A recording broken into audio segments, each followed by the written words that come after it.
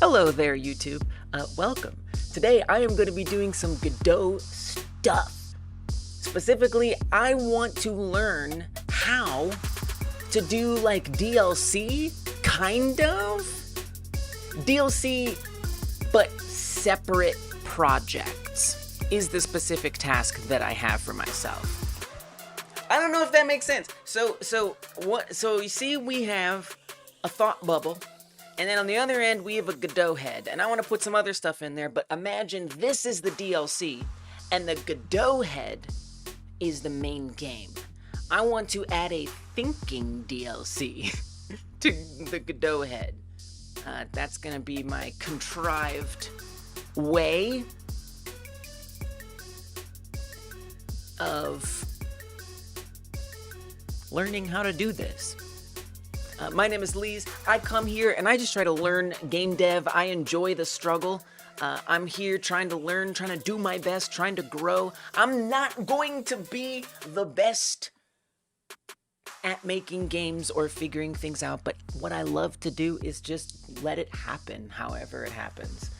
Even if it's difficult or confusing or frustrating, that's the journey I want to be on. And whatever journey you're on trying to learn any stage of game dev or coding in general, I hope you'll share that with us and let us know how your own projects and stuff are going. Especially if you participated in our Game Like Jam.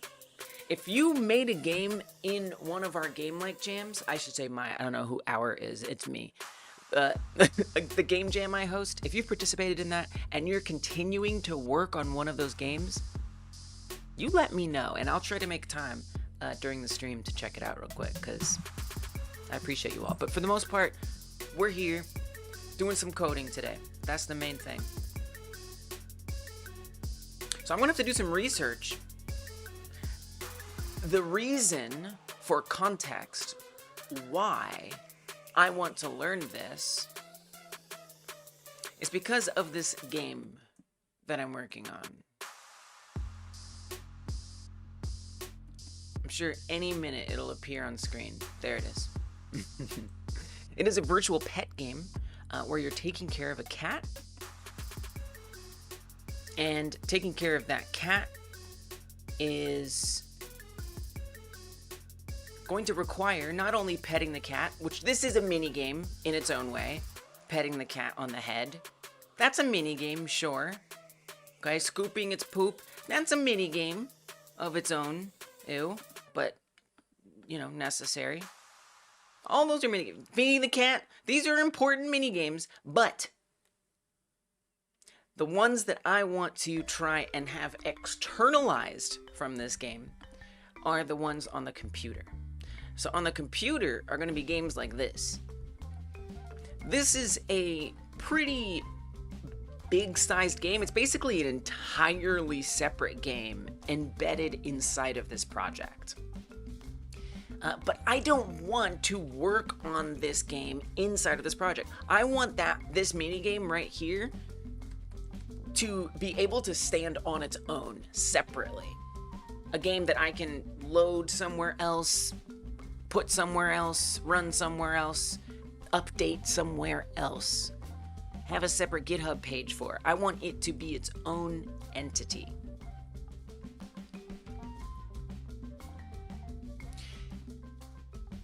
The problem is, it really is not that. So if I hop in, hey, what's up, Ahmed? If I hop in to my file system down here,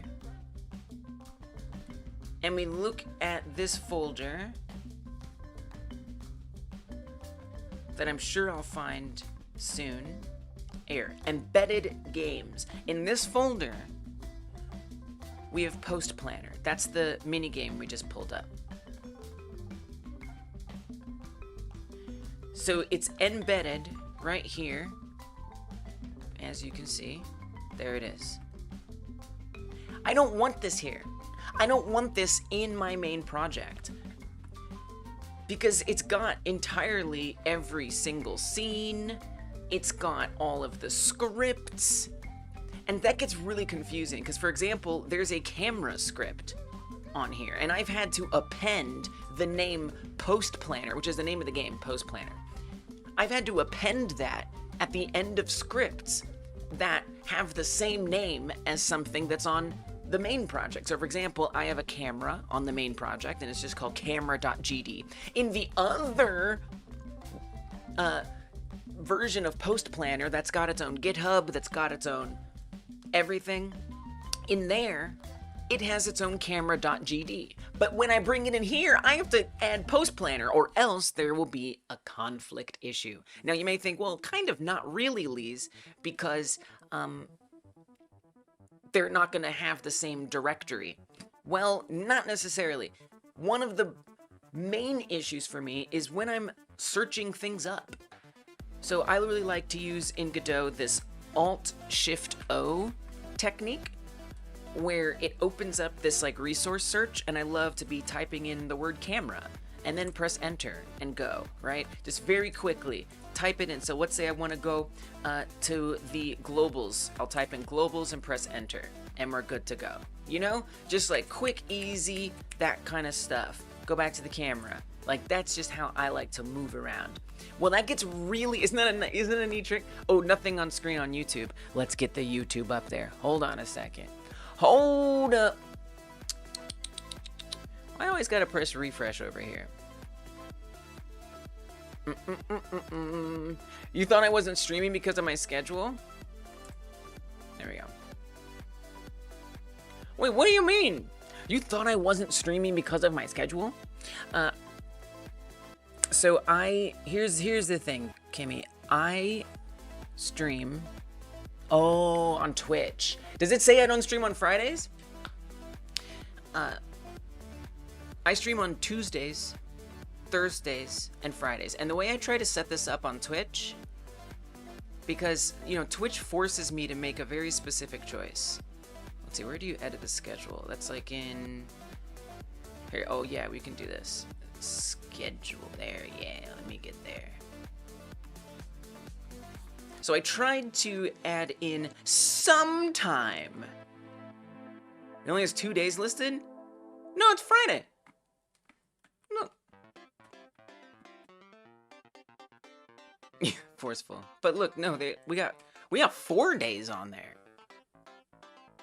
Monday, Tuesday, Thursday, Friday. Maybe this isn't what you were seeing. Maybe it was like the channel page. Hey, what's up, Derek? Cause like sometimes what, here, let's see. Well, will they not give me the schedule button because I'm live? Oh, here we go, schedule. Let's see what it says. Weird. See, now that's weird. You weren't wrong, but it's betraying me.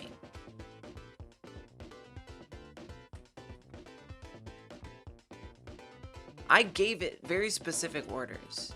Maybe there's like some other every Friday. Every Friday. Every Friday. I wonder. I mean, I can put this later. Can everyone see the member streams? Can everyone see the member streams? No. Oh, you mean on Twitch? Well, so Twitch schedules work a little different than YouTube, but no. Guess I could put this later. I don't know. Every Friday. It's so weird. It's like it just forgot. What if I make it like 23 hours? What if I make it like, let's see. If I started for 12 hours, it would be 4 a.m.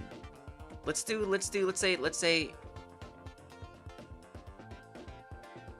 I'll say 10 hours. Maybe that will make it appear, but since I said I'm not sure, it like skipped it or something. But then it showed this one. Really bizarre. Not a big fan of that. Well, thanks for letting me know. That it's being weird. It's being sus as heck.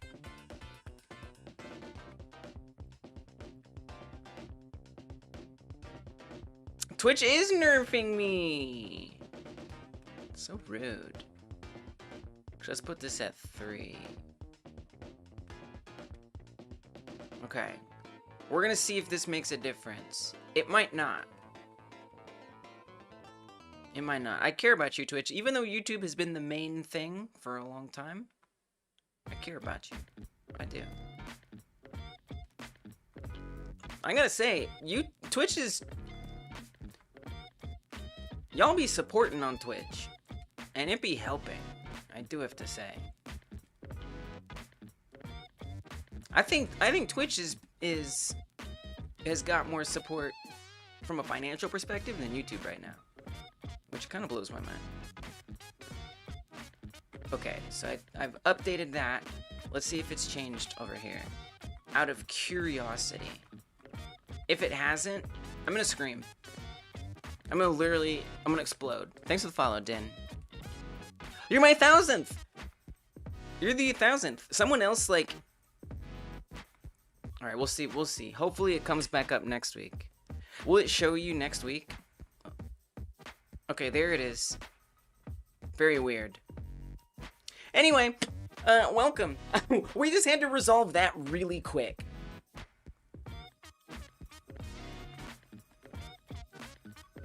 So anyway, what was I saying? Something, we're doing things.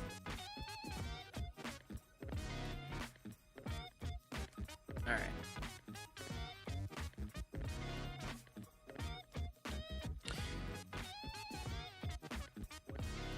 Oh, it's still not updating the dang YouTube again? Why does it do that? Why does it be nerfing the YouTube? Why is every Twitch is getting nerfed? YouTube is getting nerfed? It's just like hyper game dev, nerf you. Like, come on. It ain't right. Let something be okay. I'll have to keep a close eye on that YouTube chat.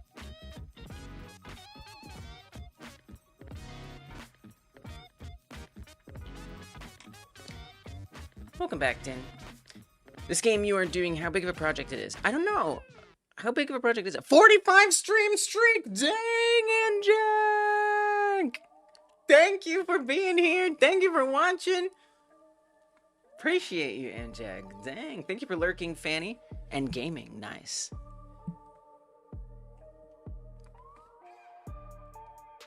I don't know. I mean, I would say like... medium small? Is that... I feel like that makes sense. That medium small. Let's say medium small.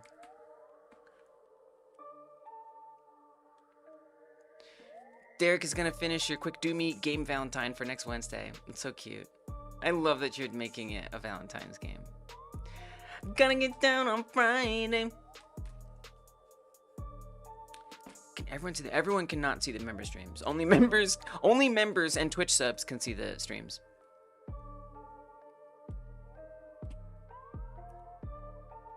Is anyone else making Valentine's games? I mean, I definitely hope so. Alright. What was I talking about?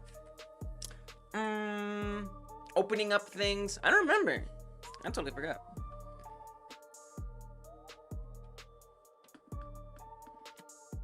In any case, I find it very frustrating to have all of this stuff mixed in together. It messes with my workflow. Not only when I'm doing my Alt-Shift-O quick swap between things, but when I do Control-Shift-F, okay? So if I do like extends camera, whatever, I don't know, okay? It's gonna show the embedded games in there, which bothers me. I mean, imagine, I have 20 mini games. It's just everything's gonna be polluted. Even if I just want to say something simple, like I know I used a for loop somewhere. Where did I put that for loop? Maybe I'll search for the word in or something. I don't know.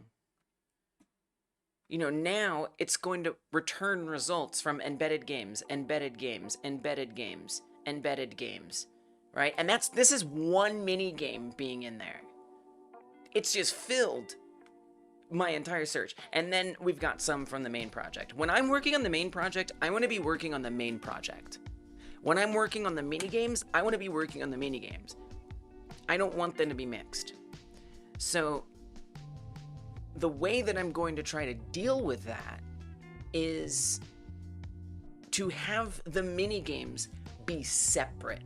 So they don't even exist within this file system. They aren't in the main project file system. Except for like a pack file, a PCK file. That's the only thing I want in there, is a PCK file. Now, I'm gonna be honest, I have basically no clue how to do this. I have some clue, but let's say I only have a clue. I've not done it yet. So I'm not necessarily gonna be working on making a new mini game tonight. What I'm gonna be working on is a sample project.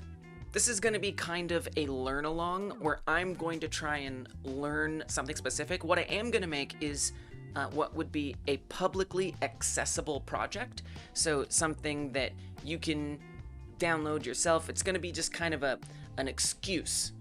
So I'm going to make this Godot head have a thought DLC or a mini game. So this will be the base game.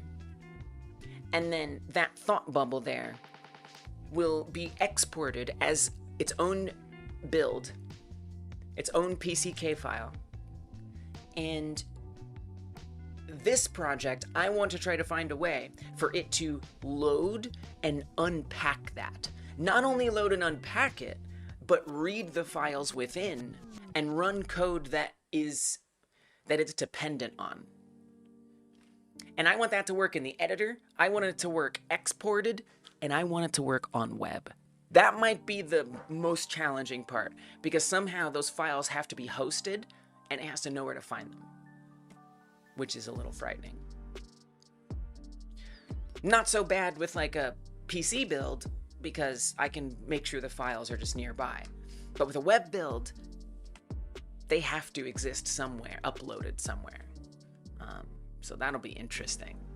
But that's kind of the idea. Hopefully that makes sense. We'll see what happens.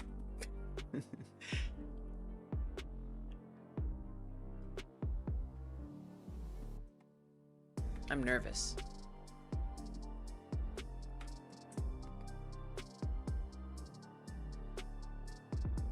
Kenneth, you're gonna vibe code an extension? What's the extension gonna do? Can't you use the file filter? I'm not sure I understand what. Welcome. You mean the file filter? Are you talking about for exports? Like if I export the project, file filtering better? Wow. Yeah, y'all. Hey, first of all, couple things. Number one, didn't ask.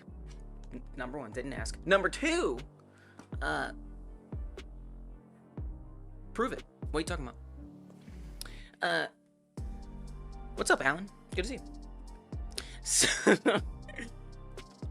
put your money where your mouth is, or shut it. Searching between projects when you joined. Yeah, that was just, so searching between projects is one example of something that bothers me about having them mixed. It's just one example. Here's another example. Another example is, let's say I release Project A. I release my main game. And it's up there and it's chilling, and I want to add a new mini game to it.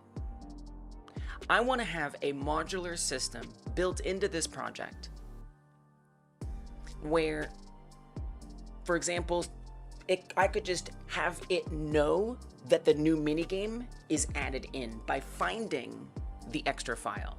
So I make the minigame, it's got its own PCK, and then that file can be added in. let's say someone downloaded the game and they own the game, right? Yeah, exactly, like DLC, exactly. Someone owns the game and a new minigame just dropped, right? So let's say I want to charge a little bit for it because game devs deserve to earn money for their work. Now, I don't expect to make money on this game, but theoretically, I would like to learn how to build these systems. So in that instance, I would want some users to have the minigame and some users not to have the minigame. So that would allow me to have a separate file system that could be added in. The search filtering thing is just something that bothers me. I do notice that the people who mentioned that aren't explaining anything anymore. So I have to think that wasn't something real. Because, like, what are you talking about? So the only place that I know of, unless I'm forgetting something, where what you're talking about exists is in the export. Now, you might also be saying, Control-Shift-F, we have the excludes, right? A couple things. Number one, it's a huge pain and a giant slowdown every time that the project reloads and I want to change something. It's a huge pain, for example, every time the project reloads and I have to retype in the folder, which is embedded games, right? Every single time. So now it's going to, yes, exclude those, but if for whatever reason I need to hit reload, I now have to do that again, which is not efficient, not practical, and a waste of time, and easy to forget, you know? So what is likely is I'm gonna be doing my workflow, trying to find some files, hit Control-Shift-F. It's going to forget that was in there. See, it's gone. And I'm probably gonna forget that it's not in there and go search for whatever I want to search for and get all those results and be like, oh yeah, now I gotta do this, come in here, type that in, and then I can do my real search, which is it's just a huge waste of time.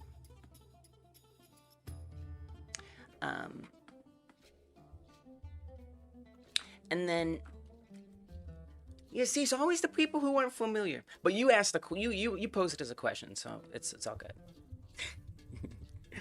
Never close Godot. Welcome, Ruby, also. And then the other place where I know that this exists is when you go to export the project, right? So in here, you can choose which resources to exclude, but that's just from the export, right? That's one place that is useful, but in this case, I'm talking about having it all mixed in. Don't want it mixed in. And it honestly just bothers me. Again, these are all reasons that are important to me. It just bothers me that I can't work on this project completely separately.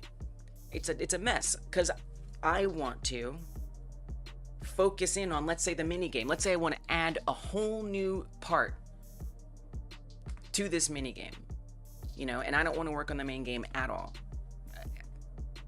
Again, I'm all mixed in with everything. Now I got to change my filters. Even if a different IDE handles it better, I'm sure you still have to communicate to that IDE. Well, now I'm switching this other gear to this different thing, you know? So now filter out that. It's still just like a waste of time, where if I set up a system that doesn't require me to even filter out anything because they're fundamentally not mushed and mixed and spaghettied together, to me, that's optimal. Now, I'm not saying I'm going to be able to pull it. I'm not saying I'm going to be able to pull it off. I'm going to try. That's what today, for me, is completely about, is putting this project aside and starting a little experiment project, a project that only exists for this purpose. To try and learn how this could be done. And the nice thing about this is I don't have to think about the more complex implementation of such a system, considering my main game has the computer, right? Where you open the game on the computer and other complexities. It shows up in the monitor. The window in the monitor can close. It just has extra stuff. Whereas this, I can just make a really simple thing that appears. You press a button and something appears. You know, keep it really simple so that way I can focus on the task and not how to make the task work with my existing project. So that's what I'm gonna do.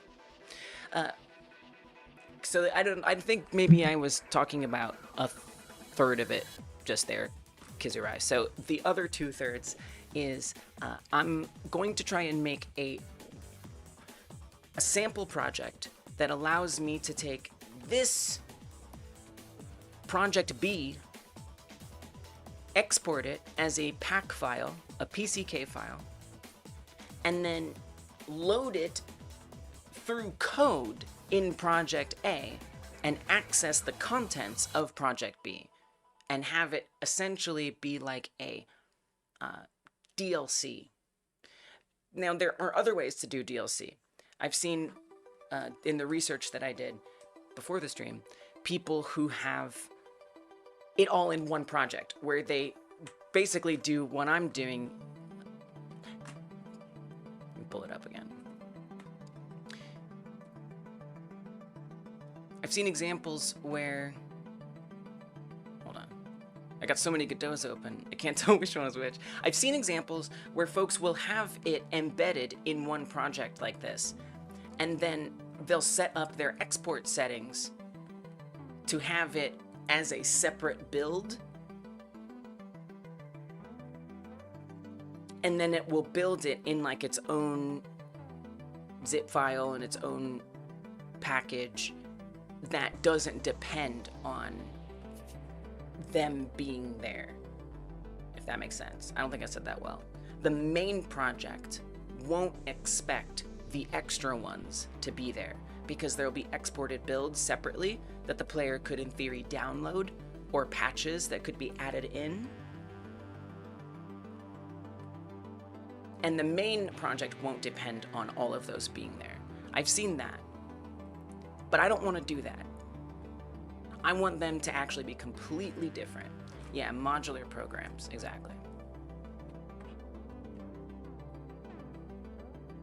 So I'm gonna construct like a little made-up project here. I'm gonna see what I can do. I think it's gonna be tricky. I think I'm gonna be confused, and I think things are gonna be weird. But hopefully,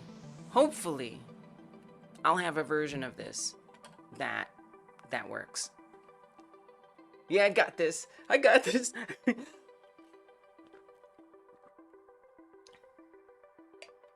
The thought bubble has left me. Okay. So, I mean, first of all, let me save this. Call the thought bubble. So it's just a little pretend project. It's not real, just pretend. At least it's hydrating. Nervous or otherwise. Better than nothing.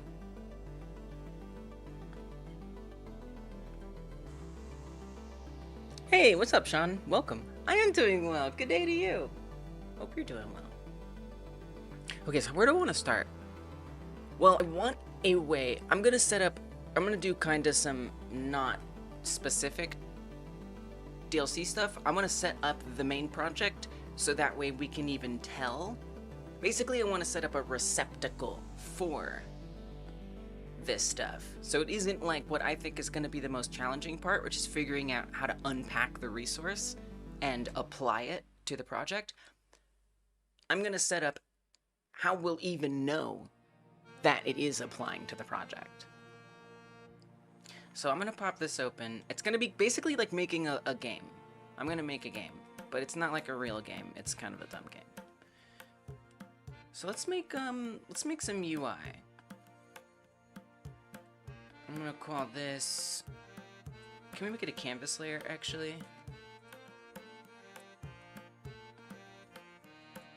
And this is going to be. We'll call it minigame canvas. on this minigame canvas, I'm gonna add a margin container naturally, as one does.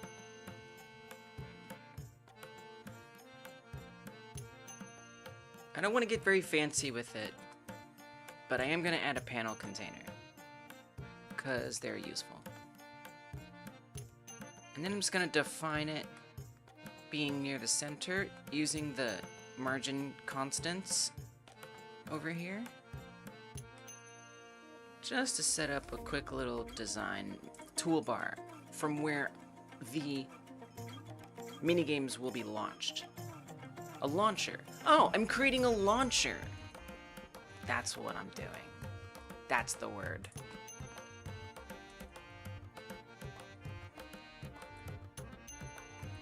Let's rename it. Minigame launcher. Dope.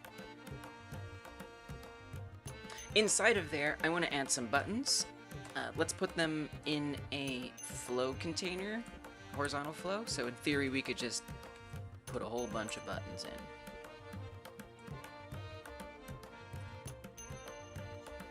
How was gaming? Where are you gaming? Did you win? The most important question. Left 4 Dead 2, you won! Let's go. Congrats. Thank you for the hydrate, Fanny. Cheers.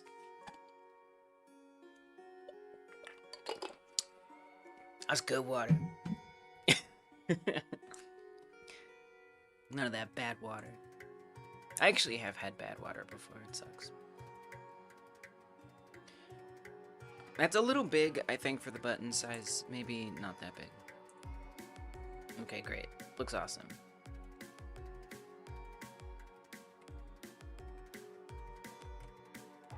Maybe we'll just do a few so we can repeat it and make sure it works and stuff. Okay. Kind of wish it was vertically centered, but it doesn't really matter, does that?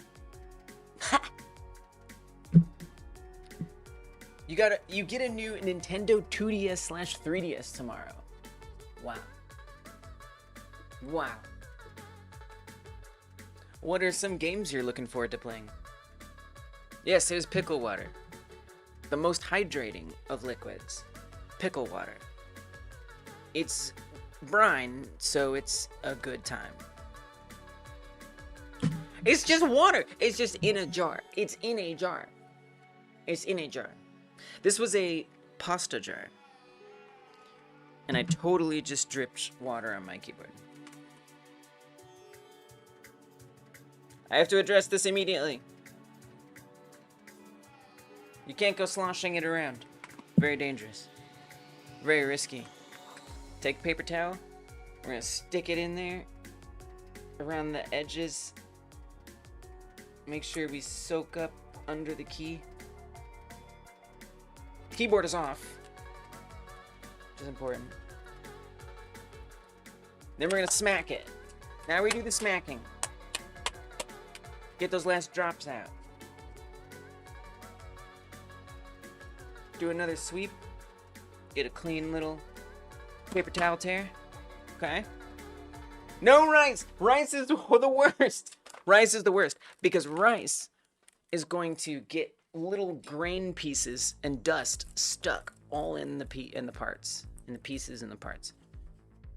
Definitely don't do rice. That is one of the weirdest things that people do. Literally just turn it off and put it somewhere dry. And wait. Alright. I'm scared, but we're gonna try it.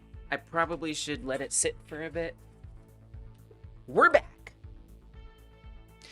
You're gonna play Minecraft Majora's Mask for 3DS? Nice. Mario Kart, hoping to get the XL variant for a bigger screen. Sounds awesome. That sounds like a fun time, honestly. I'm thinking about Majora's Mask. You know what I've been wanting to play lately is Banjo-Kazooie. I really want to play Banjo-Kazooie.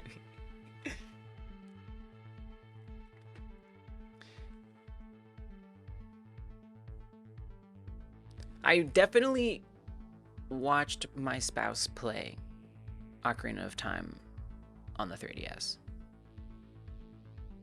And it looked very, very solid. This game you have working on since Sunday has a title now. No shushing? What does that mean? Why no shushing? Wait, what? Like you need to be loud? Like no shushing here. You have a spouse? Nice. I do. We've been married for 8 years. Slosh.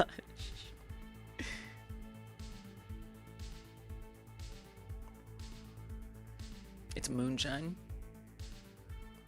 Oh yeah, this is moonshine. Yeah, it's moonshine. Pickle water moonshine. Actually, that could be kind of good if you like that kind of stuff. No shushing because the environment is a college library. But wouldn't you want shushing? Wait, isn't shushing a good thing? Because otherwise you're noisy. Like if somebody's like blah blah blah blah blah blah blah, don't you want to be like shh, shush, right? So why would there be no shushing? Then you couldn't tell people to be quiet. Big water moonshine, very niche. I'm not criticizing. I just want to understand. That's it. I'm just trying to understand.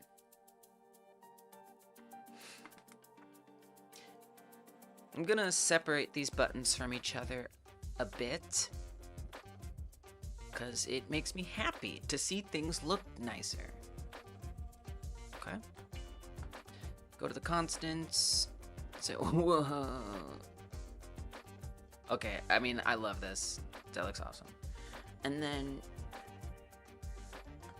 the panel container, I continue to not be able to help myself.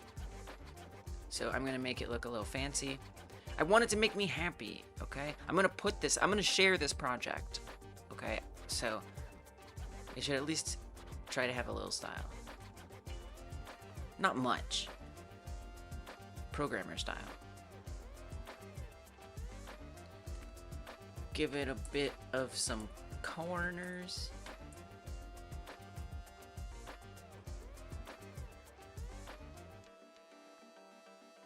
Maybe a bit of some border.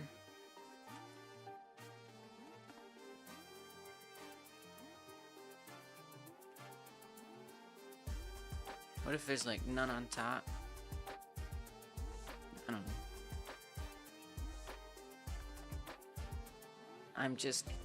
I'm designing with abandon.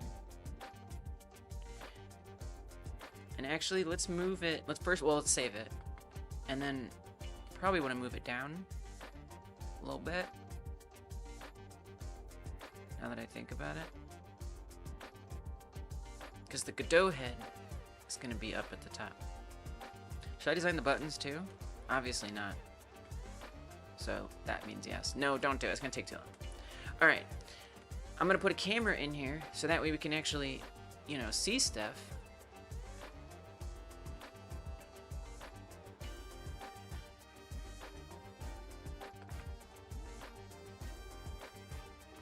Bit close, that.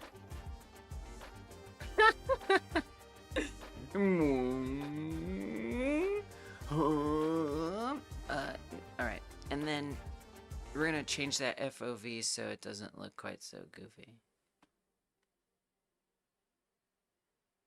Actually, what if I just make it orthogonal? Then not have to worry about it. There we go. So if you're gonna do distance, you gotta do size.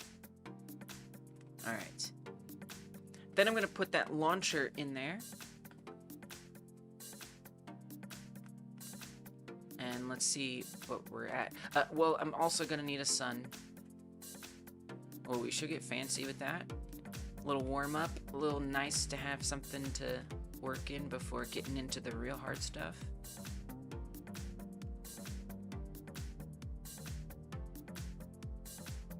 What kind of world do you want to be in? You want to be in like a purplish world?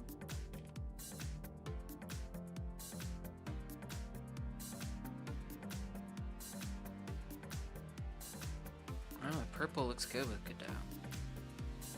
You want some different some lighting colors? Maybe not. A little risky. A little risky. I get that. Maybe just chill it out a little bit. Make it a little gentler.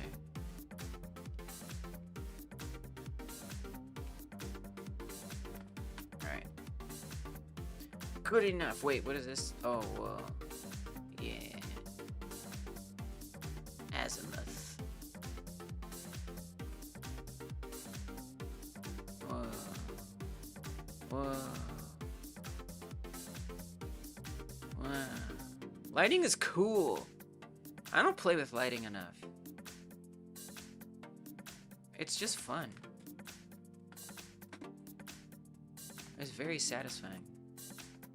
I feel like a god. Alright. Add. I don't know why I like making them children of the camera. Do I? Do I like doing that? I don't know. I'm gonna do it though. Okay. Now we can run it. If I didn't do a little bit of that, then we wouldn't be able to see anything.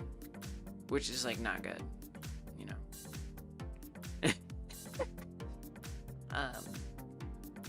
Yeah, not exactly what I had in mind, but close. We're getting there. I would prefer it embedded. That would bring me joy.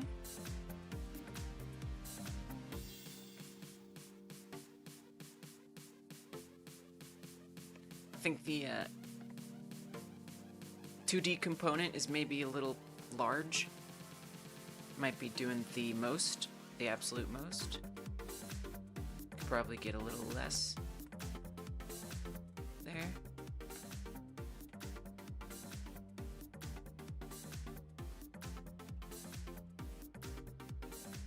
And obviously, who can bear the color difference? Honk? Hank? Honk. Honk, yeah. Let's see if we can grab that color. Well, I'm just gonna have a little fun before I dive in. I'm gonna get some colorful things. Let me see. Maybe a little darker. Maybe not.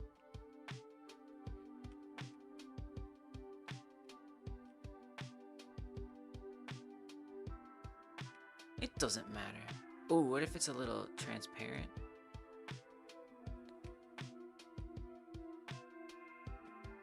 I don't know about that border. That border's weird. What if I'd make this like less round?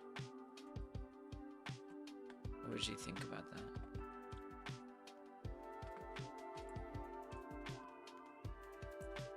Like a lot less round. Oh, why do I like that though? Okay. Oh, you know what else is bothering me about it? Too wide. It doesn't need to be that wide. Great. Minigame launcher. What if you added one more panel or margin container?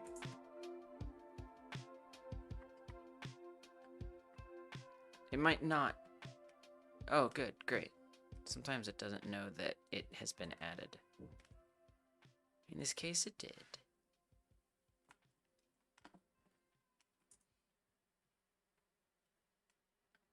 And then push it up just a wee bit then. You'll see.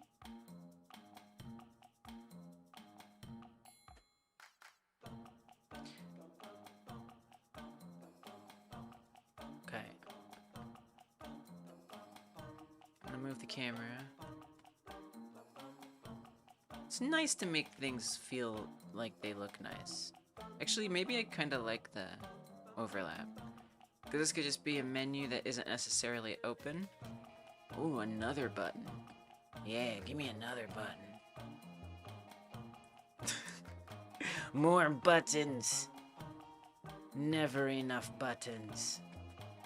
More.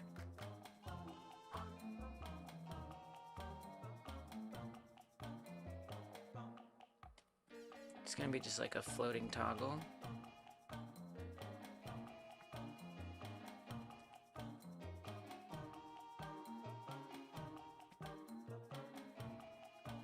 I'm gonna shrink it down.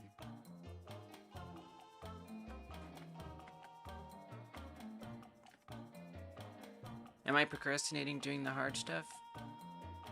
No. I mean, yeah, but also no. Yes and no. It's both. It's technically both. No, because I do need some way to receive the minigames. Yes, because I don't have to put this much work into it. Tiny, tiny, tiny. Smaller. Great. Slightly bigger font on that, then? I said slightly. Good.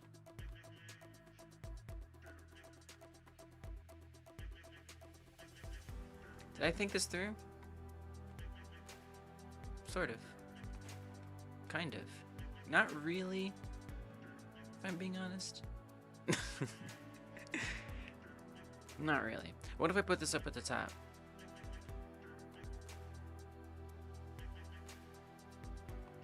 Okay.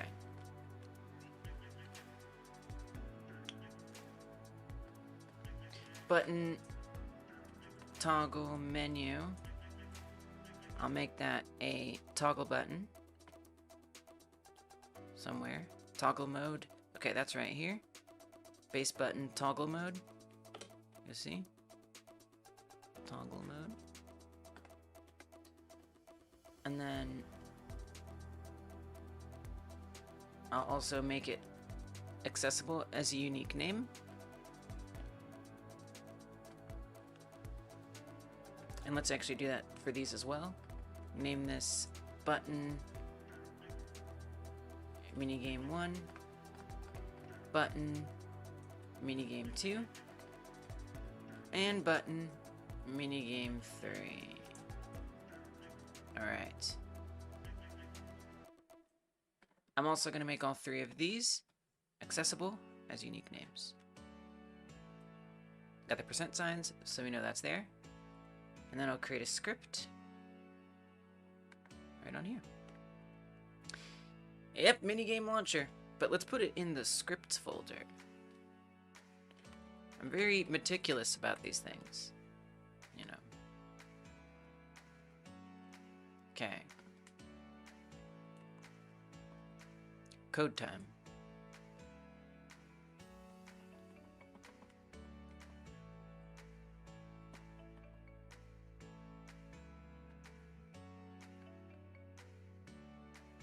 Willow is on a 15 stream streak. Thank you for being here, Willow. It's a pleasure to have you here. Welcome. Couldn't give up your streak here from work. Twitch with the clever ideas. See, YouTube needs to do that. YouTube came out with this leaderboard thing, which is neat, but it's not persistent across streams. YouTube, you gotta get something that is persistent across streams. That makes folks more interested in coming back. This just makes them feel like you just defeated them. like, yes, I did it! And then it's like, oh, I gotta do it again. Oh, I gotta do it again. There's no meta progression, is what I'm saying, YouTube. We want meta progression. We don't want roguelike leaderboards, you know? Jesse says, seeing you set up this UI so quickly, it makes it look so easy. Really? I was like, oh, I'm wasting time. It's taking so long. No, it's not. No, it's not. It's quick. YouTube don't got game. It's trying. It's trying. And for that, I appreciate it. I just, you know, let's keep it up. Let's keep it up, YouTube. Let's keep it up. Not you, chat. Chat, you're the best. Seeing you set up this UI so quickly makes it look so easy. Knowing I struggle for hours setting up UI when trying Godot, it still wasn't working like I wanted to, and I tried. Yeah, I've seen a lot of people struggle with it. I struggled with it. I don't remember what that was like. There are live streams of exactly what that was like on the HyperGameDev YouTube channel. It's all there. My entire experience of learning how to do this. And now it just feels really natural to me. I don't know. I can't even remember why it was confusing anymore. And I think since some of those more intentional streams where I sat down and said, today I'm going to learn how to make UI in Godot. Besides those streams, I think since then I've picked up all kinds of little tips here and there that have made this a lot easier. I'm down to answer questions, but like I don't even know how to teach it because it's just like something I feel I understand. But margin containers are so helpful. Like margin containers make everything better because a margin container, you can come down here to the constants and change the left, right, top and bottom positions. This makes everything so much easier. Nested within this and this and this and this, nest, nest, nest, nest, nest, nest. All the nests. You can control the position of anything. And by making sure that it's locked to the size of the canvas, by using this anchor preset, you know it's always going to fit on the screen. So even if the screen size changes, it'll all adjust. Like margin container is like the most important thing. Like use them on many different levels. They're just such a great, useful tool for making things look the way you actually want them to look. In my experience.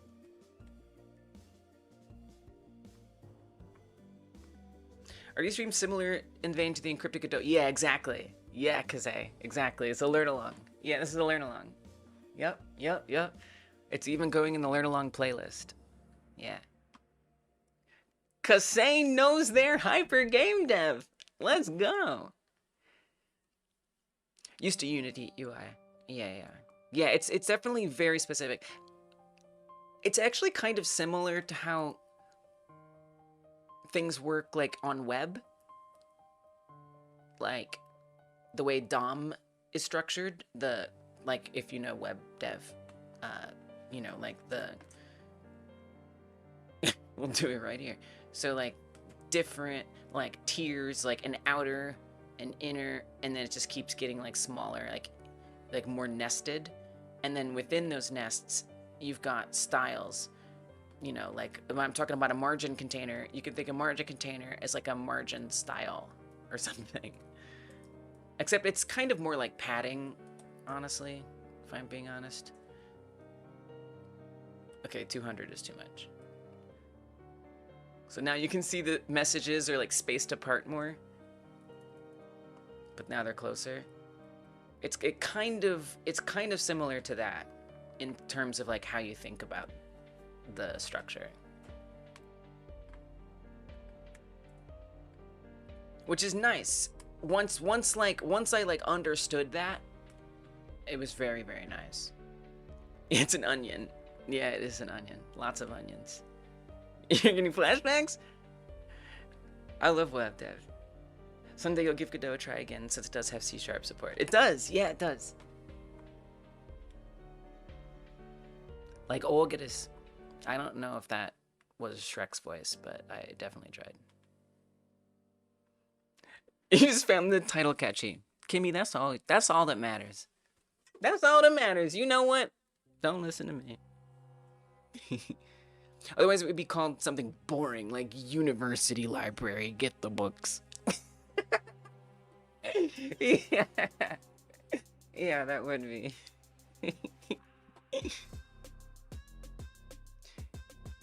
Should make it a child of the camera, since the camera can have its own environment thing on itself. But I don't think it really matters now. Yeah, it doesn't matter. But that's actually why I'd want it to be a child, right? Because that way they're just all like together. But yeah, it doesn't really mean anything. It doesn't like matter because world environment doesn't have any positional meaning at all. However, the directional light does with regards to rotation. So it's probably not great to put the sun in the camera, because if I rotate the camera, then that's also going to rotate the sun. But maybe that's a good thing. Maybe that's kind of interesting. But yeah, the world environment doesn't matter what its rotation and position is, so it's literally just like a folder at this point.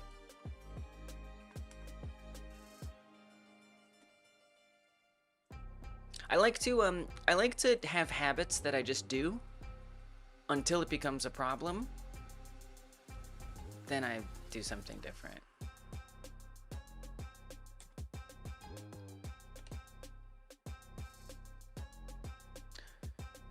You shouldn't make it a chat. Come on now.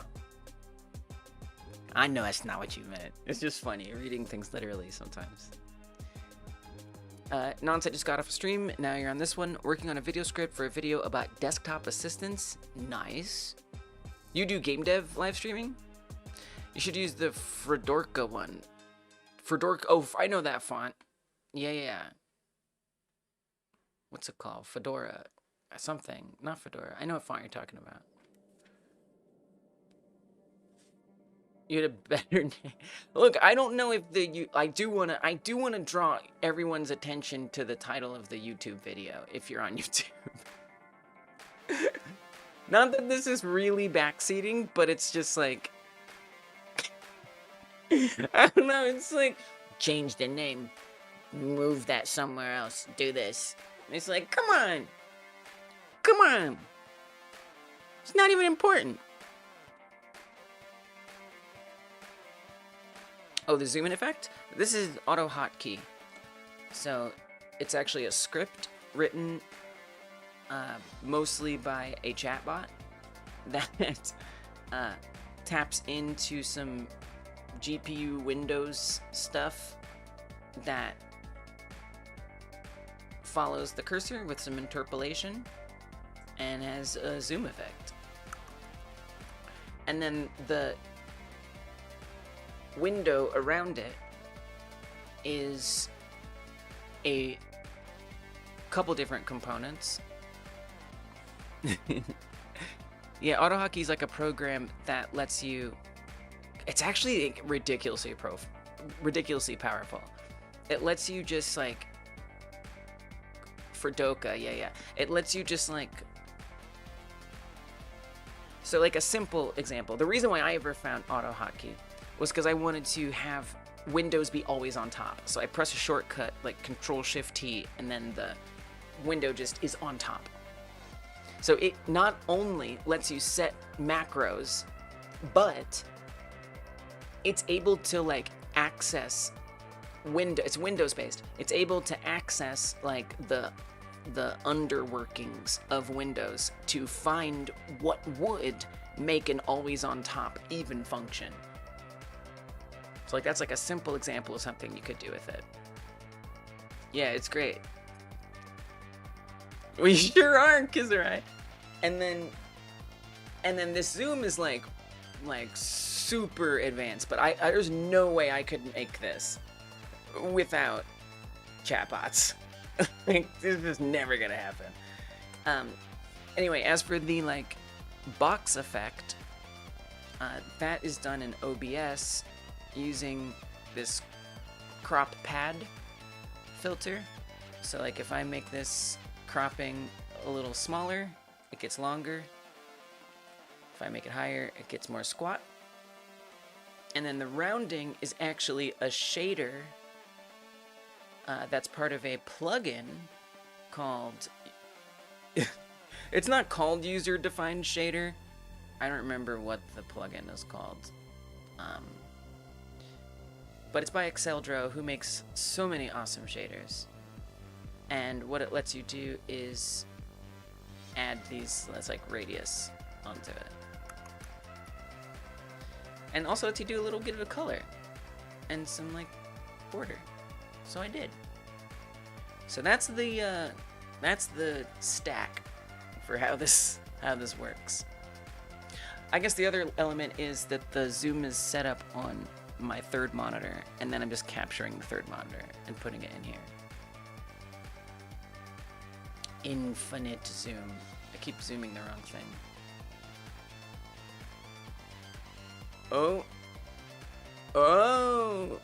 Oh, look, it crashed. No, it didn't crash. It's warning me. It's like, that was a lot of presses. Because when I scroll, it's like taking in an input every frame or something. Every refresh rate. I don't know, something. However it works. And it was like, is that too many? No, it's fine. Don't worry about it. But thank you. Wait, how far in can I zoom? There. Oh, wait. Yeah, there's max. Okay.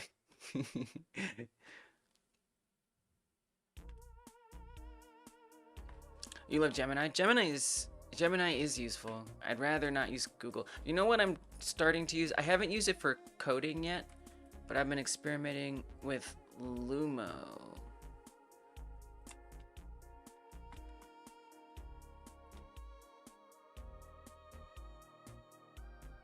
Which is an interesting one. Privacy first AI assistant, where chat stay confidential. I do turn off whenever I use Gemini. Same way I use YouTube, is I turn off all of the history, so it can't like be tracking or anything. It's okay though. Oh, it's like a Proton. Yeah, of course it's Proton. Proton would be the one saving the internet for us. But I've just been using it for like day-to-day queries, like nothing too like serious code wise, but who knows. And then with Gemini, I'm pretty particular about telling it not to track me, although I'm sure it still does. But like, I don't save any of my chats. I turn off all the activity and stuff like that. It is off. It is all the way off. Which does suck because it means I don't ever have history. Name doxed? Where? You sure about that? Yeah, I guess so. Oh, my username? Leisurely? Yeah. Oh, yeah. It's a username.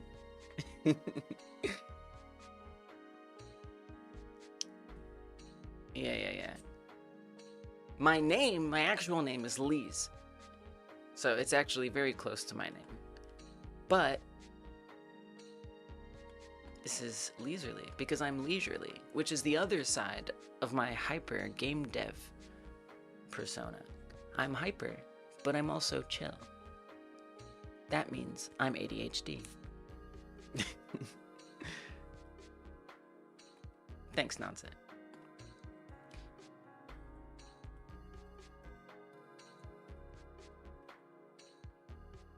The chat go. Oh, it's right there.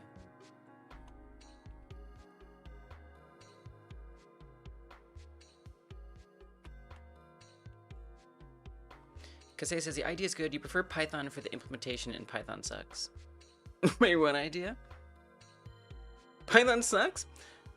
I haven't learned Python, but I really want to learn a general language. I mean, I know you have ADHD. Of course you do. You're here. No, not everybody here does. But it's certainly worth looking into. If you feel like you're comfortable in this environment, you might have ADHD. You might not. But the likelihood just shot up by a large percent.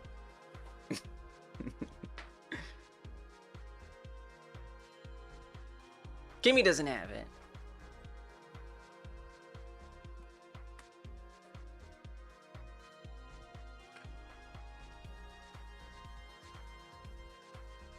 Oh, AutoHotkey? You prefer Python? I wish it was a general language. I really do, because it has its own language, which is a little annoying. Jesse makes things to interact with the mouse and keyboard to make the strain on your wrists and fingers a lot less. Smart. In some games, it requires a lot of button mashing. That's a good idea. Have a love-hate relationship with Python. Use it for work. Then you would probably be okay with GDScript if you know Python. Very similar. Yeah, they always track something.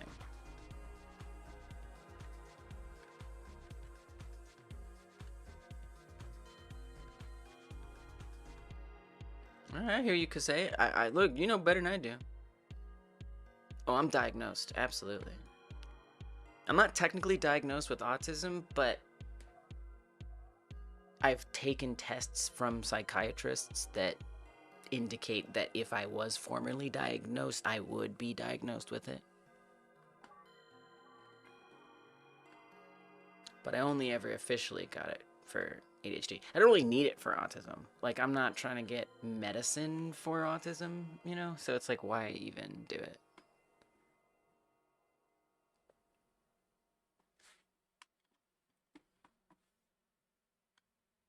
The background music was wonderful. There's a lot of variety. Sometimes people like it, sometimes people don't. I'm glad whatever you heard was good. You don't think YouTube is interested in developing live streaming stuff? Not true. Nowhere Guy has the most confident wrongness. I appreciate you, and I want you to know that. They literally just dropped this like a few months ago. Like literally, this just came out. They also just added a private stream option, so you can stream privately. They added vertical and horizontal simultaneous live streaming. So like in your live console, you can actually simultaneously be doing both. Because you see some people, they'll have like a horizontal stream and a vertical stream, and they're two separate streams. You don't have to do that. YouTube will literally let you combine them, and YouTube will decide if the person is viewing on mobile or not. They just added this stuff. So like, super wrong. UI design was easy to non-sit, but that's probably because they worked with Roblox UI and Unity UI for the longest time. Godot UI is the best, better than any other engine I've ever seen. Yeah, I feel that too, Nowhere Guy. Nowhere Guy is correct. It is. It's so good.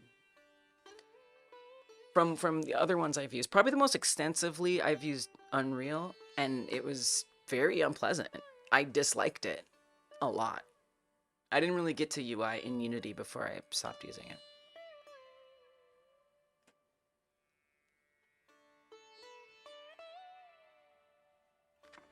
It's better than web since CSS and HTML merged. True, true. Nonsense hates making scripts for videos. Every time I go over it, there's one more error, just one more error. You just want to make the video and release it? Yeah, it is stressful. You don't do game dev streaming, you do gaming streams and stuff, and fun tech videos and game videos. Neat.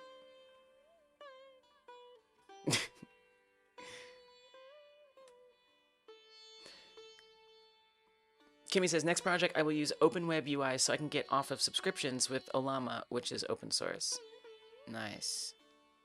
So are you saying... Yeah, Olama. Olama is like, so you can have like a local LLM. I'm definitely interested in learning about some of these things, but it also stresses me out trying to learn about them. Sometimes they're always like talking in code. Like they talk about all these components about it that I'm just like, could just pretend I know nothing. I feel like there's not like a lot of user friendliness to setting some of this stuff up. I'm just like, you know what? I'll wait till there is. But it would be nice to like have that already. Have all that open source type stuff. History can get confused. It knows stuff about you, but only what you've posted. Yeah. When there is history, it's spotty. ADHD plus game dev is a nightmare for you. Jumping into I'm gonna try that sentence again. ADHD plus game dev is a nightmare for me. Jumping into many projects and never finishing anything. Yeah, I mean, definitely we have to come up with like really specific strategies to keep ourselves motivated and hooked on something. For me, live streaming has been the most powerful motivator. You know, I come here, I say I'm gonna do something, and I feel the pressure to do it. And I do it on like a schedule. So that way I know I'm gonna keep coming back and working on it. Whereas otherwise, I may not be here. I may be on my own in my house where I've got television, I've got cats, I've got chores, I've got so many other things that can distract me. When I'm here, there's chat, but that's one thing. That's one thing, as opposed to like everything that's out here. I could get in the car and I could go buy something. You know, like all of that stuff can distract me. Spouse, so many things, anything. But here, I know that I'm here for this one thing. Maybe chat, right? There's that. But again, that's two things. And yes, the live stream, but 2.5. Still better. You've been trading hyperfocus when needed, and you don't have it? Okay. All right. Okay. I hear you, Kimmy. I'm not gonna be diagnosing people. That's wrong. Who am I? I can't do that. But you out here forcing yourself to hyperfocus? I don't know. It's kind of interesting. People who don't have ADHD don't have to force themselves to hyperfocus. I'm saying. Back to the tediousness of making video scripts. It's your first time making a script, and you're going to be making 3D animations, testing out a new retro style. You can see hints of it in your channel banner. Okay. Do you think you'll be doing vertical streaming? Yeah, I'm just being lazy about it. I did it when I had to make 2 separate streams, and I thought it was kind of dumb, and I didn't like doing that. Because it was like, I just have like this one stream that like, I don't know, it was just weird. Like, one would be like more attended than the other, and like people would be confused. They'd go to one thinking it was the horizontal one or the vertical one, and it was just like, it was a mess.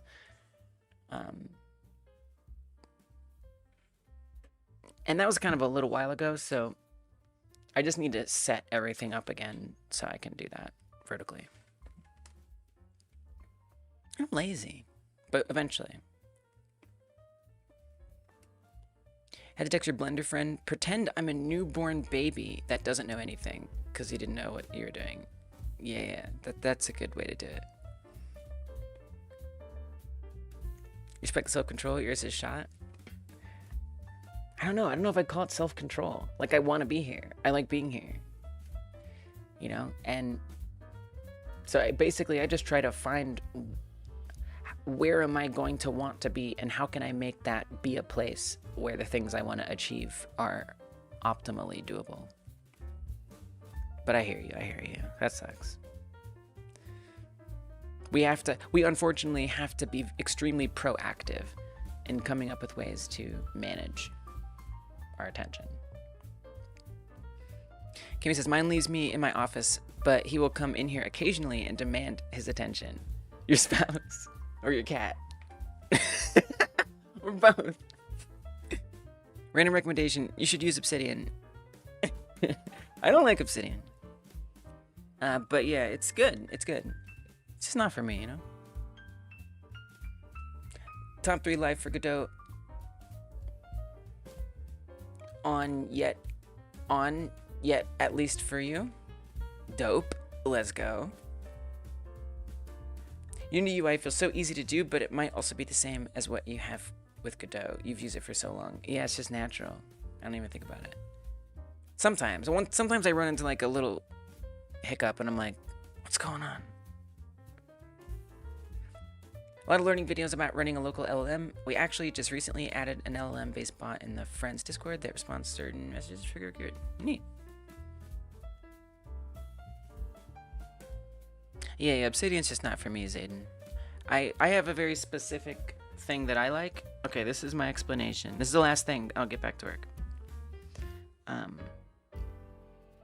have a very particular way. I have to get a password. Because I'm not storing cookies, which means I get logged out from everything all the time. And I keep all my passwords on my phone in a password manager. And it's randomized. But I like Milanote. And there's two things that I like for my note taking. Number one, Milanote. That's more for like project planning and complex stuff. Number two,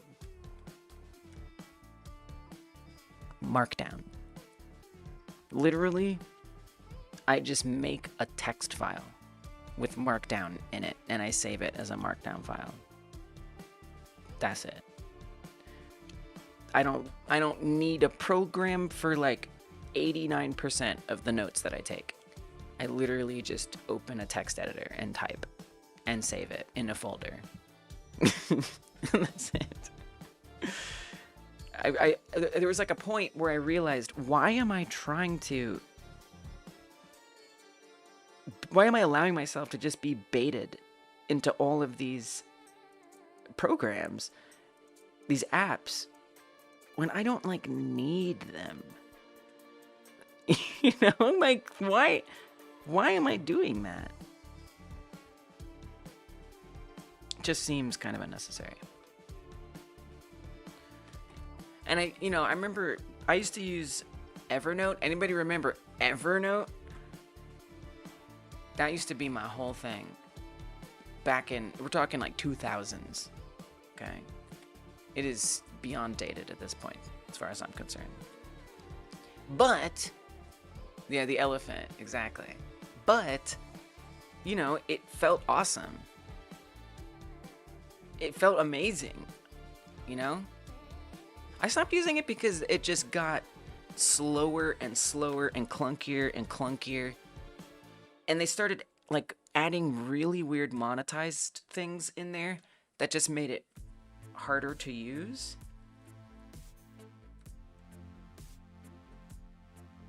And then free things started happening. And I will say, I do have a lot of stuff on Notion. That's kind of like, that was the next phase for me after Evernote.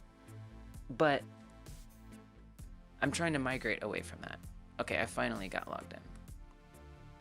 So here's why I like Milanote. Here's why I don't like Notion. Here's why I don't like Obsidian. Here's why I don't like Evernote, besides all the other things I said. What I can do with Milanote is make a damn mess. Okay? I'm not sponsored by Milanote, but I would gladly accept that sponsorship. They also don't have any like AI annoyances all over the place, which is dope.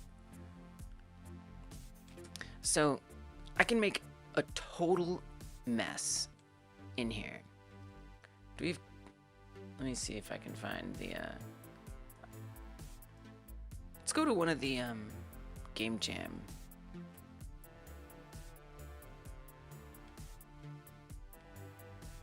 Let's go to one of the Game Jam things.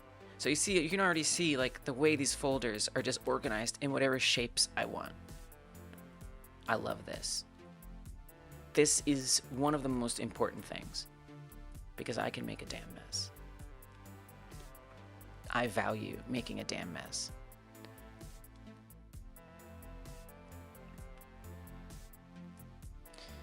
So, for example, this was my little planning space for one of the horror game I was trying to make. And so I found some images and I slapped them in here. And they're just there and they're chilling. I have this little document here. It is free to a point. It's free, but what they're going to do is they're going to limit how many of these notes you can make. So this counts against your limit, this counts against your limit, this counts against your limit. This random one I forgot to delete counts against your limit. And so you have to like be really careful about not going over the limit. And for me, it was just worth it to pay for it. Although you can grow that limit by recruiting people to join. So yeah, you can drop stuff all over the place, and not only can I do stuff like that, but I can make mind maps, which is also something I really appreciate. We can have arrows going to things. I can change the colors of these. It's flexible. We got a table. I can have one thing in a table. Okay, I have one thing in this table. Doesn't matter, I can do it. And it's all in one canvas, one giant infinite canvas. You can nest things in folders. This is what I need. Obsidian can't do this. Because Obsidian, it's not a pyramid scheme, but I heard that as I was saying it, that it does sound that way.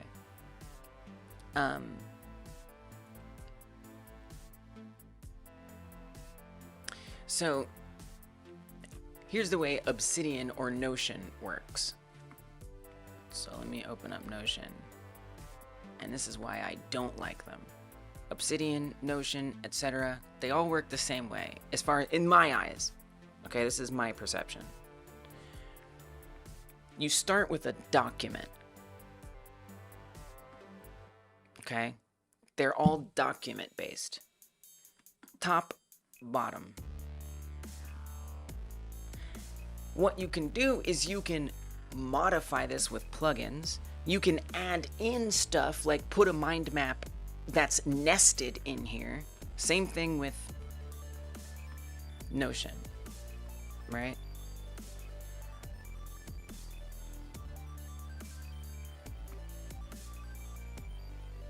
See, I don't even know if they have a mind map, but they got all this crap. I hate all this crap.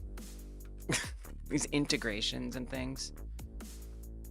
But you can nest in here images, for example. Let's just do an image. We'll keep it simple. Image.png. I don't care. Perfect. So if I paste this in here, let's drag it. If I drop this in here, you see how it's part of the top to bottom structure? So now it's like in line. Everything is in line. And this causes a lot of weirdnesses, and it makes me not get to have the control over what this space is. In Milanote, if I drag this image in there, can I drag across browsers? Is that allowed? It's probably not allowed.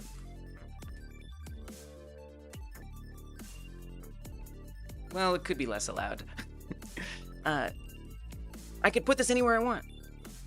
I can drop it any old place. I can have it be over on top of things. Here, let's copy it and paste it in. That's the flexibility that I value. Here. Look at that. I just got some freaking dice randomly in here. I can draw randomly in here. I can circle this.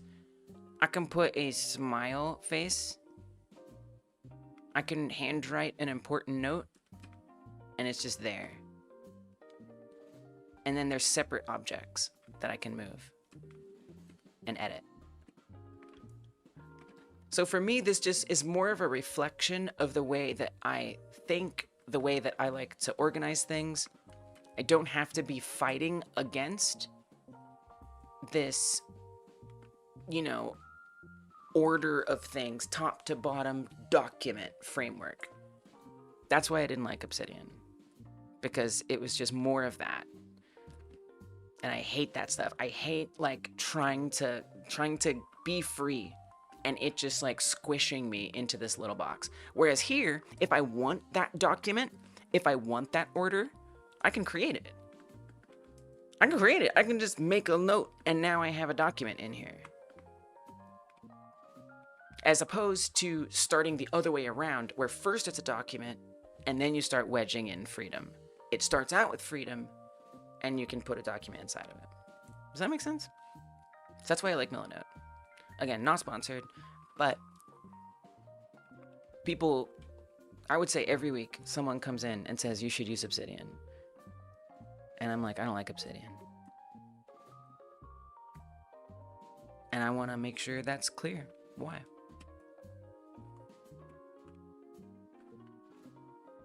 But I respect that for some people, they want that structure. You want that structure? You get that structure. You go ahead, get that structure. Yeah, you should be sorry for bothering me. Just kidding. Favorite game icon, angry face? It probably make total sense when the game is actually revealed.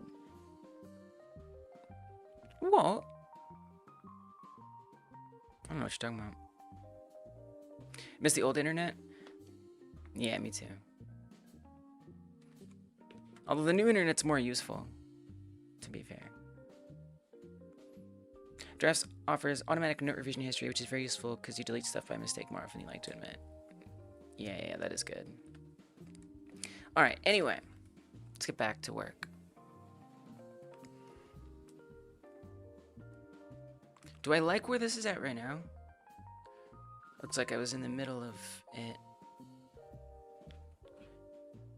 Did it resize it?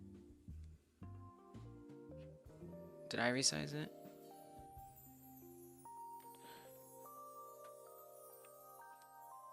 I messed it up. I broked it.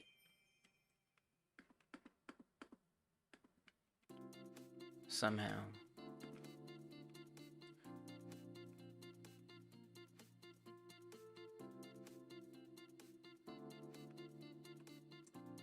Why you look different?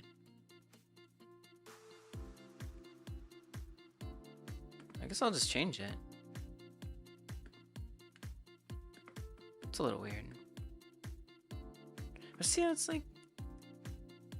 Okay. Alright, you know what? Whatever. Alright.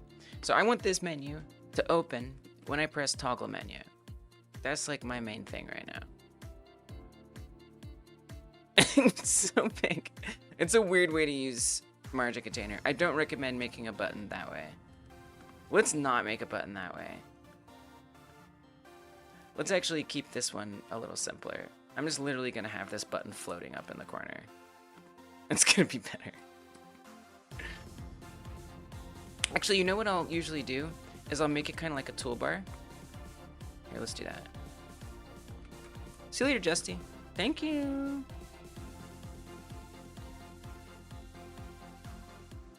Let's make a toolbar. I think I'll prefer that.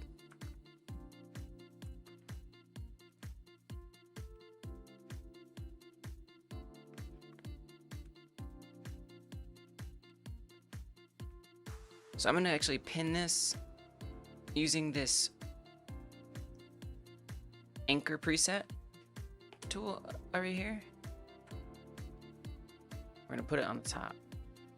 So that gives it this nice wide toolbar. Then I'm gonna add an H box, put the button inside the H box. Now it's over there. And when I add the margins, it'll be separate and it'll stay the same. It is kind of creepy, isn't it? It's a bit much. Okay. Let's make sure this is shrinking down. Here, let me make that bigger again. So it doesn't drag it out like that. Oh, great. It's not. Good. Perfect. Now if I make it bigger, toggle menu doesn't change. If I make it smaller, same thing. Just fits it in. Flow containers being a little naughty.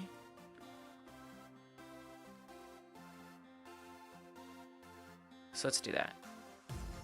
Alright, so you can see it changes how this looks based on how big the area is.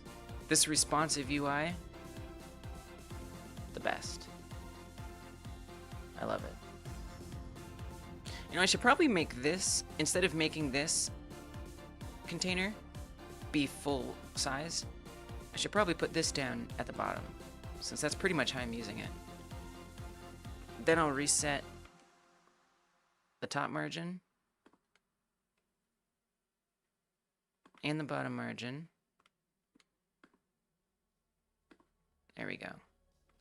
Now it'll just stay down there, and it'll be anchored. You can see those green pins. It's going to make sure it always anchors it down there to the bottom. This is going to be way better. So now if we make it smaller, it at least keeps it snapped on there. Yeah, I've been improving it. It started out as just like a very raw half-screen zoom, but now it's got a little more fanciness. Sometimes it does a little bit of that like little glitchy thing. See, I didn't like that. But we're working on it little by little.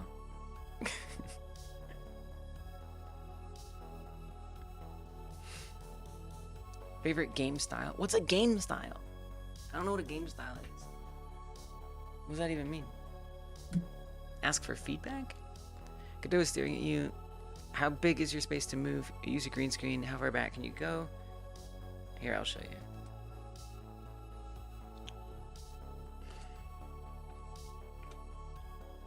Quite far. You see?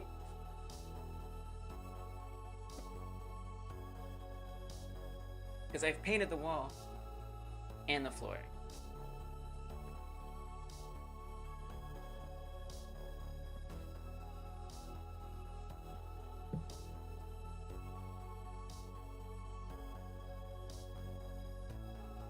Yeah, I don't like the software ones.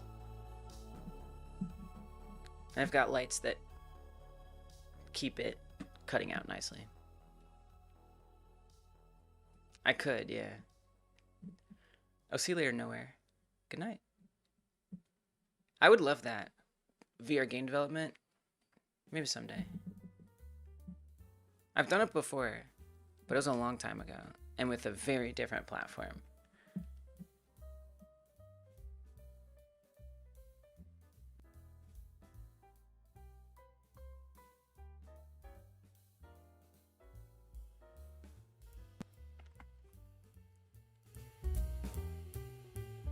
Okay, code time. I'm gonna get to those accessible unique names that I made. We're gonna drag all those buttons in, not just to the ready function. I like to be a little, well, here, first drag these in. I like to be a little neater than putting it just like plain in the ready function. I prefer to make a separate function called ready connections.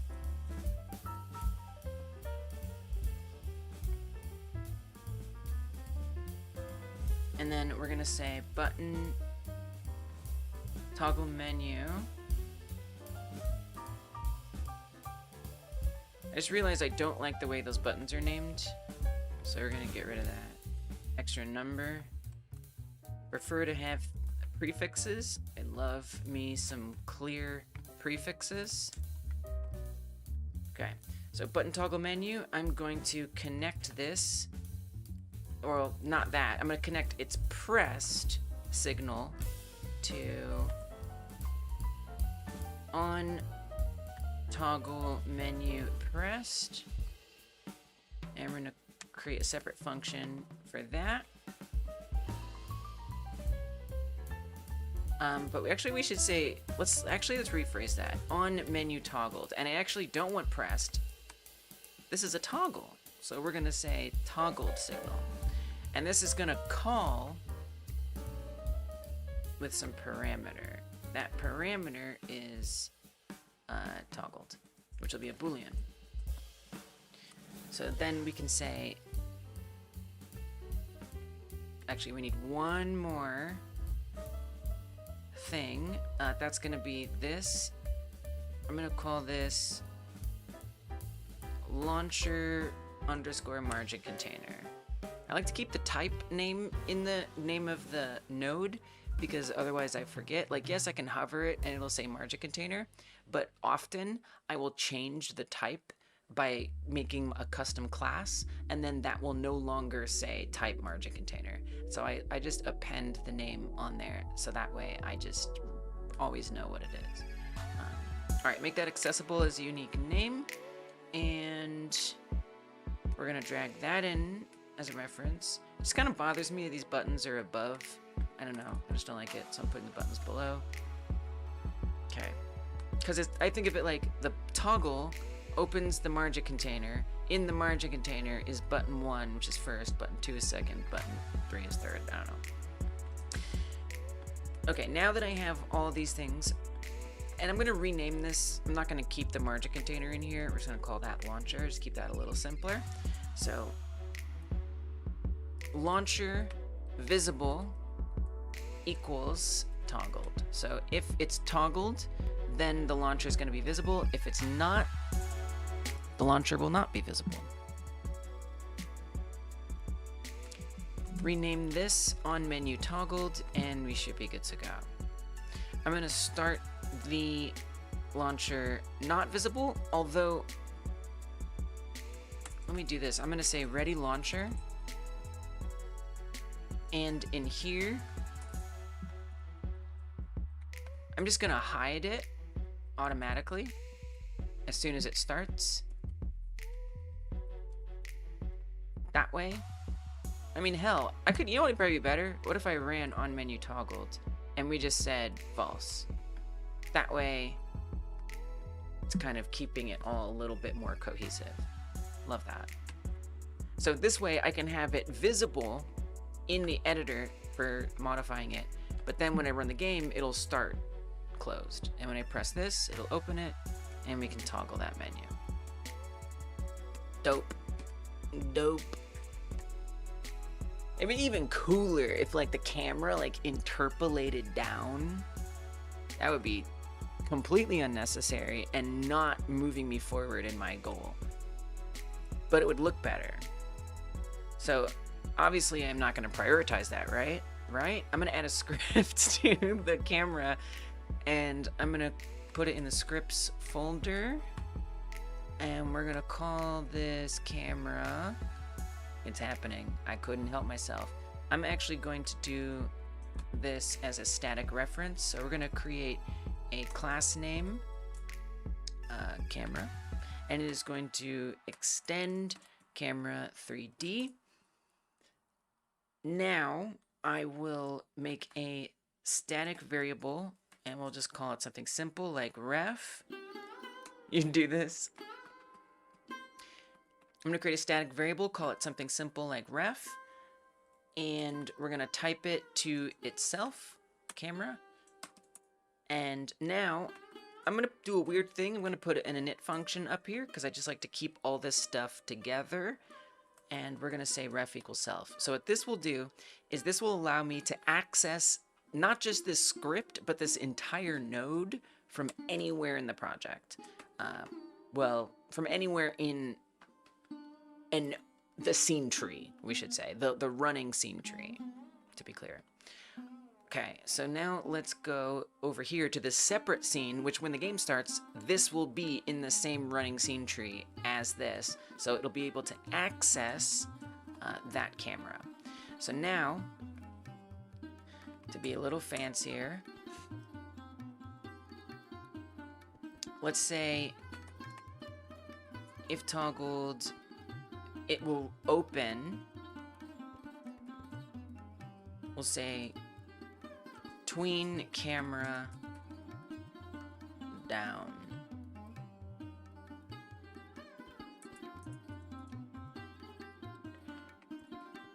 I'm gonna do something else. I'm gonna say if it's toggled and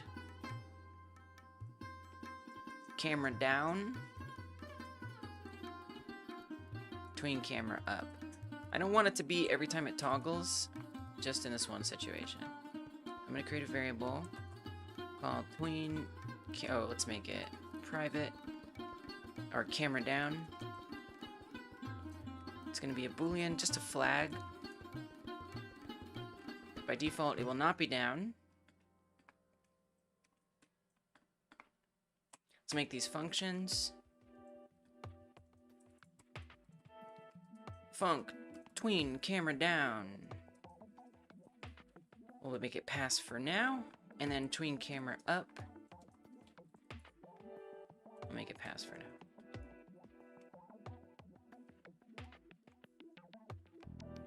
I'm also gonna make a tween camera down. I guess we're gonna have it actually be immediate. I don't need finished. We want it to be immediate. So as soon as that runs, camera down, actually, we're gonna say is true. And we could do the same thing here. As soon as that happens, we'll make it false. Okay, now I'm gonna go back to my camera.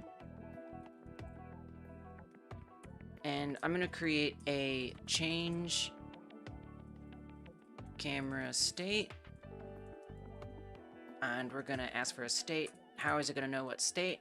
I'm gonna create a, an enum. And the enum is gonna contain, well, it's gonna be called camera state. And it's gonna contain up, or let's say default and down. So state will be, let's call this actually camera states. We're gonna pass in a camera state. Yeah, I love statically typed variables. Gibson is building Blook Soundwave. What is that?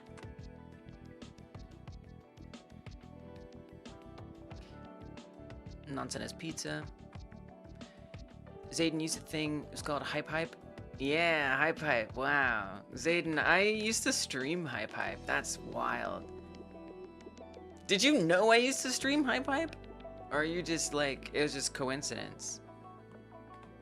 Whoa, Twitch chat, what happened to you? Where did Twitch chat go? Is that literally just coincidence that you're saying that?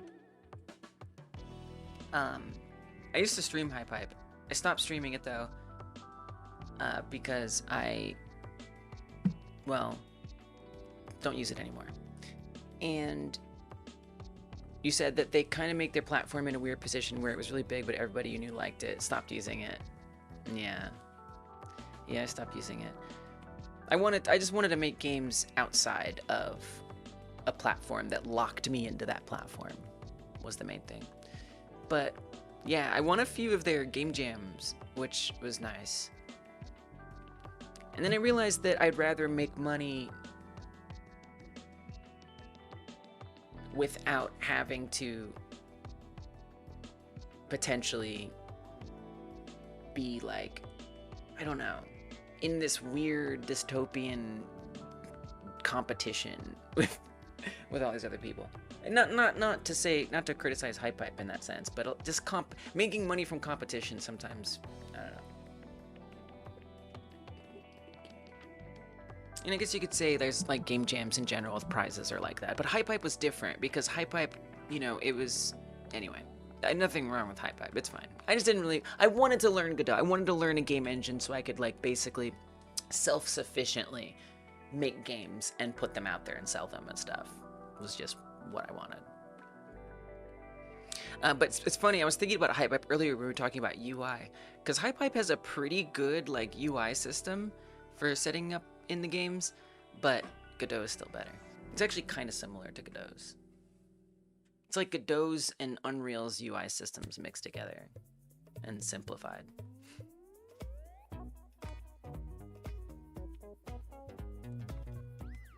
Yeah, I mean, what's nice about Hype is you can immediately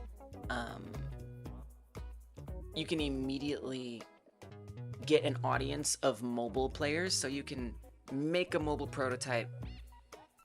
They'll handle everything and people will play it and you can immediately get feedback. The problem is the people are mostly children and they tend to have a preference for certain types of games. So you end up needing to make things for that platform specifically that isn't necessarily what you want to make, and so your feedback might not be that good. You should post it on Discord. We have a Discord where that kind of stuff is super talked about. But yeah, maybe in a bit. Post it there and remind me later. Horizon Worlds? Wait, how is that like Horizon Worlds? Like Horizon the game series?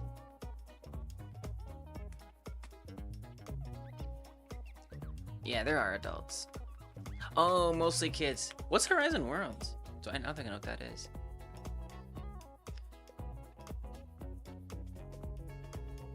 Meta. Whoa. Is that like a VR thing?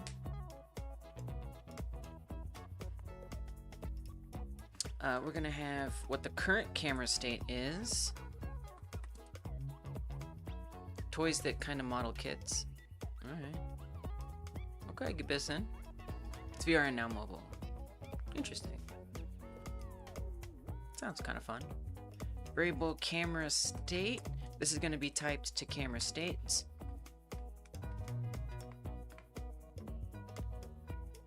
And we can set it, I mean, it's going to be default, but yeah, you can set it to default if you want.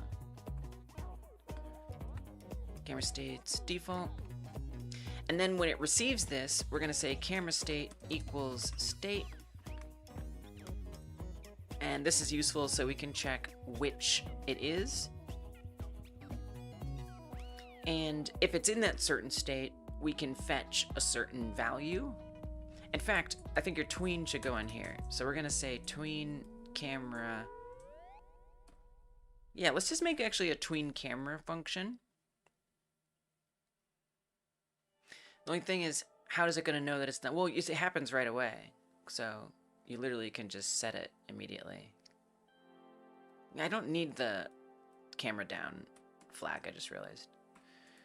Tween camera, and we'll say to position,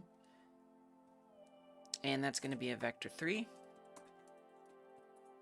Don't need to do this, I just want to. It's warming up. We're warming up code-wise. I like having a coding task. This is my excuse to do this. to justify doing this is it'll kind of get something that I'm familiar. It'll get me my fingers all ready to go, to get my brain thinking about code. So when I start getting into that PCK DLC type stuff, I'm already at least thinking about code and whatnot. That's my justification. So let's create a new tween. I do want it to be interruptible, so let's actually make a tween variable. So you could just like keep spamming it and it would go back and forth. So we're gonna make a tween variable, and if tween already exists, I want to say tween.kill, so it ends whatever is currently active, so they don't interfere with each other. And then tween is going to equal create tween.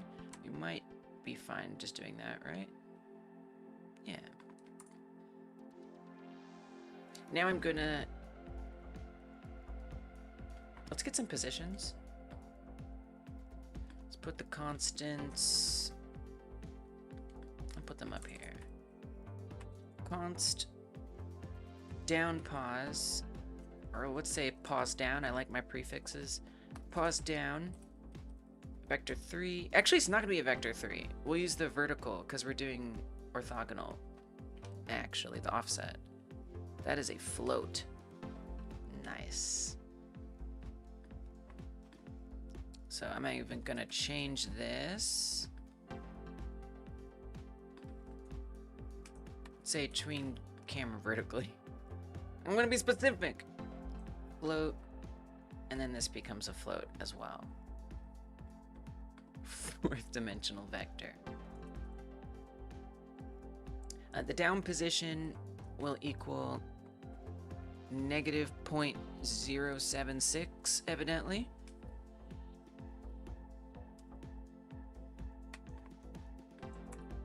And then pause default will just be 0. Okay.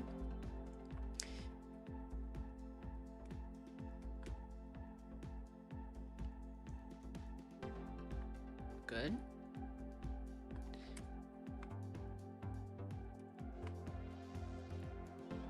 Tween property, or tween dot tween property.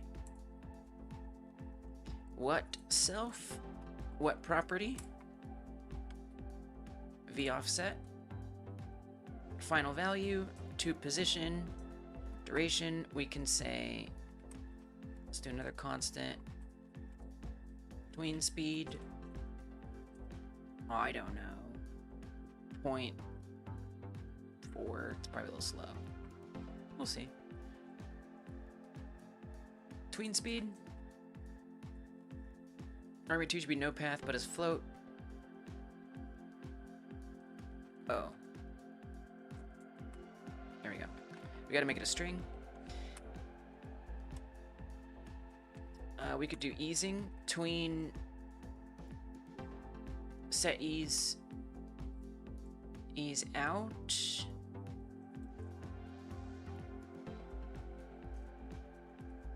Set ease. Tween ease out. And let's do a transition. Set trans to tween trans. Doesn't really matter, does it? It's kind of unnecessary. Nah, we don't need that. Okay, very good. Now I'm gonna say match state, or camera state, since we've updated it. I wanna check the updated one. I'm gonna match if it is at camera states default. So if it changes to default,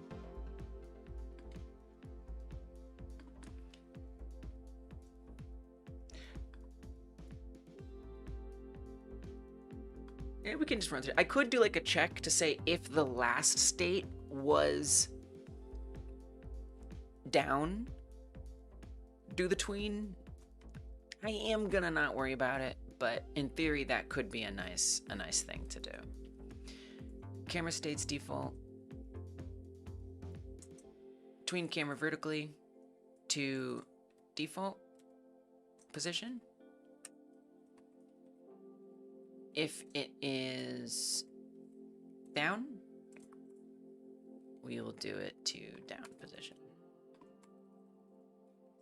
So that should function. Back on my minigame launcher, we're not going to put this stuff here. We're not going to do that. Instead of all of this, we're going to say camera dot ref dot change camera state to what state? Camera states down. Get that same thing. So now I have a nice clean auto-completable enum that makes it really easy for me to access. And since I have a static reference to this node, I can access, and this class, I can access its enums and all kinds of stuff. Its functions from anywhere, pretty much. So if it is toggled, well, if it's toggled, we go down. Wait. Oh, I see. Here, we'll do else. Okay, if it's toggled, it goes down. Otherwise, it goes to default. Okay. See what I did wrong, if anything. First time function. Nice. This looks like the head is popping. I mean, it is working. It is working. It just is kind of, it doesn't look like the camera's moving. I guess I could put stuff in the background if I really wanted to get fancy with it. Then we would actually see that happen. I don't want to do that. I don't want to do that. I don't want to like make things in the background. That would then my argument that I'm warming up wouldn't hold, you know, because now I'm doing something that isn't coding. I am warmed up, but like, why would I do that? You know, like just come out here and make some meshes that are in the background. Seems like kind of a waste of time, you know. Like, you sure you want to do that? I think she wants to do it. I don't think she can be stopped. Oh, and it's orthogonal, so it's gonna look kind of weird. It's gonna look like it's all really close instead of like in the distance. You need a perspective camera for that. But at least, yeah, and then it looks like everything, yeah. Ooh. You'd have to make it like really small. So then it starts raising questions. What should I really... How should I really handle this? I mean, if I put it... Imagine I put it like so far in the distance, right? Like way over here. Does like the speed even matter or change? No. It doesn't. Sometimes I like to if we do perspective, then it will work. It's just now the Godot head looks like that. Maybe it just gets to look like that, and maybe that's okay. Maybe it's like fine that that's how it looks. But there are ways to adjust it. Doesn't really mess anything up. But now you see like, well, you don't really see. Yeah, let's put it way back. And make the size big again. It's goofy. I kind of like it too. See how the head moves slower or faster than the background? It creates almost like a parallax, a natural parallax. That's what I would prefer. That's my desire. That's the vision.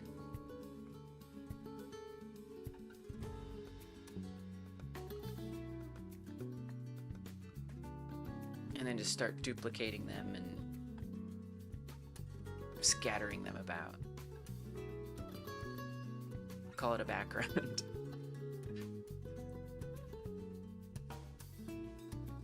Why? Because I want to.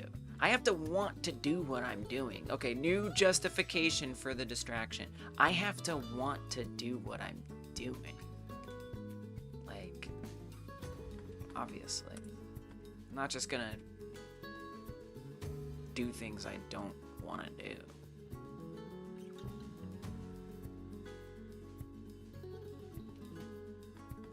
That would be boring.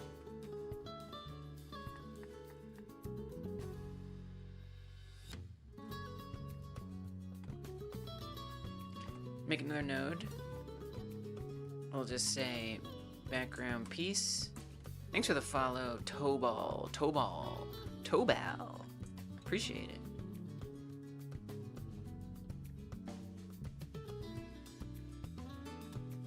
Then we'll duplicate said piece. And I'm gonna move that. Which it's not gonna like.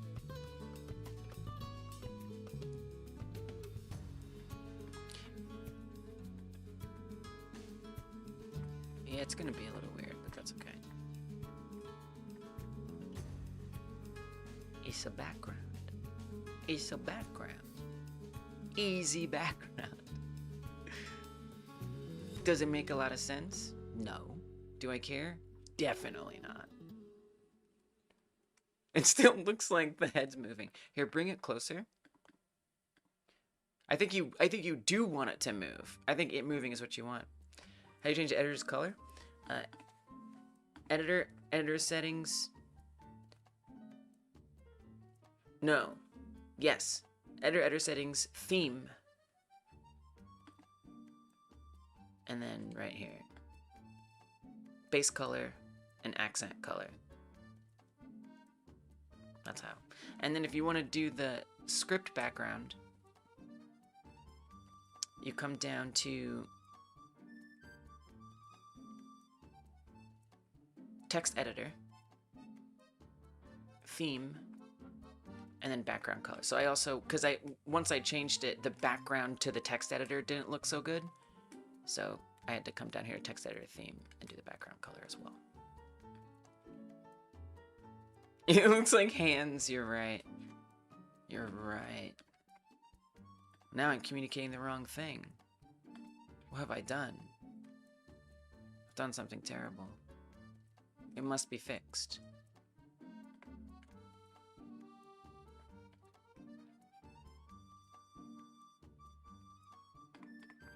So I will fix it. If it must be fixed, I will fix it.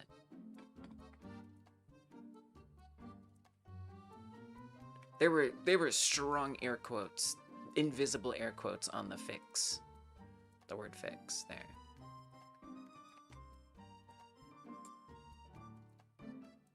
This is wacky town. Here, what if you take the pieces and just like move them, just like tumble them about?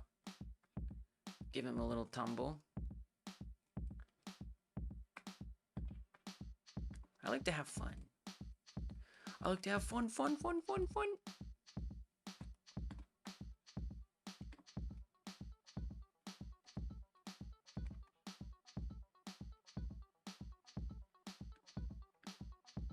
No, you'll see. It'll be less weird, right? Right? Okay, pull that down. Just wait. Pull this down. Oh, wrong side. Big background piece, right. Background piece, left. Learn Blender before making animations in it? Yeah, that sounds about right. Where is this? Oh, is it like on top of something? Yes, it is.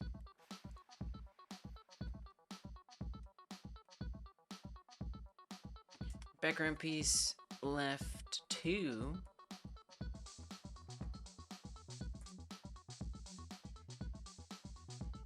Background piece, left 3. Just so I know what they are, you know? And I don't get confused about which one's which. Where is this one?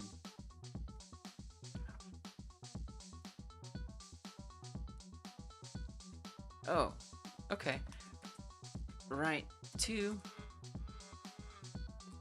Piece, right 3. So weird.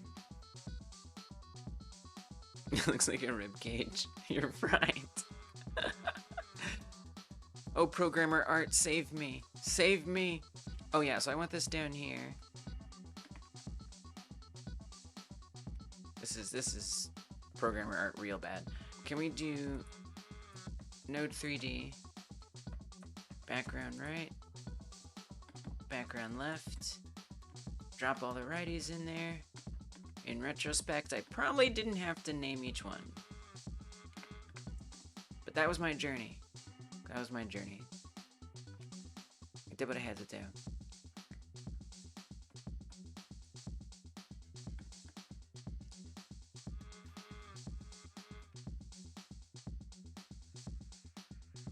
Here, let's actually get this one. Put it over here. Call it 2. I'm cooking, okay? I'm cooking.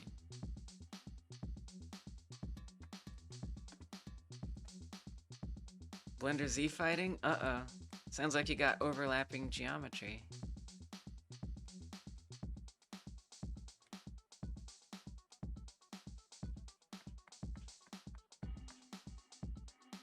Blender does take some practice.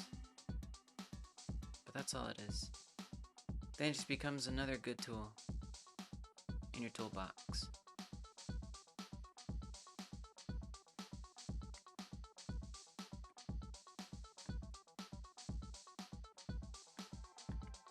Okay.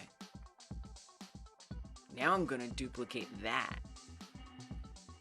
And I'm gonna move that down. What? There's something on the other side? You know, I don't even care. I'm not gonna allow it. I'm gonna allow it. We're not here for the perfection. You know, both sides.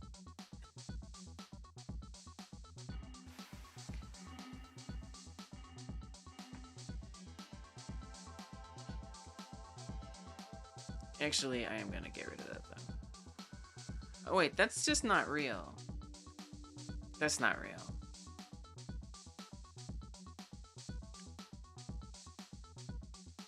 Is it real? I guess it's real. Okay, I guess we need center as well.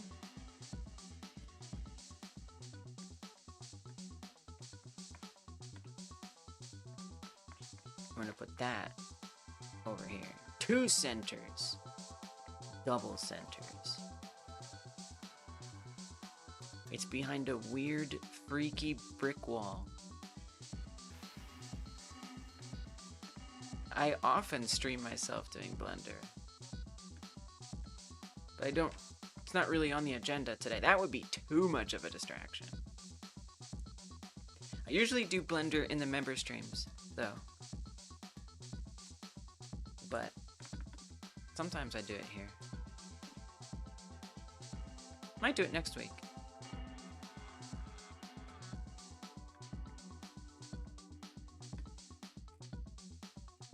Background. It's beautiful.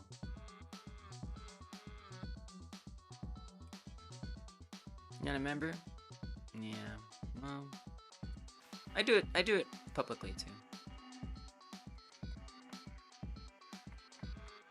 I like doing art in a more private environment though. You know, it's art. It's nice that way. Okay, show me the toggle. Okay, now I'm gonna bring that whole node background closer. Not like that though. It's actually like not that far. Oh, it is. It's that far away. Okay, bring it closer. Move it up. It doesn't frame anymore. We need more centerpieces. More centerpieces. Copy and paste more crap. Get to it. Actually, I could probably benefit from opening Blender if I merged these. And then I could like pick random ones and add colorful materials to some of them, but not others. That would be really easy to do in Blender, actually. Let's say that that's a treat after I do some hard stuff. I'll do Blender as a fun treat later. If I earn it. It's a reward. See, we have to hack our ADHD brains a little bit. Blender will be the reward. Okay. It's better. It looks a little more like I want it to look.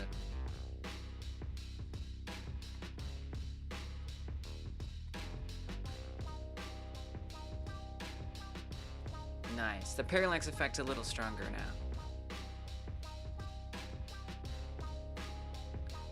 Whoa. You know what, Kimmy? It totally should. Oh, that would be so good. That'd be some work. That would take some work, but I love it. You're thinking on the right level.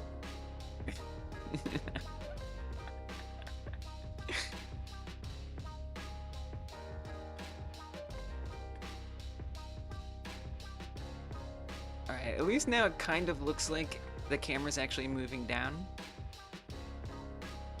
instead of the head moving down.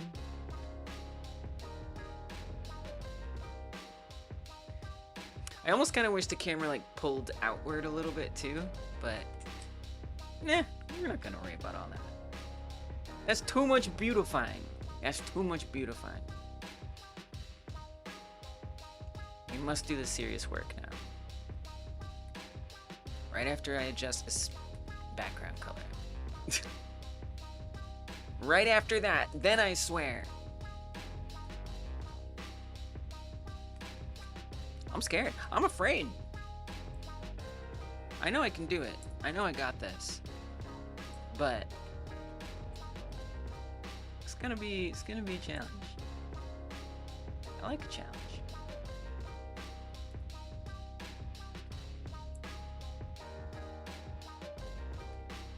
And I like to procrastinate a challenge. It's something I feel like, Lise, you really need to put a top border.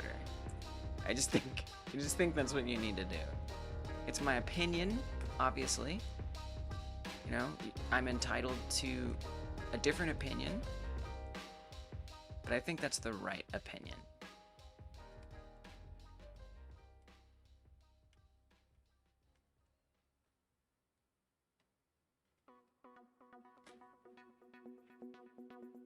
Dope.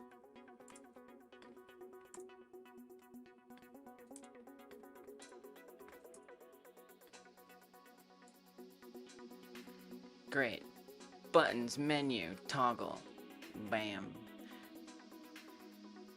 What if you take a little bit off the top here?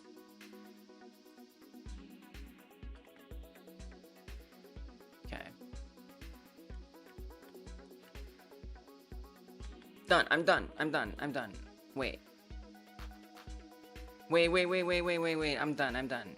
Just doing one thing. Then I'm done. Just like one more thing, then I'll be done. It's weird that it's like the same color as Godot. I feel like it should be a different color. The same color isn't working for me, personally.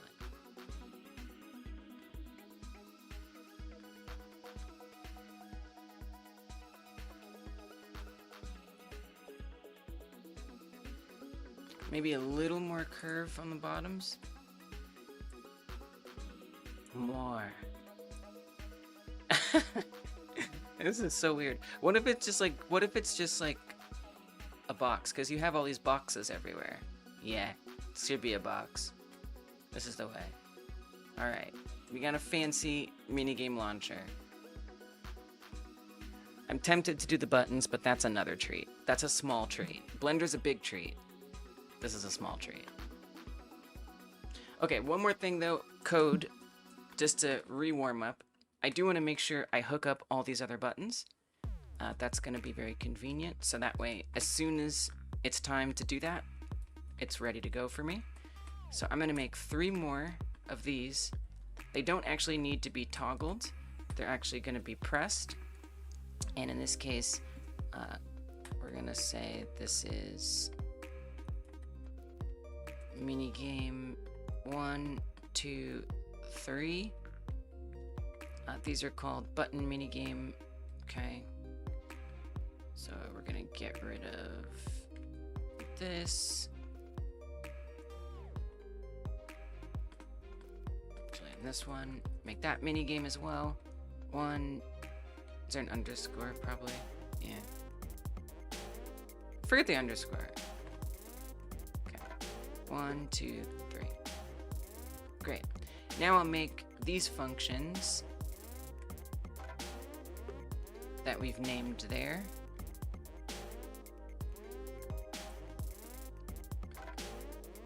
Func on minigame 1 pressed. Don't need it to do anything at the moment. We just want to put them there as placeholders. 2 and 3. Eventually those will launch our minigames.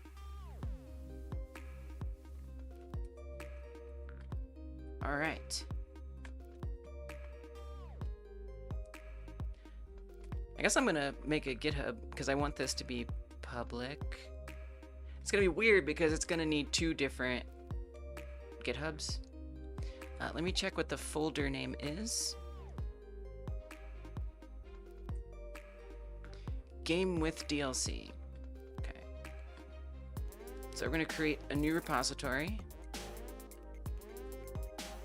GitHub is very useful.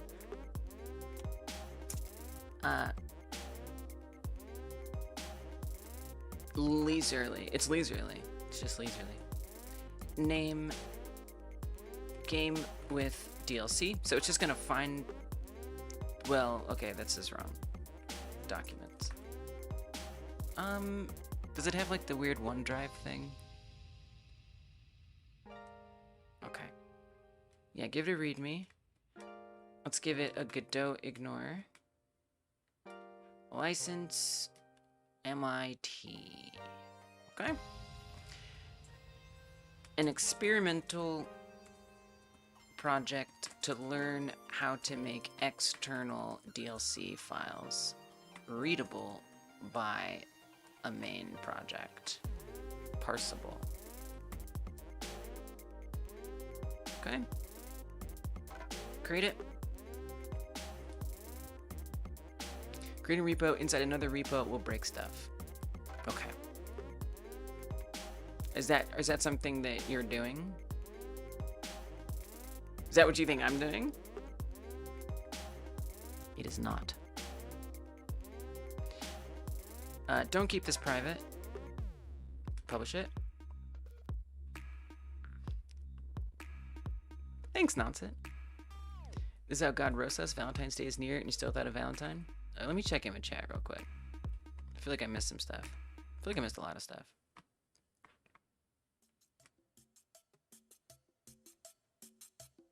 Did I ever find out if Kimmy is a spouse or a cat? One or the other.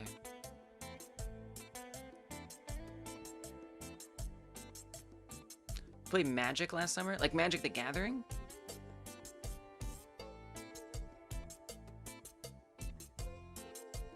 You spouse, you only have aquatic pets. Oh, you got like fish? That's responsibility. Okay, maybe you're not ADHD.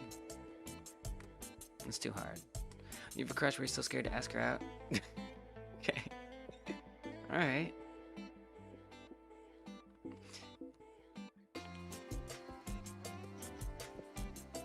What's up, Azure? Talked about the editor colors. Could you give me some feedback on the art? Your name is Dark. Okay.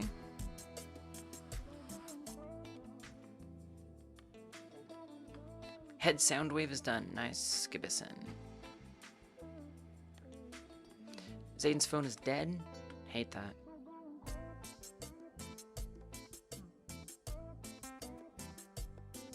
Finish your video script? Nice. Bonsai Buddy? I feel like I tried installing one of those and when I was younger, and I noticed my computer was very upset with me, and I yeeted it very quickly. I was under the impression that it was malware or bloatware, somewhere in between. So I got that out of there. But you know what I really liked?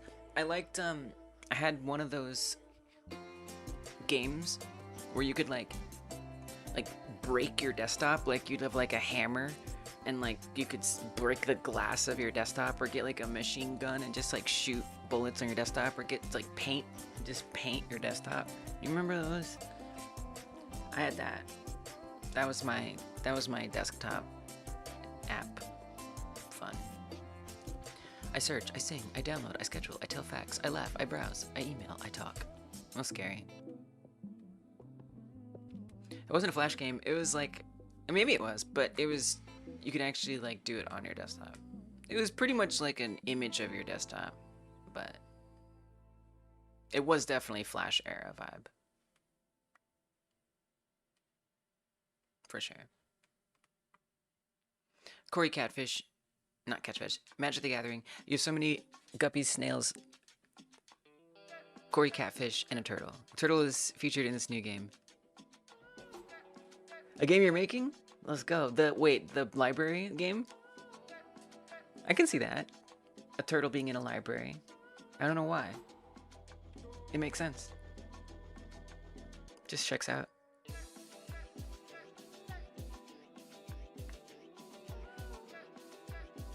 Make a Flash game? No, thank you. But we did do a game like Jam for the original Bloons, which was a Flash game. So we did make games like a Flash game.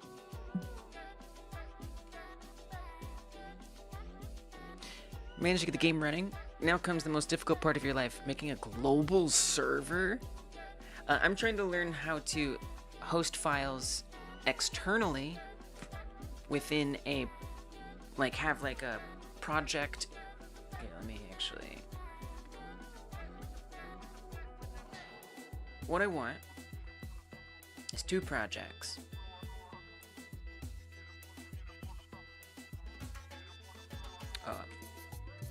I want 2 projects. Project A and Project B. From Project A, I want to be, well, let me start with B. I want to export Project B into a build. Then in Project A, I want to extract the PCK file and load it into the game as a DLC. So I'm making like a sample project to do that, 2 sample projects to do that, because I want to do this in the main game I'm working on, but I don't want to try to learn how to do it in the context of my main game, because I don't want to make a mess, and it's just going to require a lot of extra steps that aren't really relevant to this specific task. So I'm just doing an isolated task here. And so basically what I've been spending the last couple hours doing is setting up Project A to be ready to receive these mini game DLCs. And I just committed this mini game launcher where we'll just receive the stuff and press the button. So literally we turn on the menu and then we press a mini game, and I want to see that mini game do stuff. In fact, I don't even want these buttons to appear unless the minigame exists. If it finds the minigame, then it will add a button. If it doesn't find a minigame, no button even appears in the first place.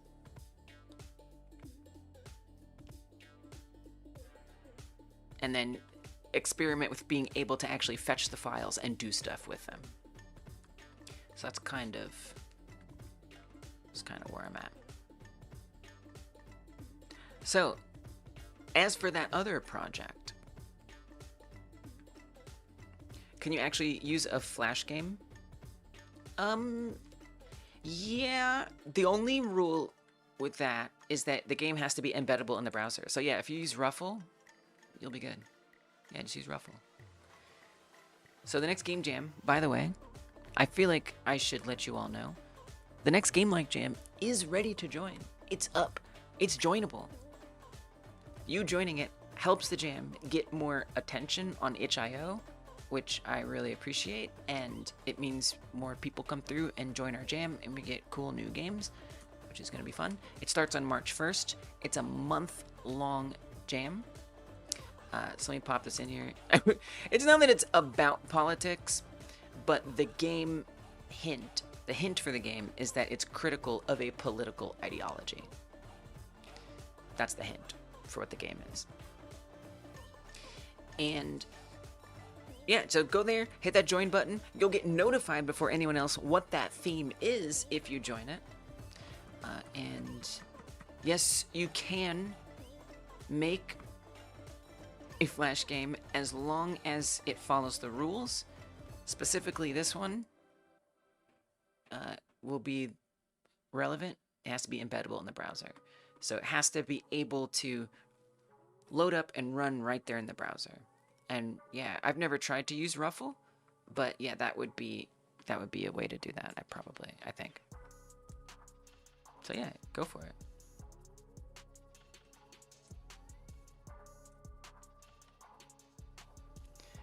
Are you over scoping, Kimmy, or is it within scope, and it just happens to be complicated? You got this. Of course you got this. Okay, so now that I've gotten my minigame launcher together, I want to try and get my minigame itself working. The thing that's going to go in there. Now, I don't really want it to do anything at the moment. In fact, I kind of think it's enough. It's just a thought bubble. That's all it is. It's just a thought bubble. And it's just going to be coming out of the Godot head like it's thinking. That's it. Don't need to make it complicated. Just a simple, goofy little thing. So I'll export this. Let's give that a name though. You know, and I might add some stuff in there like a script so we can make sure I can control it and stuff. But for now, if I can just have something to export and bring in, that's all that matters. So let's export it. Let's do it. Let's just make it exported. I'm going to need to do a build template. Shouldn't be that hard. Embed PCK. I don't really know what to check here. If true project, no, we don't want that because then we wouldn't have a PCK file. We absolutely do not want to do that. That would be wrong. Yeah, I don't know that there's really anything here that I need to think about for this, probably. We're not worried about encrypting it. So for now, I'm just gonna, oh, we have advanced options. Oh my. Console wrapper. I mean, technically, I would like it to... Tell me more about that. If true, a console wrapper executable is exported alongside the main executable. Console wrapper executable is exported along... Oh. Which allows running the project with enable console output. Oh. That's pretty cool. Yeah, you can do that. As long as it's so what this is saying is, I mean, I think this would be kind of nice. I can export it without debug. So therefore it won't be outputting debug messages, which can be nice sometimes. But I think what this is saying, by having this checked, it means if I want the option to check the console, I can open that console that it creates, that console file, and then see the console. I don't know. It's not really relevant to what we're doing, but it's interesting. Yeah, and again, I don't think I need any of this, so we're just going to export it as it is, which I just did kind of in a weird place. I'd prefer it to be like in a folder. Would be great. But that's the other thing, is like, where do I want it to go? You know? I guess I want to put it with the other project. I think that would make more sense. But then again, sometimes I might want to, well, for this purpose, I'm going to export it with the other project. I do want it to be like its own standalone game, in theory, but I think for the sake of what I'm trying to achieve, I would rather mix it in. Shouldn't it be like right there? I thought it's called Game with DLC. Game with DLC anywhere? It says Game Like Jam. I see Game Like Jam.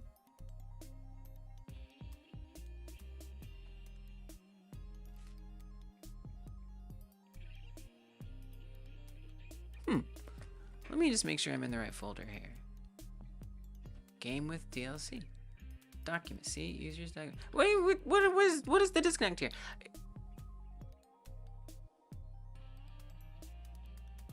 I guess I can type it in. Let me just type it in. Maybe. I don't know, let's see. It might have been excluding it. Okay, we found it. So let's make a mini games folder. And then we'll export that in there. Okay. Great.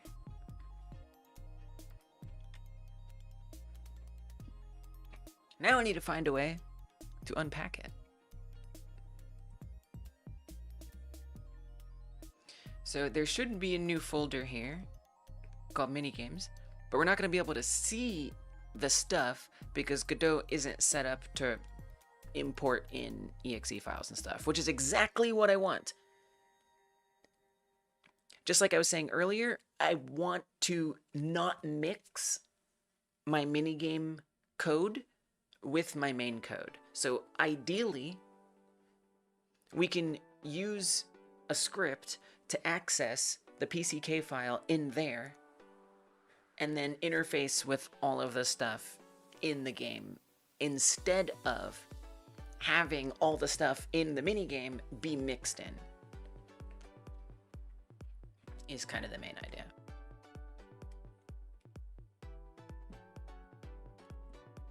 So how am I going to do that?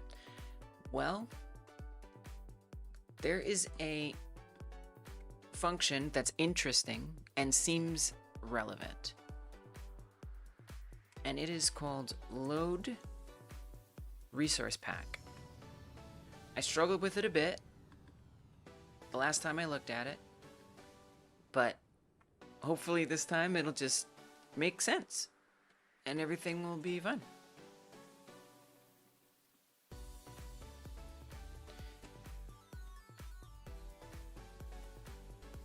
I guess I'm even kind of curious what like project settings like this base class is. Like I know what project settings are, but how does this like, I'm not really sure I understand. Okay. I'm not exactly sure I understand how this class and its methods are connected. I don't know. Like, is my unpacked resource a project setting? Like, I don't think so.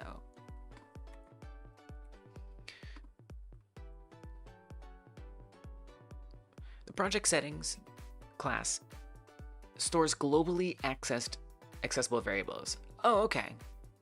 Oh. I guess that explains it.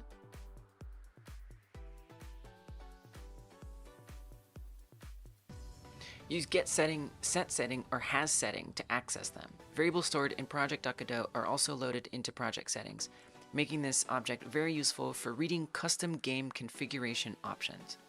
When naming a project settings property, use the full path to the setting included in the category, including the category. When naming a project settings property, use the full path to the setting, including the category. For example, application config name for the project name. Category and property names can be viewed in the project settings dialog. Yeah, I don't need to create a project setting, so, but it's interesting. Feature tags. Project settings can be overridden for specific platforms and configurations. I don't think I'm doing any of that. Overriding. Any project setting can be overridden by creating a file named override.cfg, used in exported projects by placing this file in the same directory as the project binary.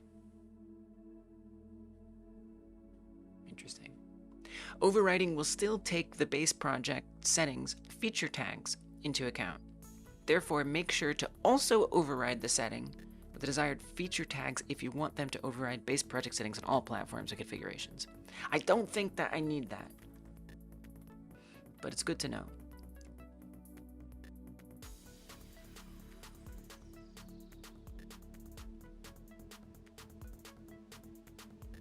Just kind of want to get rid of this on the side here. Maybe it has a button to do it. I'm just gonna delete it. Be gone sidebar. Did I break it? I broke the documentation. Alright, never mind. Oh, now it's gone. Oh, it depends on how zoomed in it is. Okay. Noted.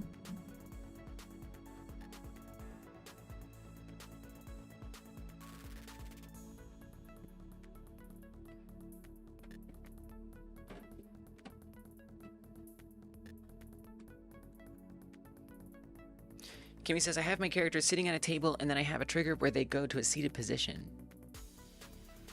Makes sense? You're going to give them minds to think of their behavior so they can decide what they want to do. And they're NPCs. Whoa. Are you recreating life itself right now? Are you making The Sims? It sounds like you're basically making The Sims. In a library.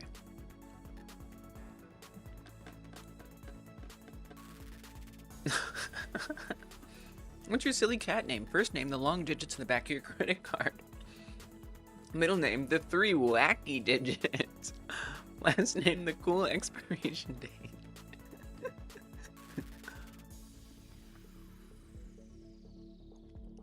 4 wacky digits. Hang up an LED Godot sign on my green screen wall? Maybe. Create a YouTube video on your game if you create a game for your game jam. Yes. That would be awesome, actually. Using element zapper, using uBlock, lightning bolt. Yeah, I mean, it would be the same thing though, right? It wouldn't be like more effective. It'd just be the same thing.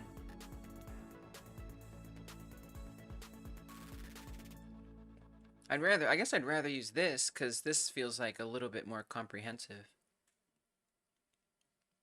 But that's true. That is a thing. But it's literally the same. But it is kind of nicer, isn't it? Because it doesn't like take up all that space. But, you know, at least at this point now, if I wanted it to shift over, I would need to do other things, which I am not gonna do. Anyway.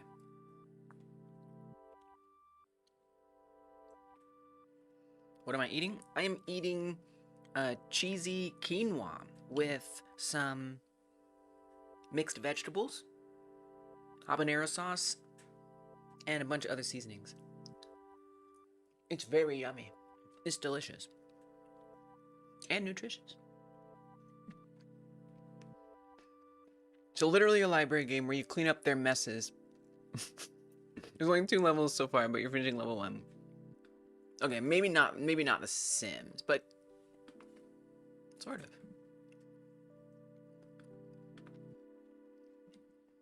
Sometimes I eat meat. I don't really like eating meat that much. So I'm not like a vegetarian or a vegan in the sense that I strive to not eat meat. I just don't like it that much. Like flesh? Like why would I want to, like, I don't know, it's just weird. It just weirds me out. There's something about it. It doesn't sit right.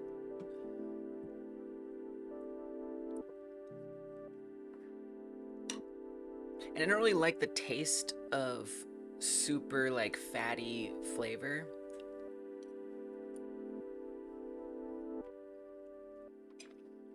Yeah, same. Yeah, wait, there's little exceptions. There's exceptions. I like the rib meat, but eating off of a rib feels weird. I say that, and then I go to, like, you know, a party or a barbecue or something, and there are ribs, and then presented with it, and I just find myself eating it. But, like, you know, if I'm like, what do I want to eat tonight? It's not likely to be flesh off of a bone. Dietary reasons, pescatarian. Nice. Oh yeah, I love this chair. I am cozy. This is one of the best things I've ever bought in my life. It's a refurbished Herman Miller Arrow, I think. It has a whole name.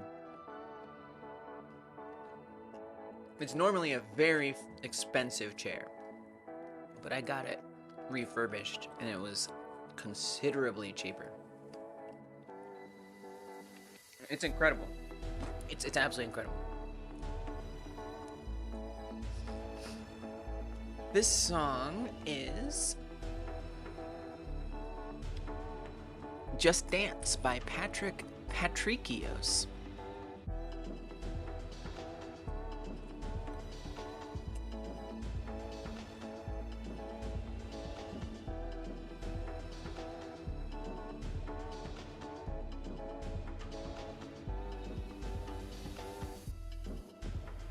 Using uBlock on a trusted engine page, unfathomably based without even wanting to be based.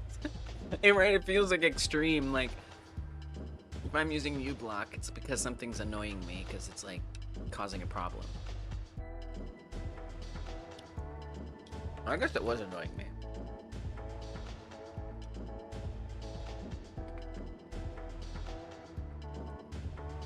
Okay, more learning. So I kind of understand some things about this. Still not really sure why the load resource pack is here. Loads the contents of the PCK or zip file specified by pack, first parameter, into the resource file system, i.e. res://. Returns true on success. If a file from pack shares the same path, yeah, this is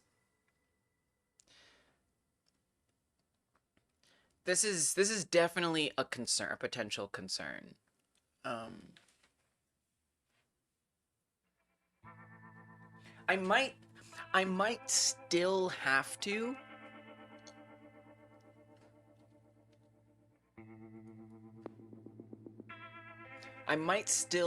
to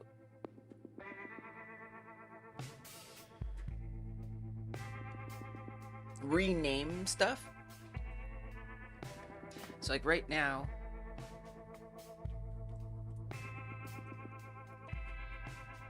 I have, for example, oh, wrong project. Okay, let's go to the other one. The project that I'm setting all this up for, ultimately, or the reason why I'm learning it,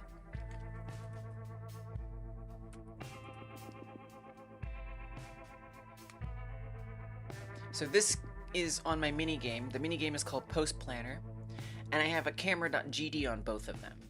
So on the minigame, I appended the name of the game to the end of the camera.gd script. That way, it's named something different than the camera.gd in the main project. Based on what this is saying, it seems like I'm going to have to keep doing that. Which, I don't love that. You know what? I know what we can do. What I have to do is I have to make sure that the minigame path is different. So, for example, oh yeah, we're already there. For example, okay, great, we already have the conflict. So I have this main scene. And so in my resource folder, res:// I have a scenes folder. In the scenes folder, I have a main.tscn. Well, I also have that entire exact setup in my main project, or in my project A. So you have the resource, scenes, main.tscn. So if I were to load the PCK file using that method, either one would overwrite the other, which is not good. So a way that I'm going to try to get around that is by creating a folder here, and maybe we'll just call it game. And then I'm just gonna move everything into there. So now, I mean, we could even put, probably won't like if I move this, right? Probably shouldn't put that in there. I don't know, let's see what happens. What if I put literally 100% of everything in there? That way nothing can overlap. So now, they're different. So instead of res scenes main.tscn, this one is res game scenes. So that way they don't have a conflict, and I don't have to append onto every single one the name of the game, which is super tedious. Okay. The optional offset parameter can be used to Let's try that again. The optional offset parameter can be used to specify the offset in bytes to the start of the resource pack. This is only supported for PCK files. Like 32-bit signed integer type stuff? Like what? Like why? I'm just gonna ignore that. I don't Offset in bytes to the start of the read. An offset in bytes? I don't think. Do I need to learn what that is? Do I need to learn what that is? All right, I'm gonna ask a chatbot. Yeah, we're just gonna ask a chatbot. Let's give Lumo a try. Let's see what Lumo can do here.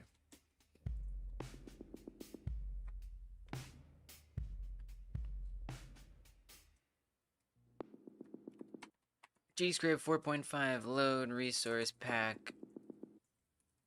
Extremely succinctly in simple plain English with a helpful example. Explain what the offset parameter does and why one would use it.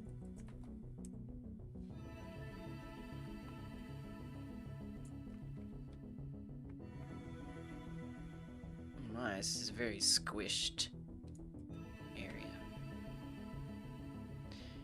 Tells Godot to treat an external PCK file as if its contents were part of your projects. Well, yes. Yeah, I get that. I'm asking about offset. A PCK file is just a binary blob. What the hell's a binary blob? That starts with a header describing the contained resources. In some advanced workflows, you might embed a PCK inside another file. Yes. That's yes. For example, appending it to an executable or bundling several packs together. In that case, the pack does not begin at byte 0 of the file. What? Is this what I'm doing or not? Wait, do I need this? A blob is kind of just a zip or just a file?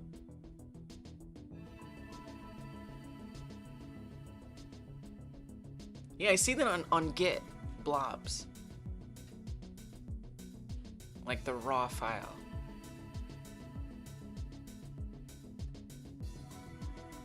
Starts with a header describing the contained resources. You might embed a PCK inside another file. Is that I don't know if that's the thing that I'm actually doing or not.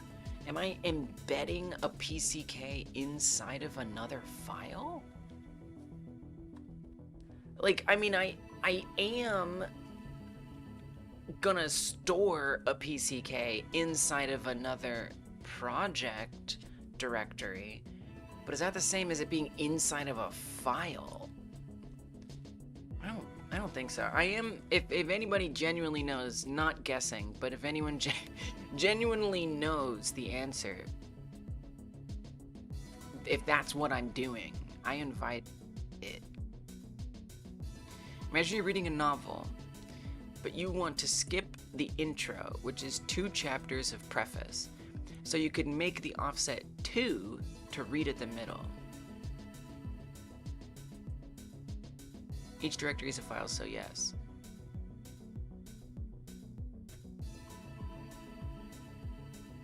But if I'm saying load the PCK at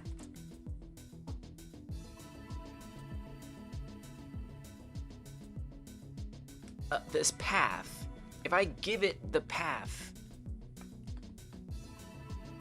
doesn't it already know where to find it?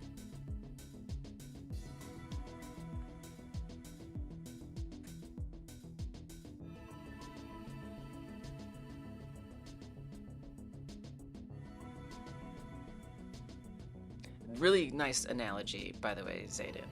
Love that. Yeah, it seems like I don't need it. But it just, reading that, it made me think.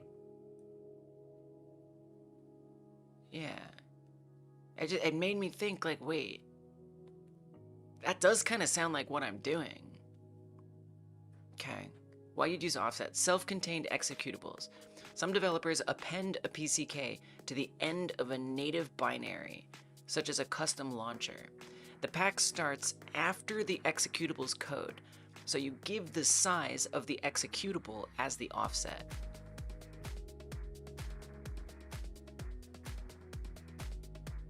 What if the size changes? This seems delicate. Multi-pack containers. You might concatenate several PCK files into one big archive and load them individually by specifying where each one begins.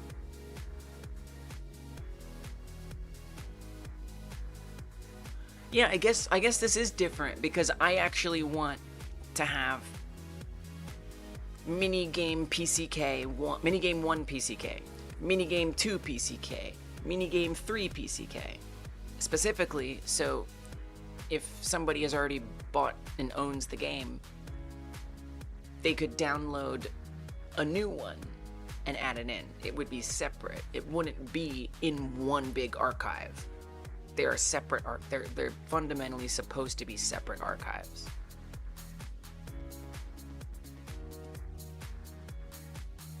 I can't say I'm entirely sure why you need to do this, but I don't know if I care. Hey, Murphkins. You vote for full-fledged... What are you talking about? What does that mean? Good to see you, Murphkins. Hope you're doing well. I mean, I think I get the idea.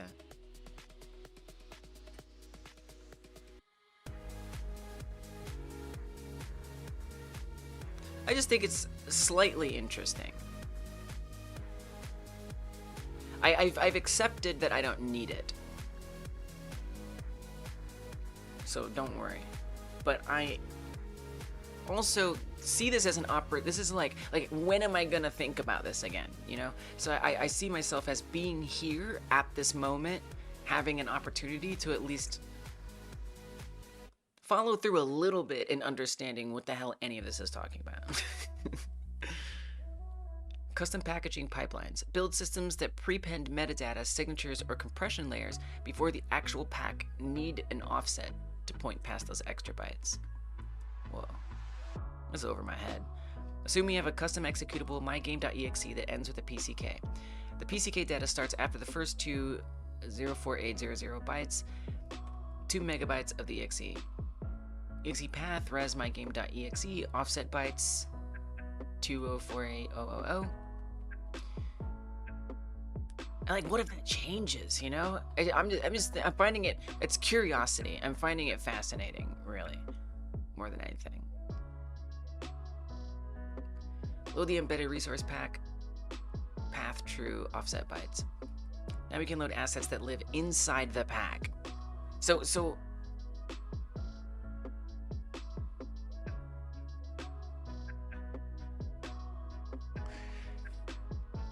is this when I come here to export and I can choose embed PCK? Is that this? And if I tick that box,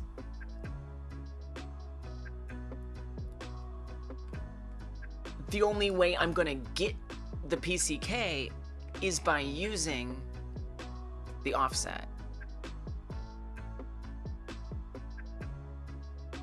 Interesting. Yeah, I'm just gonna use the PCK, but it's interesting. Yeah, at this point I've decided. Just curious at this point. Yeah, it seems like it, Zayden. That's why I'm like, why would you do this? I don't understand. It seems very fragile. Alright. Good to know. And you know what? Lumo, good job. Lumo, I haven't tried it with code yet. That wasn't like the codiest, but did a good job. Yeah, I could see that, right? Assembly. Luckily, I couldn't be less interested in that, so. It's like, it's on such a low level. I don't think I'll ever be on that low of a level. We take a PCK file and obfuscate it with a key and keep it inside a directory. The key is what the player base buys to de-obfuscate the PCK to play the minigame. Oh. Oh, that's interesting. So that would be a way to use the offset. Would be to say, like, now you can access that part of it. That's very interesting. So I guess you'd have to make sure you, like, set up the offset, the bytes, so you always know that that part of it. I see. So, like, the size won't, the position won't change, because you're making sure you're defining it in a way that it's definitely in that spot. It's actually pretty cool. I like that. Whoa. The Nightbot message doesn't finish?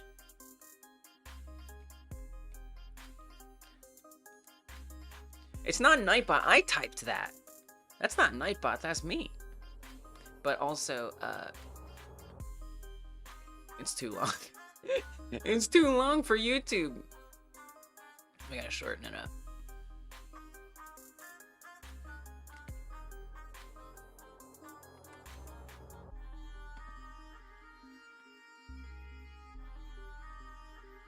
I guess you could leave it on Twitch, since Twitch has more space.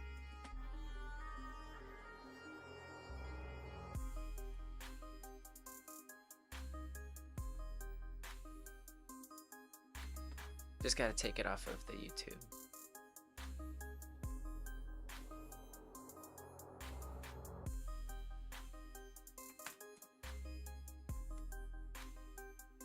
And I'm getting a timeout.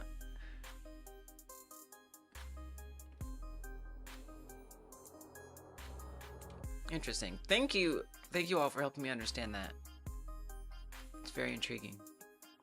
What's the URL for URL for that button stuff?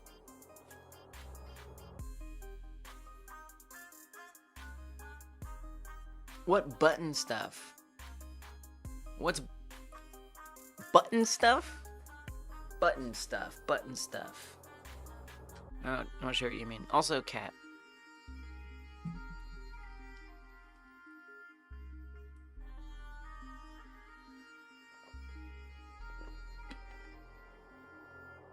Oh! I think I've made some changes since I committed it, but I got you.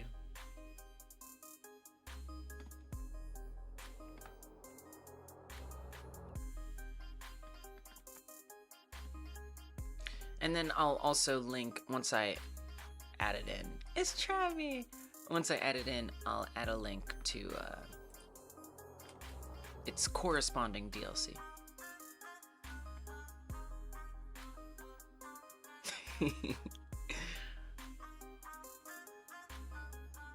The reason I don't want to now playing nonce is because I feel like nonce is a bad word. Nonce. I think that's a very bad word. Or at least a mean thing to say to somebody. Well, unless it's true. Can I call you Zit? Non? I'll call you Non. Non is a delicious flatbread. The reason I don't want to now playing is because it's cluttered and I don't like it.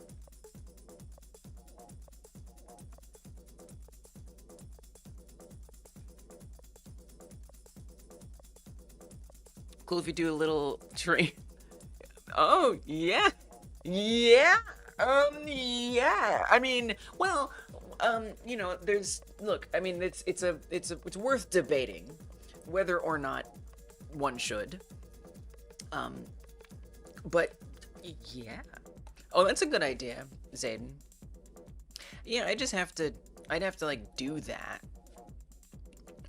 So I mean, I use VLC. I'm quite comfortable with that. I wouldn't be surprised. VLC is open source, pretty extensible. It's probably a way to set that up. It's a good idea.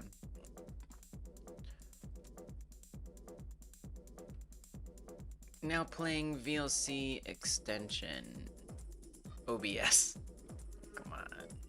Sounds too good to be true. Oh, okay, somebody's asked. But what happened? The tuna plugin. Look at that. Mervkins! You just gifted 10 subs! You could have done a few. You could have done a few. You did 10? Even if you did 1, I would be shocked, but you did 10? Thank you. Thank you. Dang. 58. 58. Thank you so much, Mervkins, for being like a huge, massive, awesome support. Tie for game dev. Congrats, Calamitous Mouse, Sorcerer, Sockdown, Benetu, Spotmonk, Amisha Strife, Azure Tron, Onruki, Nix Remy, and Programmer Jeff. You all get access to the Monday subscriber/member stream. I am, let's see. Oh my gosh. 13 streams away, I want to say. 13 streams away before you can just watch the member stream directly on Twitch. Twitch blocks me from doing it until I do 90 streams, so we just have to do a few more and we'll get there. Until then, connect your Discord and your Twitch account, and then you will be automatically given a role on Discord, and you'll be able to access the stream, which is on Discord. Until this finally, we're so close. We're almost in single digits. Look at that hype train. Okay, so that also started a hype train. A level 3 hype train? That just auto level 3 hype trains? That's kind of wild. That is a very high hype train. Okay, noted, none. Noted. We got a baller over there. I know. OBS is a VLC source. It does? I didn't know that. Oh, why am I naming functions with underscores? I'm naming functions with underscores because Godot treats them as private. It doesn't do much, but it does some things, namely with documentation and auto-completion. And I like the organizational component of it as well. So they're private variables and functions. That is to say, they're only to be accessed within the context of that script. So I think we're gonna be in the running for an emote now, because we're on hype train level 3. The higher the level gets on Twitch on that hype train, we'll get these emotes. Now, who gets those emotes? Right now, I think it's just gonna be Mervkins and I. But if you gift, or I think you have to cheer, 500 bits or 1 sub. Oh, there it is. Oh, no. I think if you cheer, and I could be wrong, but I think if you cheer a minimum of 100 bits, you will get one of the emotes from the hype train. I think. No pressure. Obviously, it helps to support the channel. No pressure. But I think if you do a minimum of 100 bits, then you'll get one of these emotes. And there's some fun emotes. Look at this. Respectfully no.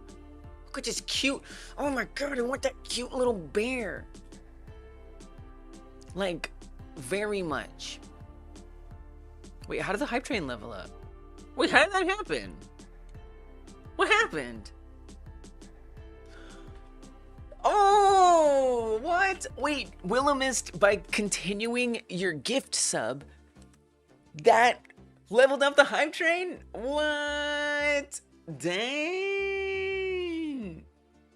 Wait, it closed it. Thank you. W. Absolute W. Certainly you will get one of the emotes that we get. Look at that. That person kind of looks like me. Okay, I obviously need that one. Oh my god, they're all good. Every single one of these are good.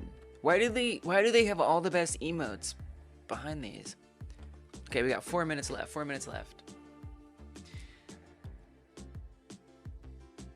Hoping for kitty hype. Well, now we got all new ones to get.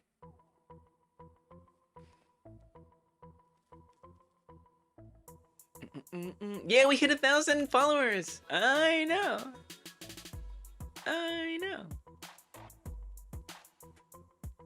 Should enlist for a level 1 train. Oh no. Oh no. Are you regretting gifting subs? Wait. What? Oh. Oh. Which one? I don't know if I probably don't have it. The only cat one that I've gotten from a hype train is this one. I never used it though, but it is a cat one.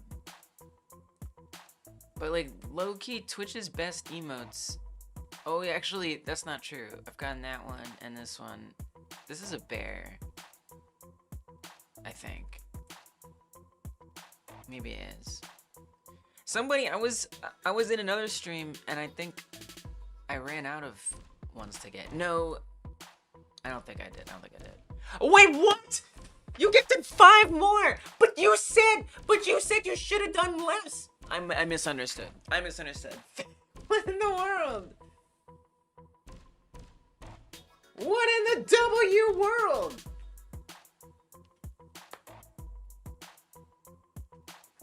Oh my goodness.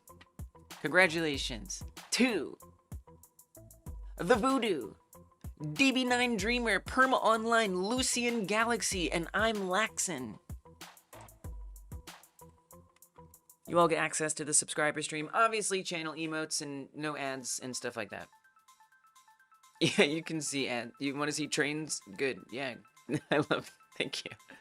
It's sad over here on YouTube, no hype train. I know. Well, that's the thing. I mean, you can gift on YouTube memberships, but YouTube does not really make it as exciting as Twitch does.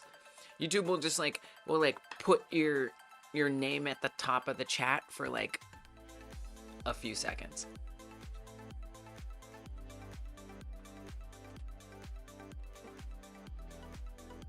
I wish Twitch did more, or YouTube did more. I'll hype it up. If need be. Am I streaming tomorrow? No, I stream on Monday, Tuesday, Thursday, and Friday. The Monday stream is for members and subscribers.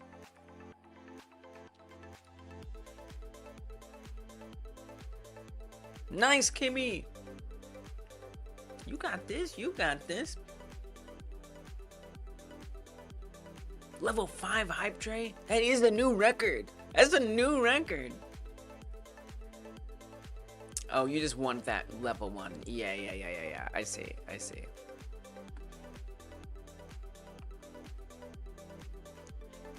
That's really funny. Just like, look, nobody else give anything. I just want that one emote. We're trying to help Mervkins get that one emote. Hey, Crillionaire. Change the tables from round to square. Did that make a difference? You need to have a Google account with a birthday before Feb 2008. Oh yeah, that's true. Not everybody can get memberships on YouTube. That is true. That's accurate. I was never quite sure of the rhyme or reason.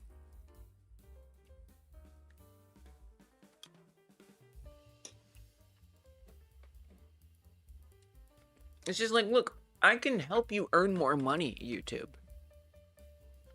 There's no excuse for Twitch surpassing my streamer income. There's no reason for this. The viewership is extremely bigger on YouTube. YouTube turns out for hyper game dev. But YouTube hates money.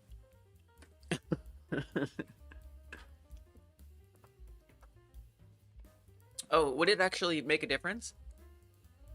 A 1 cent goal. Oh yeah, they do have goals. That's true, they do have goals. But goals are weird. They're like Kickstarters. When you fail, just everybody knows you failed and it's sad. And then I have to you know, be like, please help me get this, please give me money, please. As opposed to Twitch, it's just like, hey, you can do this for streamers and it'll be fun. You know, and this is like, I don't know. It could be better. I've used it when there's like something specific that I'm trying to like raise money for the stream. By the way, 1 minute left on the hype train. 1 minute left, no pressure. But if you contribute at least 100 bits, you should be in the running for getting one of these emotes, and you'll help support the channel. Obviously, you can do subs too. We need a lot of bits or subs for that. 6 subs, so no expectation. But if you did want to bump that hype train, you got 30 seconds left. It's my duty to to at least put that out there. You got gifted 7 subs on your birthday, which unsurprisingly nobody knows about. Coincidence? Maybe. What if Twitch does though? What if Twitch like prefers people who it's their birthday? But yeah, Curlionaire, I'm trying to learn how to do DLC that's like external from my project. Duty. Greedy streamer begs for money like, oh jeez. That's a horrible thing to say. I don't even like that. I liked it up until the end of that message, then I stopped liking it. All right, the hype train has ended.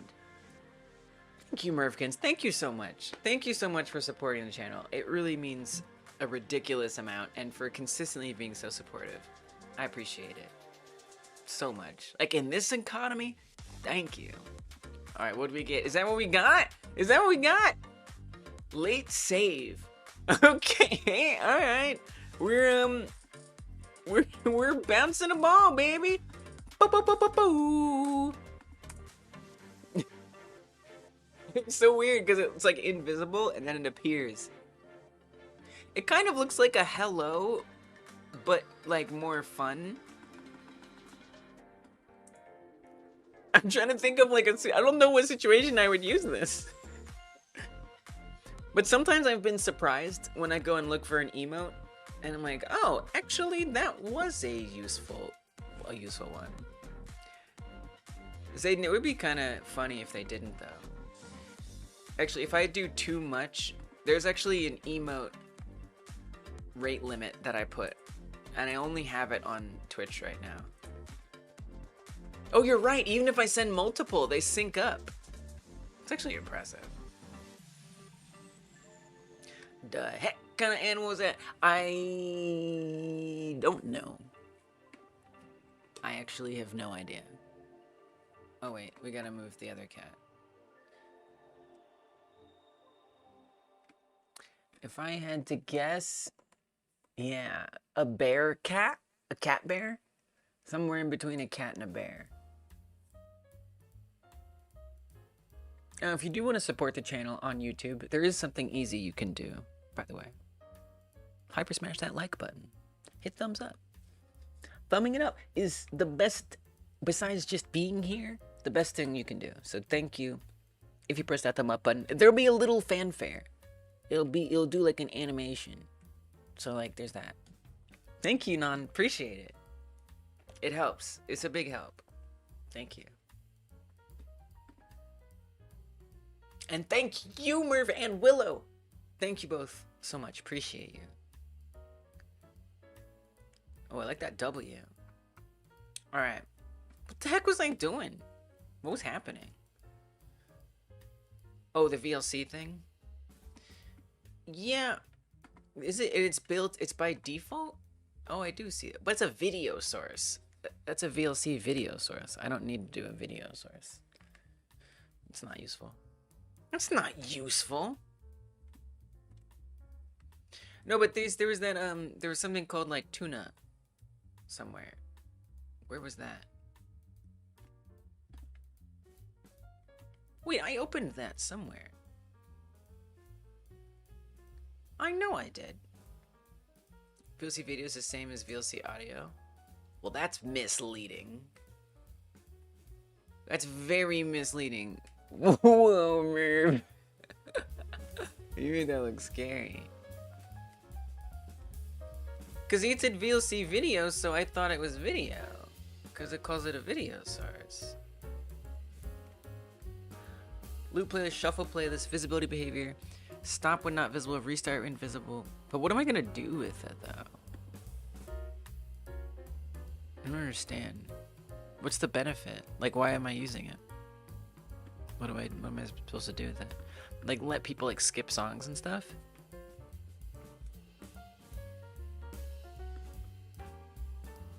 That could be interesting. Right, and then just like add music. Interesting. Yeah, I don't personally need to control the music. I just let it do its thing. But I could see the case for letting chat control the music. But I don't know if I want chat to control the music. Interesting. Thanks for showing me that. But I think we can get the now playing thing here. Display information about the currently playing song. VLC video source. Oh, so I would need to put it in. I would actually have to use that source. Although if we can get window title process name, I could actually just give it VLC. This actually seems pretty good. All right, I'll set this up and then we'll try to make a way. I don't know if that'll like go in the chat though. That's the thing. I would rather it go in the chat. I don't really want it on screen. I don't know if this is gonna put it in chat. So we'll see. I'll look into it. I'll look into it. You're gonna the bug for hours? So close yet so far. It'll be worth it. It'll be worth it. That sucks though, because like, you know, sometimes we feel like we're making so much progress and we're just doing the most. We're doing all kinds of things. And it's going great and everything is, you know, we every hour something new gets added and it's really exciting. And then there's something that feels so small and you can't just hit play and see something awesome working. But it is big. It is big. It is big. Yeah, it's my YouTube account, you know. It is what it is.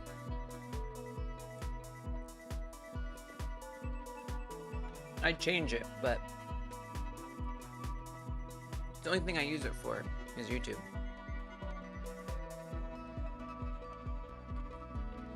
I'd change it, but I really can't. Without scary things happening.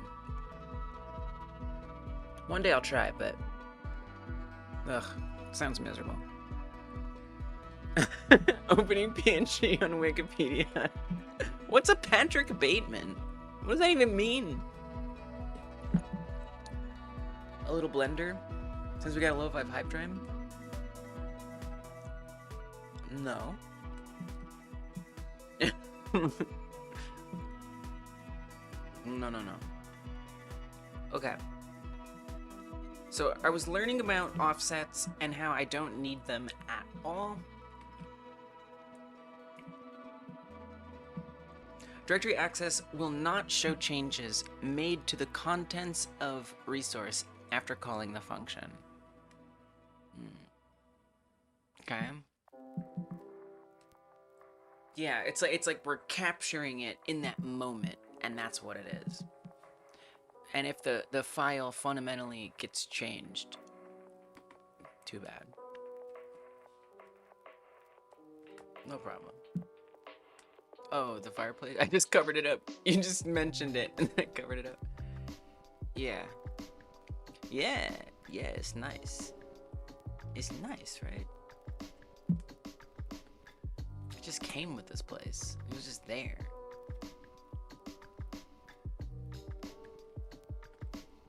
It's the reason why the cats are here in the first place. So this is all I know. I know that this exists, but I don't really know of any other way. You have the Lo-Fi Girl stream on too? It's a good mix? Nice. Yeah, I used to stream without any music. Because it's like, oh, well, someone else can just do their own music. But then someone was like, not if they're on mobile. I'm like, actually, yeah, but not necessarily. And so I just started doing music all the time. But I do wish for individual people they could just mute the music. That'd be cool.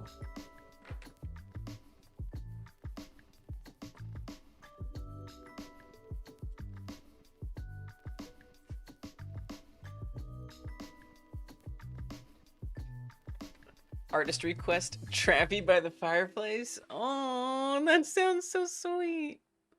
All right, I should keep the fireplace in there. You should be vertical stream, but it's just the cat. You talking and just the cat. Totally, yeah. Or I could do like burnt peanut and just like graft my face onto the cat. No, that would ruin it, actually. Jimmy looking at Lisa's screen. Oh, just like change the fireplace to the screen. That could be fun as just like a little thing of redemption or something.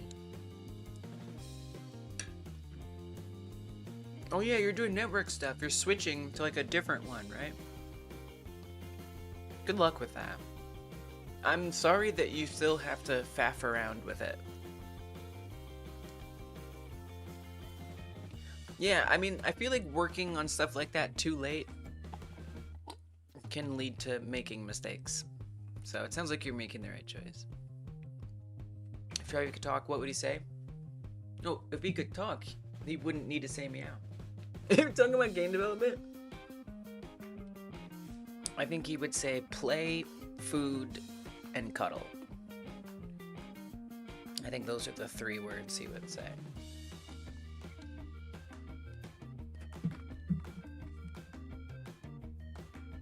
Oh, see you later, Zayden. Thanks for hanging out. Appreciate you. It's been nice. So this is all I know. All I know is this load resource. I'm not really sure what else here is useful. So we're just gonna mess with it, and we're gonna see what happens, and what I can do with this stuff.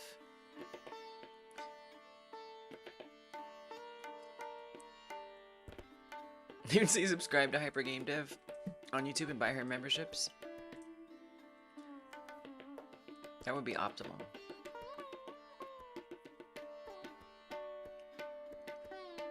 Okay, so quick recap, in case anybody just joined, or forgot, or whatever. I am making 2 sample projects. A sample project A and a sample project B. This is sample project A. That is sample project B. Sample project B will be a DLC exported as a PCK file that I load from project A and try to parse it and get it to be a part of the game. I specifically want to set this up so that way there is a separate file system that is not mixed into this file system. So it'll literally exist as a PCK file in this project that will be read. So that's what I'm trying to do. I'm doing it in a separate project, but ultimately it's going to go into my cat care game.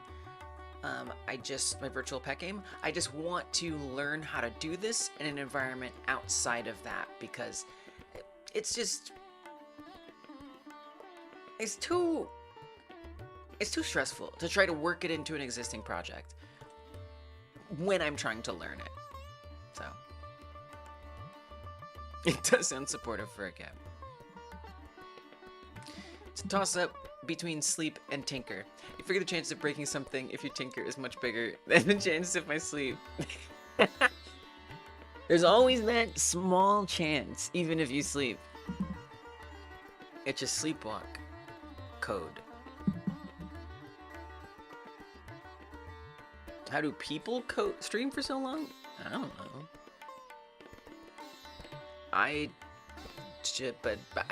But for me, I don't know. I just, I don't know. it's hard for me to stream short. I don't know how to not stream long. Let's put it that way. It's worth the risk. Good night, Willow. Well, I'm gonna try to load it in. I don't know what I'm gonna do with it after I do, but let's just get it in. So where do I want to put that? I'm gonna make as I do, just because I like being consistent as I learn what I care about and value. So let's make a node. I'm gonna call it managers. I'm gonna save it as its own special scene called managers. I'm gonna open it up. I'm gonna drop a node in there and call it manage minigames. And I named it in the wrong place. I'm gonna drop the node in there and I'm gonna call it manage minigames.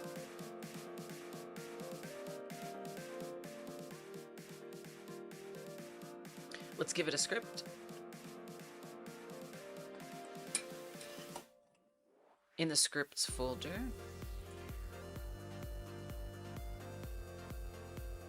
since I don't particularly want to type all of the static stuff again, I'm just gonna copy it from the camera, paste it in.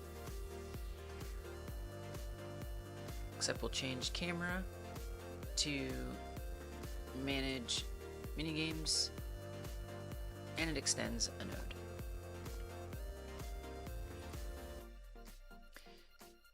So I guess we could just, I don't know, like try to like see what's in there. I guess I kind of need to think about like what is it that I'm trying to reveal from this. Maybe we could just, if I could just instantiate it, like that would be great. You know, just instantiate the main scene and just go from there. Seems simple enough in theory.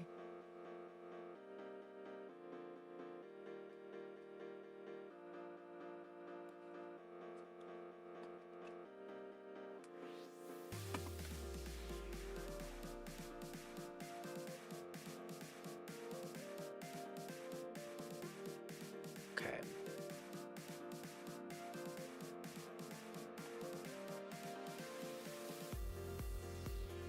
Let me actually just make sure I know what the file path is, for sure. Non, that's such a weird thing to say. Why are you saying that? How does that make you feel? Tell us a feeling. Game scenes main.tscn. But that's after we get to the PCK file, so let's not worry about that. Oh no, right, it's in here.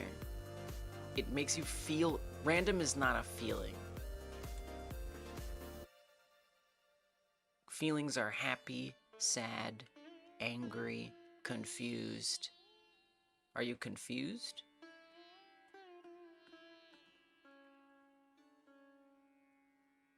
Minigames, PCK. Oh yeah, take a break, take a break. Yeah, break is good. Cheers to your beverage.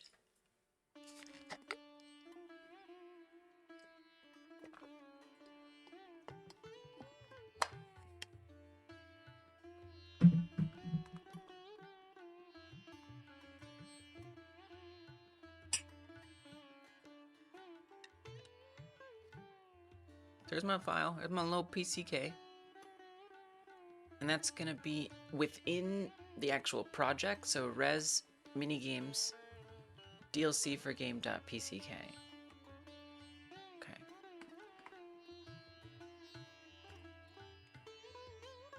So I think I'm just gonna put it in like that. Question is, where do I want to put it in? Is ready a risk? Like, will it even be ready by ready? I'm not sure. Ready minigames, we'll call it. Spelled a little better than that. Ready minigames.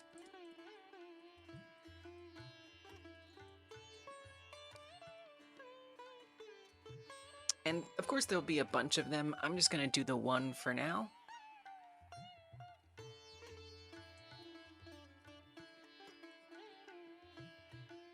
Like, what even is it? Like, am I assigning it? You're not, you're just loading it. No, you don't assign it to anything. Lise, here's something else I think, by the way. I don't think you should save it in the game folder. Because if you make every minigame be in a game folder, then those will conflict. So I think what you have to do is you have to call it something more particular. Like, maybe call it itself. So let's call it thinking minigame. Let's say that. Thinking minigame. Sure. Oh,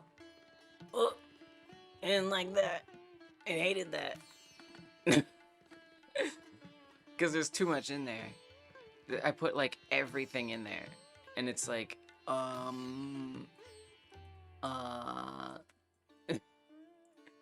can't do that from within myself.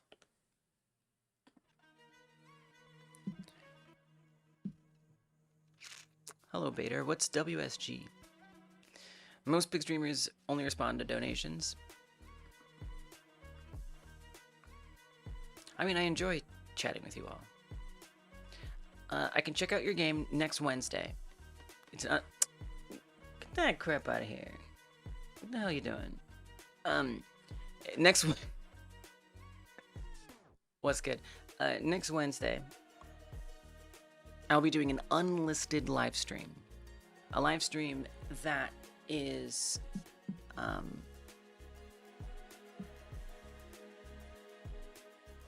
only accessible if you sign up to the Hyper Gamedev newsletter. It's not just a ploy to get you to join the newsletter. It's a way to ensure that people who aren't that serious about having their game get checked out, get filtered out.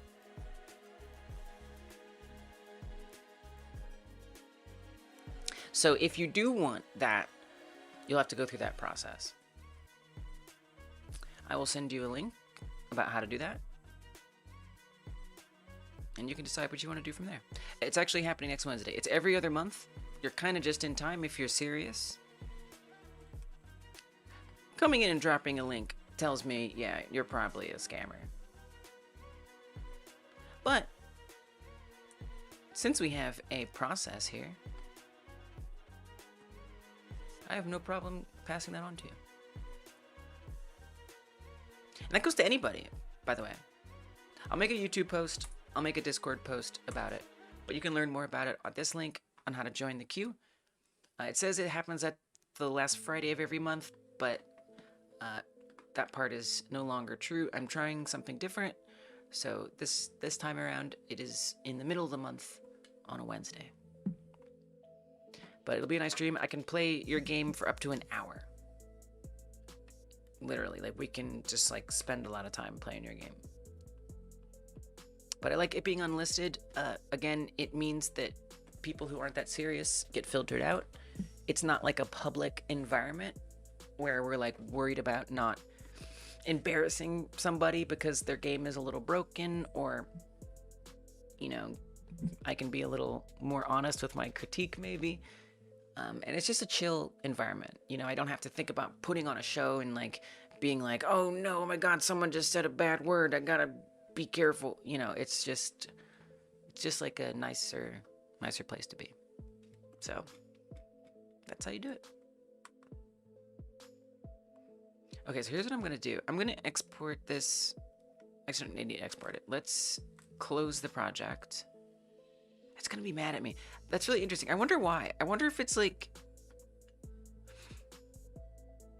Is it because this is all... What if I close... I don't know. I don't even know how to make this not be angry at me. Thinking minigame. Error moving. Okay, let's try this. What if I create a new folder and I call this new folder thinking minigame?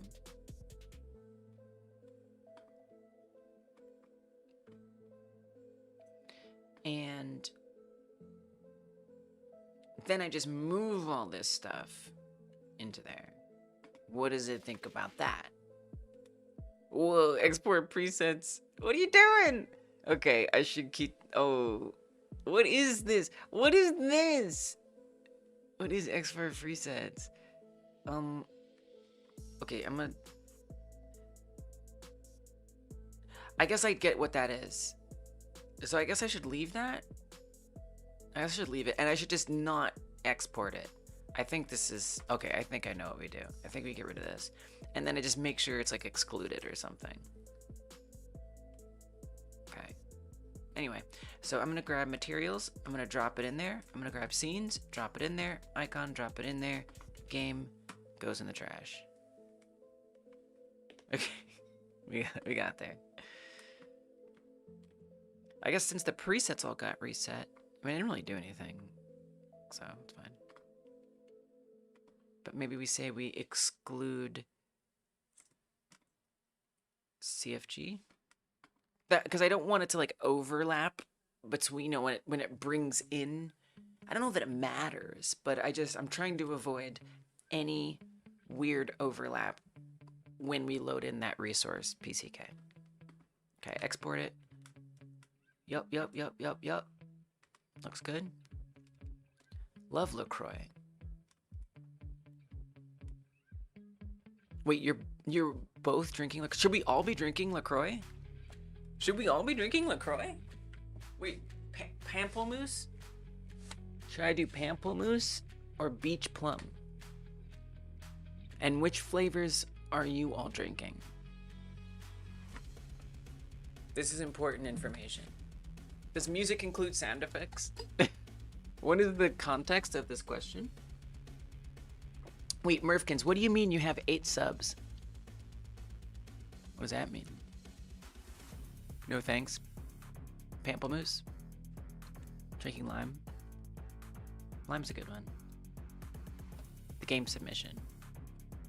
Oh, no, it does not include sound effects. Yeah, just music. You had coffee? Nice. Wait, late? You drink late night coffee? Okay, hold on, I'll be right back. On your personal YouTube channel, you have 8 subs. Oh, okay, very good. What do you think about that? All right, hold on.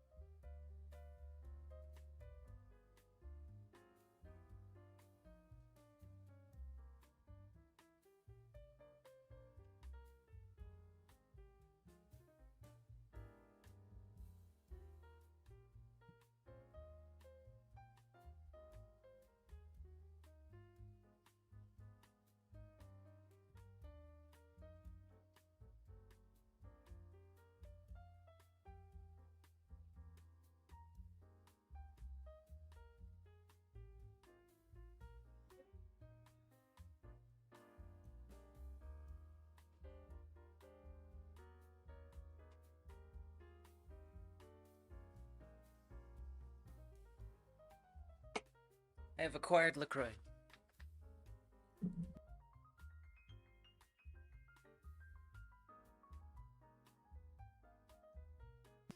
Curlionaire, you drink sweet tea? It's understandable. Sweet tea is very, very drinkable. It's a very drinkable drink.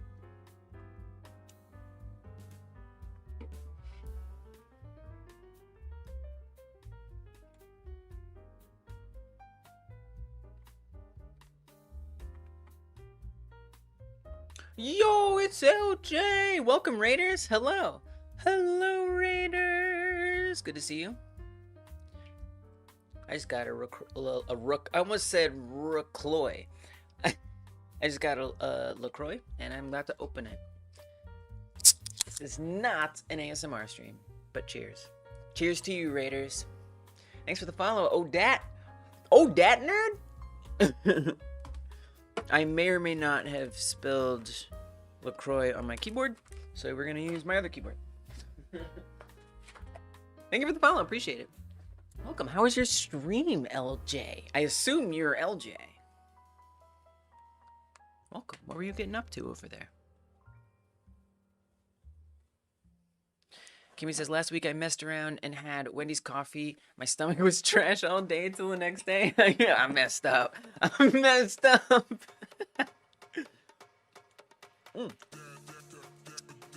Pamplemousse is so good. I do, Kimmy. I do. You're right. I know. I agree. I agree. I completely agree with you. Yes, second time one stream. This is definitely a higher number of times. I can't just go and wipe this one out. This one was too egregious. This one just needs an overnight. It needs to just chill. Your LJ, it was a good one. Making a multiplayer turn-based hero fighter in Unity. Whoa, nice. Multiplayer turn-based hero fighter? Dang, that sounds like a game. Wow. How long have you been working on it? Okay, I gotta see where you're at with this. Yeah, what I'm doing is going well. So I'm usually working on one of two things. A new game for a game jam. I like to do a game jam every other month. And so I do that for a month, every other month. And then in between, I'm working on this virtual pet game where you take care of a cat who's famous on social media. It's a cute little game. It's just a cute little game where sometimes you scoop some poop and you pet a cat and you film the cat and post it on fake social media, and you feed the cat and do different stuff like that, and then you go on your computer and you come up with a social media post, which is really just playing this little game. So it's like a bunch of mini games bundled up into a game where you can have a cat that you would take care of and buy cosmetics for and decorate your house and things like that. It's like a chill little cozy game, but taking care of a cat, playing some mini games. Yeah, you got that. Yeah, it's oh, actually we have to. How would I go back to the main menu? Oh, close it. There we go. We got Mewsky, Catstagram, Mewtube, and Cubstat. It's just like really just the length of the level, pretty much. I need to resize the game in there a little better. And then what I'm working on today, specifically, I'm doing something a little different. I'm actually working on a separate sample project that will help me do this better. Because right now, that game, this is like an entirely separate game that exists on its own. It's made separately, it works separately. And I'm embedding it into this one. But I'm bothered by the fact that all the files are intermingling. I don't want to bake this game into the project. So I'm trying to learn how to export that minigame sort of like a DLC and then interpret that minigame from the main game and make it function somehow. So I'm doing that by just making like a little something over here. It's just like a silly, non-serious thing. There's project 1 and there's project 2. Yeah. So like on this one, there's just gonna be like a little floating head. And then you'll open up a menu, and in theory, it'll detect all the mini games, and we'll open it and try to do stuff with it. And then that would be the main project. And then I have this other project where we'll try to load this into there. So I don't want to learn how to do this in my main project, because there's like a lot of other considerations and stuff, and it just sounds kind of stressful, and you know, I don't want to break this. I just kind of want to leave this alone and learn how the heck to do this in a sample project, and then once I know how to do it, I'll implement it into the main project. So that's what I'm up to today. How long have I been growing my locks? How long have I been growing my locks? Long time. They're getting really, really long. When was the last time I cut my hair? Maybe? Honestly, I don't even remember anymore. I mean, it has to at least be 5 years? Maybe more? I remember I had an afro in like 2018 or so. It might be 6-7 years now, honestly. A long time. Okay, so wait, do you have links you want to share, by the way? To your Steam page or anything? Or if you have a YouTube, we're streaming on YouTube. I can give you a shout out to your YouTube channel if you like. Yo, it's LJ. It's been a long time. Okay, let me check out. Let me see where you're at with this project. And by the way, LJ, if you gotta go, if you gotta bounce, you gotta go get some snacks, you gotta go get some sleep, ain't no thing, all good. Oh, you got Lex too? Let's go. Or at one point. You got mad at yourself for making 6-7 jokes? 6-7.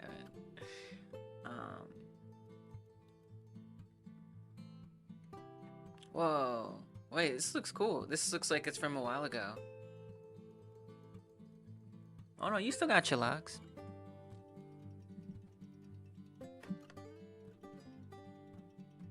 Wait, this looks awesome. Whoa. We got some like street. We got the parking lot here. We fighting in a parking lot. Dragon Ball Z vibes. 7 or 8 years. Don't have anything super showy right now. You post progress pretty often on your YouTube. Oh, nice. Drop your YouTube, or maybe I can find it. Let's go. Instant follow.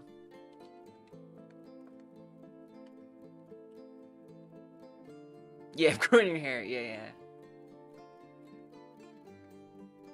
Yeah, I don't know that I'm ever gonna stop. I feel like I was gonna keep it. I'm just gonna keep it forever. I used to live in Crown Heights in Brooklyn, and I just like made some friends who were Rastafarians there, and there's just like something about the way they talked about growing locks that it just like really connected with me. And I was like, yes. They would have locks that were like dragging on the ground behind them, freaking giant diameter. And there was just this deep pride about it that I really related to. There you are. Let's go. Thanks, Crow. Me too. From Holland, from BK. Originally, I grew up in St. Louis, and then I moved to New York, in Brooklyn. I lived there for 15 years. I got a bit priced out. Got a bit priced out of the New York City life. And moved back to St. Louis. So that's where I am now. I miss New York very much. But I do not miss having a higher quality of life. What kind of question is that, Vinge? What are you talking about? What are you even talking about? If you ever multi-stream on YouTube, I'll definitely raid you there too, if we can ever make that work out. All right, here's, yo, it's LJ on YouTube. Double platform shout out. Pew pew pew pew. So yes, I feel like I'll do it for decades if I have to. Who knows? You never know. Maybe one day I'll be like, okay, it's time for a change. Seem the kind of person you could point out in a set of outlines. I seem like the kind of, oh, like my silhouette? Oh, I see. I was like, Vinge, what are you talking about? Oh wait, let's watch it.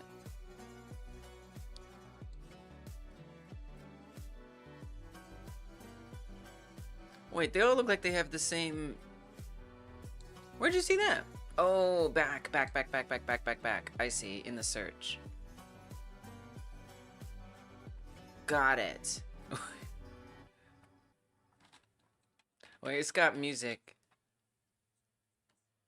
I don't know if it's safe music.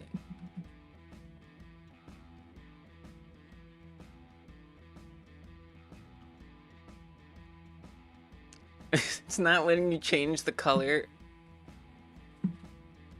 of the skin.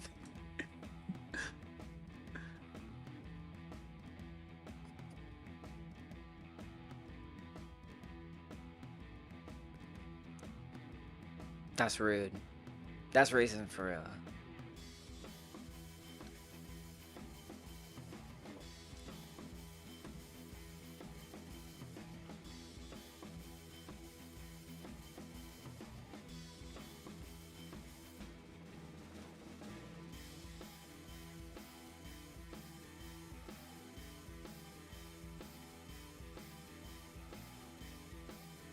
I wonder if it's like a... Is it a color theory thing?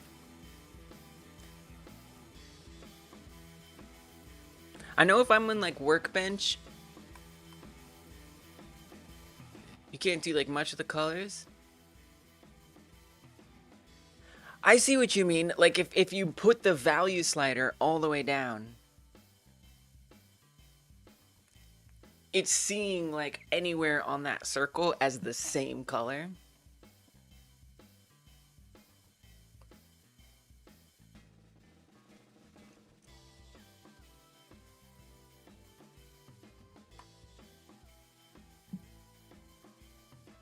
We gotta get some more black representation in the color wheel. We gotta change the world. Thinking about color a little differently.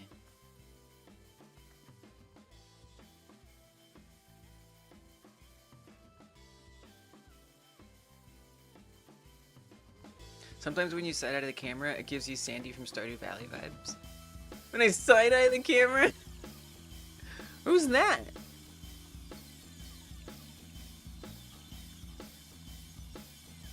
I did play Stardew Valley. I did play it. But I don't remember Sandy. Oh, I guess I see with the hair. I never even found this character. Maybe this is added later on. As far as the Wednesday stream goes, when I'm going to play all your games that you come through and share, there's an event on Discord currently. So if you go to the top left, I feel like I need to revisit Stardew Valley. In the top left of the server, there's an event, and that will be a way you can keep track. You can say you're interested. I feel like it'll notify you, but I'll put it in general, and I'm gonna make a YouTube post about it. So probably this weekend, Monday, by Monday, I'll put it in there. Oh, get Pam to stop drinking to drive the bus so you can go to the desert. What a nice game.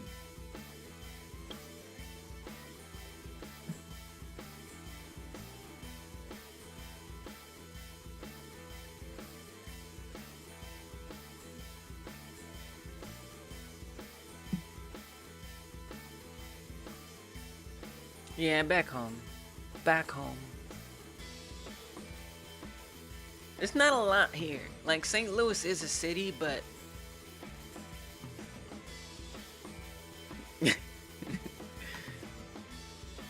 it's different.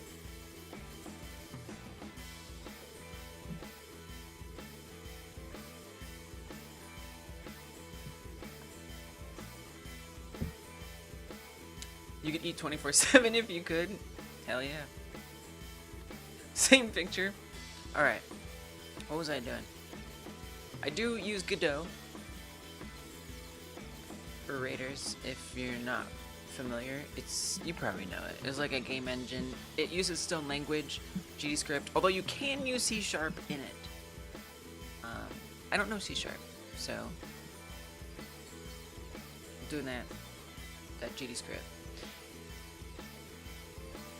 I just started coding to try to get the PCK file. So basically when I export the minigame project, which right now is like nothing, it's just it's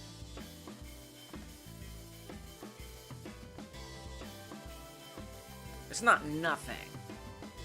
Here, it's this thought bubble. It's just this thought bubble. And then I'm just gonna, I don't know, have it come out of the head. It's like it's thinking. It's a thinking mini. It's a mini game that lets it think. I don't know. It doesn't have to be anything important. It's just gonna be a simple thing so I can learn how to use it. How to use this exporting situation. And within, so basically I exported it into this folder, and within that folder, this is where that Godot, this head project is.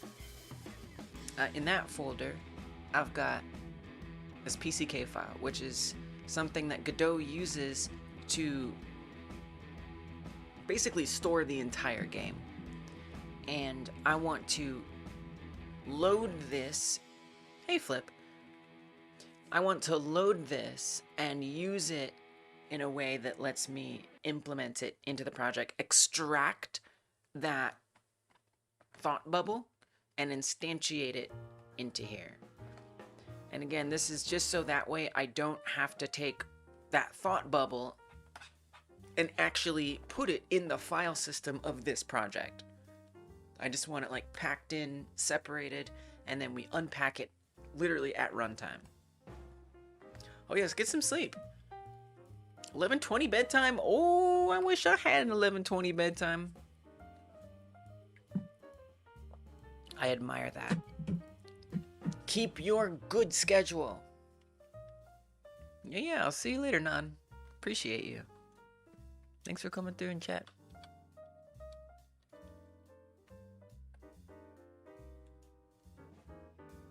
You made this coding server? Whoa. I don't even know what that means. But we'll talk about it later because you gotta sleep now. You hate C++? It's only redeemable in your eyes when you use it as literally just C with classes. I bet what you're saying makes so much sense. Yeah, we have the same time zone, Crow.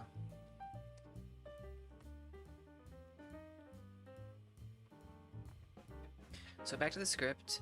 What I want to do is find that exact file path. So it's going to be in minigames. So I guess we'll say, but what do I do with it? It's just there, and it will be in the, okay. So we're going to say project settings dot load resource pack. The pack is going to be at res minigame. No, wrong. Thinking minigame. No, right. That's after it's loaded in, it'll be in thinking. Minigame slash DLC for game.pck. It does feel a little messy to have all this in here like that, you know, instead of having, I don't know. Because if I have like 20 minigames in here, there's just like 20 EXEs and 20 consoles and 20 PCKs. But, you know what?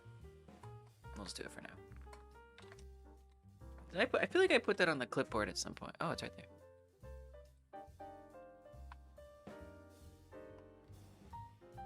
Okay. Replace files. So replace files is like if two files are the same, should it replace it? I mean, it shouldn't be the same, so doesn't really matter. Offset, we're not using offset. Okay.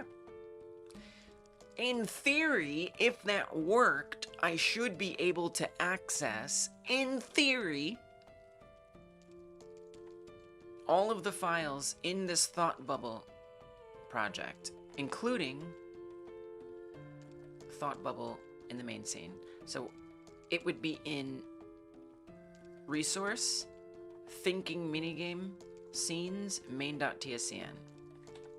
So I don't know if it's gonna make sense in the ready. I don't know where it's gonna make sense, but I'm gonna try very much to make it make sense. Fingers crossed. Variable thinking minigame as a pack scene, and I'm gonna have that be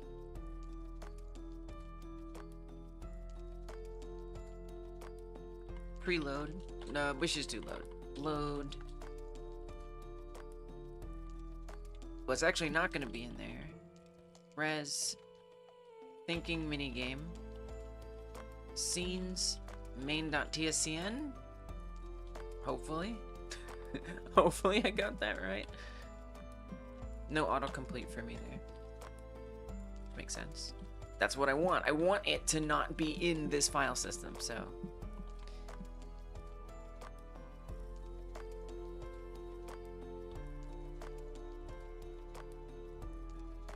Then we'll say variable.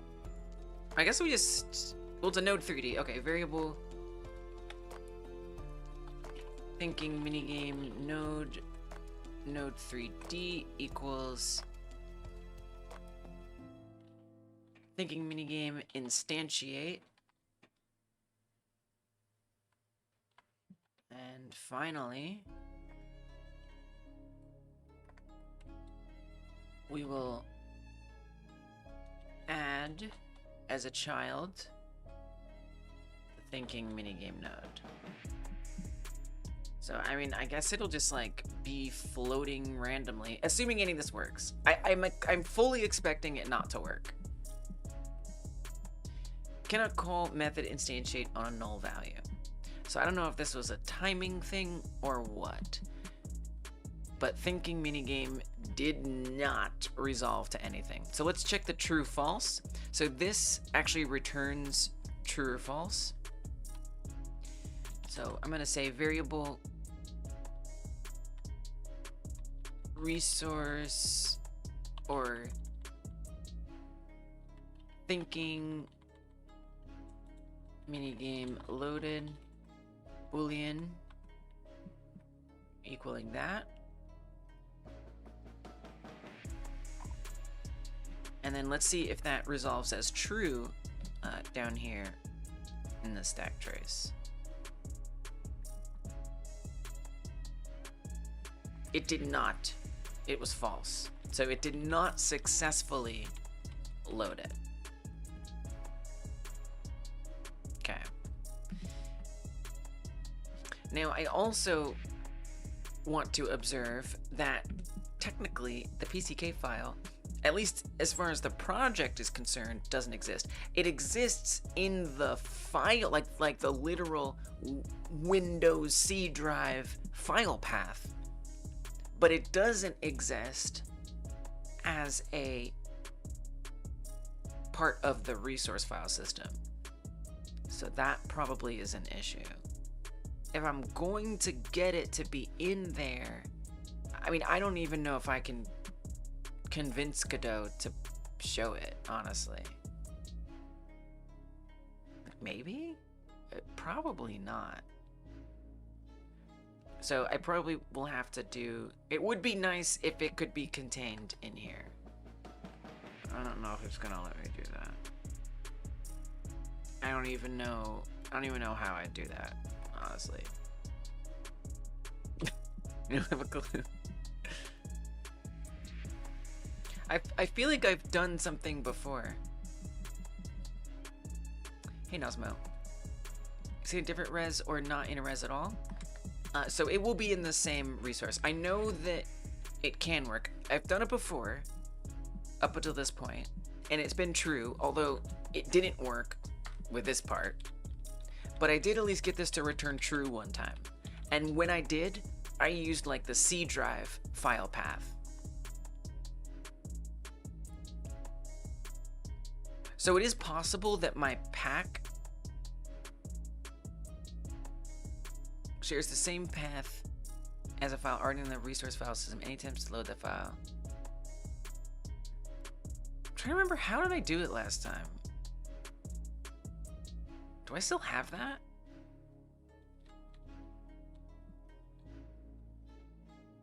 Like, what did that look like? I hope I still have it. No, I don't.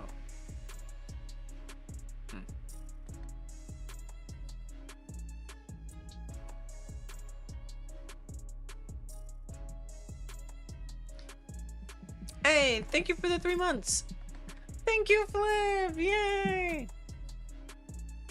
Let's go. Let's go. Let's go. But the file itself, it exists in... It's weird, because it's in the, like... So the project... And again, I don't know what your familiarity is with Godot, but the project itself is in here. Games with DLC, right? And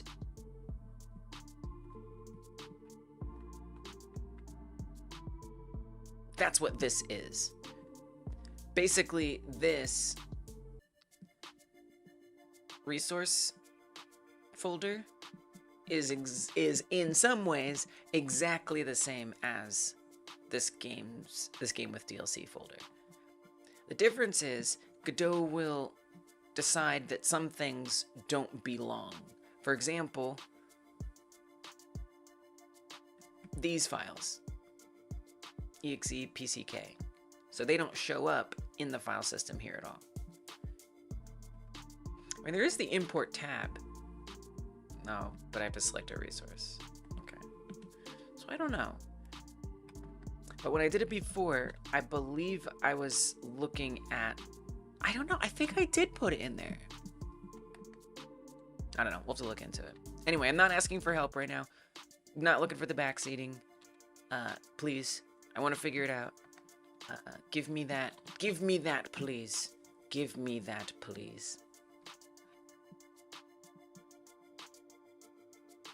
Yeah, there is a way to do that.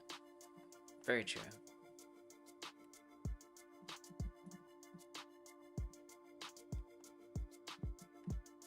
Thank you, Flip. Let's freaking go. We got insane. Actually, we've had this for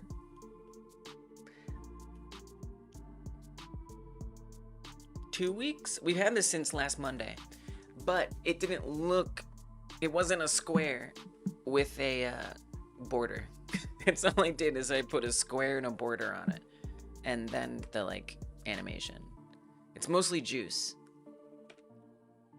That's what makes it seem new, but it is kind of new. Yeah, it's fancier. It makes a big difference. Before it was just kind of like taking up. It was sort of like, you know, like these zooms where it just cuts. You know, it's just like there. It just cuts off. Sort of like that. But now the juice is loose, and so it's a little fancier. You can see it kind of glitches a little bit for a second, so it still needs a little love, but...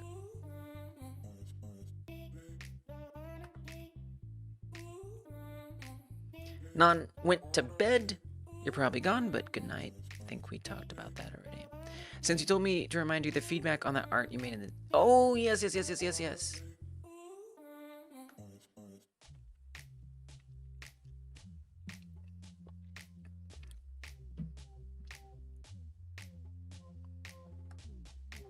Although I think Nana's gone now.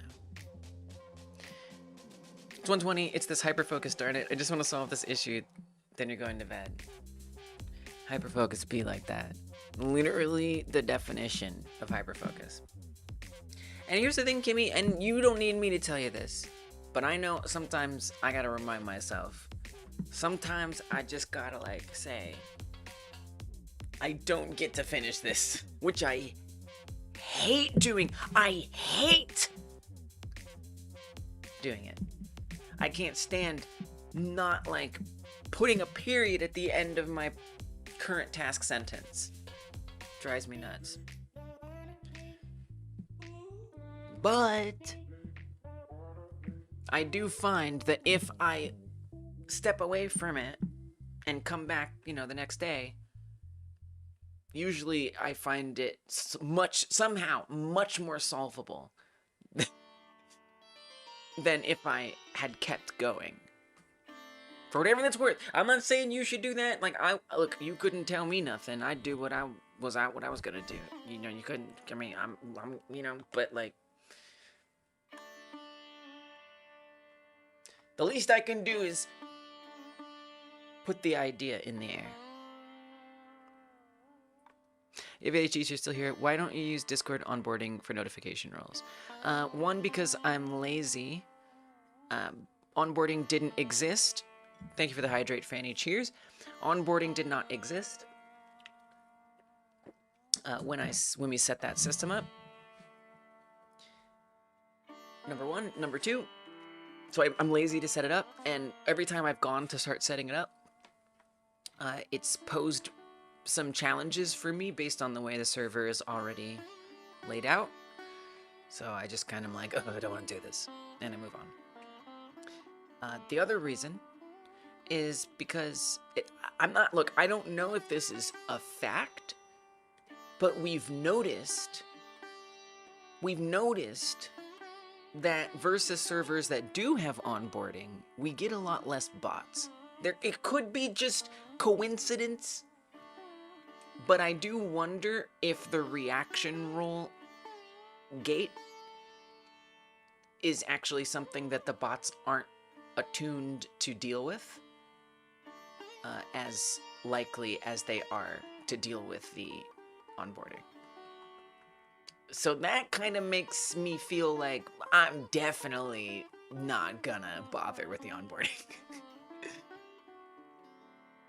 So that's why. You fit the hyper rule if you ever get it. Don't know how you're number 2 though.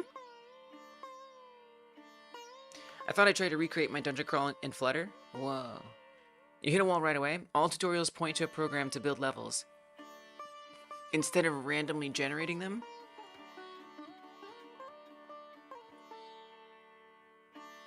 Oh, I see. Like you're trying to follow a tutorial, but Flutter doesn't have the tutorials that you need. Like people haven't made those tutorials. You have to forge your own path. Dang. I guess that's what happens when like a language is new. Wow. Flutter is like Google's new language that is platform agnostic or something. Like you can build it for mobile, for web, for Mac or something like that. It's some hyper compatible language, I think. Something like that. So they'll figure it out. Maybe you'll just make the player move around with sprite animations. It sounds like a fun puzzle. You have an issue starting anything for a while now? Motivation is a real B, so you have to work through that too.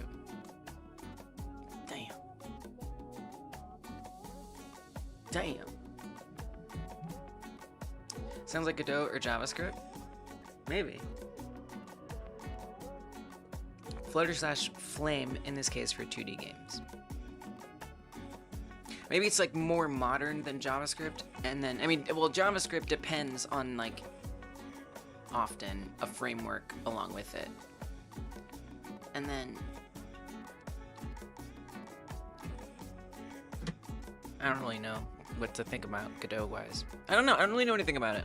I don't know anything about it. I looked into it once and then I stopped.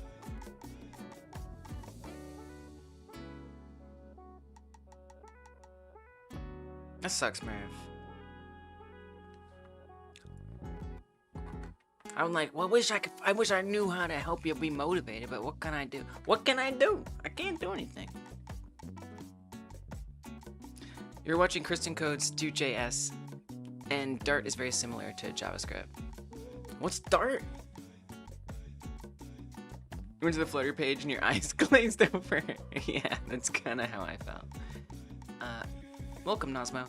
Nosmo, I think I already said welcome, but second welcome. You started getting back into Godot after being off of it for a while, so you're not sure if you could help me if you wanted to. The rest folder is actually the whole game folder, really, and is called something else in the OS file system. That's the problem. Not looking for help. Honestly, literally, please don't backseat. Don't even want it. Not even interested. But, like, actually, like, a rule? Unless I ask, which I probably will, because this is a new thing that's confusing that I'm learning. I've already asked once. I asked one thing already. That's a lot more than usual. But yeah, so resource is just like the way Godot represents like the root of your project and the file system for the project, essentially. And then what load resource pack is supposed to be doing is adding everything that is unpacked. Is it that I'm not typing .pck? Why didn't I type .pck? Why didn't I type .pck? Why didn't I do that?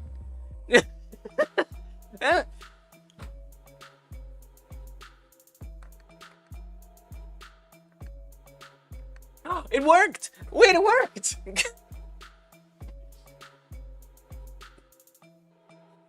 Lego! What? Okay. That was easy. See, look. The bubbles in there. The top bubbles in there. I forgo the not PCK. Wait, that was so easy. Wait, I was supposed to spend this whole stream learning this. That was it? That's all I had to do? Whoa! What? Wow. You did help. Actually, you know, Nosmo asking about resource folders at least got me not chilling in chat and getting back into the code and thinking about it. So, you gave me the rubber duck a bit. You became the rubber duck. Wow. It was just a typo. Cool. Wow. I really expected to be having more problems. Well, okay, let's look at the, I do think the idea of exporting the PCK on its own is attractive. Mistakes are how we learn. I could not agree more. Breaking news tonight, local girl forgets file extensions exist. Ugh, I hate this keyboard because it has this weird thing where it just does this sometimes. But I spilled LaCroix on my other keyboard. It's actually looking very dry now. I don't see any liquid. I think it dried. I think we're safe. Because if you bang it, you can see if any little droplets come out.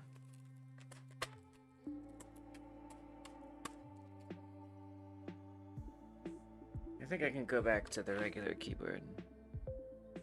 That dried fast. I wonder if because it's carbonated, it drives faster than if it weren't carbonated.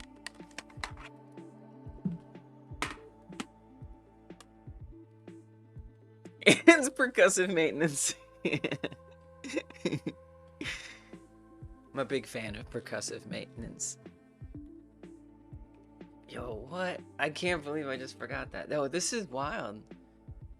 This is my main keyboard? Yeah, this is my main keyboard. I'm not a big fan of like the heavy-duty mechanical ones. A, I find the noise annoying, and B, I spill, I drop. I like to have something a little more, I don't know, not fragile.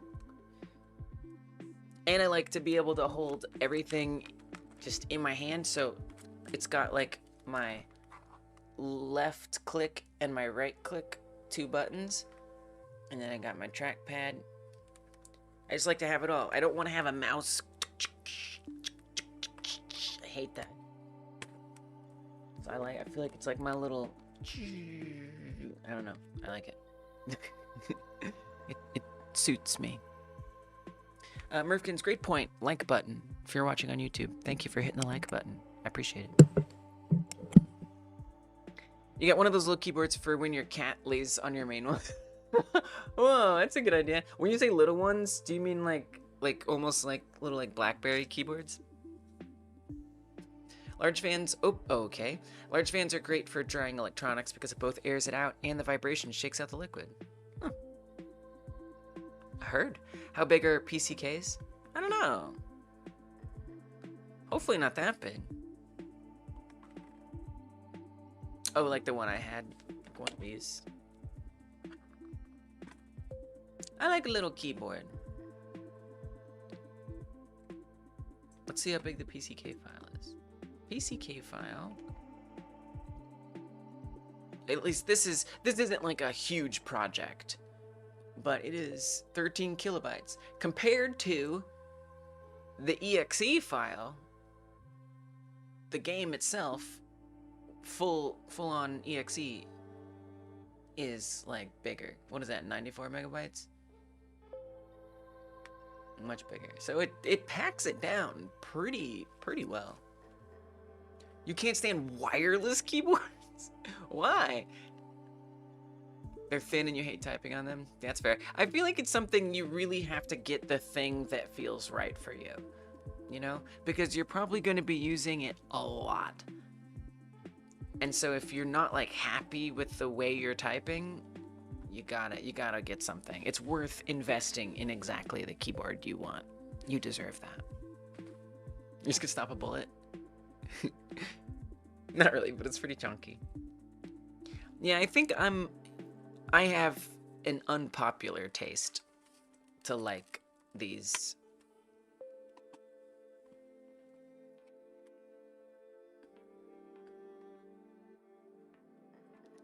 iMac G4 keyboard.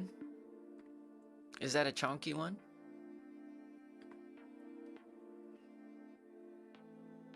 Great. What's the warning here? The local variable is declared but never used. Oh yeah, well this was just a test. Yeah, we don't need that.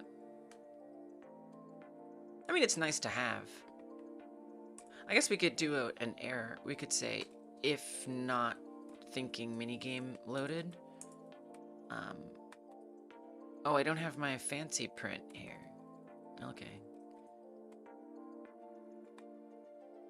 Can we just do like a print? Isn't there, because push error, I guess I'll do push error. Push error,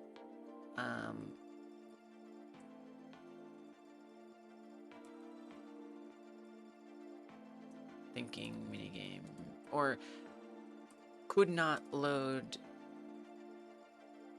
file at, and then I'll just put, here, let's actually do this.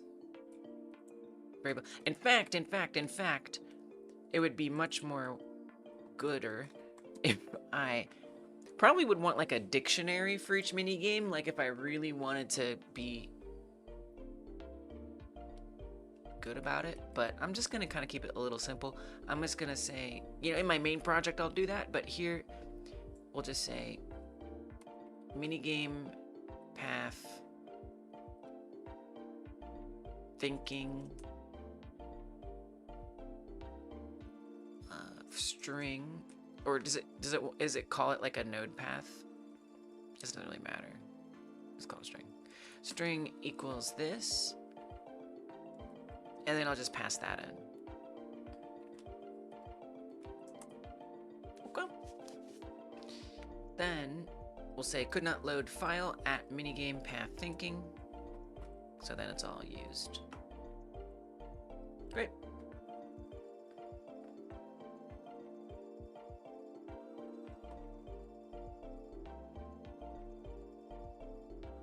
I can look it up. That's true. I definitely can. I definitely can. Yeah, you're right. You're not wrong. Curlinary is not wrong. Curlinary makes a really true statement.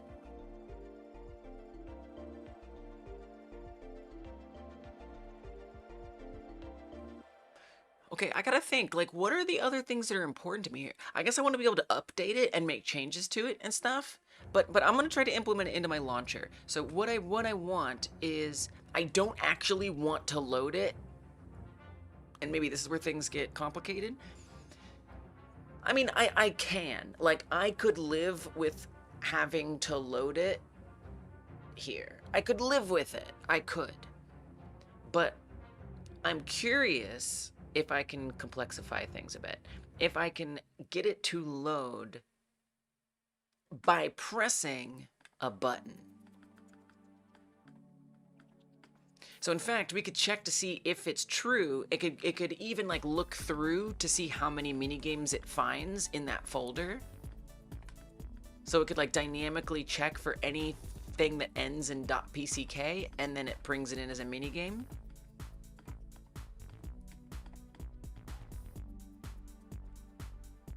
No, I don't know if it needs to load dynamically. I don't think that's necessary. I think that's unnecessary. No, that we don't need to do that. That's ridiculous. No, we don't have to do that. Because I could also like fetch the name of it from there. Yeah, I think I would want to not have to like bake in this. I would rather it just be as simple as absolutely basic as I make a mini game, I drop it in the folder, and ta-da, it's a part of the project. That's it. Hell, it would even be super cool if I didn't have to run add child or instantiate. Like if somehow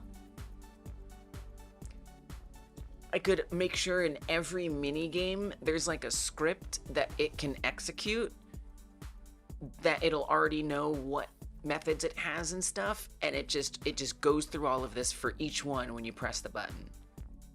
That would be cool. I think that would be the next step for me, is finding a way to make this hyper modular. Theoretically, yes. Yeah, I mean, and then it starts to kind of look a bit, not quite like mod support, but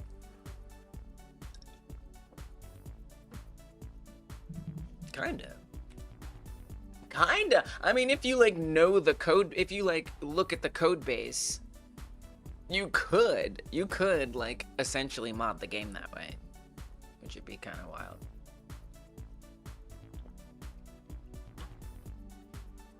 Zelda minigame. It does have fun, right? This is an interesting skill, right? You're right. Like this could be turned into some community project. That's really, I like the way you're thinking.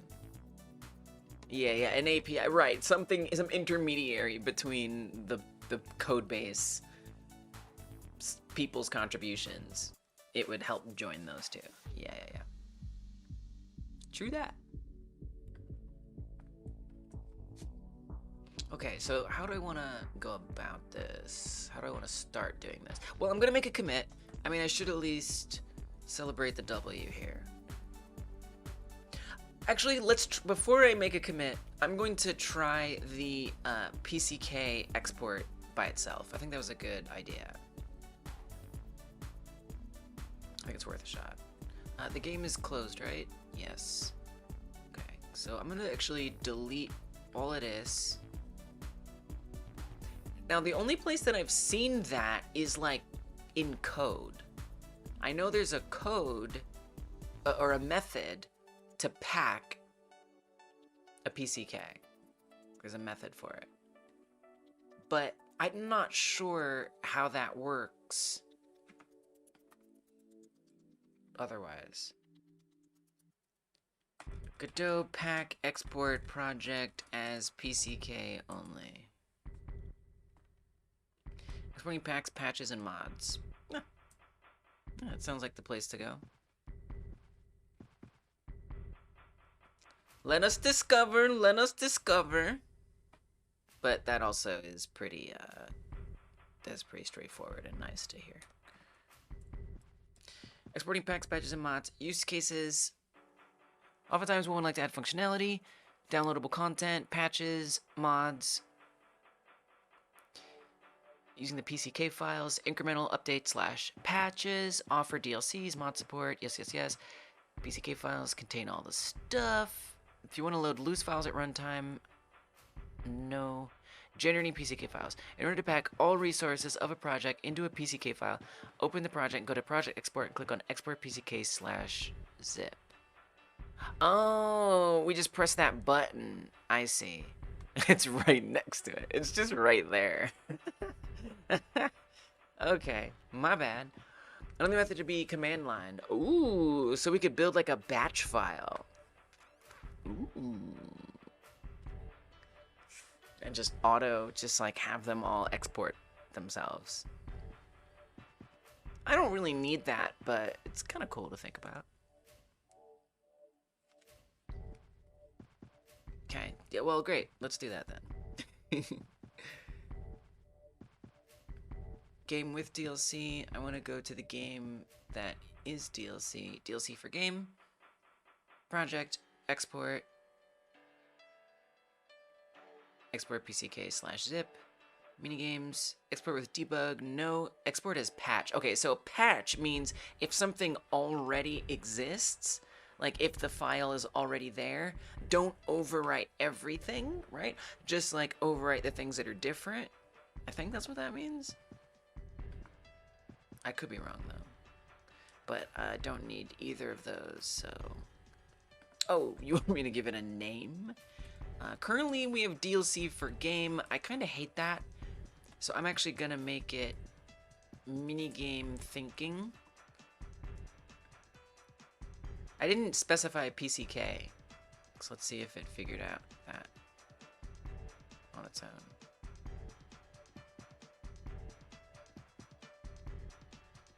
Actually, it made it a zip file.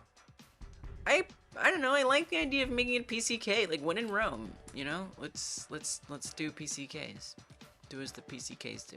Okay. So we got the PCK file. Now I want to actually discover that file. So in Ready Minigames, we're gonna do something a little different. It's gonna say temporary thinking loader. Probably just gonna not use any of that ever again. When in Rome, meet Kratos.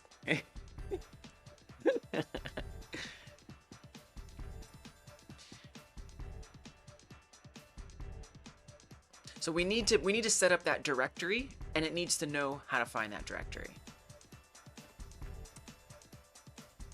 Constant minigame directory will be a string. And it will simply be this. Pretty simple. It's close to what you want, Kimmy? Yay, let's go. Time for you to give it up, close it down for another time, maybe later today, maybe Sunday, who knows. Yay, nice, Kimmy. Hey, look. Getting it to a point, maybe it's not the thing that was exactly perfectly the way you want it, but the fact that it's like pretty close, I mean, that's good. Sometimes it's good just to be like, okay, all right, nice, good job, let's go. I think I'm more proud of you for being okay with like stepping away from it and letting it be enough than anything. Kai Guy, welcome. How you doing? Good to see you. I'm happy because I'm having success in my endeavor. Hell yeah, thanks for co-working along with me.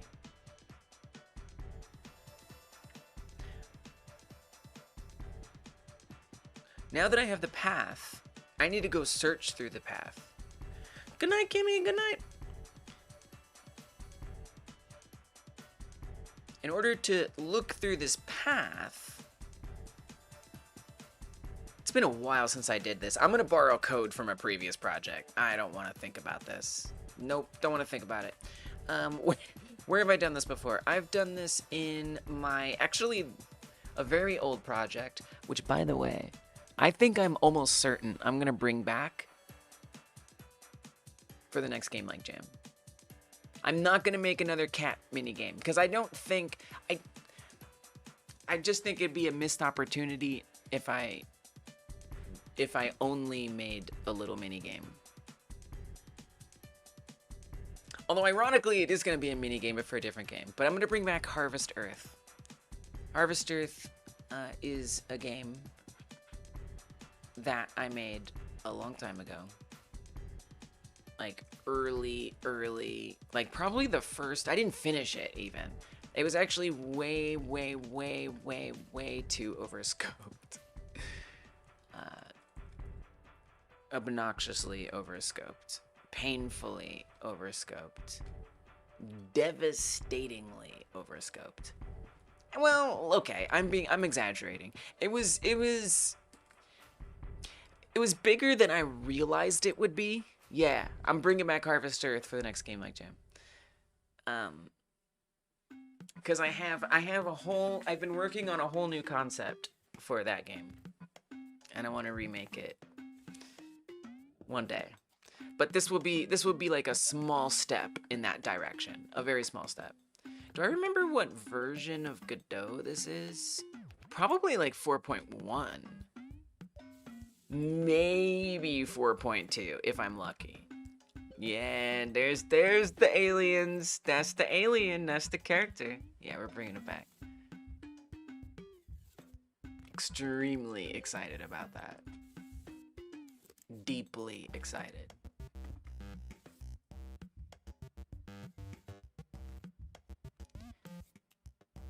Where is all my Godot? I gotta stop keeping my Godot EXEs in this freaking downloads folder. It's getting ridiculous. I have, on my other PC, I've started to be a little bit more organized with it.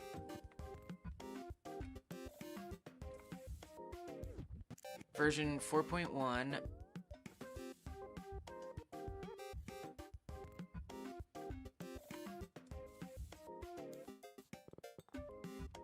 I'm gonna try to use this as an opportunity to be more organized with it.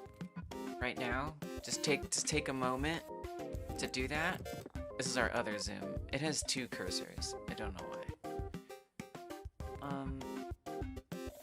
So what I'm trying to do is keep it in just my C drive in a Godot folder. So I've got 4.4, 4.5, 4.6 in here, which is good. But now I need these other ones. Give me that 4.1.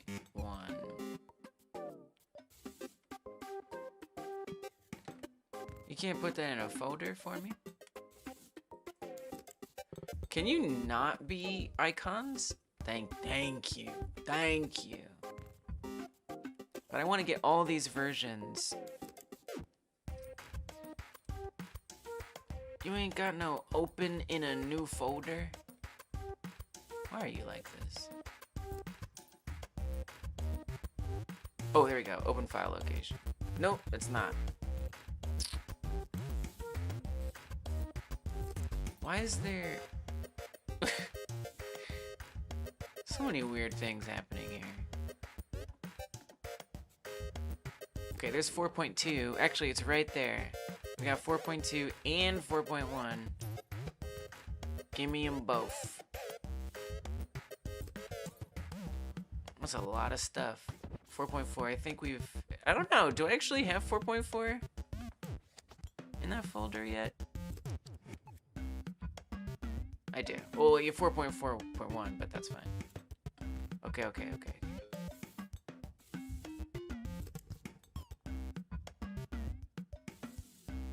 I gotta clear this out. This is the most ADHD folder. Oh, I bet this was for Valentine's Day. These hearts? I bet this was Valentine's Day, like, a long time ago. Okay. Anyway. Oh, Valentine's Day. Finally coming back after, like, 2 or 3 years. If you're using cursor, does it mean vibe coding? If so, why looking at the code and not the end result? What the hell are you talking about? What are you talking about? Are you even a person? There's C++ files in there? Really? I'll have to take your word for it that they were in there. Ghidra? Oh yeah! You did. Yes. That was me trying to, It is interesting, right? It's interesting keeping all the download stuff. I was doing that because I was trying to hack into my own Godot project. Because Godot projects are very, very hackable. And so I wanted to try and encrypt my Godot projects and then reverse, try to hack back into them, basically. So I was using Ghidra to do that. And let me tell you, that was a little overwhelming. Seeing all that. I was, you know what, I kind of noped out of that and said, well, I can't figure out how to hack into it, although I know there are people who do it day in and day out and would not find using Ghidra to get in there very difficult. But for me, trying to find that key in the C++ somewhere, forget it. I couldn't find it. I gave up. But that's why that's in there.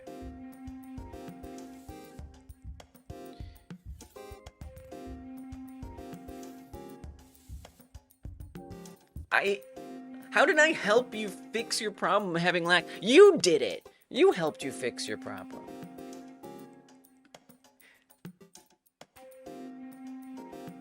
You're just reading the Godot docs about this loading in external PCK files. It's interesting, right? Yeah, it's interesting. Okay, this looks good. Now what I want to do is open this. But I don't know. Well, we'll see. We'll see. I don't need to open the Alien Meets World, the Harvest Earth original project, but I kind of want to, so I'm doing it. Oh, it was 4.2. It was 4.3! Did I even copy in 4.3? I didn't even... Oh, I did. Okay. We good. Wait, it was Biani? Biani's not a bot? Thanks to the hydrate, Fanny. I just didn't understand what Biani was saying.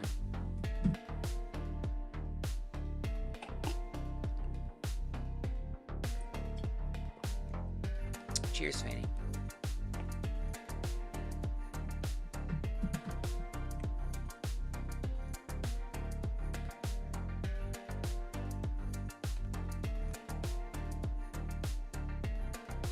I don't like swearing, and now you don't slip up ever swearing here. Oh, nice. Hey, you're welcome.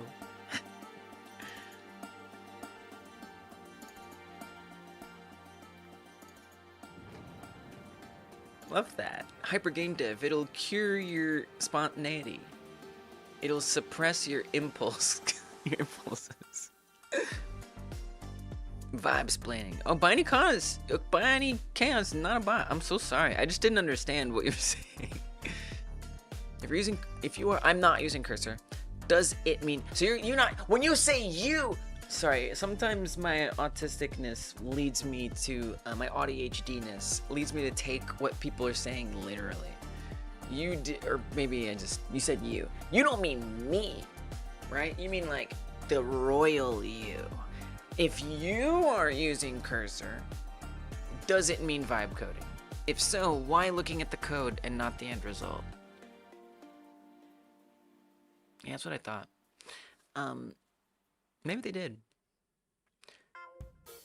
As far as I understand vibe coding, it's as simple as it's a spectrum. Vibe coding is a spectrum.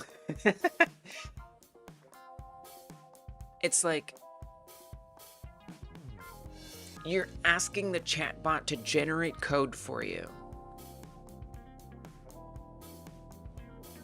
and then asking it to fix the code that it generated without really understanding the code or trying to understand it and contributing back to it with your own code. I feel like that's like generally what I think of as vibe coding. But I'm not sure what your second sentence means though. Hey Ziku. She's in vibe coding, but it's very easy to fall into the category of vibe coding when using AI for many people. She's legitimately learning code, a lot of people just copy paste. Yeah, so the only thing I used the chatbot for today, the only thing I used it for, and indeed what I strive to only use it for when I'm trying to learn. Do I still have it open? Did I close it? Maybe I closed it already. I think I closed it. All I used it for was I asked it about what a method means, pretty much. I was like, hey, this load resource pack thing, there's a parameter I don't understand. Can you explain what it means? So I basically used it as a, not really a search engine, kind of like an extension of the documentation. Like the documentation wasn't clear enough for me. So I wanted it to break it down in a way that made it make more sense to me. So I try, especially here, to always, with GDScript, to always ask it to just explain concepts, and then from there I code things. And it's a last resort. It's if I'm or if I think that what I'm trying to ask is so context specific. Like if I go search online, people are going to be like, here's my project, this is why I'm doing this is what I need it for, and then whoever answers is going to address their specific situation. And I wanted something that was not that. I wanted something that was literally rewording what this single parameter was on this method. Vibe coding turns you into an architect instead of a coder. It depends. It depends. Like, how much are you guiding and managing it? I don't know, it turns you into, yeah, I guess so. If you want to think of it that way, sure.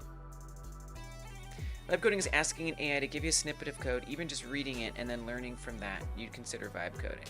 Whoa. I mean, if that's vibe coding, I would say that's a very far end of that. Is like the tiniest, in my mind, end of the spectrum. You know. It's the only time you use LLMs to help out with that. Yeah. Sometimes asking online like Stack Overflow can be one of the following. Vague answer, completely wrong answer, get good at easy, right? Or something that is 90% jargon and doesn't help at all. Yes, Freck. Yes, exactly. 100%. Exactly. Like, I hate to say that, like, you know, asking online often is either like a gamble or actually can be very upsetting. Which makes the chatbot much more attractive because the chatbot can't hurt me. Only I can. An architect won't be looking at the details of the code, but just the end result. Yeah, I guess I see that. Yeah, I see what you mean. Yeah, except you're just hiring, you know, shoddy builders. You know, you're hiring builders who are sus.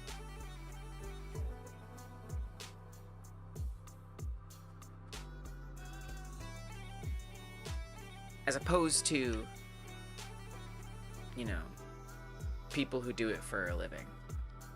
Or, what's the analogy? I don't know.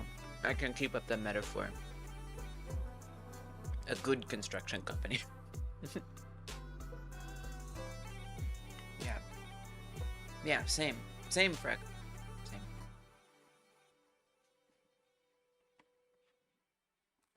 Okay. Why was I even loading? Oh, because I want to borrow code from here.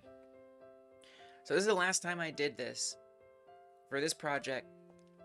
Basically, Harvest Earth was to be an endless runner, where you are this alien who's invading Earth because humans crash landed on your planet, and an alien ate one of the humans, and the aliens are just like egg-shaped, but then they grew limbs when they ate the human. And they were like, okay, we need to go get more of these humans because we want to have limbs, because limbs are awesome and useful. So they go and invade Earth to gather up humans that they can use to harvest their limbs. This game is not as gruesome as that sounds. It's just the backstory. And so the Endless Runner is just you being the kaiju alien stomping through Earth, snatching up humans, and using your limbs. So that basically by eating a human, you'll grow limbs and heal your limbs. And then you use your limbs to attack, and then they can get hurt and damaged. I learned a lot from this project. I had too many levels planned. I was adding a lot of concepts. I was adding a lot of things that like I just wasn't ready for. And so I realized it was out of scope for me, and I switched to working on even smaller games than this. But I do want to come back to this project, start it completely fresh, and change the entire concept. Instead of it being an endless runner, I would say it's even kind of like a shooter game, except you have arms. Let me make sure the sound is not gonna be annoying.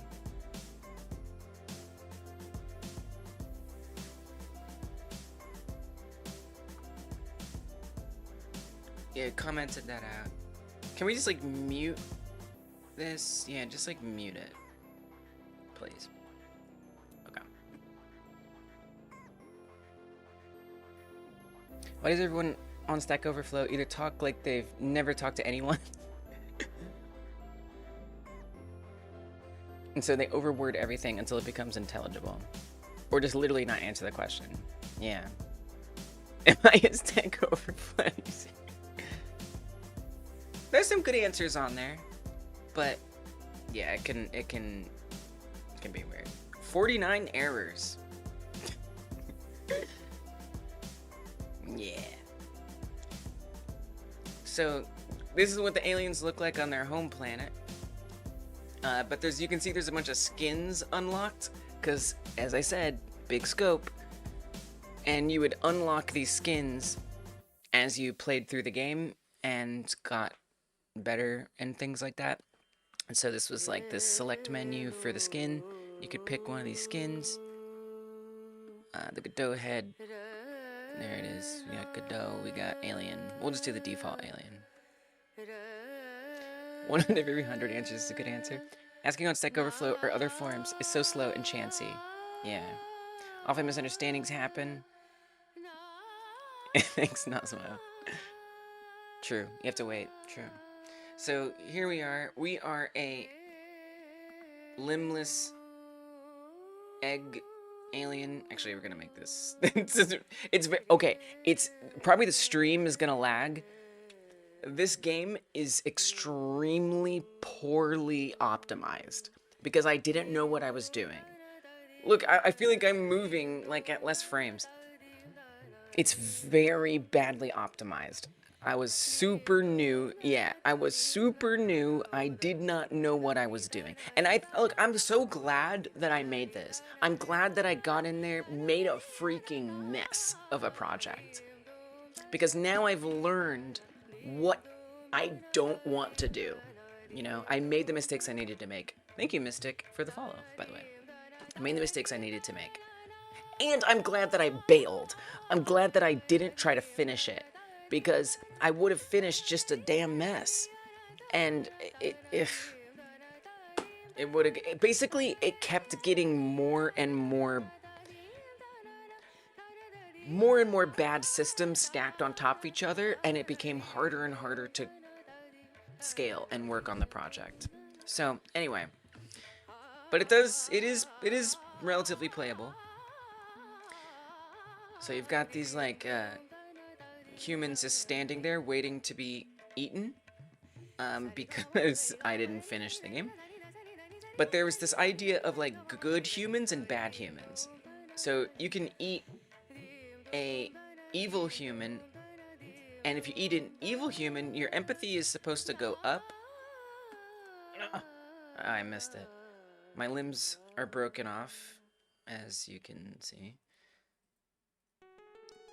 Let's get one of them that are in dialogue. And there's that green circle, that's my reach. Okay, let's get this. Yeah, got him. Alright, so I just ate one of the bad guys. Oh, and so here's the other thing I forgot to mention. The other thing I forgot to mention is not only are you invading Earth, but you're invading Earth at a time when a fascistic government is trying to rise up and just, like, occupy in this really awful, terrible way. And so there's this, like, citizens and these, like, people, these, like, bad soldiers, military, something, vague military, that are oppressing the people. And if you eat those police instead of the regular humans, you'll gain empathy, which essentially just makes the game easier. But if you eat the innocent humans, your empathy goes down, and the heart in the middle of the character there shrinks, and the game becomes harder. So there's that. So I'm gonna grab this guy. You can... Oh, dang, I missed it. It's kind of within reach. Oh my gosh. Okay, let's get him. Alright, we've got limbs. So that circle is bigger, that's what I can reach. And I was making everything destructible, so I can, like, break the trees, break the solar panels. Everything was destructible, which just made everything a million times more complicated. It was too much. It was too much. Yeah, exactly, fascism. Yes. But that's why I'm bringing it back for the next Game Like Jam. Because the next Game Like Jam is going to have a political opportunity. So this seems like the perfect game for that. Apparently everyone goes corn. Right, so that was the idea, is there were different biomes. There was going to be a farm biome, like a farmlands, a like suburban biome, then a city, and then the military base was the final biome. I'm not saying the next Game Like Jam is about fascism. I'm saying the next Game Like Jam is about challenging a political ideology. That's what the next Game Like Jam is about. And it might as well be interpreted, potentially, as challenging fascism. Oh man, it's so hard. It's not really that fun to play, which was another reason why I had to stop working on it. At least in my opinion, it's not fun, but it kind of ends up being sort of like a you know, a shooter game like Galaga or something. My little legs broke off.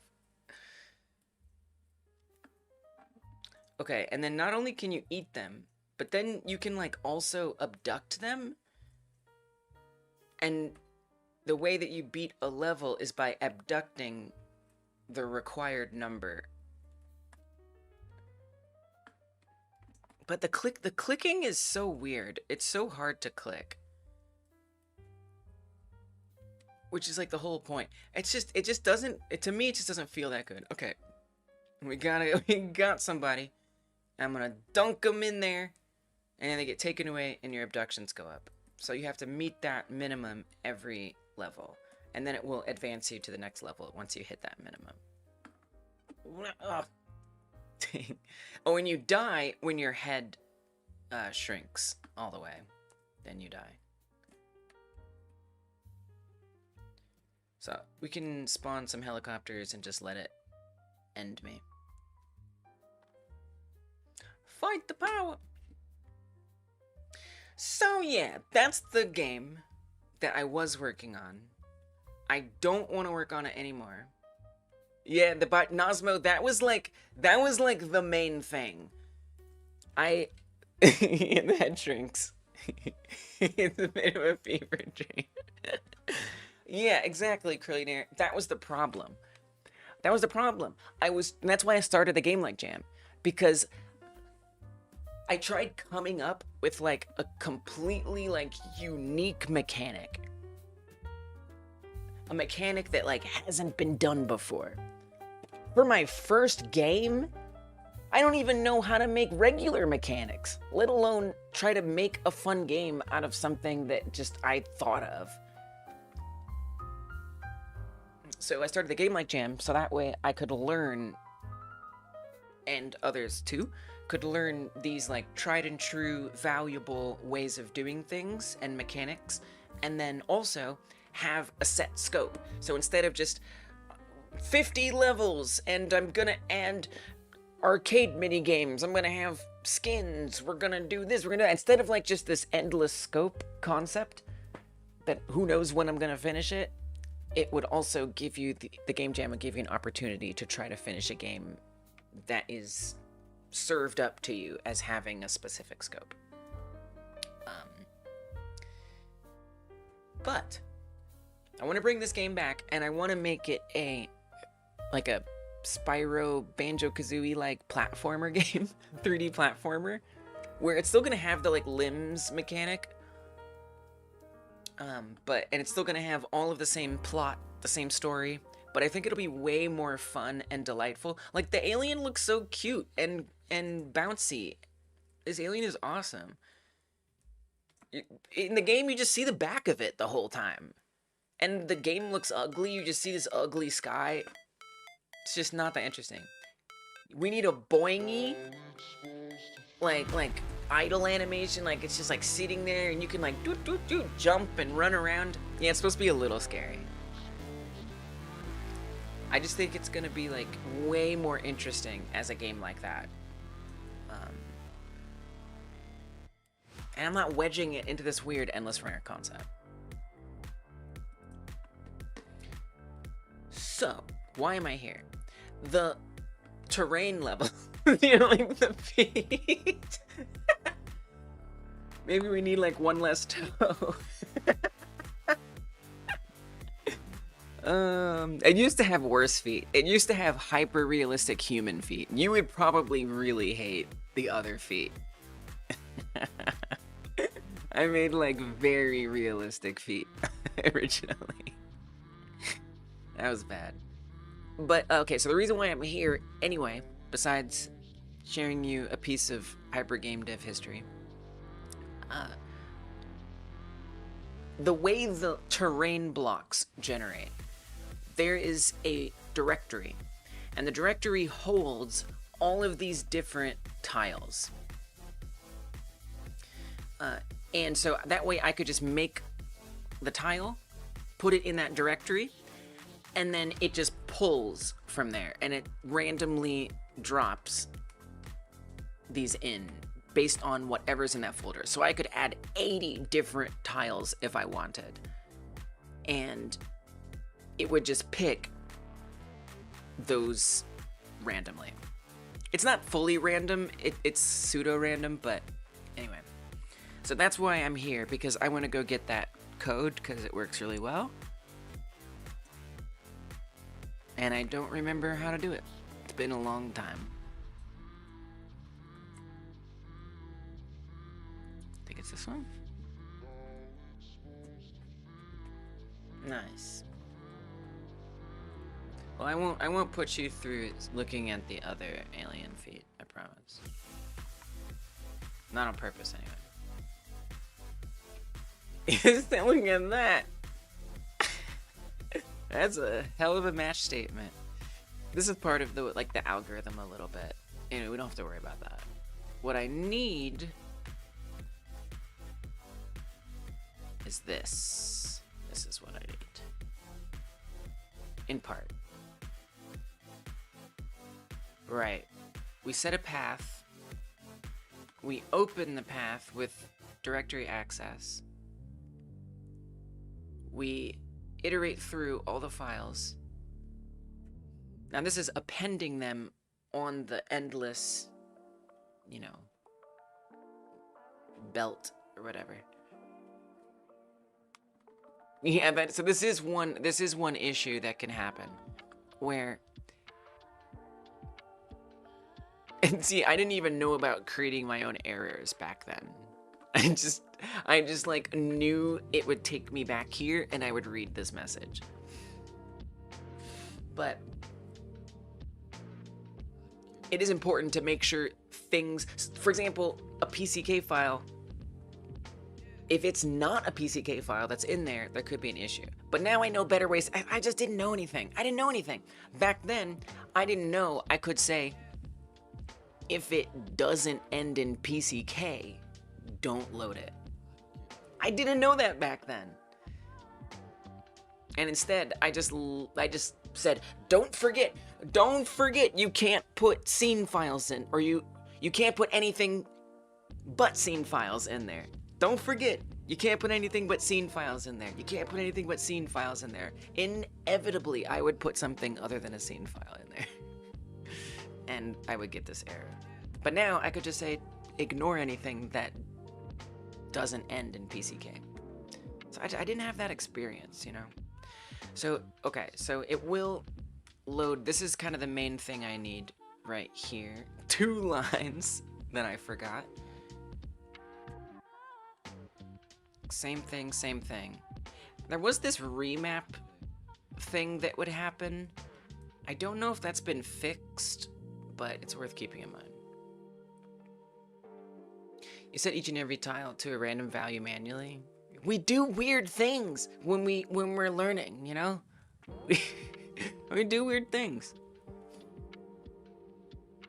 There wasn't more than this? I guess that's it. That's very simple. I feel like I didn't need to load this whole project for that. But it's amazing. Back then, this felt like the most confusing thing in the world. Alright, back on task. Code example given filters out non-PCK files, I noticed. Oh, really? Look at you, Kai Guy, backseating. Wow. I'm actually impressed. Okay, Kai Guy, looking at documentation, getting your game dev on. Normally, I'd be like, don't backseat, but for Kai Guy, I'm proud of you. July 11th, 2025. That's a long time ago. In learning stuff, years.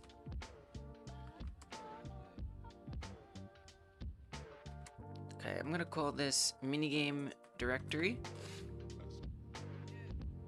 And we're gonna open the minigame directory constant.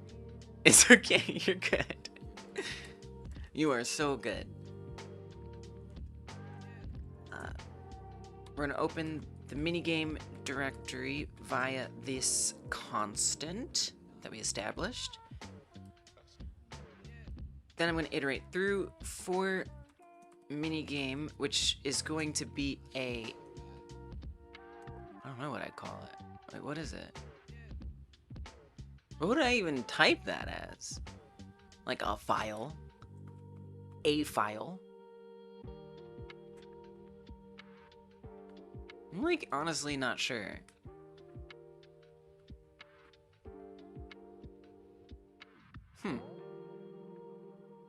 I guess we could just find out what it is. Let's find out. For minigame in minigame directory. Let's puzzle it out. Get files. We'll just do a print minigame. Just tell me what it is. Just give me some deets. And that's all we'll do. See what happens. So it should only be one PCK in there. I'm pretty sure. So, I mean, I don't get a clear sense that there's a type there. It's just a PCK. Is that a string? I guess I could try typing it and see if it gets mad at me. I don't know what to call it. I didn't care. It seemed fine with that. Okay. Yeah, I guess it'd be like a path. Alright. Alright, no problem.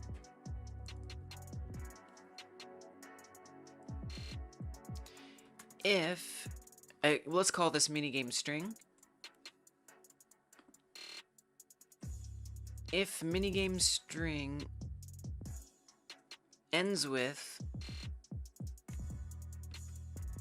.pck, and let's even make that a variable. PCK string equals .pck.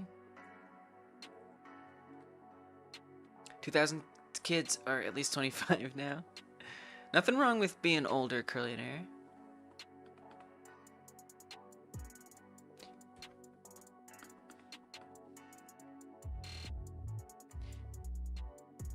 If it ends with PCK, then we want to load it. So let's say load minigame. And we can pass in the minigame string. I guess I should make this a constant.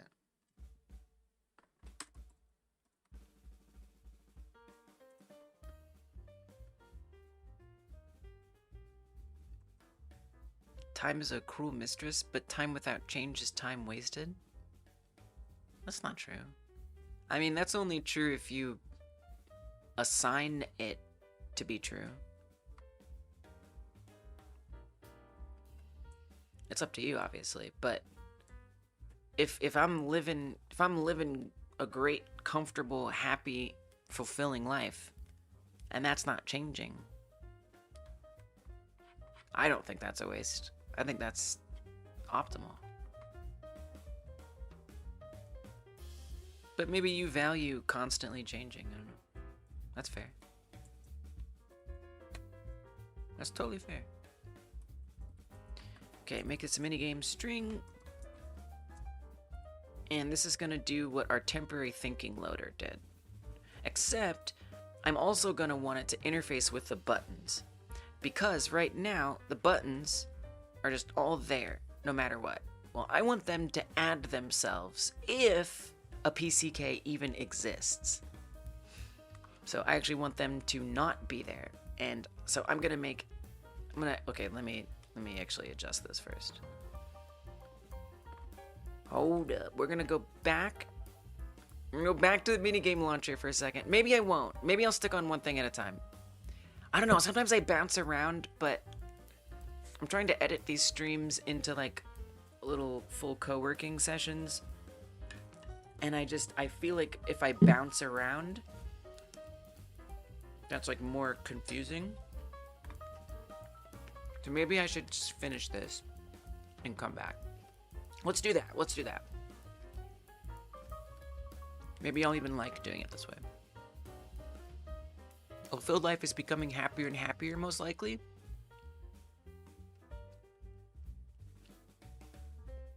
I don't know. But okay. I don't know if that's a realistic expectation to become happier and happier and happier. I feel like happiness for me isn't like a meter that goes up and down. You know, it's like more dynamic than that. To me. More dimensional than a spectrum. It feels like that's like just a two-dimensional spectrum way of thinking of happiness, as opposed to thinking of happiness as having a third dimension, even.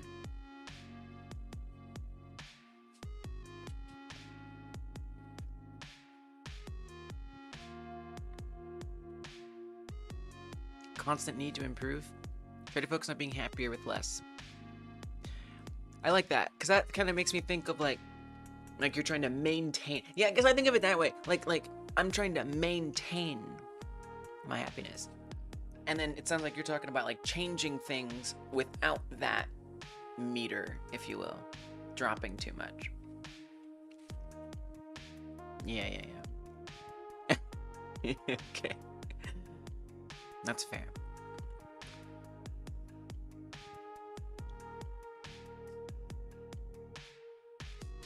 So ultimately, I'm going to want this function to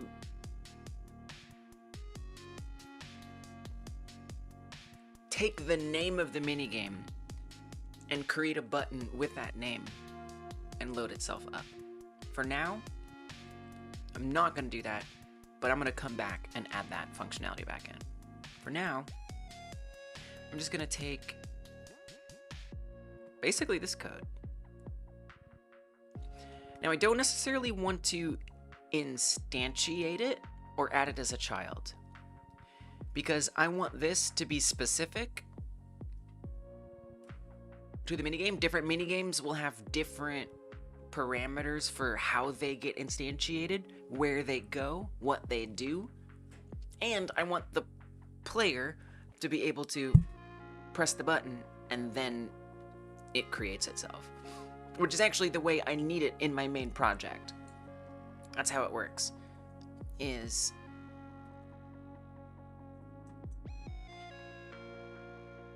when you load a minigame on the computer in my virtual pet game, when you load a minigame, it hasn't even been created yet. So it instantiates it, and then when I press the close button, it queue-frees it. And so I would like it to also do that, where when you press the button, it creates itself. So I don't need all this, but I do want to just generally load it and have it ready to be used. So we'll pop this in here. We want this path. Now that's, now hold on. That's only gonna output minigamethinking.pck, which isn't the full path, right? The path that we had before was, okay, so I could just say minigame directory plus PCK name. Nice. Okay, let's do that.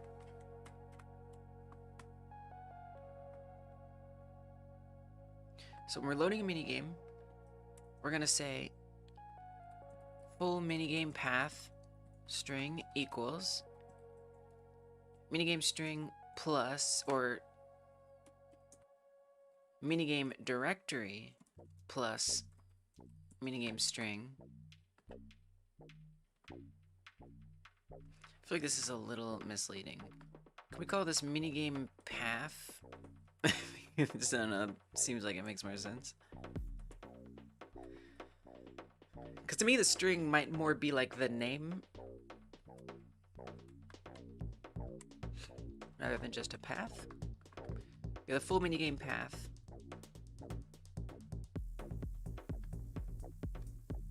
then we load that PCK by just plugging in full minigame path. We do the error check. If not minigame loaded, we'll clarify could not load file at wherever it thought it could. Then we have this, which actually loads the packed scene. So we'll call this minigame scene. Now that's gonna be potentially different. Well, I guess not. I mean, this is the thing, right? I like have to decide. That's the other thing, is we have to make sure there's some things to consider here. Because this path is only that path because I manually, separately made it that in the separate project B, the minigame project. So I would have to, perhaps, as an option, make sure that when I name the PCK file, that this would translate into whatever this is going to be, or something. I think what I would do, okay, I think I know what I'm gonna do. I think I'm going to put a script on every minigame. So there is that, but at least it's just one thing. I'm gonna put one script on every single minigame. And that script will contain instructions for how that particular minigame should be loaded. And it will have its constant, it'll have it, or its path, the scene, and whatnot. So I'd probably want like a callback. I'd probably want to go find a callback on it and run that or something. I don't know. So that does mean there's one thing that I have to define here manually, go to each project and make sure it's typed exactly the same, which is a little annoying, but a little annoying is okay once in a while as a treat.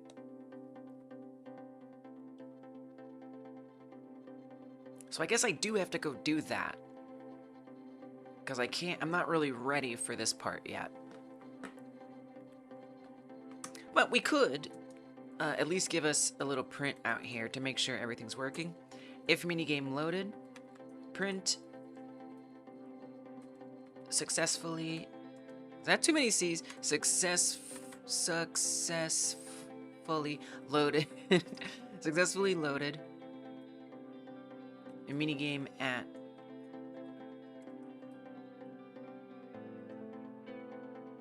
full minigame path.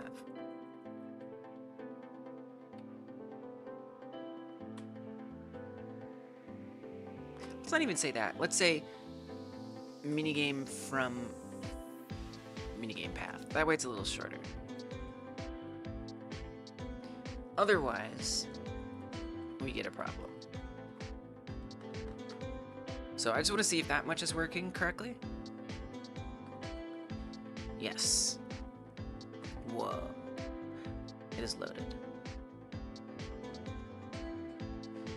Indeed, it has been loaded.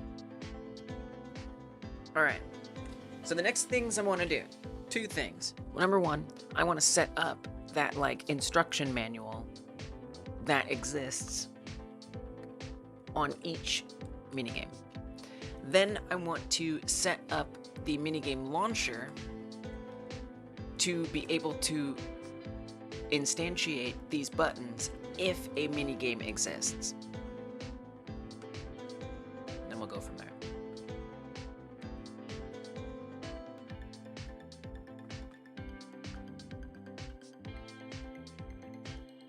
Dice are your favorite fidget toy?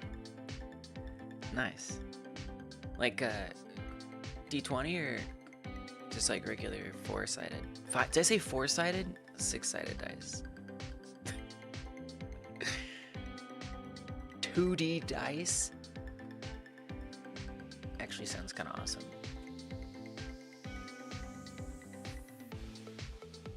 I don't think that would be 4 sides though, but I respect you, Lise.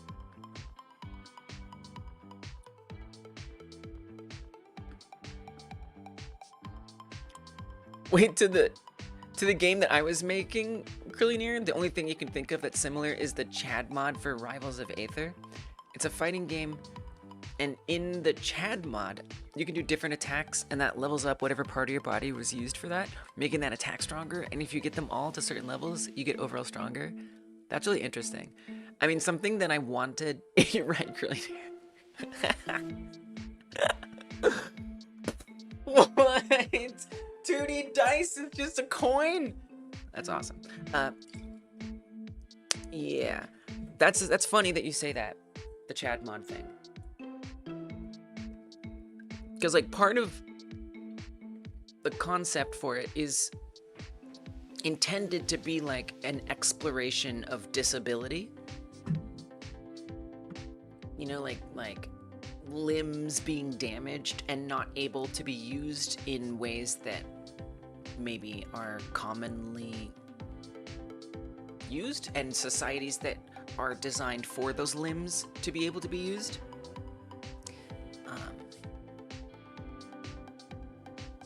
And I don't know, thinking about like people who would make a Chad mod, you know, wanting to like be stronger and, you know, have these desirable body parts that society deems are potentially, in their mind anyway, more desirable. It's just interesting. It's kind of interesting that that both kind of have some root in like bodies fitting in or not with like dominant society. That's really cool. Very interesting.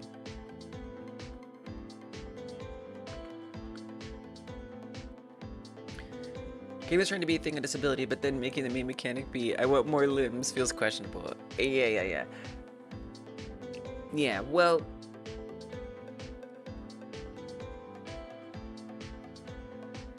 yeah, it is questionable. I mean, I would say that the game isn't trying to be a thing on disability. The game is... if I said that, I misspoke. The game was inspired by exploring disability, and maybe it would end up making some kind of commentary about it, but I wasn't sure what that commentary would end up being, you know?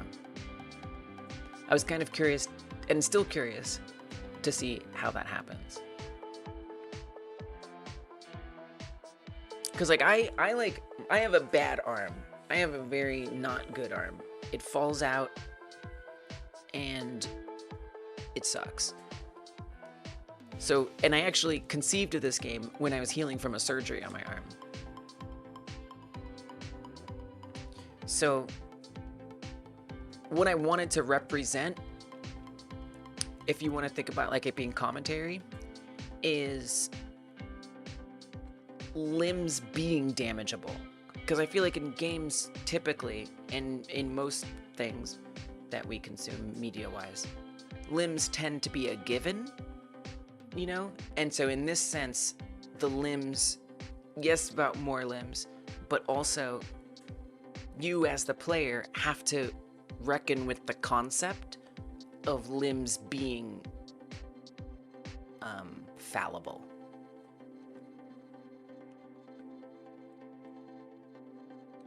Owning 100 dice does not sound like an impossible goal. Oh, was that something that was said?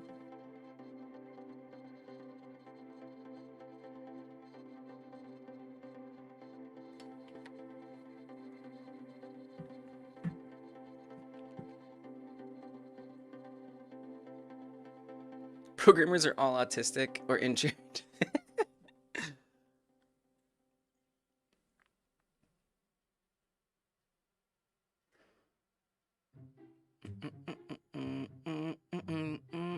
You'd rather kill a low-power CPU than write this way again?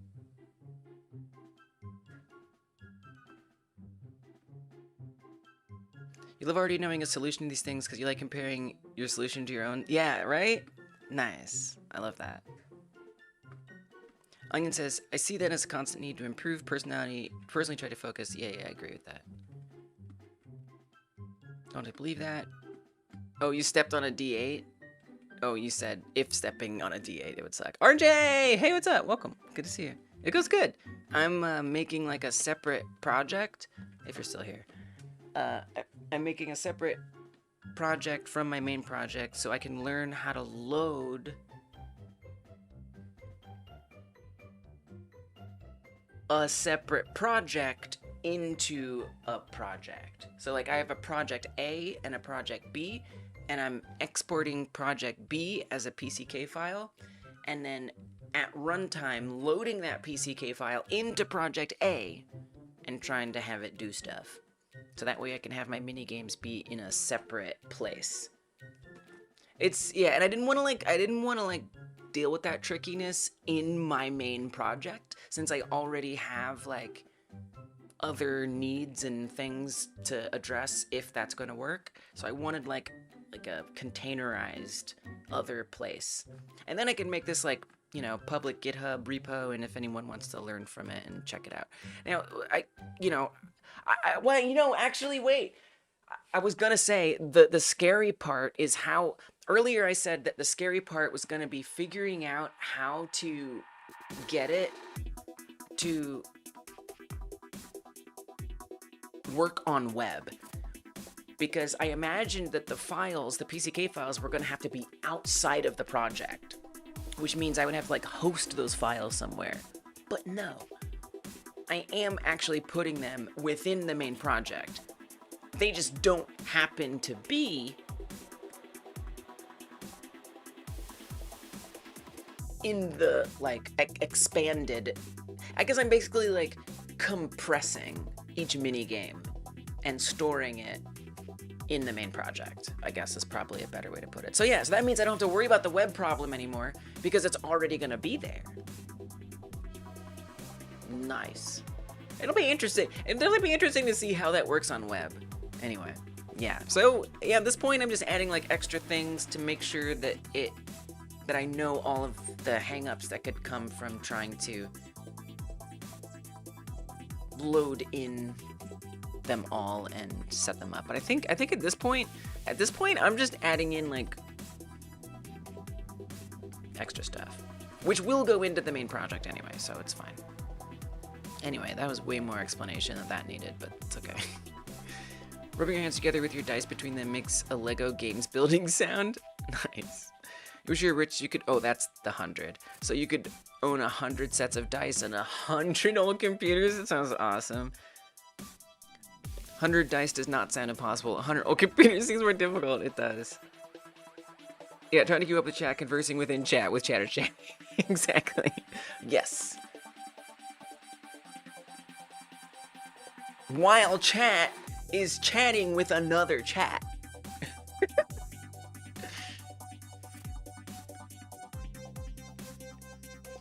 A million dice sets. We're all stuffed up and have found our way here to this chat. You have bag legs? You have bad legs? What is bag legs?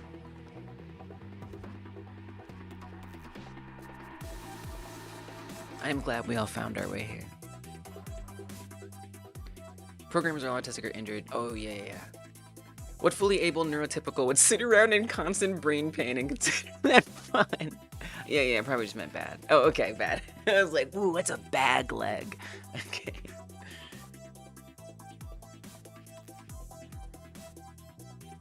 Yeah, I don't know. It seems, and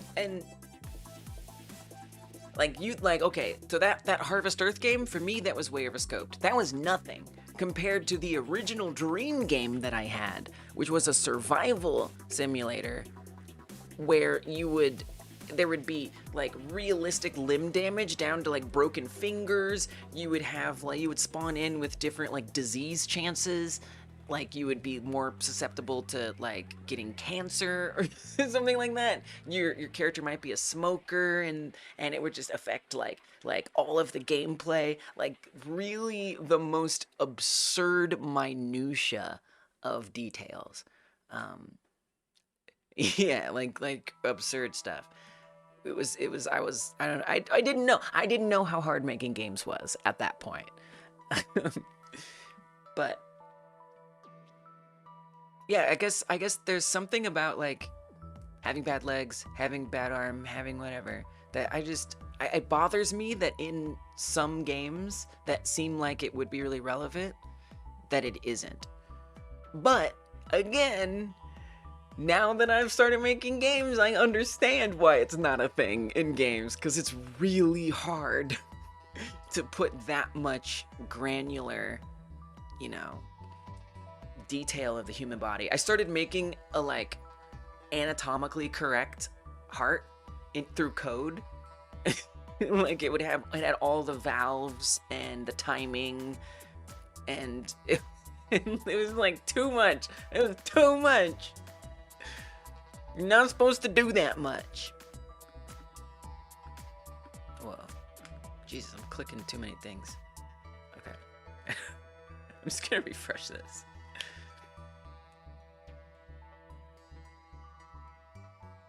Wolfsbane curse?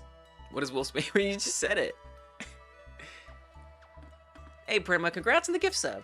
If you want access to the subscriber stream, unfortunately right now you have to make sure your Discord and your Twitch accounts are connected. Then you'll automatically get assigned a role where you'll be alerted about the subscriber stream. And don't worry, YouTube, you aren't left out. The member stream actually happens on YouTube, so you don't even have to worry about it if you're a YouTube member. I have to do 13 more streams? 13 more streams until I get to not have to explain to you how to access the substream. Alright. So next two things I want to do. I want to make this good. Let's put the script on... Let's put the script that's going to be on the DLC. Let's do that first. Do you want to commit? I think you want to commit. Modular minigame loading successful. Someone stream just lock the chat to non-subs?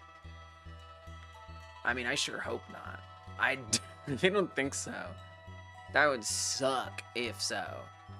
I think I could already do that though. Like, I don't need, like, I could already just type. Alright, let's see. Wait, how do you do that? Let's see. Yeah, I can already do that. That's not something I need to unlock. I could do that right now. No. No, it's different. Making me panic for a second there. Twitch, subscriber streams. So it's a different thing. If Twitch gets a roll, can we get a Rockman? What does that mean? Oh, R-O-L-E? A roll, a rock, Rick roll? Rock. YouTube also gets a roll if they're connected with Discord, by the way. And I also send alerts to that. But it's just not as, you won't miss the member stream if you don't connect your Discord to YouTube. Whereas on Twitch, you will. Yeah, because nobody uses it. I've never seen anyone on Twitch use it. Mega Man in Japan. Oh. But yes, you have to do 90 affiliate or partner streams in order to unlock it in the first place.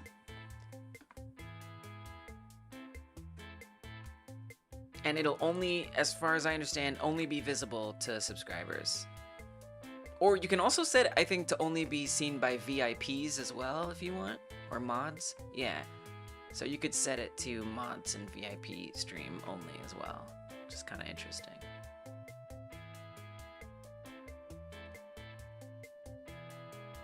As viewer subscriber streams open up a new form of unique interaction.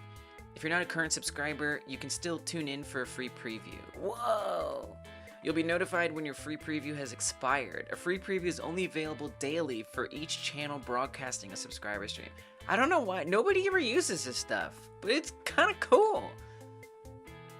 Streamer X and Streamer Y were to broadcast subscriber streams on 2 consecutive days, you would have a free preview for both of their streams on both days. If your free preview expires and you wish to get involved and support the streamer, you can subscribe. Yeah, that would make sense. It's pretty cool. But we're close. We're close. I'm pretty sure we're close. I think it's 13 more. So they're very clear about this unique days. I'm going to Twitch Tracker and I'm counting how many streams show up on there, and I'm considering that a unique day. Hopefully Twitch also considers that a unique day. So we'll find out. Original US release box art. First release box art, Mega Man. Oh, Mega Man? Yeah, Mega Man is really weird. The box art is bizarre. Yeah, Twitch Tracker is nice. Okay, I've committed that. Now let's put whatever this universal thing is going to be. So do I want this on res? I don't think so. I don't know, just what if? What if it's in the main? It probably won't be. And would that be easier if I just had it like on the base level? Oh, whoops. There we go. Because I had... So I made this thinking minigame directory. So that way... I could name any script. For example, I could name the scene main.tscn, and it wouldn't conflict with another main.tscn, namely the main project's main.tscn. I don't think I want to put it in, because if I put it in here, then I won't be able to find it. I could just have it on the outside. I think I just put it in res. I think that'll be easier. Yeah, because, well, I just have to make sure I never put... Yeah, just don't. It'll be fine. Create new script. I don't really like putting scripts floating out here, though. I don't like doing that. So maybe I won't.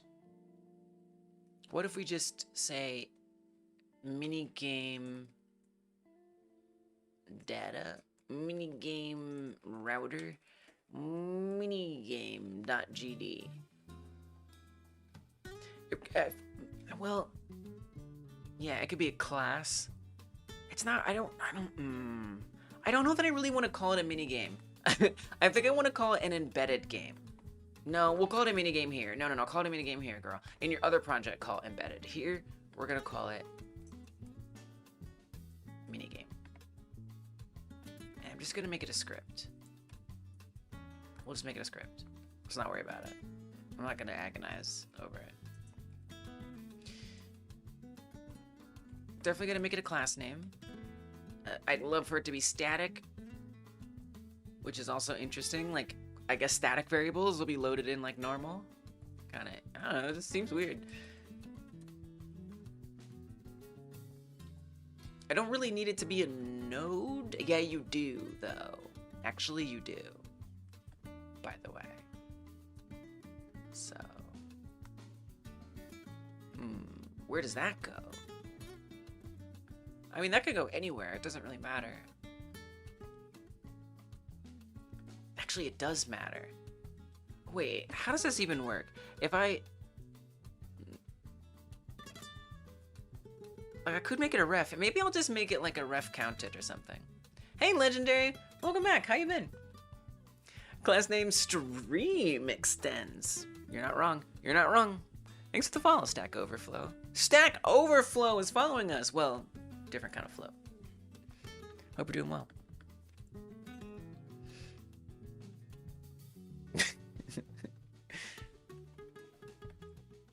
Okay. I guess we could try a ref counted. It's probably fine. It's the Stack Overflow. Can this be a static variable? Yeah. Why not? I don't know, but I can't do an init. I can do an init. Thanks for the follow, Fanny. I said Fanny. Legendary. It both ends in Y. Legendary and Fanny both end in Y. In my defense. Okay. Water good. Everyone drink water. I am used to you. Cheers, legendary.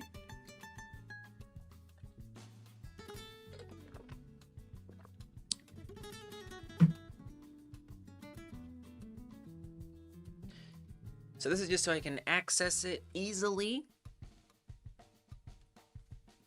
I don't know if it's gonna work. I'm very curious. So I'm gonna put a constant in here, which is going to be minigame path. But what about it? Let's say minigame folder name. Minigame directory. It's a little confusing, isn't it? I don't have a... I mean, look, Glam. I'm not interested in answering that question right now. I just want a code, and maybe I'll answer it when I see if what I'm doing works. How about that? So if I answer the question, someone's going to be like, actually, you shouldn't do that because it is. So I just want to not tell you right now. If that's okay. Constant minigame directory. String equals... it's so much louder than my other mic cover. Because this is thinner. I apologize. Or do I? So for this, I guess we can do res... Yeah, res thinking minigame. This makes sense. Yeah, because if you think about it, that's already what we're doing over here. I am. Yeah. So what I'm doing today is I'm making a separate project, like a learn along, basically. So in my virtual pet, my Tamagotchi, like, you better not, Lime. You better not. That's a path to the banhammer. So I have a game embedded in here, a mini game embedded in here already, which is exactly what I want. It works. It's awesome. All good.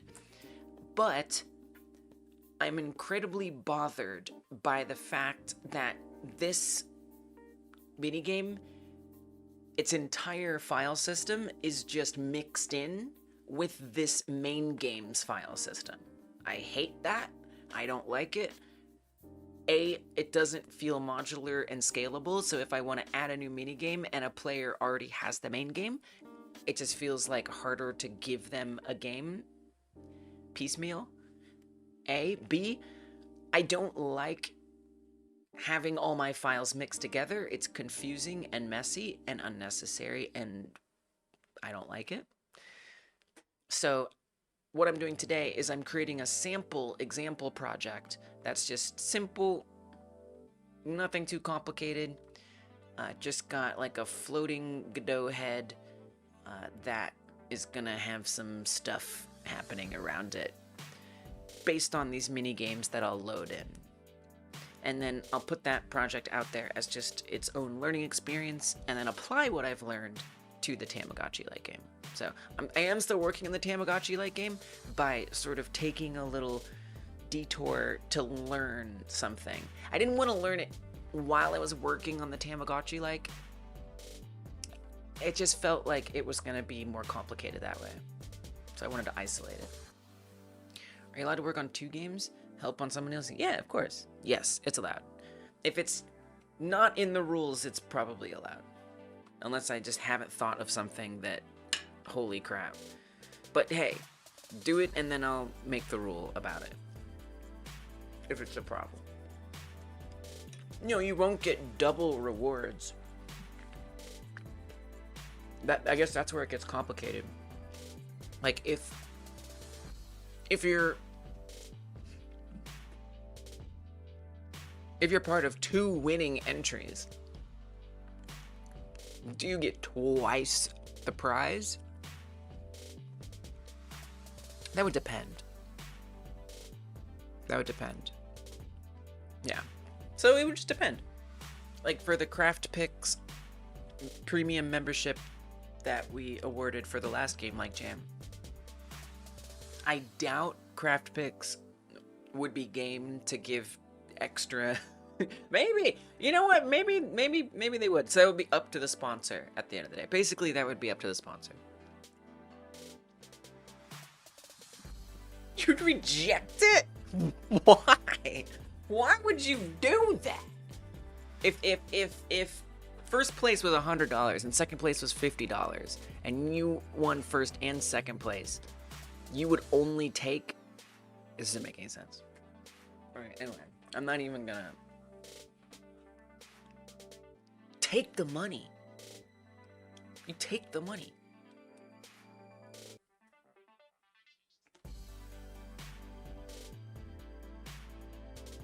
Oh yeah, I wanted to check to see,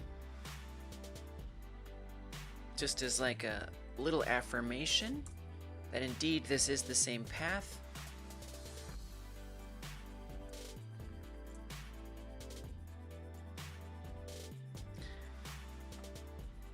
Well, that's res.minigames, so it's not the same path. But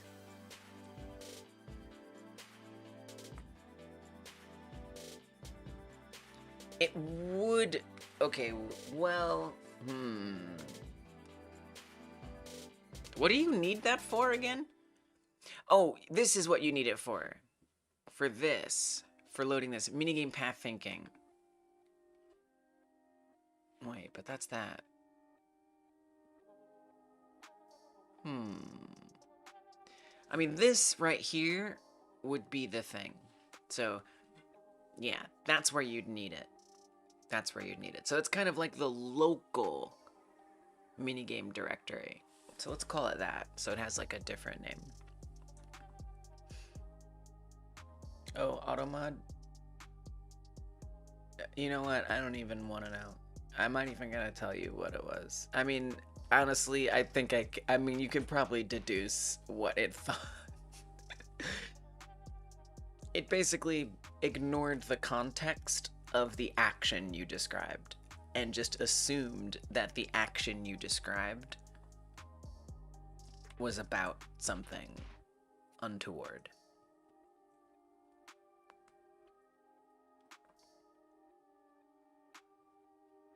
Okay, we'll say local...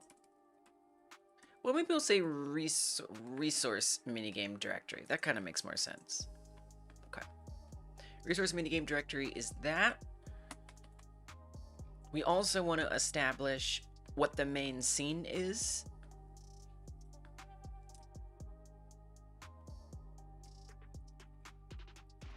Main minigame... Can we say minigame resource directory? I like my prefixes. Minigame scene path. Also a string. And it would actually equal minigame directory plus this. I guess you could, Oh, I don't really need it separate. Okay. Plus scenes slash scenes. I did have success with the slash being at the end here, so I'm just gonna assume that's a good way to do it.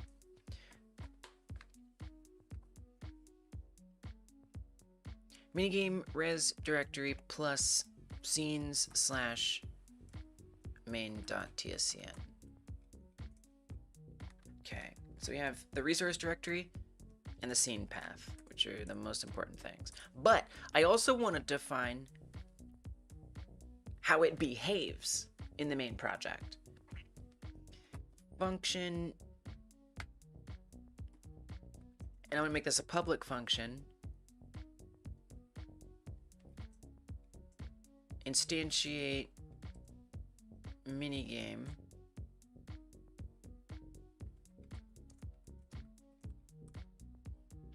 And this can literally handle the instantiation. Could do a to_where. And that's just some node.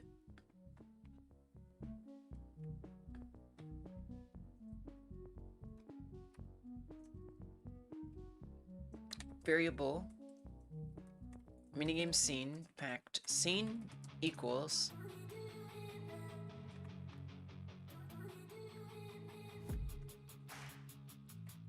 minigame res directory plus minigame scene path. Oh, it already does that. Oh, minigame scene path already does that. Nice. Okay. Nice. Great. Love that. Dot instantiate. Wait. Minigame scene path.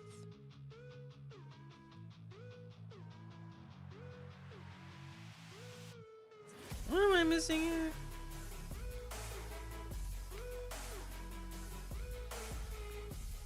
Oh, load. I forgot the load part. Load minigame scene path.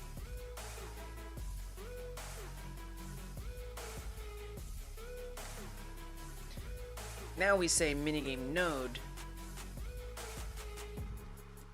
Now I don't know what that's going to be. I mean, I know it's a node 3D.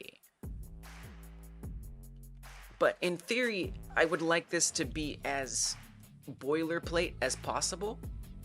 So I can literally copy paste this into every minigame and have to change like one thing tops. Maybe two. Well, not one thing, but as few things as possible. So I'd rather this kind of be like I mean, it can be any node, as long as it's a node. But I'm not going to specify the type too particularly, I guess. Isn't there a way to like...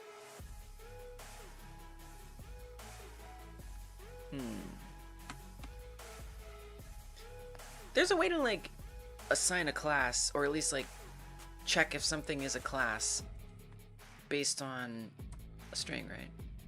Hey, see you later, Kai Guy. Thank you, thank you. Yeah, it's making a comeback. It's making a comeback. Goodbye, Kai Guy. I appreciate you. Thanks for hanging out. And I love that you were looking at documentation right alongside. You growing, you learning. I see you. I see you. Good night, Kai.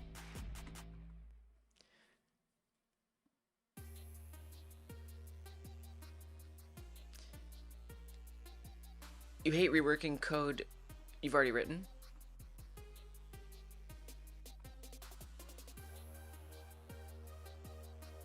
Why? It's just the way you feel. You didn't want to get 2 rewards. You rather get the reward for the one you did the most work on and give the rest of the reward to the rest of the team that did that. Well, that's fair. Yeah, because I mean, I feel like generally with rewards like that, like cash rewards, for example, it's like, if there's a team, you divide it amongst yourselves. It's up to you what to do with that. So that's fair, that you just be like, you know, I don't want it. That's fair. Alright. Heard.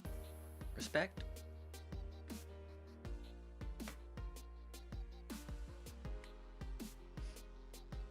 But there's like a way. Get typed class name, that's in an array though.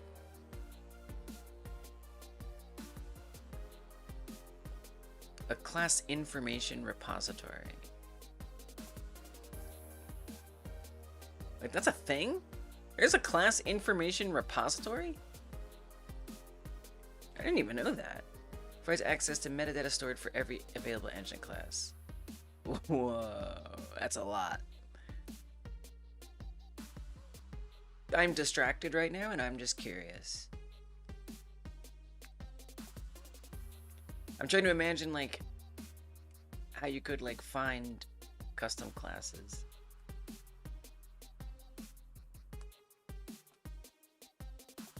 It's pretty heavy duty, but that's not what I'm looking for. what I'm looking for is something else. Let's collapse that.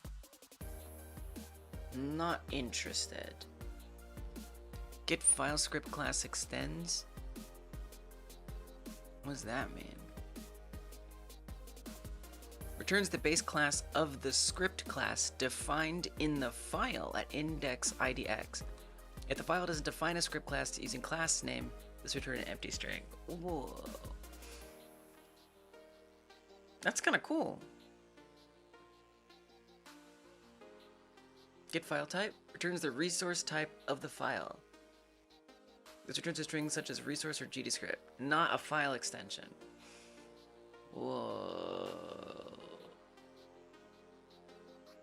That's cool. Wow, so I could even, I don't even have to say check for a file that ends in PCK.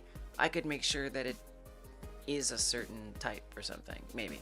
I assume that there's a type for that. I love just randomly discovering interesting things that exist. Returns the name of the script class defined, blah, blah, blah, blah, blah, blah. Wait, what makes it different? Get file script class extends get file script class name. Wow. Wow. Very interesting. Get path, get subdirectory. I don't need any of that, but I find it very interesting. Jonas, welcome. How you doing? How you doing? It goes great. It's going so well. Like, I know that what I'm trying to do works. That has been confirmed, and now I'm trying to set up a modular implementation that I can bring into my main project effectively. But it went extremely well. I didn't expect to be this far along this soon, so I would say well. How you doing? What you up to? Computer's having might be dead. Your computer is having might be dead. What does that mean? You're saying your computer might be dead? But you're fine. It'll be fine, but you're cut off from trying to fix it tonight. Probably for the best. That sucks. That sucks. To be cut off from even using your computer. Devastating. You replace the CPU and it's not starting.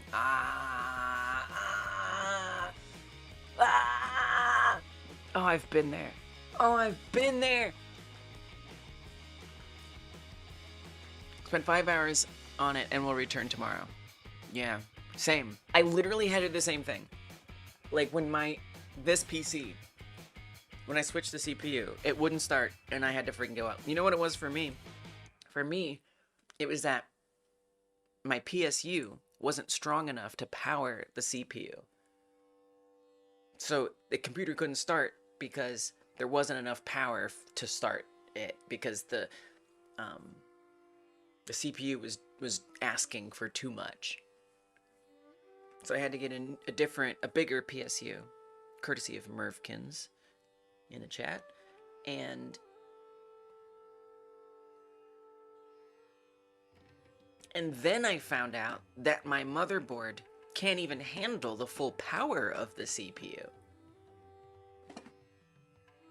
So I have to tone down the CPU just basically the CPU can go full power, but it's not allowed to do like boosting. So like for example, if I'm opening a browser and it's taking a long time, normally the CPU could say, oh, well, I'm not using my resources for anything else, so I'm going to boost this particular task and make that browser load really fast. I have to turn that off because my motherboard is too old to handle it. So I gotta get a new motherboard if I want it. So that was another reason why the computer was, it was booting, but it would crash quickly. So anyway, yeah, I'm sorry that you're dealing with that. I'm sorry that you're dealing with that.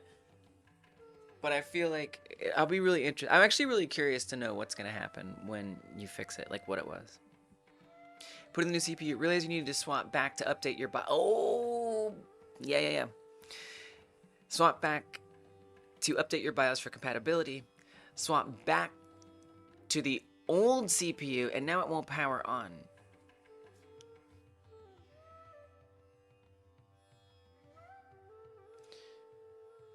Yeah. Yeah, it could be.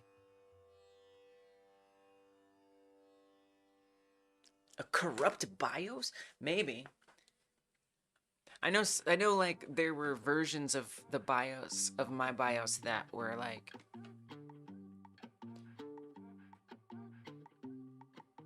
maybe more experimental and had more potential issues. Nightmare Fuel had more potential issues with my hardware. So I shouldn't necessarily go that far. So like some BIOS, like instead of going to the absolute latest BIOS version, I just went to like the minimum version that I could.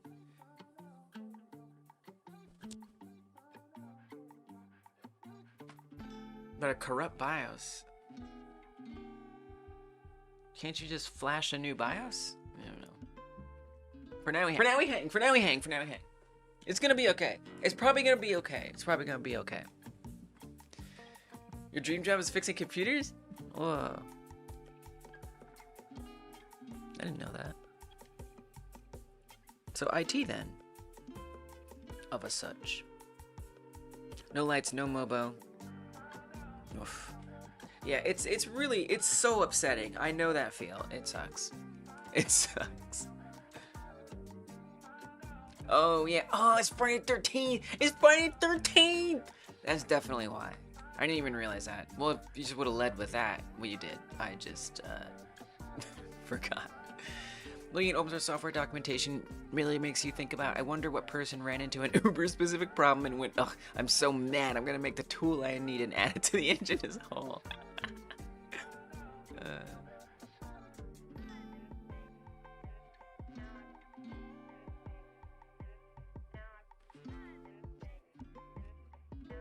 Jonas does not have that dream. The BIOS tries to hold motherboard, so you can't. Right, the BIOS, you're right. You flash the BIOS through the BIOS. Take the ROM chip off and replace it. Modern PCs, you don't know. Whoa. I guess it probably depends. I guess you can just get a new MOBO. Ugh.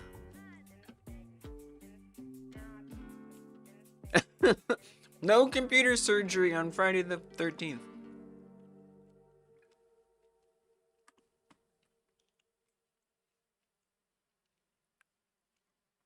I'm looking for something that I know exists, but I don't know where to find it. And I should probably just let it go.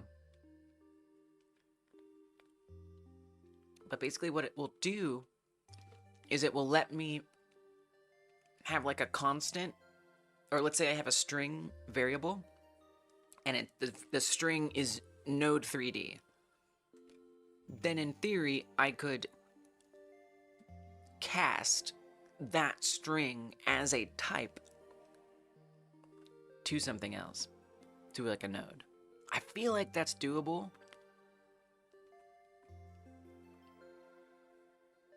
Maybe. So I'm just trying to look for everything that has class in it real quick. And then I'm stumbling on things and getting distracted, but I like that sometimes. Script language. What does that even mean?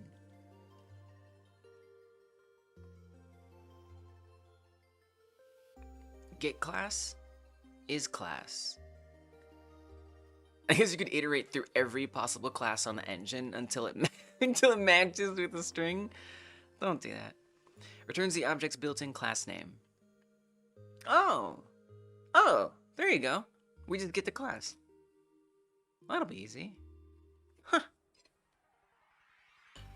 I mean, it still won't type it, actually, at least. But, wait, it doesn't help. Actually, wait, how can I cast? I have no idea. Let's see if anyone's ever tried to do it. This is not the most necessary thing, okay? But my curiosity is a bit overpowering at the moment. Wait, I forgot how to do this. Oh, there we go. I'm just gonna search it real quick, then I'll move on. GDScript cast class type with string. Probably can't do that. Right? Can you? It's not a big deal. I just want to think, like, how modular can I really make this? You know?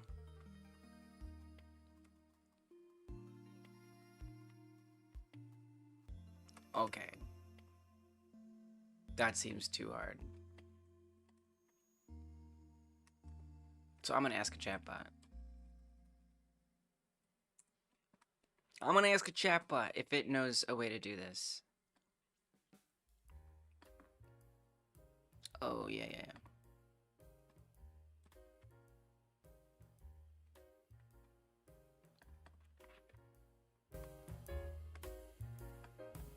Don't give full code, just point me to a method or two that exist.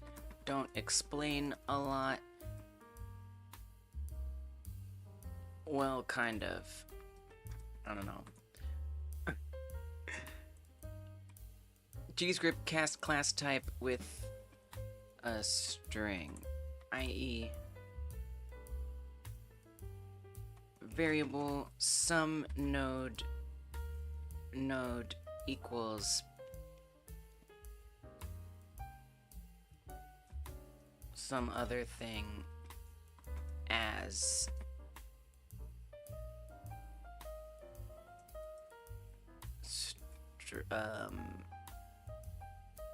node 3D. Like, it might not be. I should have asked if it's not possible. Just tell me, because it'll probably be like, it's hard, but you can do it if you do this ridiculous stuff. Check gets to know when you only have the class name as a string by using a built-in class lookup helpers. Is class. Right, but what am I gonna search through every possible class?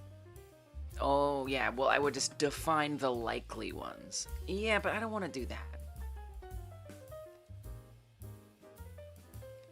Is instance of copy and paste a small utility you can copy and paste that works for both native classes and script. Oh, it's too much zoom. And script defined classes. It first checks. Oh, really? So it will actually look through all of the classes.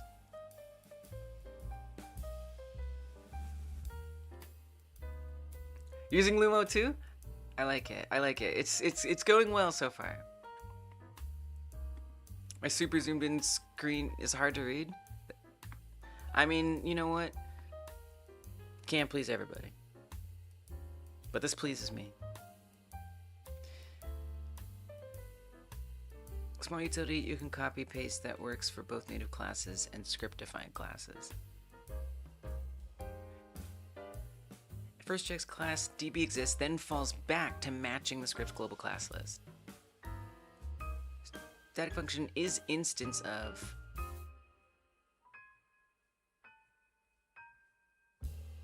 Huh? Wait, okay, wait, what? Whoa, Jesus. The song came in like it whipped me in the ears. I'm a little confused.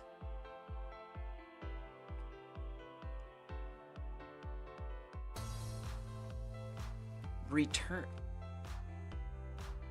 Will you avoid hard coding the type name in the as cast? Wait, how does that work with the as? It came in hot. Do I have to ban that song from the list? Maybe I need to kick it out of the playlist. Yeah, just aggressive. It's like a punch in the ear. Maybe it should be a reject. We've got plenty of songs.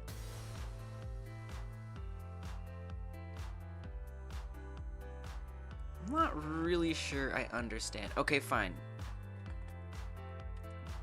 Give me a code example of how that becomes an as cast. I'm not computing here. This sucks. Grillionaire. I can't trust your opinions to be matching the masses. So I'm not sure. I'll take it as half a point in the category of reject the song. Your vote is worth half. So oppressive. Here's a tiny snippet that shows the pattern.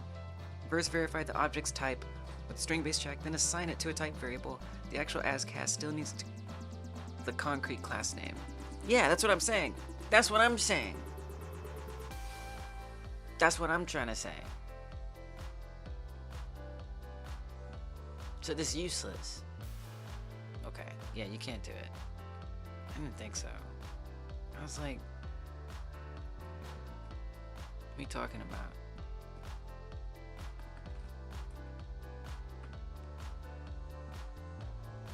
No, we're not gonna do this. Nope, moving on. So, not a thing. So I'll just have to manually come in and write this. Is it... I don't think I can preload this. It would be nice if I could preload it. No, you just have to modify it. You said modify it. You're a musician? Everybody good with you're a musician? Okay. Subjective, obviously, musical tastes. I'll tell you what, I'll put it on ban. I'll put it on ban. I'll reject it. I'll put it in the rejects. I'm convinced enough. I've only rejected two other songs. I don't remember why. Someday we'll revisit them. I probably should specify why. I could see myself hearing this again someday and being like, why did I reject this? This one's great.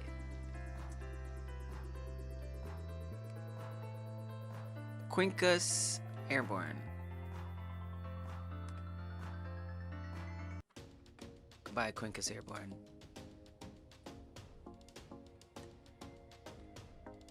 You're perfectly acceptable royalty-free music. But unfortunately, your time has come.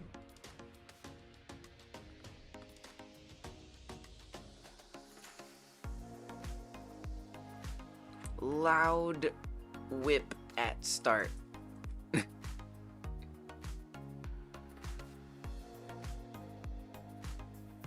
Okay.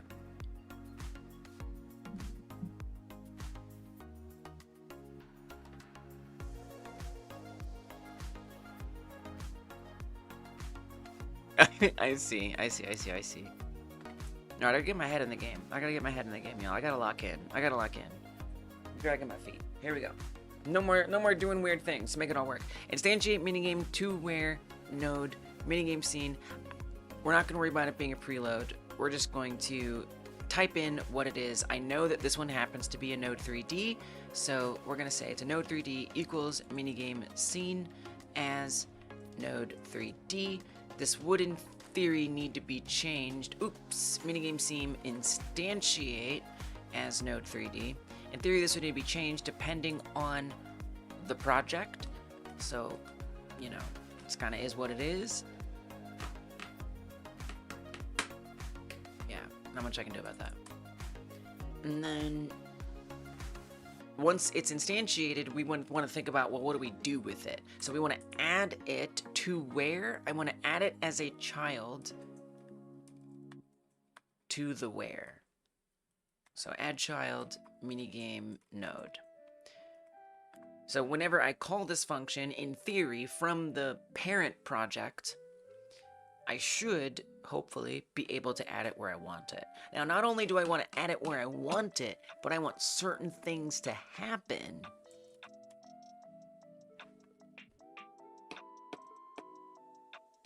depending on stuff.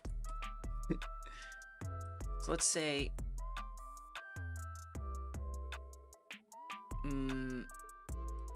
unique stuff that happens.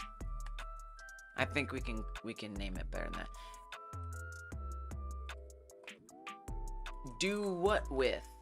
Add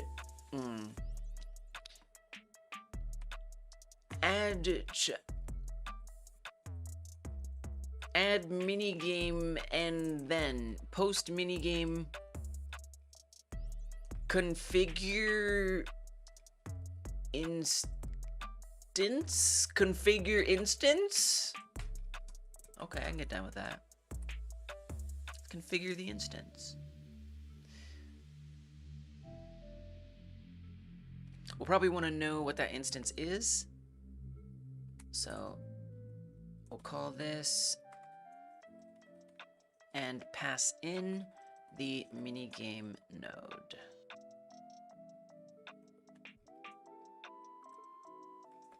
In this case, we know it's a node 3D. It might not be in some other context. I put more thought in my function names. I try. Sometimes I just skip. If I don't believe, it is hard. It's hard. That's why if I don't believe, also, hey, it's not me, it's you for show. If I don't believe that I'm going to figure a good one out, I just let it be absurdly verbose and like really long. As long as it's specific enough that I think I'll understand it, I'm happy. But sometimes I get really lucky and I can think of something compact that makes sense. Well, I think it makes sense. I'll never really know till I come back to it and understand it. Do you love the enums SND send stuff, super stuff, and state stuff? At least you can have fun with it too. It depends what you value. Putting stuff in your names of things is delightful. That's endearing. If you want to be endeared by your code, it's the right choice. Love that. I love that. Why not?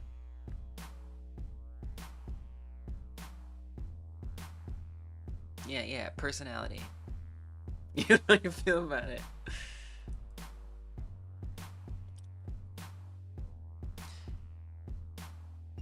So I'm thinking about, like, positionally, where do I want to put it? I don't even know. What do I even want to do with it? I don't know. I mean, when it spawned in earlier, it wasn't really in the right place. But what I'm gonna put it in the right place here, and like export it and then run it. I don't know. It just kind of seems like a weird workflow. It's not too bad. I guess if I had like a marker that it could go to, that would be interesting. That would be interesting. Like a marker in the main game, in this particular specific situation. So then this would have to be able to find that marker, or not.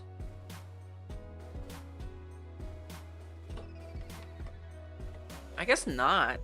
Well, no, because thank you for the hydrate. I really want to cheers. Water. That goes for everybody. Is that is that a gun emote? Wait, that's super funny. Oh my goodness. You gotta be kidding me. It's so cute now. Oh wow. I don't know if I've ever seen a gun emote before, other than the water gun emoji. Wow. It's very funny though.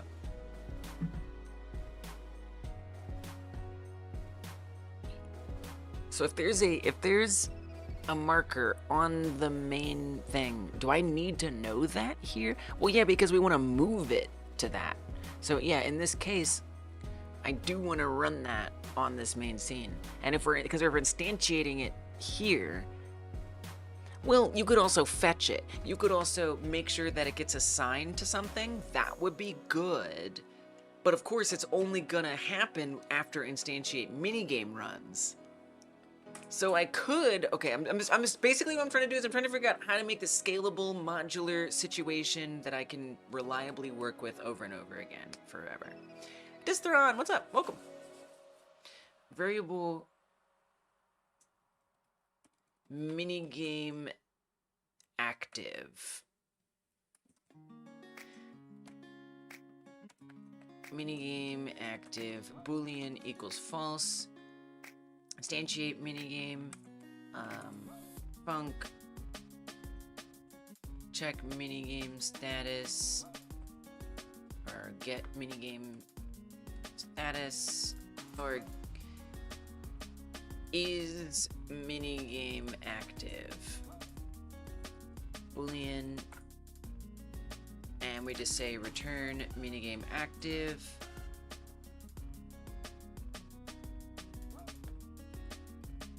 Update minigame state, minigame. Yeah, sure, state.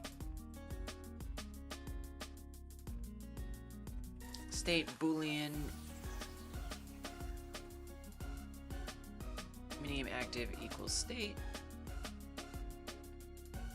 Configure it. So after this happens, we would say update minigame state true.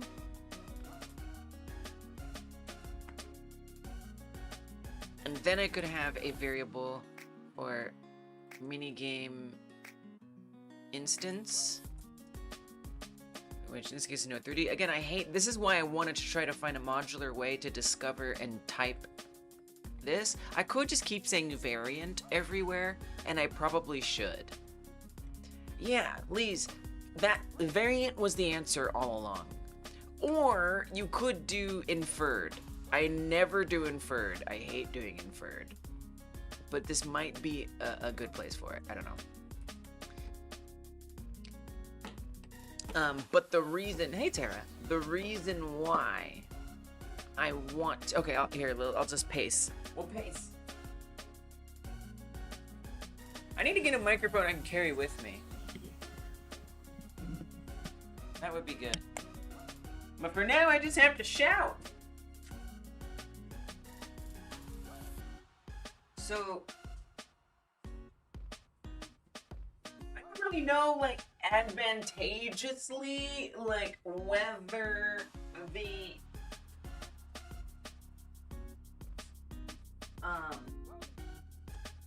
variant would be more effective than inferring, but basically, I want some degree of modularity, so that way I can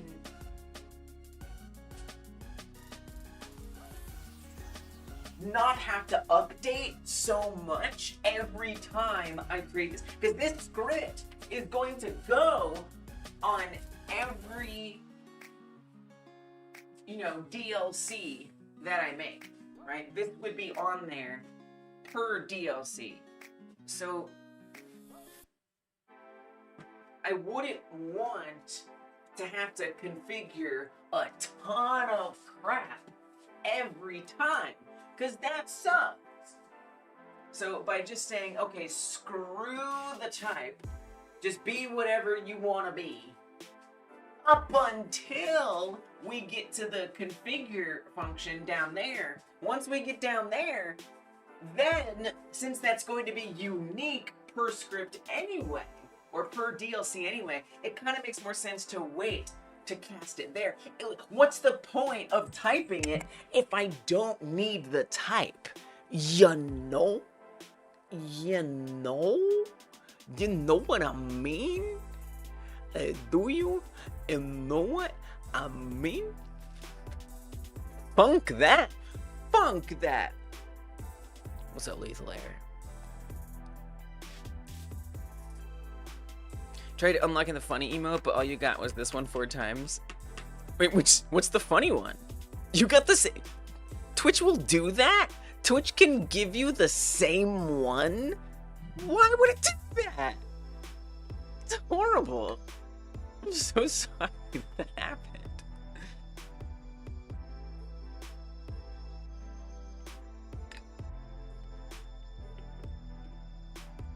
Dang. That's brutal, Twitch. I'm sorry. If I had my own redeem point system set up, I would give it to you.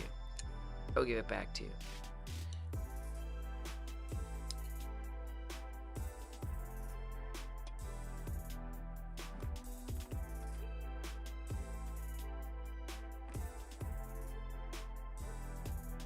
Kirby one is good. Wait, these two almost have the same dance. You can make her do 15 more laps. You can make her do 20 more laps. That cooldown though. Riddle me this, who is Justin TV? Huh? Oh, thanks, Jonas.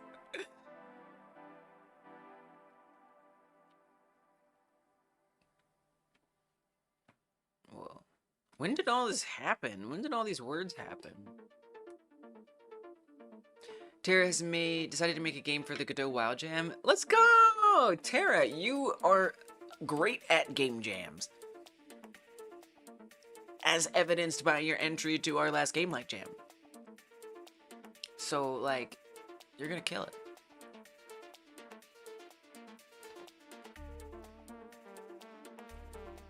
I like the Godot WoW Jam.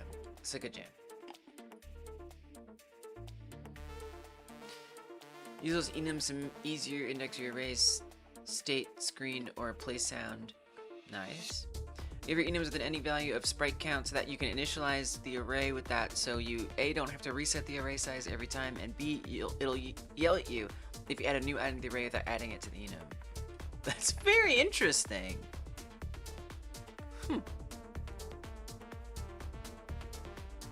need to be a streamer so you can yamp at people about system. Be a streamer, yamp at people.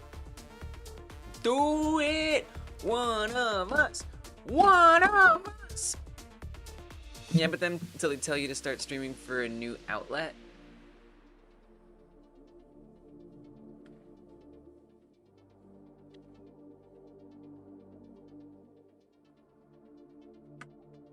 Justin's TV is what Twitch used to be called? Whoa. Really?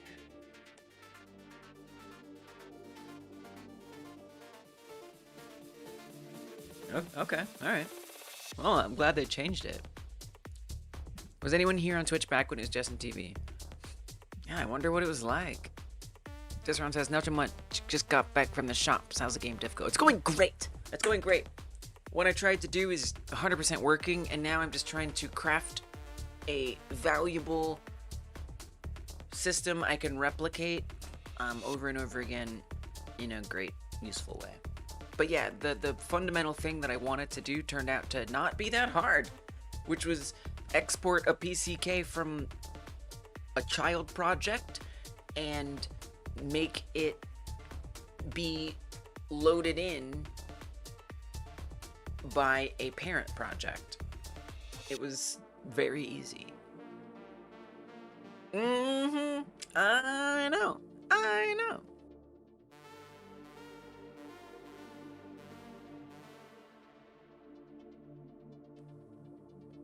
Wasn't it literally a dude named Justin streaming his life 24/7? Why isn't this lore known more widely? Was Justin canceled? I mean, it's freaking amazing. That's such a cool, like, history. Started like that, then he changed it so everyone could stream, and after a while he decided to change the name or something. It's very interesting. There should be a documentary about it. What's up, Sir Drippy? Welcome. Okay. So I'm just going to make it a variant. Because who knows what it's going to be, and I just can't bear inferred, so we're not even going to cast it or anything like that. Who knows what it is. If I'm going to cast it, I'll do it here, since this is going to be unique no matter what. That way, I don't have to, for every, because let's say, for example, what if one of my minigames has a 2D main scene, basically, or a control main scene, right? Whatever. Then I'd have to make sure every time I come in here and I update that, and I come in here and I update that. Like, that's super boring. I don't want to do that. And then if I cast it, I gotta come in here. I gotta screw all of that. No, we're gonna keep it variant. And if I need it as something else, well, then I'll do it here in the configure instance where it really matters. Since this would be unique per minigame. That's what this space is. This space is for that to occur. So what do I want to do here? Also, minigame state. I guess we kind of want to destroy it. Ooh, wait. Let's make a destroy. Instantiate minigame. Destroy minigame. Yes. Destroy minigame.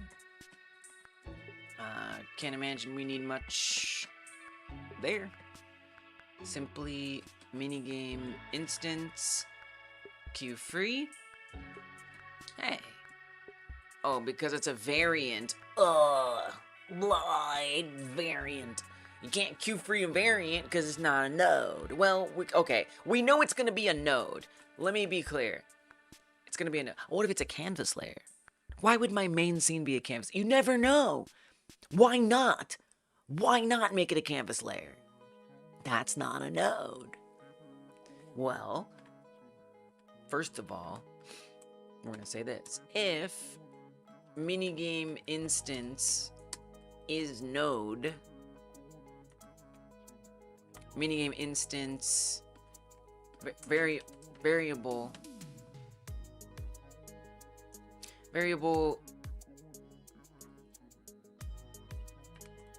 just gonna call it the same thing without an underscore. Minigame instance node equals minigame instance as node. So that way it works if it's control, 3D, or 2D. Okay. And then I'm gonna make the minigame instance without the underscore be queue freed as we wish. Now, if it isn't a node, let's do a push error. Can't queue free a non-node. Wait, is that true though? Like, what if it's a can you variable canvas? Because what if it's a scene? I'm a little unsure that I believe that that's not queue freeable. Yeah, you can queue free a canvas. Wait a minute. No, it's gonna be queue freeable. So we need some. Whoa, we need something that. What the hell is it? I think canvas layer is a node, Lees. Canvas layer. I don't know. Why did I think canvas layer isn't a node? I don't know. I don't know why I thought it was a node. I guess it's because it doesn't behave like a node. Nodes typically have a position. No, that's okay. All right. Sorry. I'm sorry. I apologize. Okay, we don't need any of that. That was over engineering. Yay! You know what? I had to go through what I had to go through. Everything is not a node. Everything is not a node. Some things are. So there's actually. So for example, if we look at a node class, you can see that it inherits an object. So object is what everything is. Object. And then you can have things like a ref counted. Oops. Have things like a ref counted, which is another type of object, which isn't the same as a node. So there's a bunch of things that are not nodes.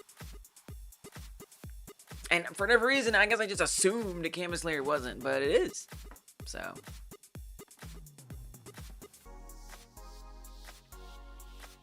This is great, because I don't have to worry about weird stuff. You know, I guess we could still think about an error. I mean, if it's not a node. I mean, it would still be nice. Let's also say, well, if minigame it's probably still worth putting it on there. If not, minigame instance is node. Return, and then let's push an error anyway. I don't know why that would ever happen. This is so ridiculous. Trying to destroy something that can't be destroyed. Why am I even doing this? It just seems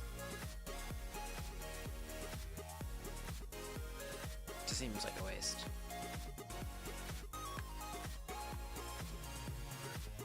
But here we are. Oh, and shouldn't I use that other thing? Is class? Yeah, but you can't just access is class. Is class requires...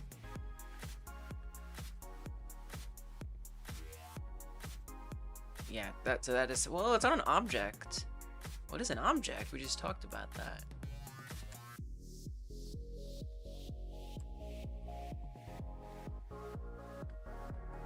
Let me check something for a second. Minigame instance. Why you not give me something? Because it's variant? Like, is variant just inherently not get anything? Wow. Wow. I didn't realize that. Variant. The most important data type in Godot? Whoa. In computer programming, variant class is a class that is designed to store a variety of other types. Dynamic programming languages like PHP, Lua, JavaScript, and GDScript like to use them to store variables data on the back end. With these variants, properties are able to change value types freely.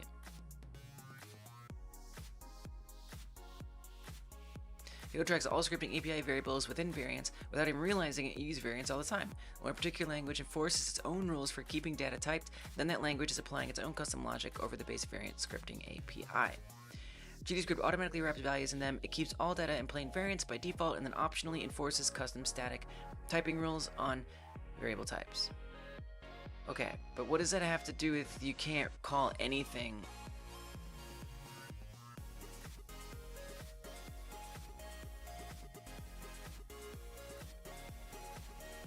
I just want to like functionally understand this.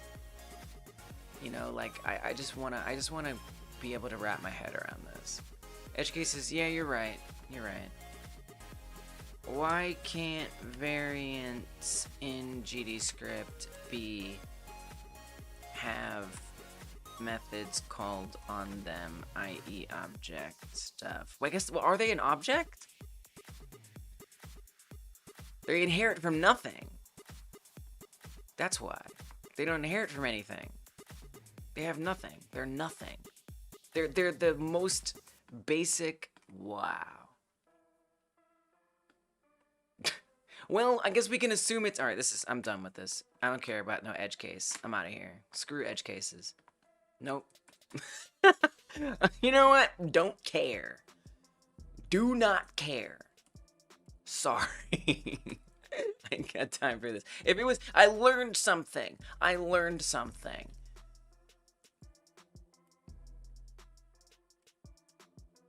And that's it. Yeah, maybe what she said. I don't know. Minigame instance, queue free. Just kill it. Like I could like force it to be an object. Then I gotta guard against what if it can't be an object. It's like, come on, like at some point here I'm done with this. Okay, destroy minigame. Very good. Yes, we want to do that.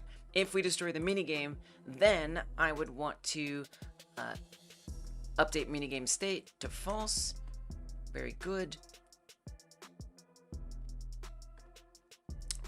Okay, let's configure this instance. What's gonna happen, Lise? What's gonna happen is we're going to move this minigame, this particular thinking minigame, needs to be moved to a specific point. What point? How does it know what point it's going to?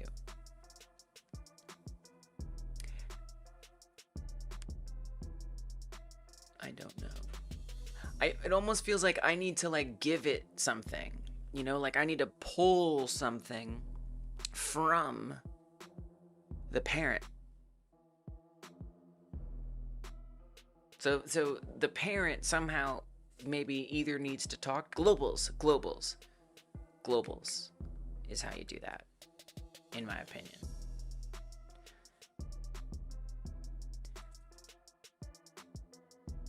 Although basically an auto load, but I still would need to find. Well, I think at this point you can put specific things, but no, you gotta do globals. This is hard.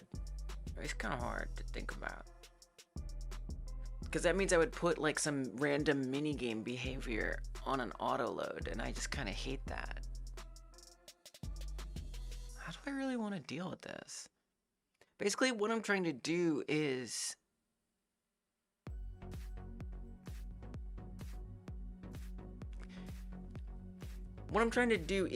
have what happens when the DLC gets loaded in be handled by the DLC. So that way, on my parent script, I don't have to add in a bunch of like, you know, match statements to be like, well, if it's the thinking minigame, do this. If it's the other minigame, do that. If it's that minigame, do that. You know, I don't have to like clarify those different cases. And instead, have what it's supposed to do be here. In this case, the only thing I want it to do is I want it, the thing that it instantiates, the DLC, to move to a point that is defined by the parent. So like a marker that I have on the parent that I just move around, and then this will find that and make sure it adds, or that added child, it moves it to that specific point. But somehow this has to be able to find that point. How does it know? I can't put a static reference in here because it doesn't have access to the other project right now. I could have a global autoload that's present here, that's also present. I could have a global autoload that's present here and is also present in the parent project. I'm fine with that. That's totally okay. That already exists, actually. So that would be totally doable. Let me be clear. That already exists in my main project, such a global autoload on the minigame and on the parent. So I would be fine with putting that here. But it just seems like a little weird because, okay, instead of having a switch statement, now I would just have a bunch of random functions that handle minigames on an autoload. Then it starts to feel like, what's the point? Like, I might as well just... There's gotta be something I'm not thinking of. Some way. Now, I could just let it go and say that the minigame, manage minigames on the parent, just checks to see what minigame was it and what thing should it do. But I would love it to have instructions. I think that would be very nice. You know what, maybe, you know what would make sense? I have an idea. What if there are some default actions that are on the manage minigame script? So for example, let's go back to the parent project. This is the parent project, i.e. this Godot head here that is going to receive the minigames, receive the DLC. What if here there are methods that represent repeated possible actions? So for example, place minigame at pause. I don't know. And we can pass in whatever the minigame is. We don't know what it's gonna be.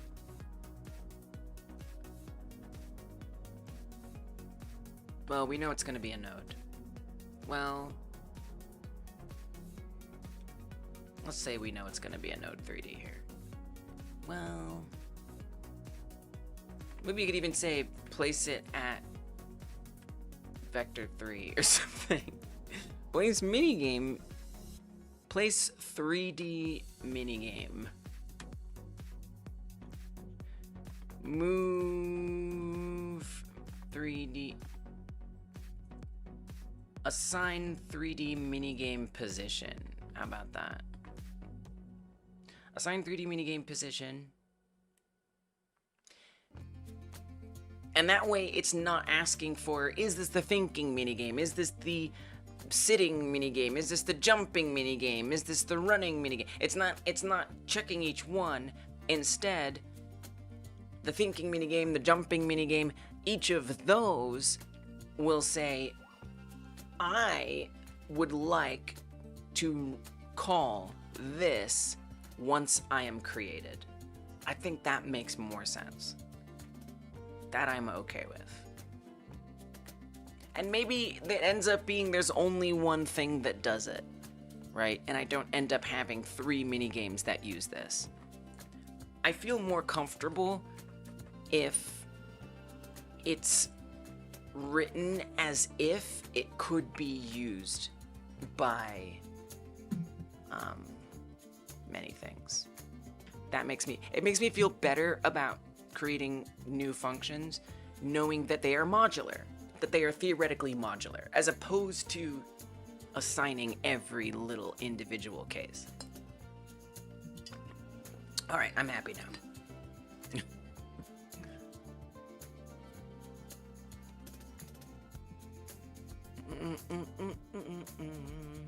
Jonas, good night. I hope your early morning is decent, and I also hope that your CPU stuff goes well. Let us know. I'm curious. I'll be curious to know what happens. No pressure if you don't want to talk about it, but I think it's gonna be okay. You probably know that too, but I want you to know that I believe that. And thank you for the hydrate. I actually just happened to drink earlier that wasn't technically the hydrate, so cheers. How do people eat crunchy foods and watch something and understand what they're watching? You can't hear words? Turn it up. Turning up the volume for a little bit.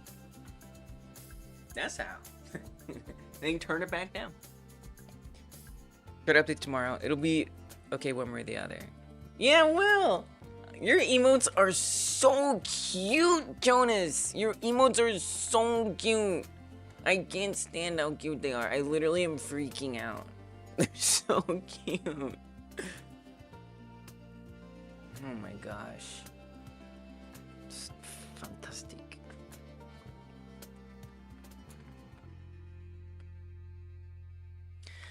Fellow Godot user! Welcome, Mimir. You have sensitive ears, and volume not being exactly as you want, it just makes you super mad. Yeah, that sucks. Yeah. I see. I guess you could pause what you're watching if it's pausable. Or mute what you're watching while you... Well, I guess that wouldn't help. I think it just sucks. Just don't eat crunchy things if you can't pause it. You're back to get GDScript error messages? You're gonna get them? What does that mean? Are you a Loom Trader? I never was sure who Loom Trader is. But I know that they often be collecting error messages that I run into, which I think is really neat. But I don't know. I don't know. Oh yeah, hope cooking goes well, Distron. Goodbye. Thanks for stopping in. You're probably like, what the hell is she asking me? Am I what? I am making a modular DLC type system. And I'm doing it for my game where you are taking care of a cat who is famous on social media. What does it matter? There's you take care of a cat, and there's mini games that I want to be able to be loaded in modularly. So like this game right here is its own entire separate game, and currently it is being added into the file system of this main project. Thank you, Amir. Yeah, that's why I like working on it, because everything is cute. So I want to not have that game on the computer and all the other games I'm going to put on the computer. I don't want those projects to be just mixed in here. Yeah, it's a mini game in my game. Yeah, exactly. Yeah, I mean, there's all kinds of mini games. It's a virtual pet game, which virtual pet games live and die by their mini games. Like, it's the whole mini games are just basically the game for virtual pet games. So, for example, there's a poop scooping mini game, right? You scoop poop. This is different. I'm actually kind of calling them embedded games. So that's a mini game, right? There's a mini game where you'll do like a Pokemon Snap thing here. There's a mini game where you'll pet the cat, play with the cat, different stuff like that. On the computer, I'm calling these embedded games, just so that way they have a unique name, basically. So these are games that are literally an entirely separate project. Like, I actually have another Godot project that exists on its own that is this game.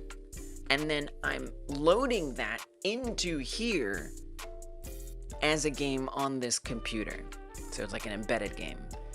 Currently, that is just completely mixed in. So that embedded game is just in the file system right here, which that's the game post planner. So just all of the scenes and the scripts, which I despise. It makes the project really messy, and updating is a nightmare. It sucks because I have to like replace all of the files, and if there's issues, it's a big issue to try to resolve it. It's a mess. I don't like it, and I'm not interested. But I definitely want it to be separate. Like, imagine, I wanted to sell DLC for a game.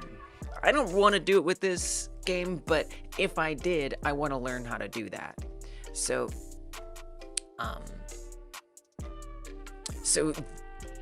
these mini games could, in theory, be something that a player could download and then add to their game this way.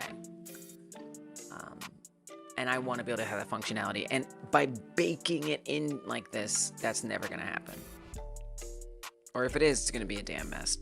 And I don't want to. That's not true. There are ways to do that, actually. There are ways to do that. Let me be clear. But I don't want to do it that way. So that was my goal, basically, was to get this externalized. So the way that I've solved it is I made a special separate project in its entirety.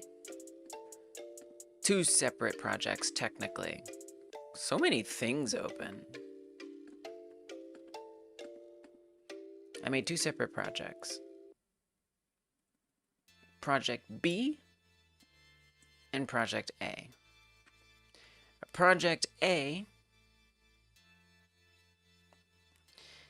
is just this Godot head. Oh, right, I'm in the middle of working on it.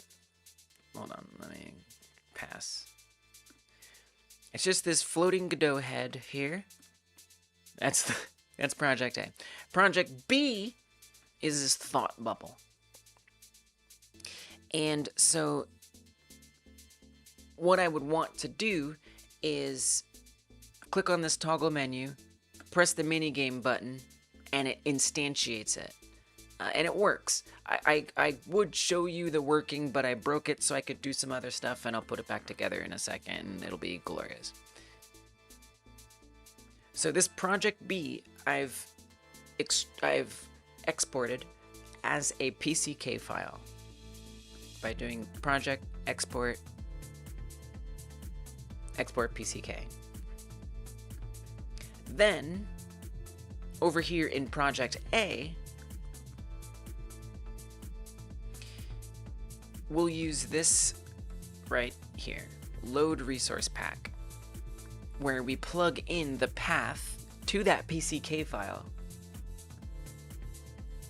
and instantiate it in.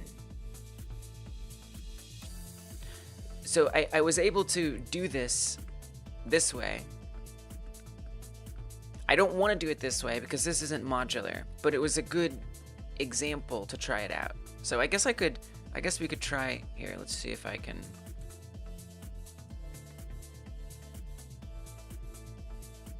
Let's see if I can still run it. I feel like it'll still work. Yeah, it works. It does work. Oh. Some of this stuff may have changed since then. Yeah, so I'll just have to finish what I'm working on because I'm in the middle of it. I don't think I can demo it at the moment. I guess I could if I switched like my GitHub branch, but I don't want to do that. So it's changed since earlier, so I can't show you right now, but you'll see it soon. But yes, it absolutely 100% works. Yeah. Load resource pack is the method. So yeah, if you stick around, we'll be able to show it to you. But this is the function. Thanks for the follow, Mimir.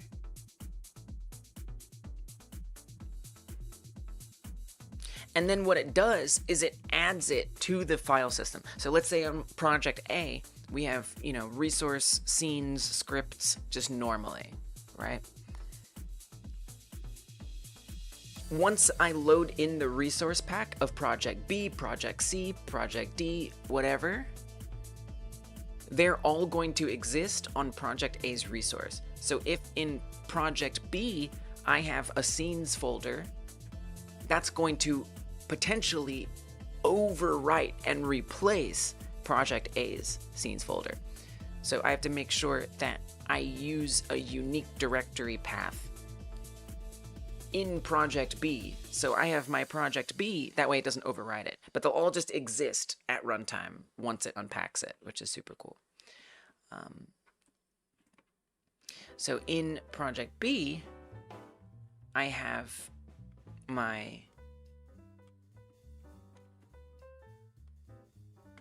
all of the files that matter added into a top level path or directory. So that way the scenes folder isn't going to conflict with project A's scene folder because the path is going to be different once it gets into project A's resource. And then yeah, it just does work.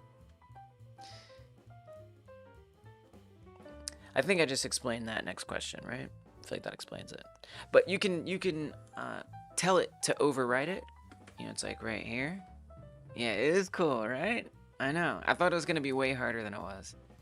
But right here, you can choose to have it replace them or not. So if it already exists, it'll just skip loading it. If it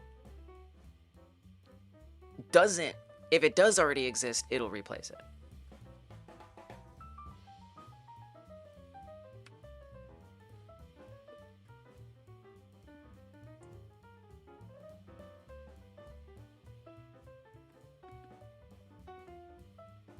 So right now I'm trying to make it more hyper modular so that way I can scale with it nicely and be able to add as many minigames as I want to any project I want and it do things real good.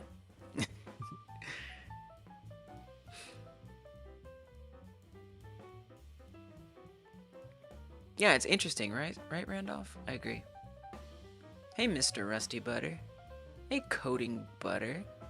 Wow, did two butter people separately join in and ask the same question in a different way that seems like a different voice, and they're probably actually just coincidentally genuinely different people?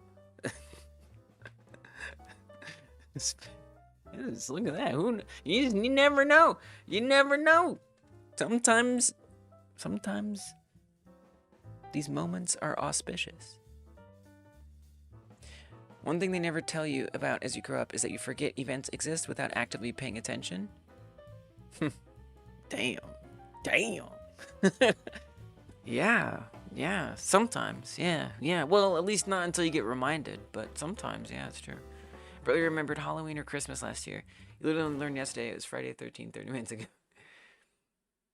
Yeah, jeez. Wow. Sabrina got it working. Yeah, right? Yeah.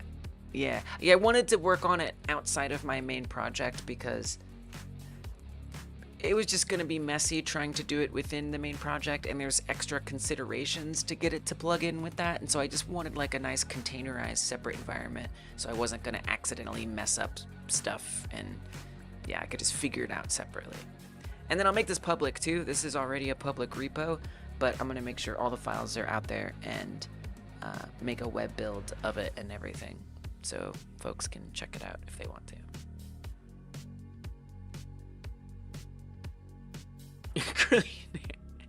Yeah, I mean, it's true, but that's okay.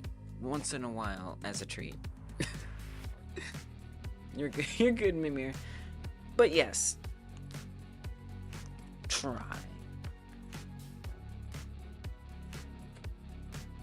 But you know, it's okay once in a while.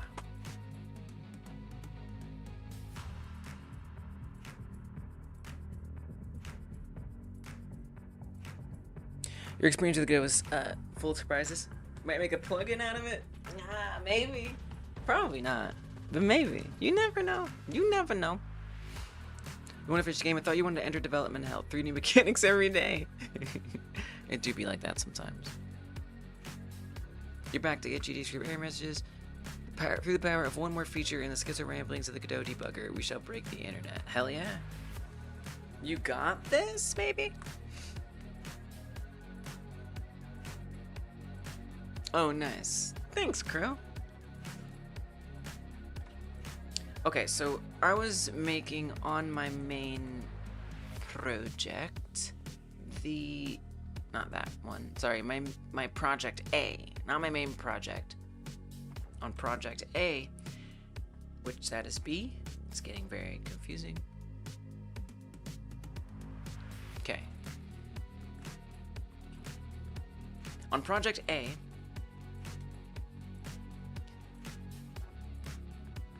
I'm going to assign a 3D minigame position, so it's going to receive the minigame.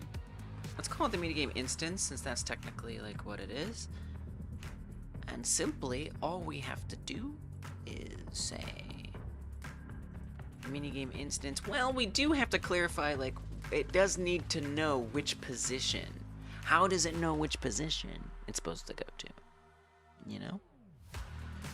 Well, what if you pull...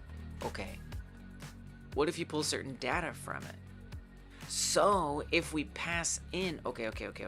If we pass in through configure instance, so this configure instance essentially, oh, it's called confusing. I don't even know that I need configure instance. I'm still not sure about this function, honestly. It's more theoretical at this point. I might not ever need it. What I do want, though, is... What if we do an array? Can an array... Array can be a constant.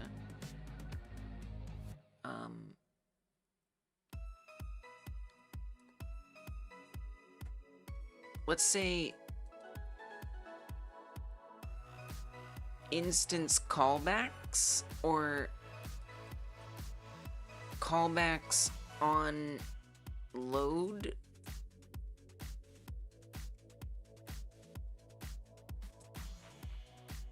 Constants up, or callbacks upon existing. Basically the functions that I want to run when it exists. When instanced callbacks instanced on creation, callbacks on creation, and we'll make that an array. We could do it of callables. We might get an error if it can't find that callable though, but kind of hopefully it doesn't matter.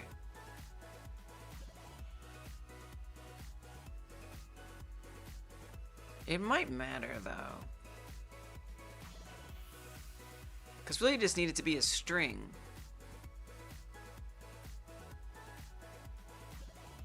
No.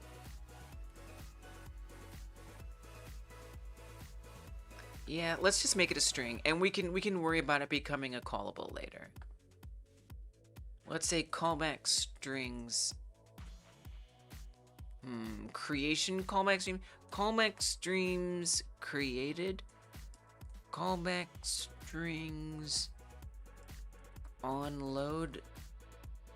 Yeah, let's say on load. It's not technically like the load, which bothers me. It bothers me. It's just, it's very verbose. This is kind of where I just say, let's allow the verboseness and move on. Callback strings on creation, one of them would be, and yeah, it's a little like, you know, I have to type it in and crap, but I mean, they're separate projects. At some point, I have to do that. Ooh. But it needs parameters. So that's gonna have to be a dictionary, my friend. That's gonna have to be a dictionary. And what if,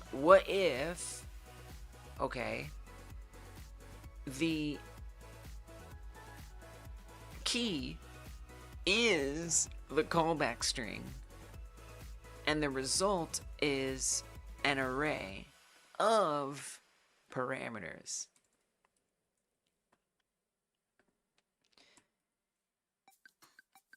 Okay, and so I'm gonna say a dictionary. I want it to be as modular as possible and is ready to go. I want it to be ready to go. How do you close this thing again? Control backslash. So the first key would be assign 3D minigame position, and the array would be all the parameters. In this case, it wants a minigame instance, but I'd also like to add in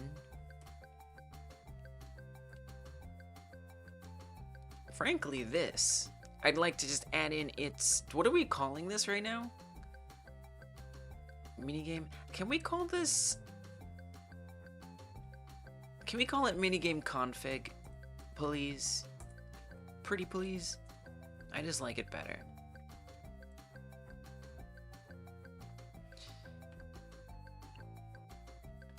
Assign 3D minigame position.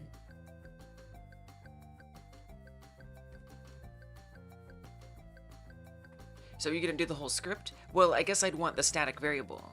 You'd want the reference to it. Ugh, but how are you gonna do that? Well, it could be another callback, honestly. So what if we say this? What if we say,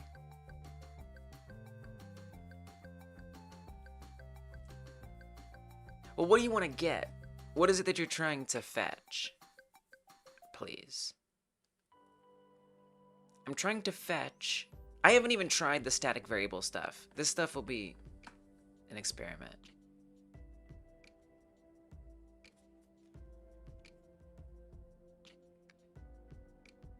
Because I may have its position, but I also want to be able to get, well, you need to be able to fetch this. Oh, it's getting confusing.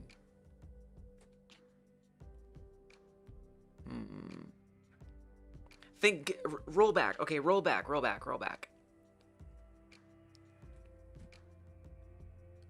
This callback, when we add the child, what this would do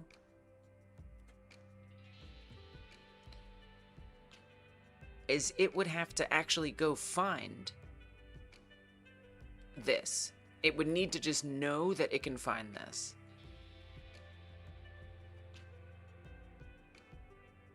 We already are going to have, you know what we will have?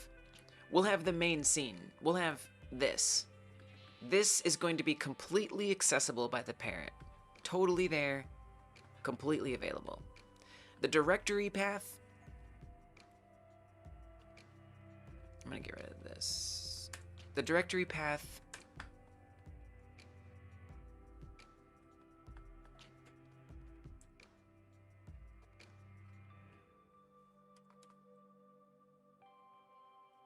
low minigame, full minigame path, string, minigame directory plus minigame path. What we will have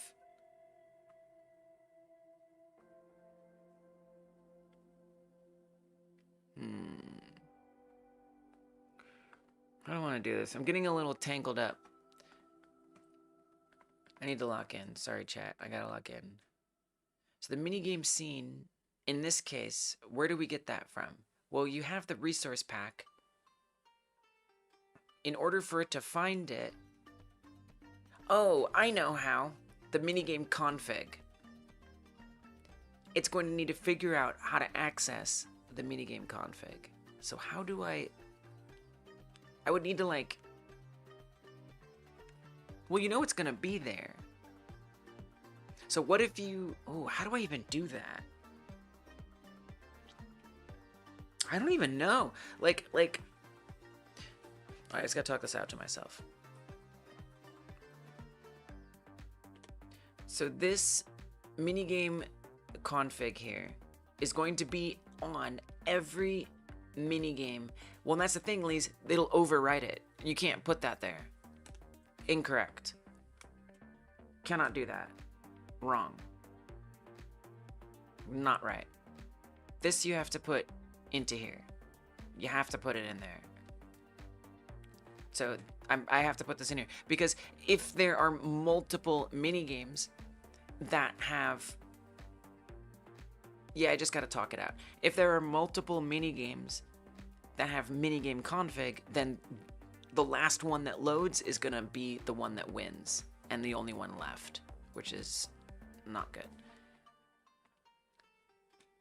Now that thinking minigame path, we're gonna fetch that because we're iterating through a directory, the minigame directory. What is the minigame directory? The minigame directory is still open? Maybe? No. Okay, we gotta reopen it.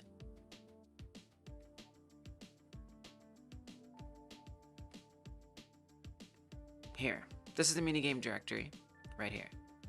And inside of there, it's got minigamethinking.pck. So minigames is the directory. We know this because I have defined it as such, right there. This we're not even gonna use anymore. So it looks through that directory. It's gonna see if it ends with pck, and if it does end with pck, it's gonna run load minigame with this path. So the minigame path is simply the file that it finds. The file that it finds, as we're set up right now, is just going to be called minigame_thinking.pck. That's the whole name of the string that it has.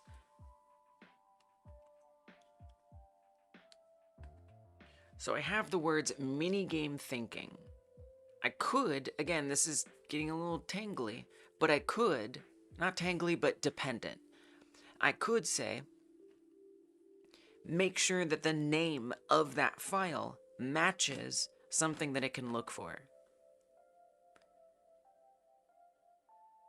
Or I could make sure there are other things that are always going to be named the same.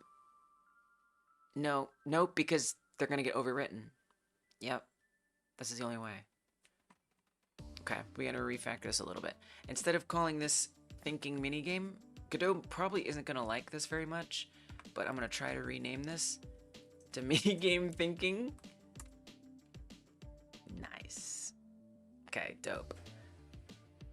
So that way this matches what's in this file here. So whenever we get that loaded, I now am going to want the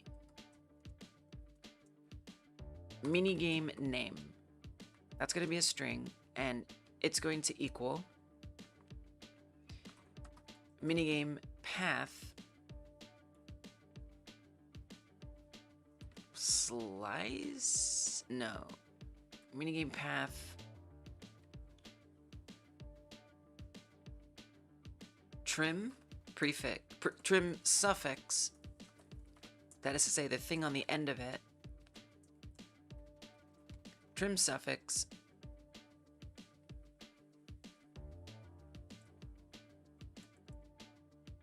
I thought I made that a oh, I just lowercased it. PCK string. Wow, I just never finished that? What was I... Where was I? What did I get distracted by? PCK string. Okay. Replace that with PCK string. So that's what we're trimming. PCK string. I'm going to put this on a new line so I can read it a little better. So we'll trim that, and all that we'll leave behind is minigame thinking. Now that I have minigame thinking, I'll know how to get into that directory. Because that directory is just going to get added to the base resource file system. It's just going to be in here. Right? There'll be, you know, blend files, minigames, scenes, scripts, and then minigame thinking will just be in there, is how that works. So knowing that that exists, we can go find things that are in there. For example, minigame config. But I kind of need like a node. I think I need a node. I mean, I don't know. I guess I could find the GD script. I don't really know how to do this. Like, I've done it once before. The one time I've done this before. Okay, let me look back at what I've done. Previously, I had a plugin for credits, TSV to credits list, which will take like basically a CSV file and convert it into stuff. And I remember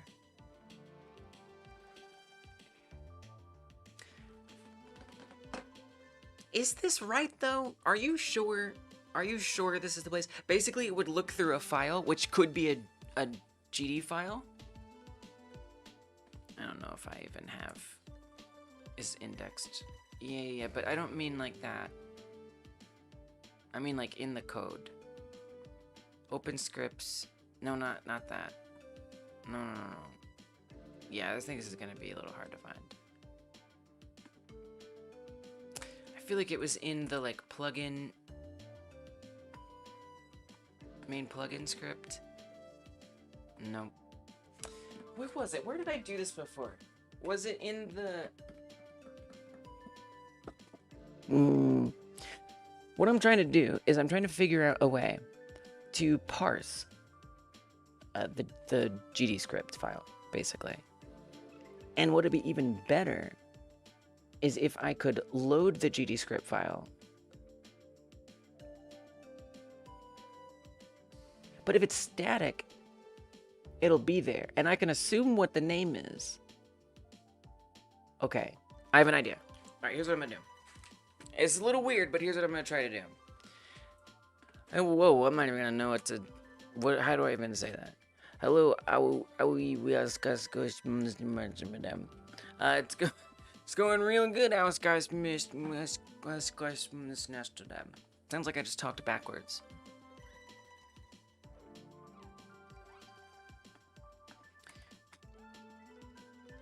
Okay, I think I know what I'm gonna do. In Manage Minigames on Project A, we're gonna have a constant, and this constant is going to represent the like minigame access callback. And this is going to be minigame.ref.get minigame data.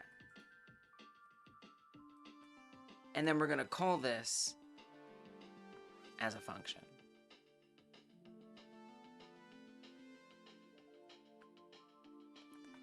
We'll see if that works. What I'm not sure of is if static references are going to... I mean, they should. I mean, I don't see why not. I think it should work. I think it should work. In theory. So we have the name, minigame path, minigame thinking, whatever it is. It'll be right there.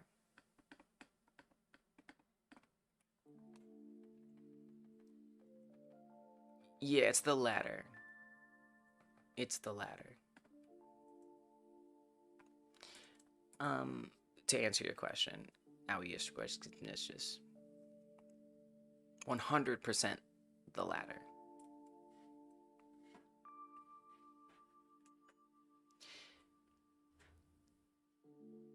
Now that I have that, what are you going to do with it?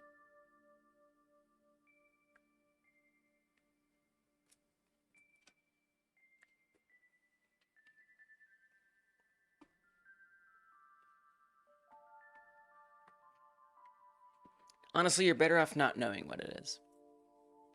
Managing game states? I wouldn't say it's managing game states, no. I am trying to keep everything straight, so I'm gonna have to lock in a bit. But I'm trying to access Project B data from Project A. Project B being the DLC that's going into the main game. Project A. Godot is a fork of Godot that started because some people were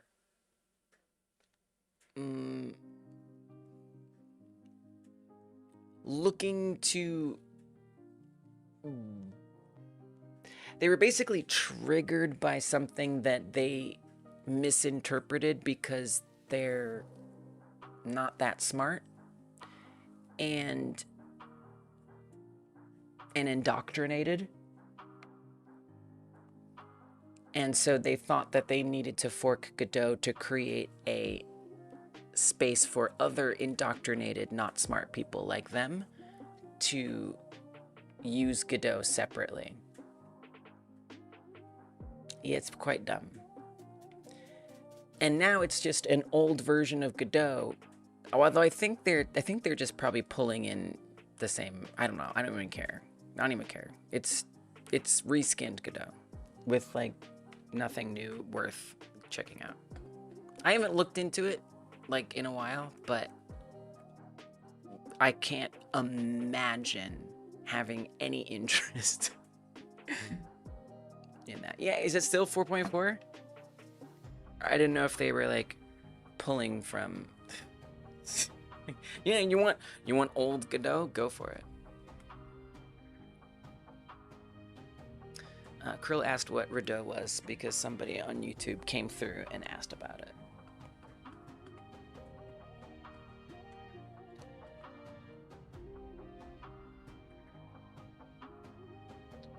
All right.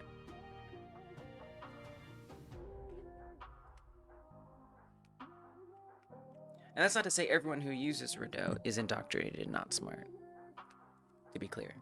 I do not think that.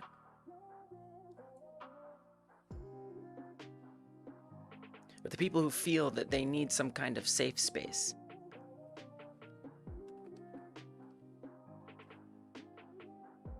from the Godot community, the reasoning, the spark for that desire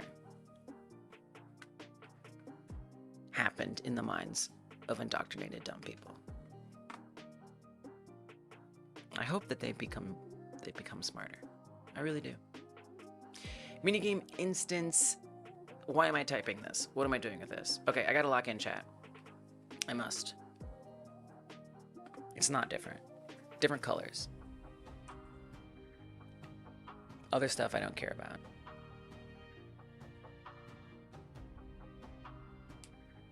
Yeah, that's fair. Yeah, it would be nice. Maybe we're better off without them, though. You know?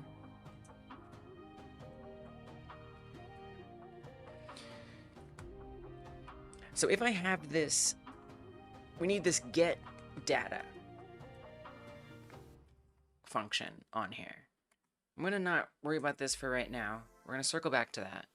I'm kind of just like basically throwing out my thoughts in code and trying to see what makes sense and bring it together and then, you know, move on. But it's just the way, like, I like to try and solve problems. That's what I'm here doing, just like struggling through solving problems. I enjoy that process, especially the reward. So if you're confused, it's because I'm, you know, still trying to work it out. Where do I want to put this? Let's put this up here. And I was calling it, what now? Get minigame data. So this would return, I don't know, I guess a dictionary probably? But what kind of stuff? Oh, you can't just do that.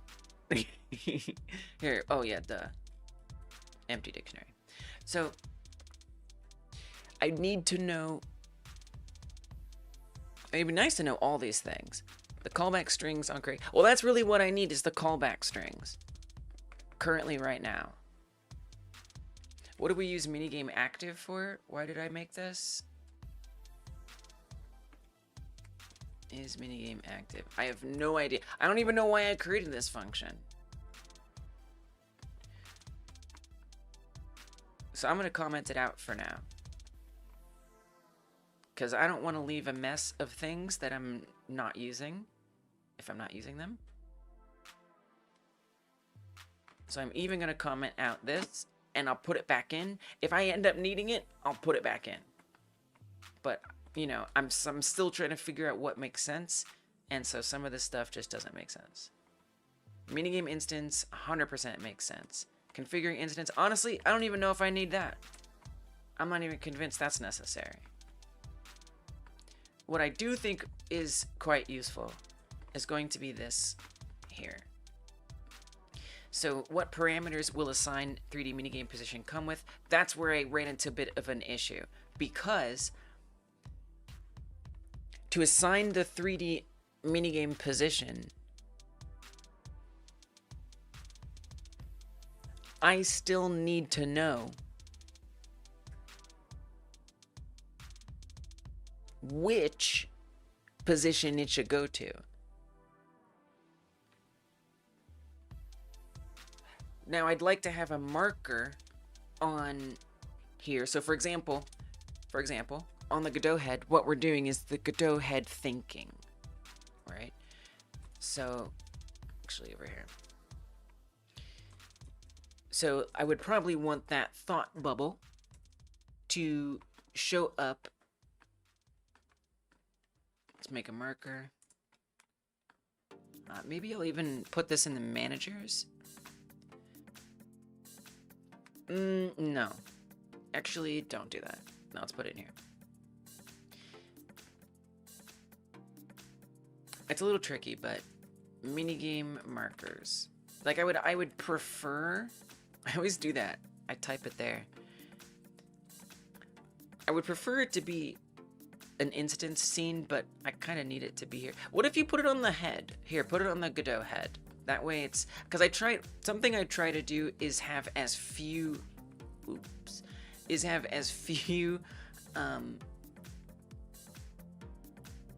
non-instanced things in the main scene as possible. In fact, while we're here, I'm gonna go ahead and make this a scene. And the reason for that is from collaborating with other people, I've found that things can get a little messier with version control if people are working in the scene tree. But if you have everything as an instant scene, it's much more modular. Even by myself, if I'm working on multiple machines, and let's say I forget to make a commit on one of them, if I've been working within an instance, it's just less likely for there to be issues. So it's just more of like a preemptive habit. I kind of like doing the same thing for the camera, but meh, not as crucial. So anyway, let's put this on the head. That way it's at least somewhat separate in some way. So in here, I'm gonna create the minigame markers. I mean, it could be different. Well, no, it was put in because this minigame. For this minigame, it's only relevant here. Okay, so we're gonna put it there. Marker 3D, and I'm gonna move that. It's obviously case by case depending on the project. In this project, this is the case. I always find it so hard to like exactly see where those are. Oh, I guess I can kind of see where it is. Kind of. Once I let go of it, it's easier to see. I'm just gonna make a... I'm just gonna make a little sphere so I can tell where I'm moving things around here. It gets confusing. I can't see anything.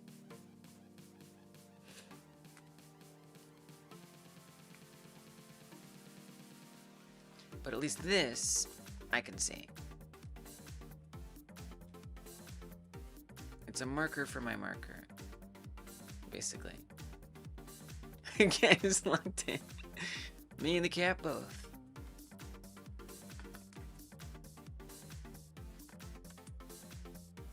Okay.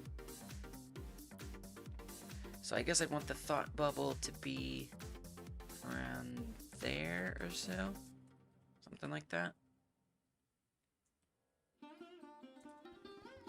Approximately. We'll see. I might change my mind. But at least I have this tool to work with. I don't know, Krill. Hopefully not much longer. Ideally, an hour tops. But you know me. Trying to solve my problem sometimes will override that.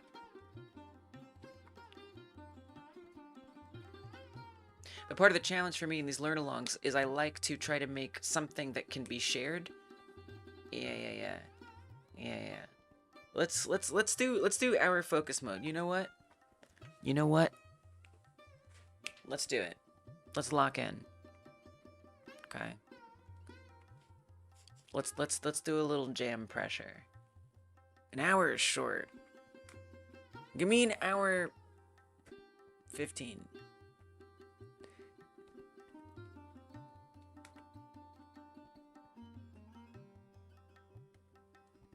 Or something.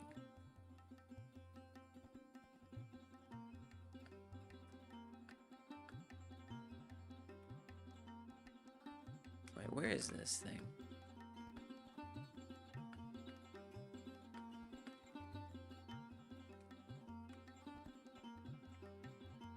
Oh, there it is. What's it doing over there?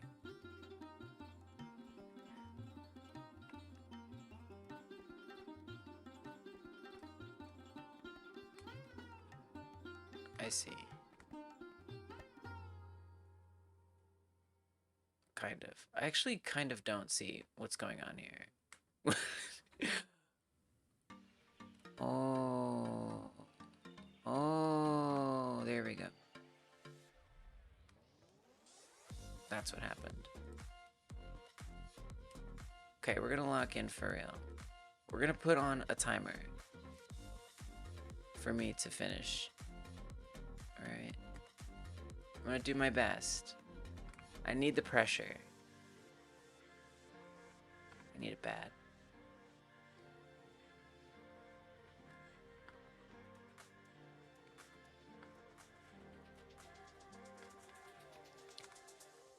Give me an hour 15. What would that be? 75 minutes? Okay.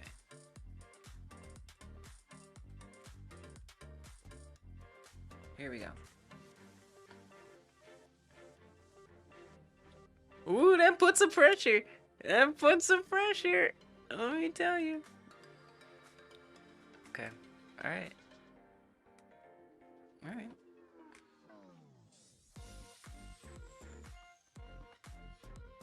Where was I? Oh yeah, the marker. So the marker is set. It's a little further back than I thought. Oh, wait. Why is the marker over there? What the heck is going on? Center, center. Okay, I gotta replace the marker. Evidently, I put it in the wrong spot. I accidentally moved the mesh. I meant to move the marker. Okay.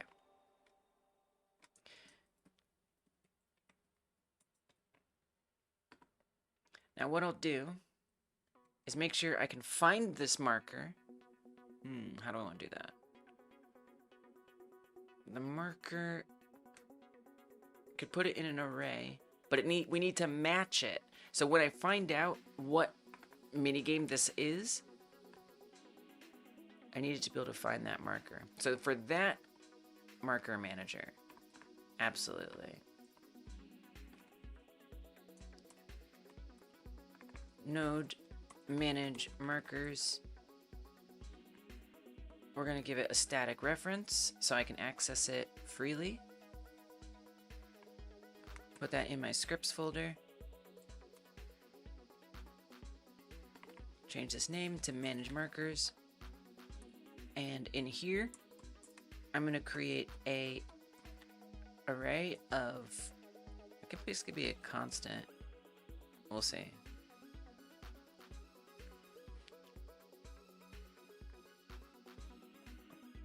All markers, an array of marker 3Ds,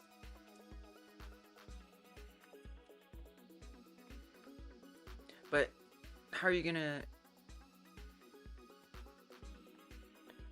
get it in there? You know what I mean? And it's not gonna be ready? Yeah, it's gotta be a variable. I know it. It's not gonna be ready in time.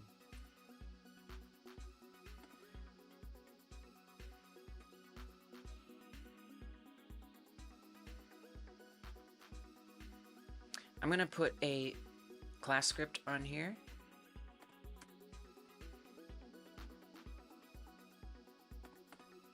And this is our minigame pause marker script. This will have a class name, but that's it. Call it a minigame marker, which I guess I should also call this minigame marker. Minigame marker, and that's going to be extending the marker 3D. And what I want this to do is whenever it exists, I want it to find, hopefully this works, I want it to find, what if we do this? What if I actually connect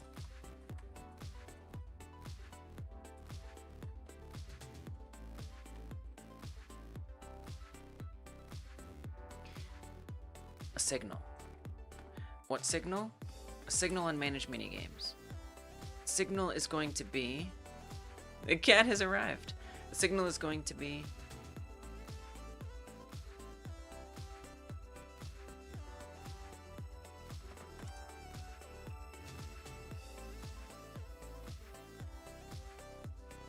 minigame manager ready.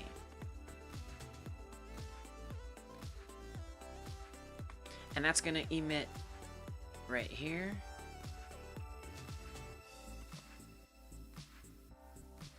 Because sometimes things load at different times, so this way I'll know when it's loading. Then in manage markers, whoa. Yes, correct. In manage, wait, I thought I started writing. Oh, that's different than the minigame marker. Yes. In ready connections, we're gonna look to, well, here's the thing, Lise, you can't put that there because if it's not ready, it can't connect it. So if you really want to be super sure, you gotta make this a global autoload. I mean, how else are you gonna get to it? You know what I mean? Do you know what I'm saying? If you think about it.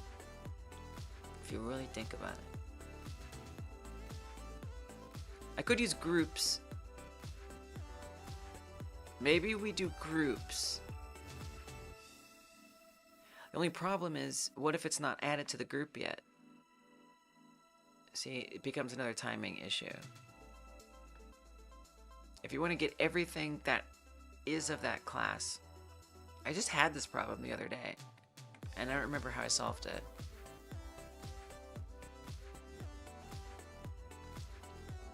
Alright, I'm gonna do an auto load script. I'm gonna do it. It's just gonna help. It's gonna make everything easier. So we're gonna make a globals script.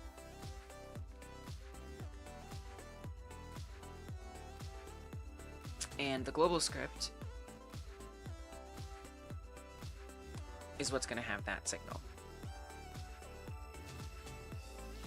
So the globals is tracking if the manager is ready. But only the manager is going to emit the signal. I usually like to keep the signals on what is emitting the signal. So, for example, now globals will give me an error because I'm not using it in this script, which I don't like to do. I feel is not good practice.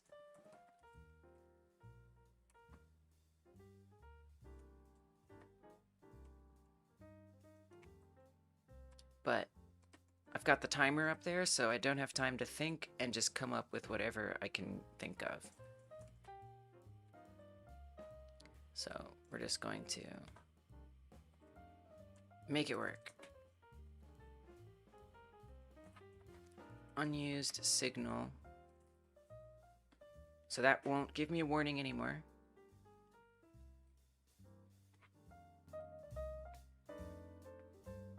Now we say globals, minigame manager ready, emit.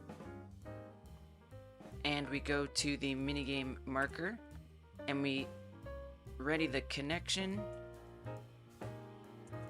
Globals, minigame manager ready. You know where you could put this? Where? On the manager script. Really? It's the manager. That's a good idea. Thank you. Get rid of the auto load. At once. As you wish. Great, that I don't have to do this. Well, I do, but it's different. Do I?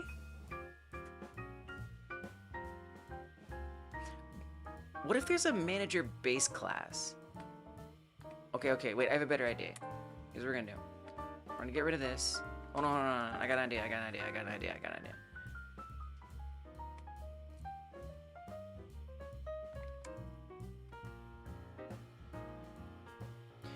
Well, you don't even need to do that. If you do a base class, they can each emit their own signal. You would still want a manager to pick up on those signals, though. It's confusing.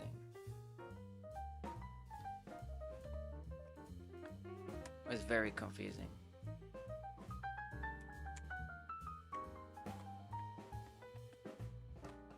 But I deal in confusion. And then it gets straightened out.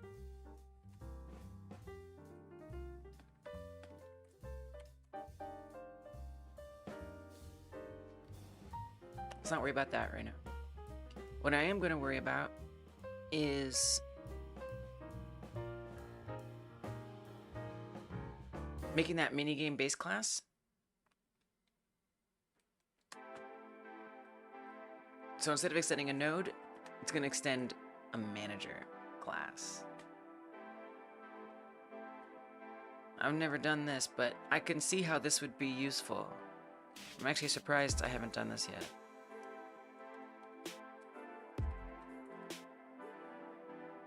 The manager script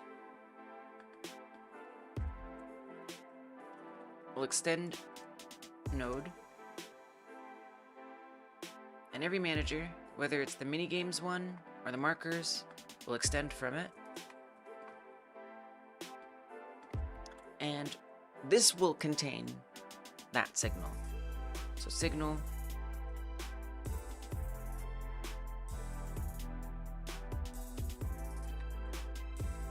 manager ready, in terms of which manager it is, what if I make it an abstract class? No, you don't want to make it an abstract class. Definitely don't. Because if you do that, then you can't put the managers in the scene, which defeats the entire purpose. So don't do that. Wait, that's not true. The manager...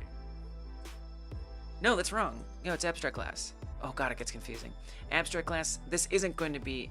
This is going to only exist in the file system.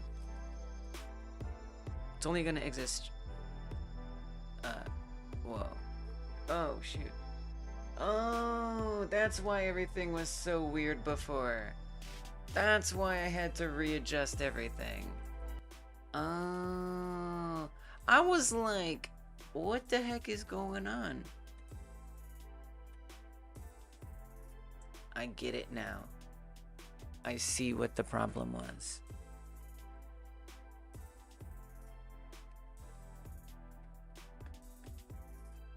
If I really loved myself, I'd pause that timer. No, I really love myself. I'm just kidding. I see what went wrong. I see what went wrong.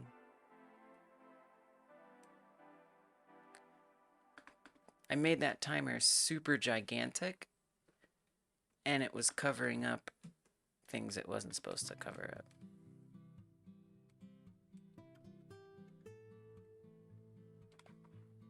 All right. And then the size was different, so I wasn't able to put it up on the screen in the way that I was supposed to. Okay. All I was gonna show you is this. Take a breath? Okay. Oh, okay. Alright. Okay. Nah, I don't think... I should turn off... I feel like I should turn off the redemptions when we're in focus mode.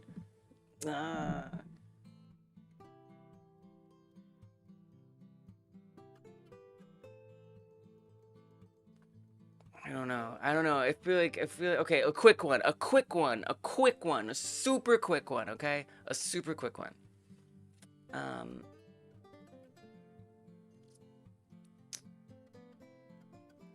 Oh yeah, that's a good idea.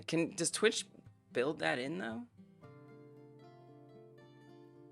I don't even remember what I was gonna do now.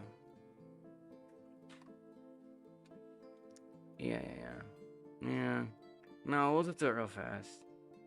It'll be so fast though. It'll be like 2-3 breaths tops. That's it. I don't remember why I even was pulling this up anymore.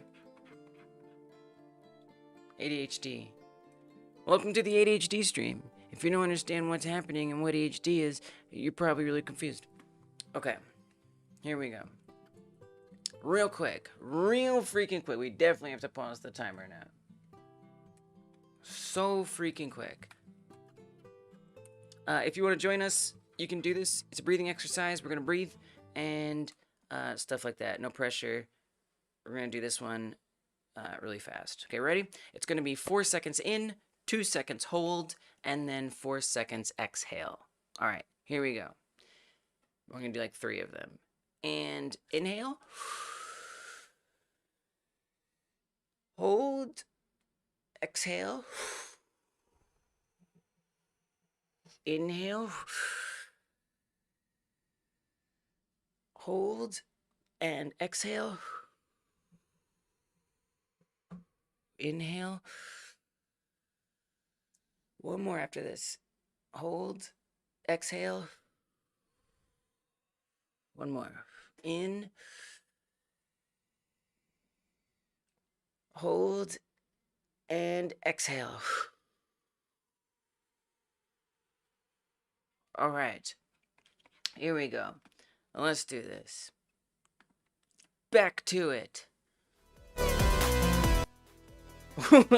I turned that up on accident, but let's pretend that was my way of waking you up. We have to concentrate. Stop breathing again. No, I'm just kidding. Keep breathing.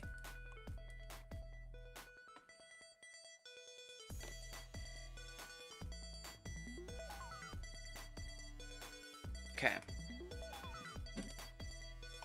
There we go. ADHDs? I don't know what that means. Alright, I'm locking in, sorry. Can't answer your question no more. So I'm going to create this abstract class here, which is going to help me demand that certain things happen. Specifically, things like this abstract function. Yay, Skate! I'm glad it helped. I'm glad it helped. I'm going to create this abstract function now that I have the abstract class, and it is going to be something that allows me to define what manager it is. So that way it can know when we get to the minigame marker and it receives the signal, it can say, oh look, I just noticed that manage minigames is ready. So it's specifically going to be looking for manage minigames to be sent through that signal. So I could send it as a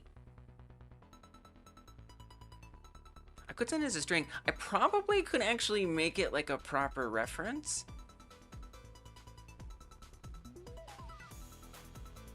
Yeah, let's put the whole thing in there. I would much rather put the whole thing in there. I think that would be much better. Let's do that. That's what I'm gonna do.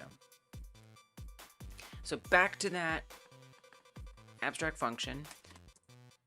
What an abstract function does is it mandates everything that inherits from the abstract script or the abstract class. Everything that inherits from it has to implement this function. So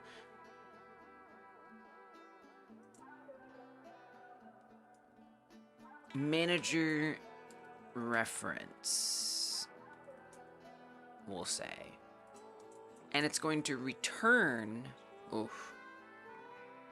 well, it's going to return a manager, frankly. So it's going to return something that is itself.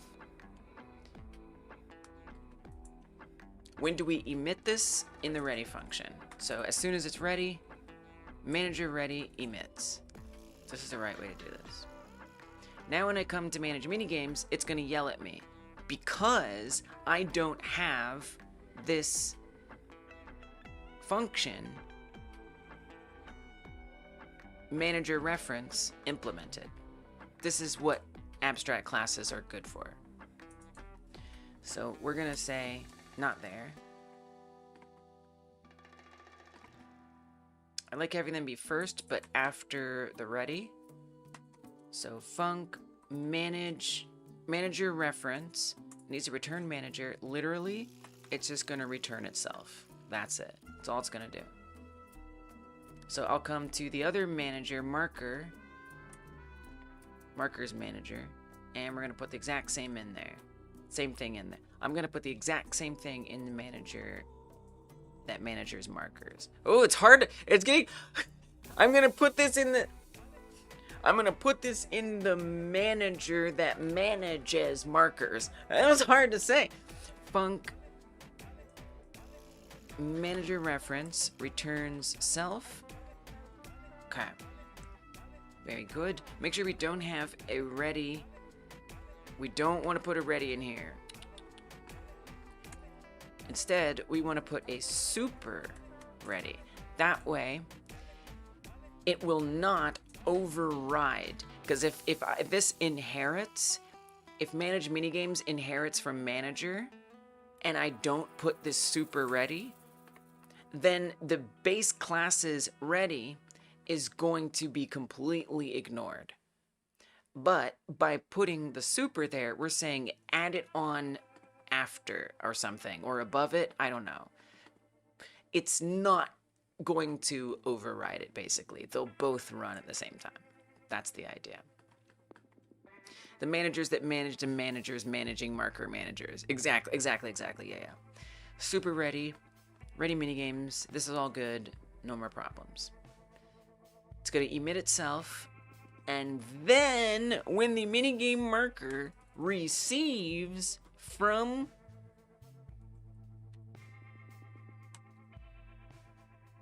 okay, but here's the thing. Here's the thing, Lise. How does this get ready? See, that's the problem.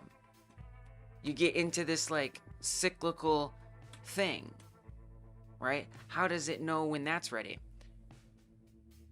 How does it know when that's ready? That's a very good question. That's a very good question. I probably could have benefited from having thought about that, if I'm being honest with you. I don't think you can get around the globals. I don't think you can get around the auto load, please. I know you want to. I know you want to. There's less than an hour left. I can't do this in an hour. I don't want to do it in an hour. But I like that I'm trying to do it in an hour. You know? I like that I'm trying to.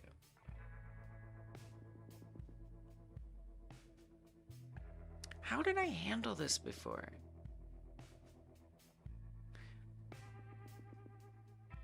I feel like I had things that spawned and reported that they spawned in one of my past projects. But you know what? I did globals back then. I did globals. So that was something different. No backseating, please. Thank you, DeGrinchy, but please do not give answers. I hate it when people do that, but I appreciate you.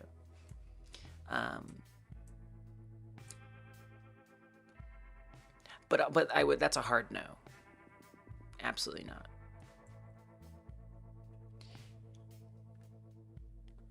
It's okay.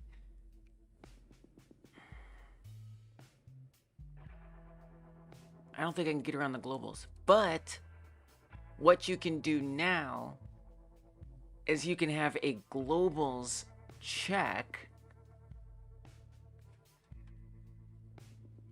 Because globals will always be available. So you can send this up to globals when this is ready. I think that's fine. All right, globals, you're coming back. Come back, globals. I'm sorry. I'm crawling back to you. Forgive me. But then this feels kind of ridiculous, doesn't it? Like, why not just have the globals to begin with? Why not just make a manager auto load? I know, okay? I know. But what if managers is an auto load? Well, that's going to be a problem because you have all the references. I don't know how I want to structure this. I've really tangled myself up into, like, not knowing, like, where things start and how things know where they're communicating. I don't know how I want to do this. Because the reason why it's confusing is because, again, I'm trying to make it so very modular that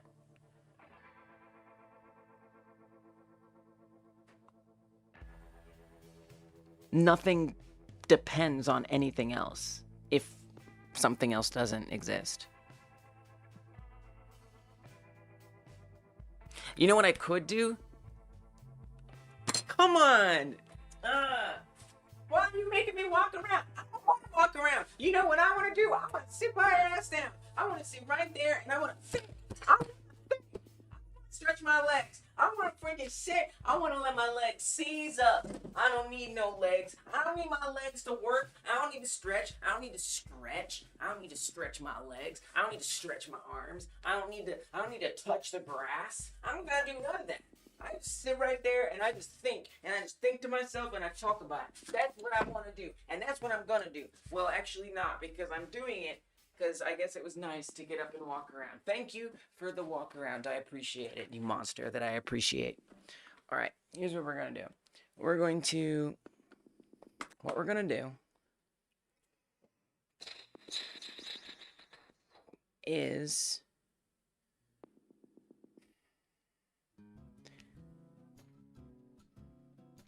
make sure that it's happening first. We're going to make sure that it loads first.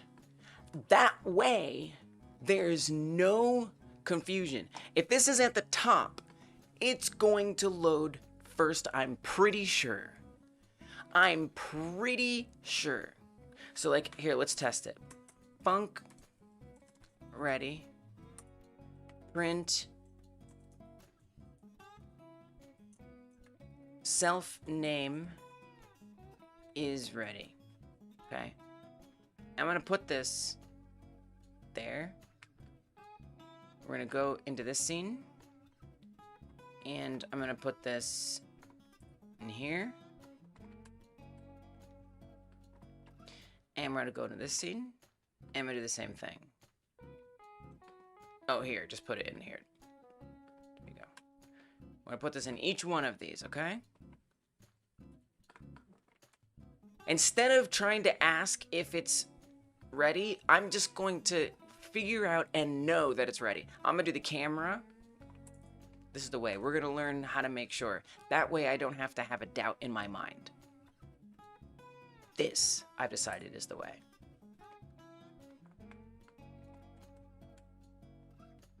Man, screw that focus mode. It's okay. It's just focus mode. It's not stream ends after. I literally explained super... Oh, you're Tara. You weren't here necessarily. I thought you were somebody else. I did literally just explain it, though. I really did.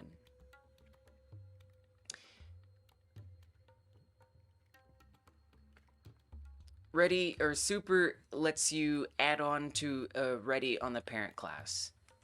And if you don't know what I'm talking about, I don't know what to tell you. Okay, oh, actually the Godot head, it would be nice. So let's say on each marker, we're going to, yes, you're bad and you should feel bad. I'm kidding? Okay, what I want to see is what order did these all load in? The first thing was manage minigames. The second thing was manage markers. The next thing was managers. The next thing was marker 3D. And then camera 3D and then minigame launcher. Well, that didn't make any sense. How is that? How is this possible? Wait, does it make sense? No, I don't know how it makes sense. Manage minigames first. Here, let me do this zoom too. Double zooms.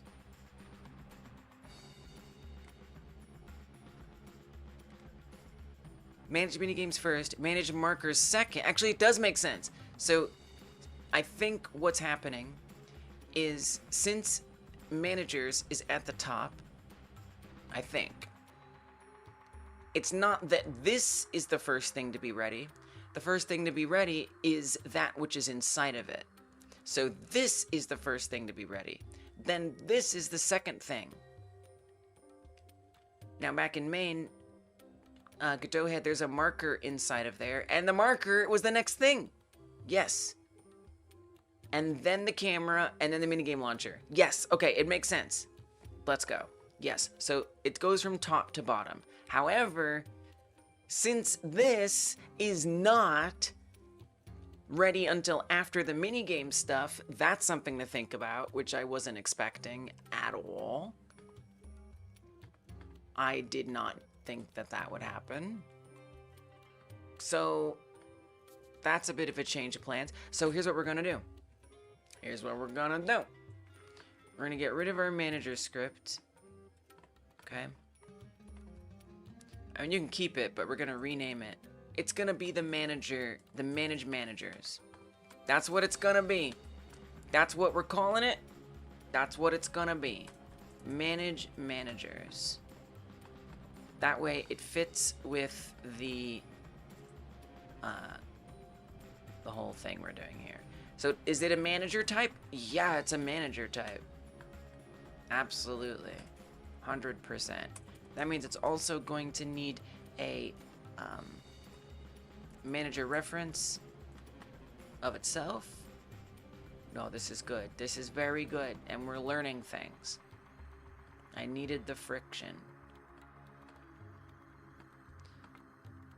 Manage minigames, manage markers, good, good, good. Yes, yes, yes. So that means if I add a node in here, and we put this at the top of this scene tree, and we call it manage managers, and attach the manage managers script. This one we're gonna detach because I don't actually want it there. Yep, don't want a top level script there. It literally doesn't matter. Where I do want it is here. This is the first thing. It's the first thing that runs. We know it's the first thing that's gonna run. If I hit play and we check down here, manage managers will be first. So I don't have to wonder. I don't have to wonder if it's gonna be ready. I know that's going to be ready first. I'm completely sure that that is going to be ready first. And if I rearrange anything else, we just have to say this absolutely is always going to be in the top, the manage manager. I just got to remember that. Oh well. Great. So what does this have to do with emitting a signal that I'm going to be able to detect on the minigame markers? Well, I need something that I know is going to happen first. I would say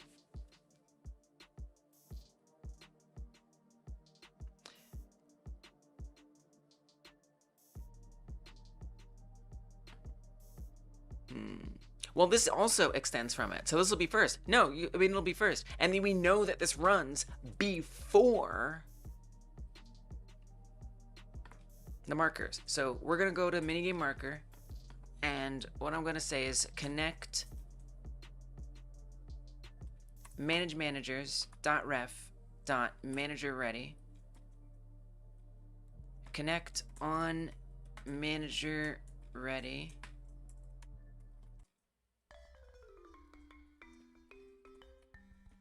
On manager ready. I like this. I like just like learning how to do a lot of things that I want to do better. I just like it. I enjoy it. Okay, we're gonna go back here. I actually want to pass into here something, specifically the manager, which will be typed to manager.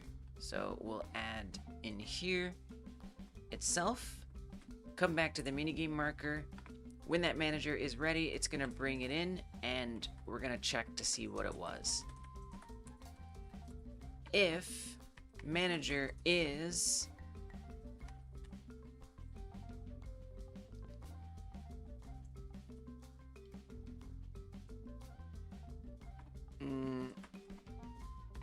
which one do I care about? Manage minigames? Manage minigames. That's what I meant.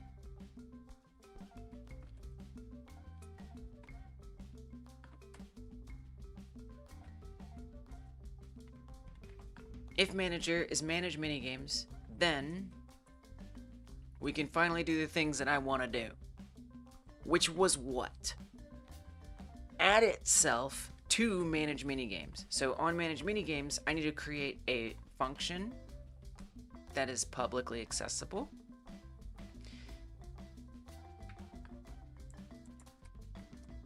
That is going to be add minigame marker, and it's just going to take in a marker reference, which we already have it called a minigame marker, and we look at that variable. Oh, was that in manage markers? Oh, that makes sense. My bad. Okay, whoops. That's over here. Okay, put this here.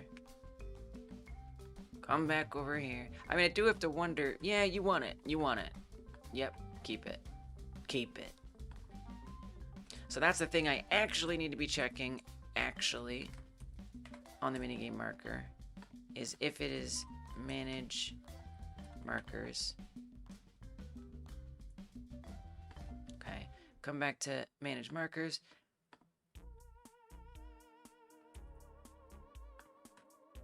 We have our public function add minigame marker. That is going to say all markers append marker. Okay, so now it's going to be in there. Couldn't parse global minigame marker. Couldn't resolve managers because of parse error. Oh, come on. Get this out of here. Okay. It gets confusing. Okay. Good, good, good. It's all there. Everything is good. I'm super happy. Now we need to actually do something with that marker. So the marker itself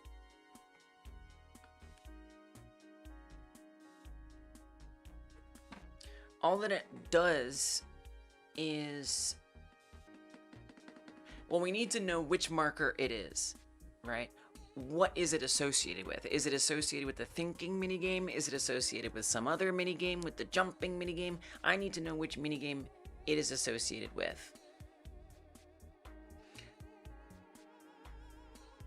That way we can link them up when the thinking minigame is created.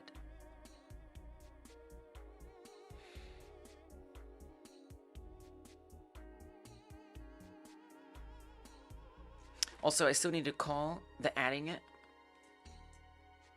So we say manage markers .ref.add minigame marker. That's itself that it's adding in. I could just put like a string on here that has that thinking. I guess that's probably the right thing to do. I don't really want to, but I'm not sure that there's a better way that I can come up with right now.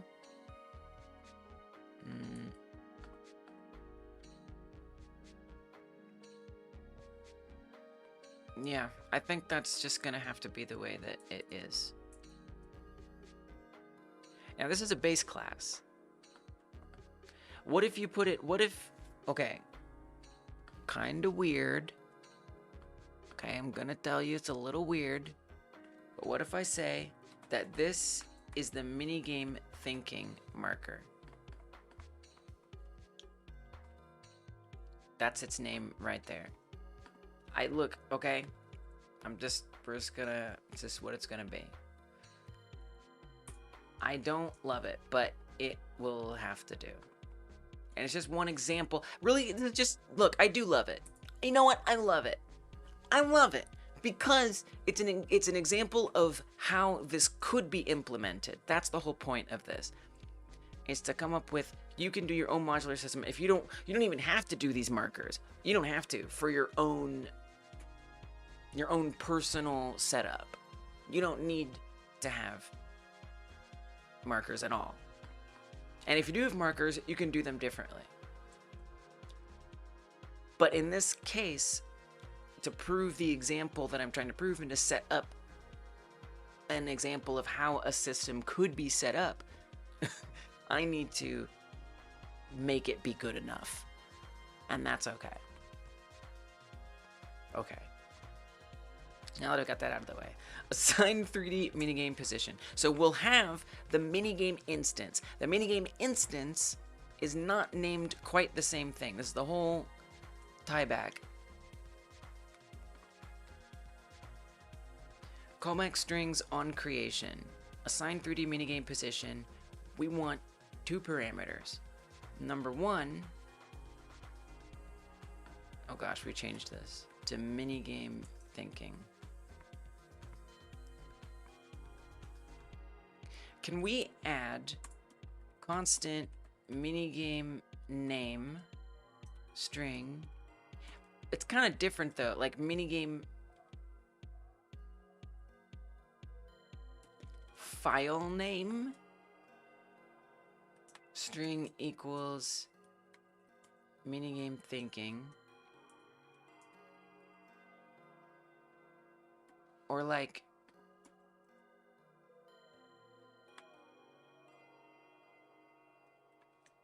directory name. Yeah, let's call it directory name. And then the actual directory will be this. Resource plus minigame directory name plus, I guess just a slash.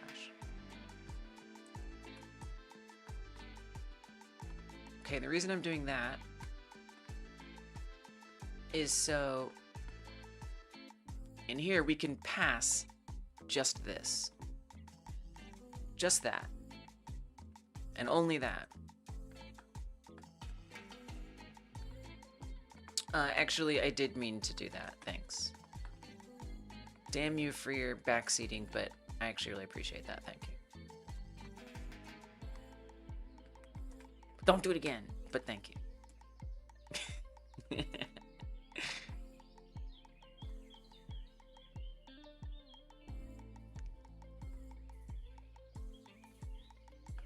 I do have to make sure I correct it everywhere, though.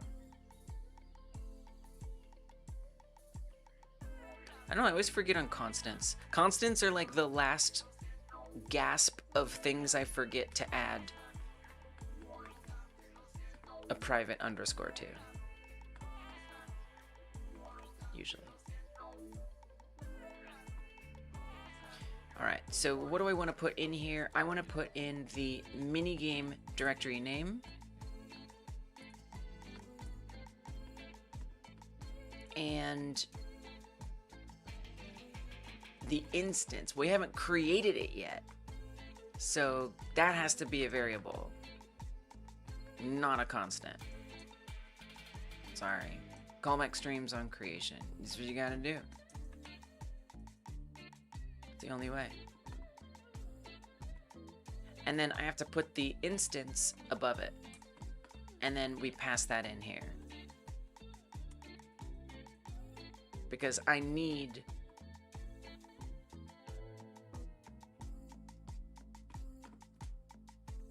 to be able to update this so it can go in there. All right. Destroy minigame, instantiate minigame, add child. This is just sitting here. This is sitting here. We're gonna fetch this. Okay. We're gonna fetch it. And we know minigame instance will exist because we won't even be able to access this until it does exist. So back to project A.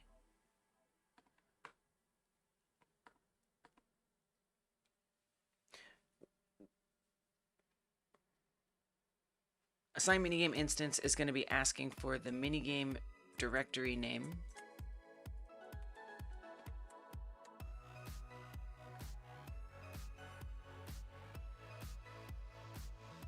And the minigame instance.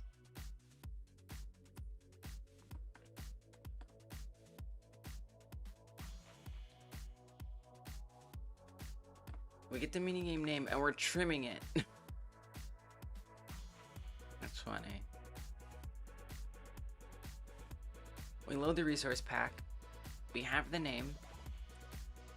And then with that, we can use the minigame access callback to get the minigame data. Right, the minigame, get minigame data, of course. What is that going to return? That is going to return the callback string on creation, at least. And that's only on creation. So like if I wanted to have more things in there, variable, if it's not already wacky enough, I could have this minigame data dictionary, which contains more dictionaries. So maybe I would want a callback string on destruction. I don't know. So I could put inside of here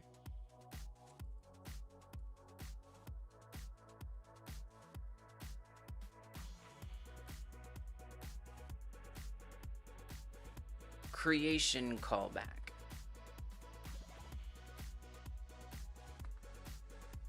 Data. Or yeah, creation callback data on creation. And have that equal callback string on creation. Am I allowed to do that? Okay, I didn't see an autocomplete, so I was concerned.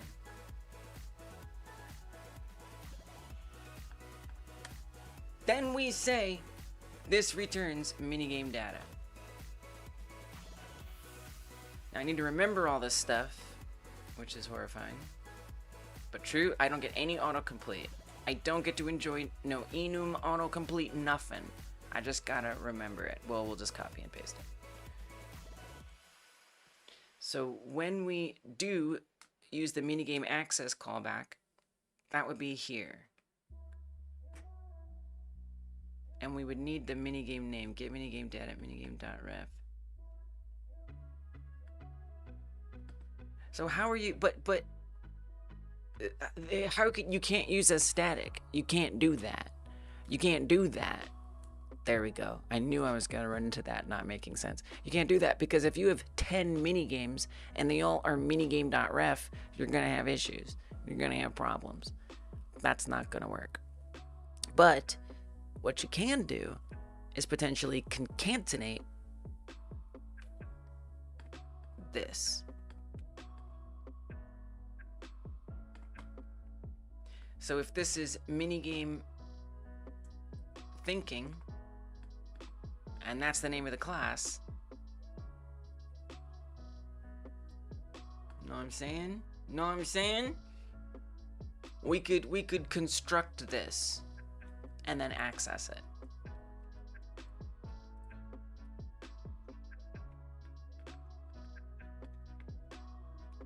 And it would be unique in every project.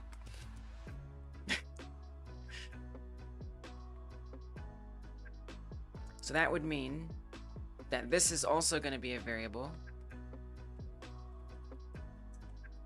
Ooh, there's my missing prefixes. Let's just do them all at the same time, hopefully. The PCK string. And I don't think we're using that yet. Okay. 20 minutes. It's just a time to feel pressure. Not a time to get it all done, but I would like to try. Minigame access callback, minigame ref, get minigame data. We need to do something else. Instead, I need a variable here for, well, I guess current minigame? Like, cause it's not gonna do them all at the same time. So we can just keep cycling through. Well, or don't do that. How about not? You could just do this.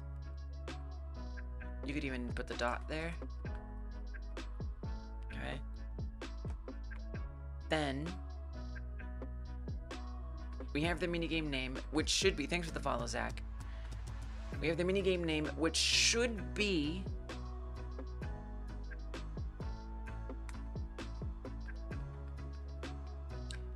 hello.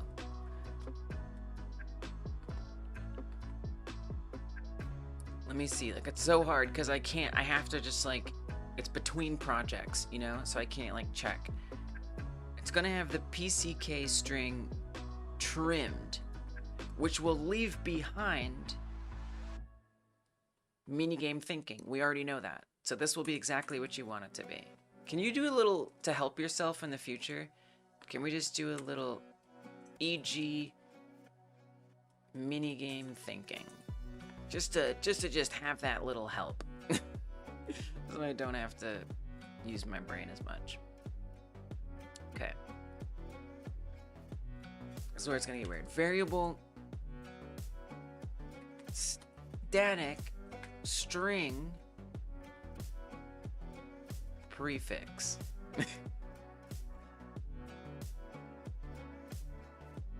Okay. Or class string prefix. Class prefix. Let's go with class prefix. And to get that, I want to transform our minigame thinking. So there is some useful stuff here. We can change a string to Pascal case. That's what we want. That's what I've typed it in, Pascal case. Now it does have an underscore. Does it remove an underscore? I don't know. Like if we go to...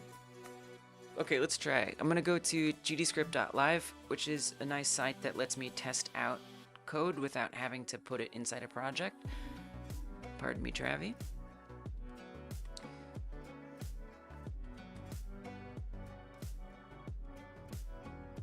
So let's try it. I'm gonna say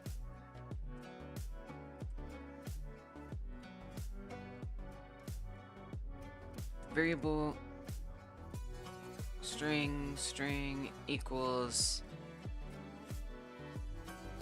Pascal case or whatever, snake case, and we're gonna print snake case. Let me see what it is again. 2 Pascal case. Like that? Yes. What does that look like when I run it? Oh, wow! It takes out the underscore. I love you. That's awesome. That's so perfect. Okay. Let's freaking go.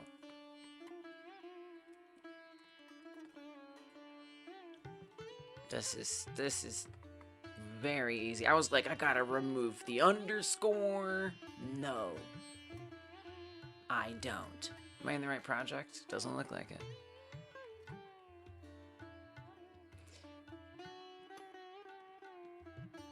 Class prefix string.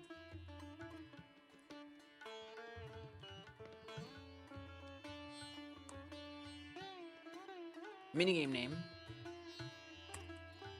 2 Pascal case. Variable class name. It's not gonna like that. Class full name string equals class prefix plus minigame access callback.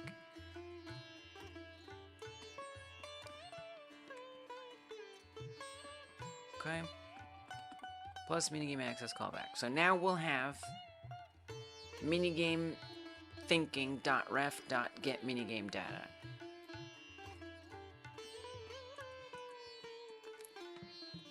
With that, I'm gonna try to call get data. And with get data, we're gonna do stuff. Specifically, I need to find the functions that it wants to run on here, basically. And this will help me find the main scene as well. It's just gonna give me all the data that I need, which is frightening, honestly. It's actually very scary. Func. Let's make an instantiate minigame function.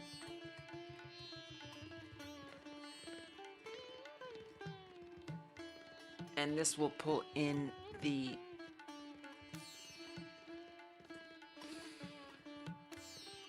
I think you just give because we need different data for each one. So if I, for example, if I'm going to try to get the minigame scene path, so that way I can instantiate it. Which, by the way, this isn't super useful. Oh, no, it is. Oh, yeah, it has this. Yes, my bad. So this is very useful. So we have the minigame scene path. If I want to access that from minigame data, we have callback data on creation. For the thinking minigame, it's going to assign the 3D minigame position. We can probably assume for all of them, we're going to want to instantiate it, but maybe not. I don't know. I can't imagine how that makes any sense. So we're going to say that yes, it does do that. So in this case, we're going to do instantiate minigame.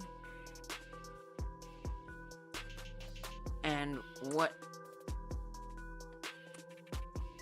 parameters do we want? Minigame scene path.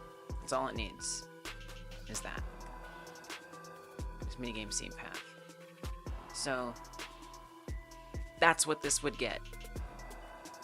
This would get the scene path, which would be a string, and we can just do normal things. Like minigame scene equals load scene path. And we say variable instantiate. Hey, what's up, Indy? Now here's the thing. How is the assigned 3D minigame position gonna get that? It's a good question. It's a very good question. See, that makes me think where we're gonna call this is gonna be in here. Creation callbacks. Kinda wild. Kinda nuts. Oh, I'm gonna need more time. You know I am. I know I am.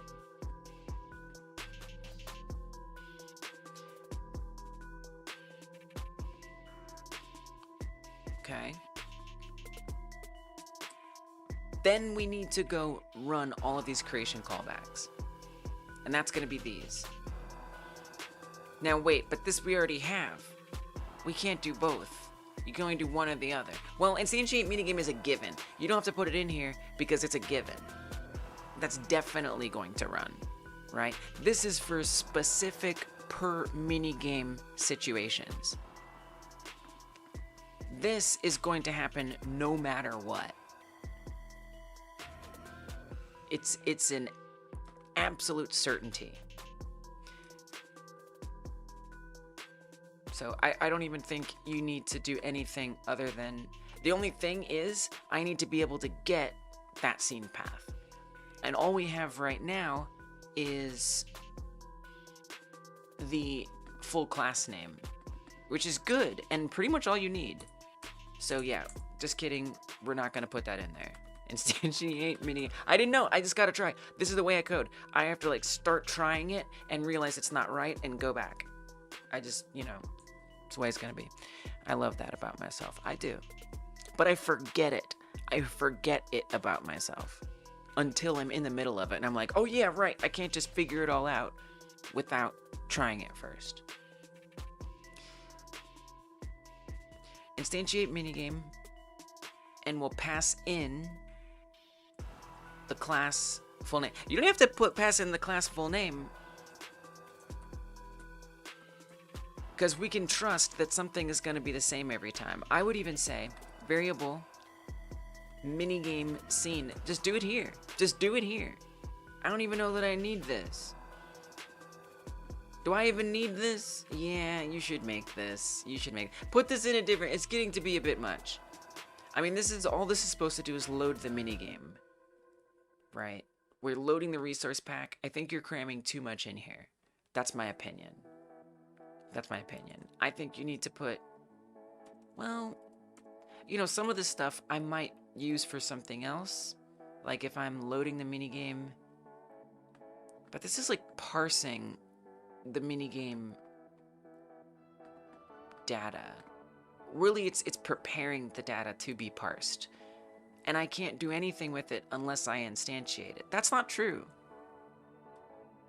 That's not true. I think this is part of loading it. I think part of loading it is getting the information about it. Or setting up the information about it. Okay, I've decided that this is okay to put here. But not the scene. The scene should go in instantiate minigame. Period. Bottom line. So we'll put the class full name in there. And we're not going to have the callbacks. But we are going to have the class full name. We'll get the minigame scene. How do we get the minigame scene? Come back here. Create a function. Func get minigame scene. Returning... Will it be a pack scene? I think it's be a path. So minigame scene path. Get minigame scene path. Which will be a string. and simply it's just gonna return minigame scene path. Okay. Gee, I hope this works. If it can't access those static variables or the static node references, it's not gonna work. It has to. It has to, right? Right.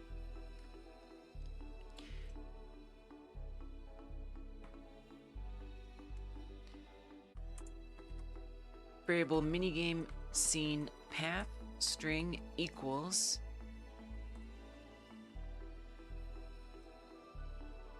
call. I think you do call first. Yeah. Call class full name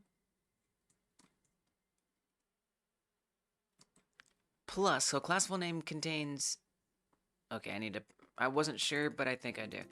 This will have e.g. manage thinking.ref. No, but that's all you put in there was get minigame data. Right? So I would even say maybe just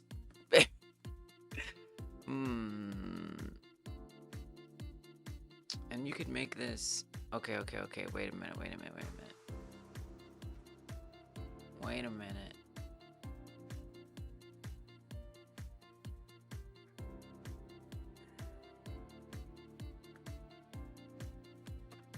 It's going back to all caps. Minigame access callback. This is minigame data callback. Get, you could even just call it get minigame data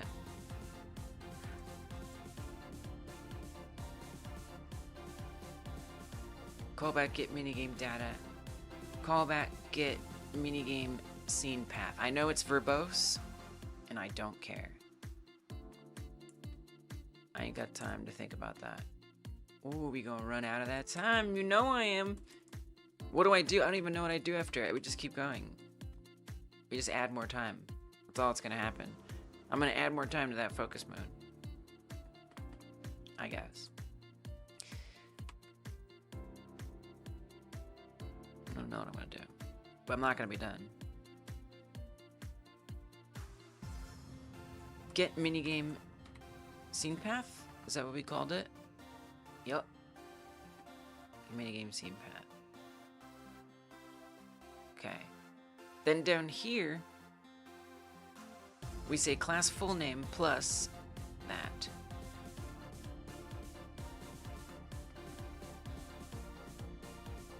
Callback get minigame scene path.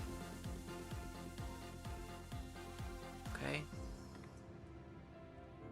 Class full name. Oh yeah. Whoa.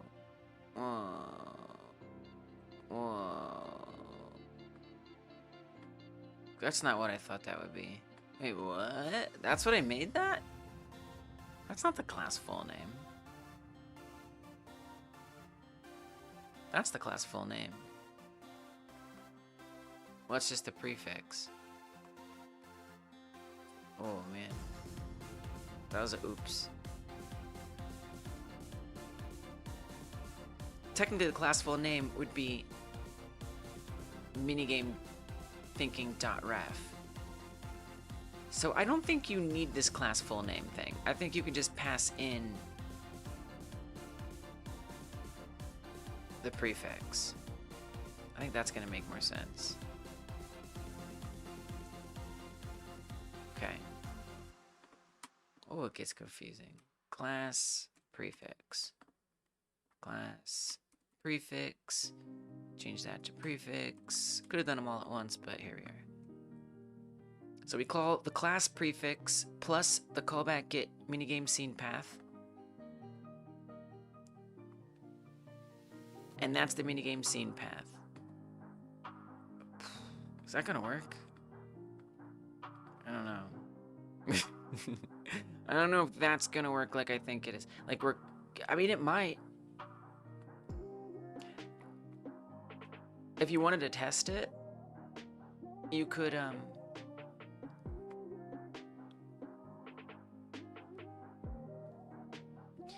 you could try. Oh, it's ref counted. Yeah, you can't print stuff from ref counted. If you wanted to test it, I could try recreating this over here. So if I have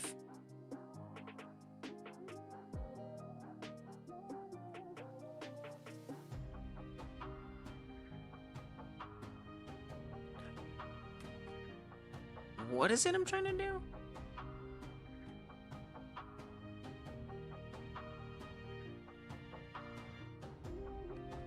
I know what I'm trying to do. I'm trying to see, let's put a function, and it's just going to be called string, and it's going to return a string, and simply we just put return, here's the string. Then I'm going to say variable the string equals call string. Like, what happens? Like, oops, does that so used to control S. Does that just like print here's the string? Oh, I forgot to do print. Forgot about that. Print the string. Okay. We didn't get an error. Yeah, okay. I just want to check. You know, I just wanted to check. I wasn't sure. Good. So that will set that to that string. Then I can actually say we load the minigame scene path.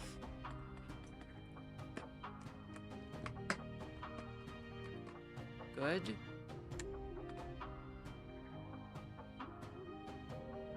And we'll instantiate it. So we have the pack scene. Minigame node will be some kind of node. And it is going to equal minigame scene instantiate. No idea what we're instantiating as, but that's just the way it has to be. Then we can run the callbacks because now it's been created. And we do want to add it to something. I guess we can just put it right in here in the minigames. It's kind of fine with me. We also need to reparent it. If you really think about it, it should kind of get reparented to the marker.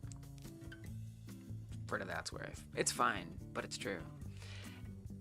Add child minigame node. So now it exists in the scene tree. And after that, we run the on creation callbacks. So how do we get those callbacks? Handle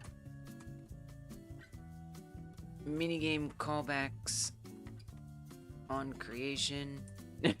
I don't care. Long function name. Long ass function name. It's gonna be alright. What that's gonna do is going to fetch. It's actually gonna do the same thing like this. Okay. Oh, whoa! Ocean! Thank you for the 8 months! What? Thank you! Cheers! Cheers, Ocean! Wow. You be out here helping out this channel. You be out here hanging out. I appreciate you. I do. I hope you're doing great. I hope your card matching game that maybe you're still working on, I don't know. I hope that's going well. All your projects are going well. Oh man. Okay, 5 minutes is obviously like not gonna happen. Oi, oi, oi. All right, I'll tell you what. I will use the focus mode. I will end the focus mode timer early. I will go take a walk. And I'll be back. And then I'm gonna come here and I'm gonna have to add more time. I know one of y'all was trying to get out of here whenever I stop, but I can't stop then. But I'm glad I got to set up that timer. But I ain't ready. I ain't ready to stop. I got big things I'm trying to do. Okay, we're gonna restart it. Maybe we'll do a 45-minute next or something. We'll see. It's my own special Pomodoro. We gotta get our asses in go mode, the Grinch. Alright, I'll be super right back. You know, before you get into go mode, do a little something. Do a little walk around. Get you a little snack. Okay? Break your mind away from the stress, the frustration. Think of it as a build-up working towards getting the thing done. Alright, coworkers, I'll be right back.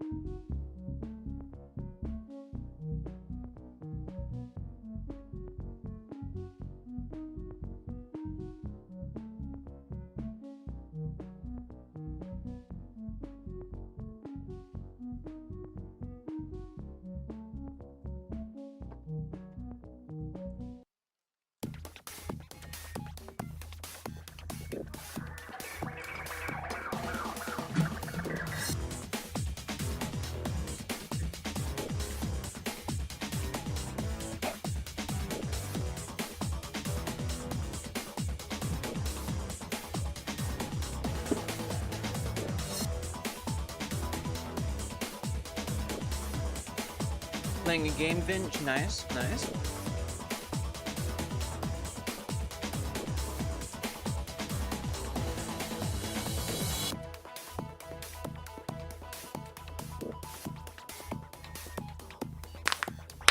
Okay, sorry for the loud clap. That was much louder than I thought it would be. Alright, I got a snack. Walked around. See if I can do this in 45 minutes. My own special Pomodoro.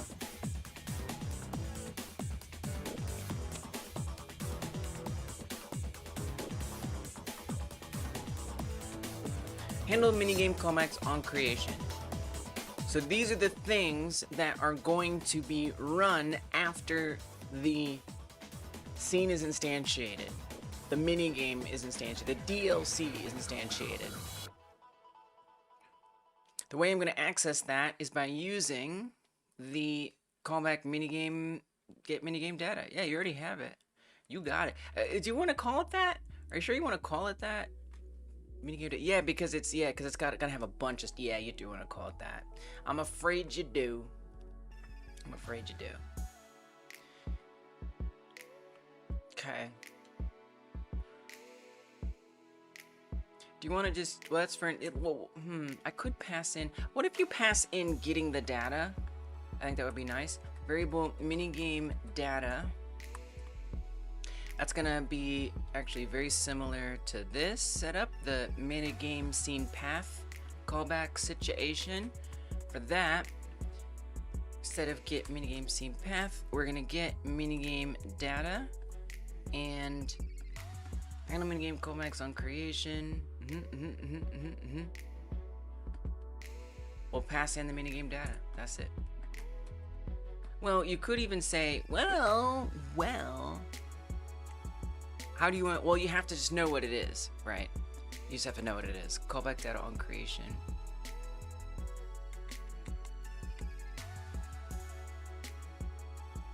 So we just have to return it. And by the way, this is going to be a dictionary, not a string. So you know.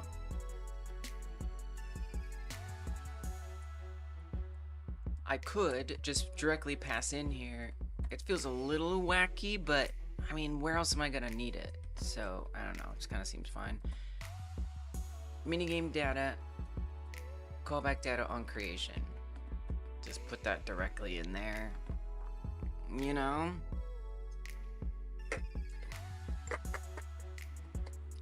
It's not 4 a.m. What are you talking about? It's 5 a.m. Yeah. Correct. Welcome to the wonderful world of hyperfocus. Here we go.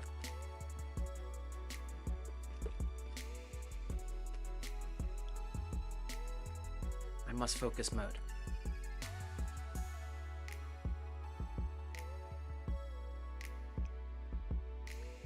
We need to pass that in. It needs to actually be able to be received. So we're gonna say this is the callback dictionary. That will be a dictionary itself. Within the callback dictionary, we know that there's going to be an assign 3D minigame position. Well, we just want to iterate through. Really, you just want to iterate through all of those. Pretty much. Well, yeah, so iterate through each entry, and at each entry, you're gonna grab the key, the string, and then you'll use that same string to get the parameters, which is gonna be interesting. This is gonna look a little mad, but that's okay.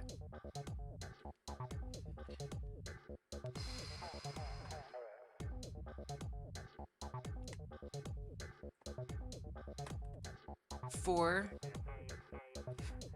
callback, well, it's kind of, technically it's the callback string. For callback string in callback dictionary, variable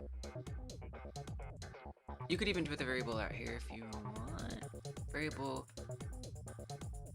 callback. Let's say callback data, and then this will be the callback string. Because technically, oh god, I always get confused. If we're iterating through the array, it's an array, or iterating through the dictionary, it's a dictionary of strings.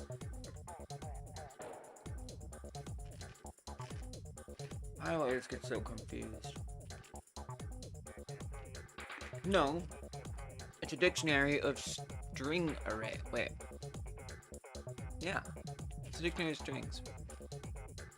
So, yes, we're trying to get the string. This always confuses me. It always does. Let me go to gscript.live real fast. Again.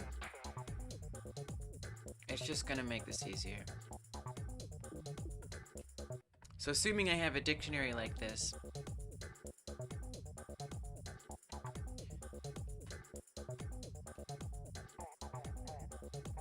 if I were to do a for,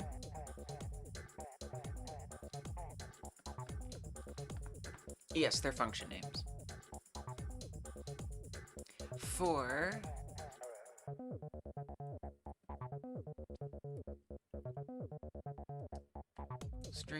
string in, I guess this is what we're gonna call this callbacks to keep it a little simpler.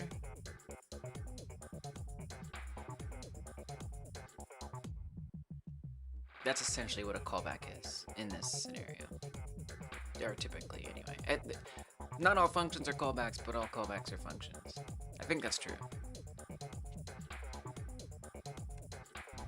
For string in callbacks, can you just print what string is? Are you gonna be okay with that? Are you gonna give me an error? Do you not mind? No, it didn't like that. Oh, well, yeah, no, obviously. Okay, here, 1, 2, 3. There you go.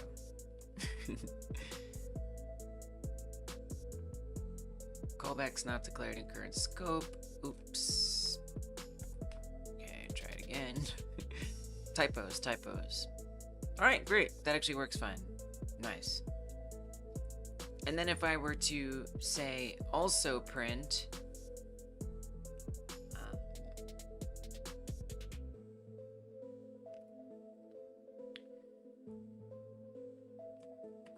callbacks.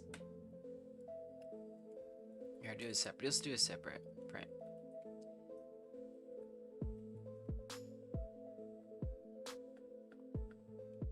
Print callbacks bracket string. You give me the array. Expected new line. Oh, wrong slash. Right? Wait. Oh, I gotta put it in a...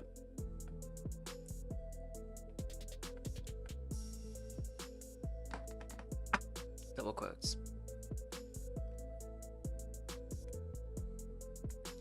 I know your question's stressing me out. I'm sorry, I don't know how to answer it.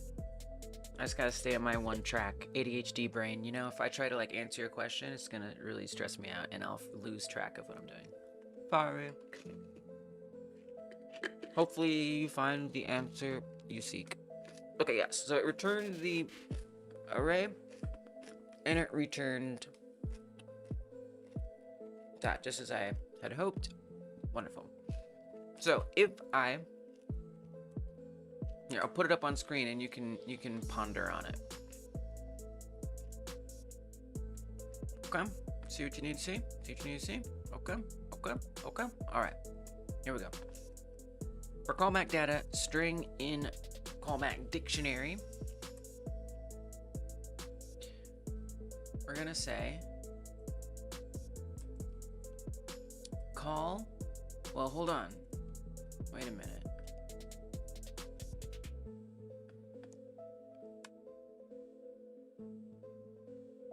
I mean, it is the callback data. We could call it callback data string. They'll be the same thing, but technically it's different. Conceptually, it's different. We will call callback data string, and then I'm going to bind, no, comma, arguments. Oh, okay, no, we don't need to bind. So we'll do call, comma, and then that's where we'll put in the arguments. So to find the arguments, that's the array, remember. So we would simply say callback dictionary. Yeah, so maybe I should say that to make that more clear. If you were confused about what's in there. I think this might be what you're asking, Lime. So what it's comprised of is keys are functions on the parent project. Values are arrays of those functions' parameters. I'm deleting it. I don't know what you're saying, but I don't like it. Stop it. Why do you behave this way? Who made you like this? All you had to do was not be the way that you are, but instead you insist. I'm not gonna read a single word that you said, and I don't want to catch a glimpse of it neither, so I'm destroying it, and I'm gonna punish you if you do it again. Is that perfectly clear? Get out of my face. Get the hell out of my face. What are you doing? How freaking dare you? Alright. Minigame directory name, minigame instance.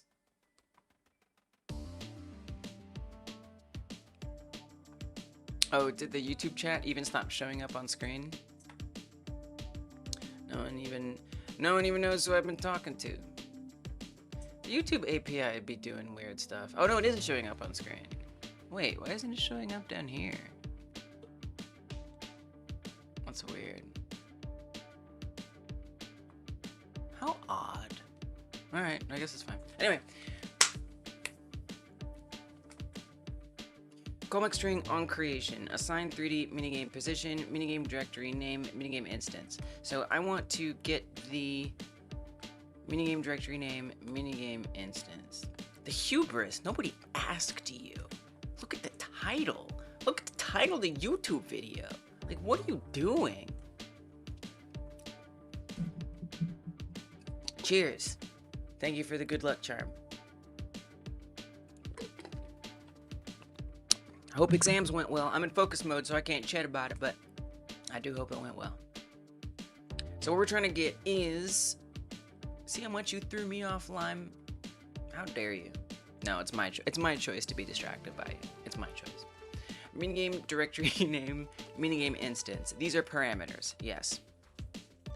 So we're gonna simply pass in callback dictionary, callback string, which I could even put callback data string. No, put callback data string in there.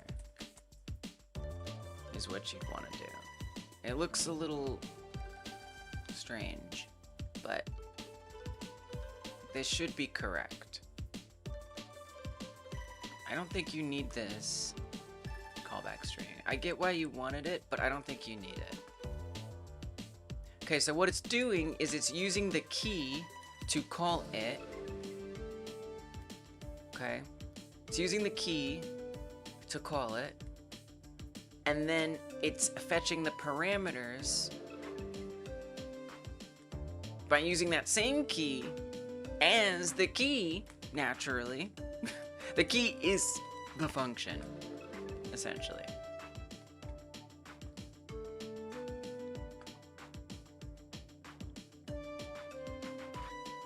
So, I mean, that's kind of it, honestly. Like, that's kind of it. That's actually the whole thing.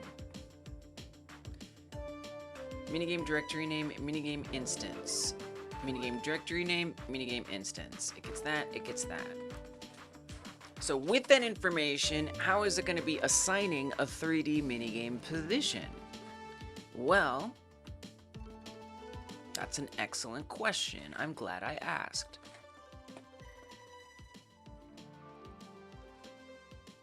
It's gonna have to go find the marker. Oh my gosh. Oh my gosh. This cute cat. What am I gonna do? If I try to put him on a camera, he's gonna get up. I don't know that there's a way to capture how cute this cat is being right now. He's not usually this kind of a cat. Oh gosh, I don't know if I can pull this off. It's okay. It's okay. Don't worry about me.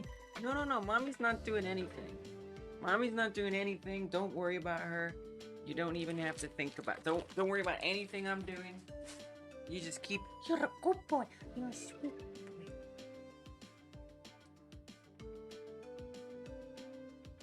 Okay, I'm gonna try to show you what I'm looking at.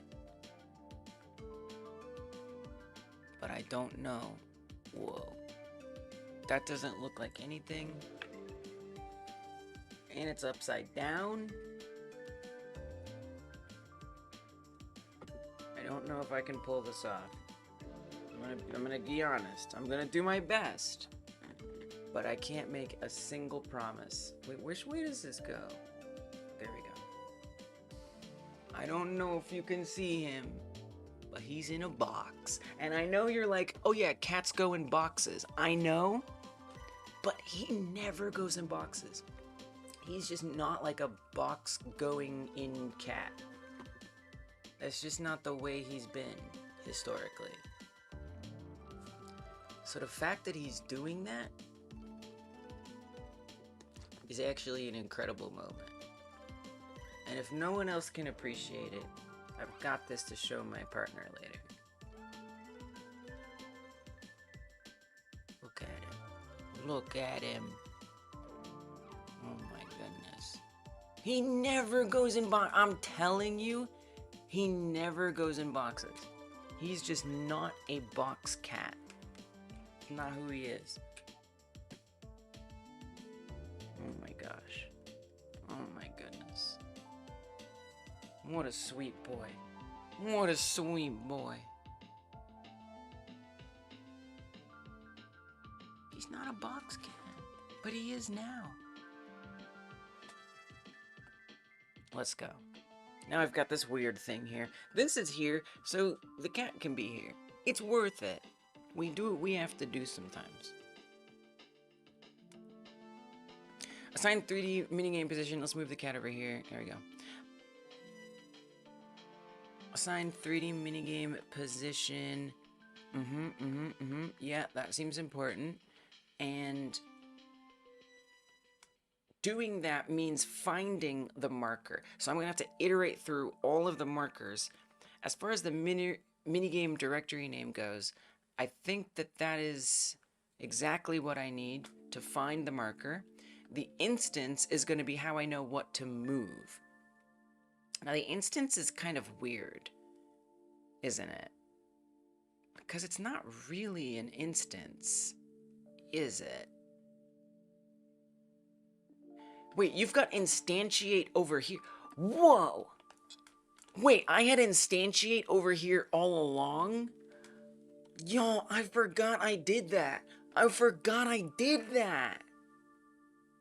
Did you remember I did that? I forgot I did. I don't need you to have remembered. I'm just saying. Am I... Oh my gosh, I don't have to do any of this. I literally don't have to do any of that.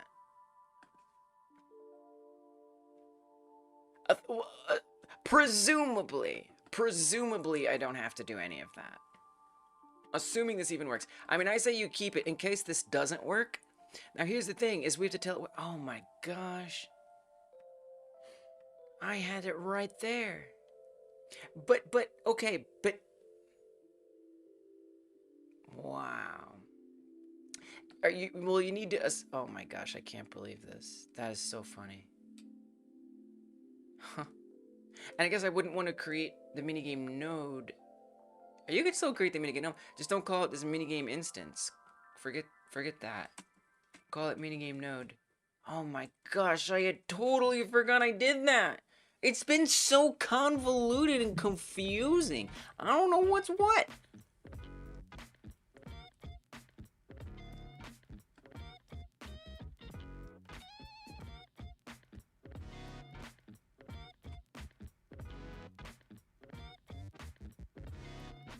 Lise, you're calling that a variant. Why? Why are you calling that a variant? It's gonna be a node. You're not gonna be instantiating something that isn't a node.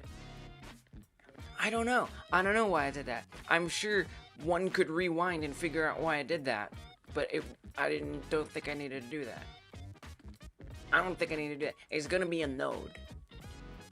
I must have like figured out that I didn't need to do that after I set that up, and I didn't come back and do it and fix it. Oh my gosh. Minigame scene, pack scene, load minigame scene path. Minigame node, minigame scene, instantiate to where add child minigame node. So we add the minigame node to where we're telling it. Oh my gosh, that is so wild. We have the class prefix here, but I don't even need the class prefix. I wouldn't need any of this here. I don't even need the load minigame. It's already in there. Also, typo. Why did you let me do that typo? Oh, because it is a typo everywhere. I don't think I need any of this. How shocking is that? Like, I think I could just comment this out entirely. Well, what you do need to be able to get is this. And the only way to get that... So instead, basically, instead of this, we would say constant...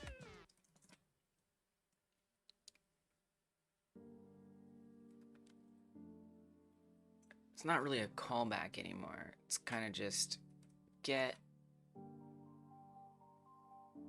minigame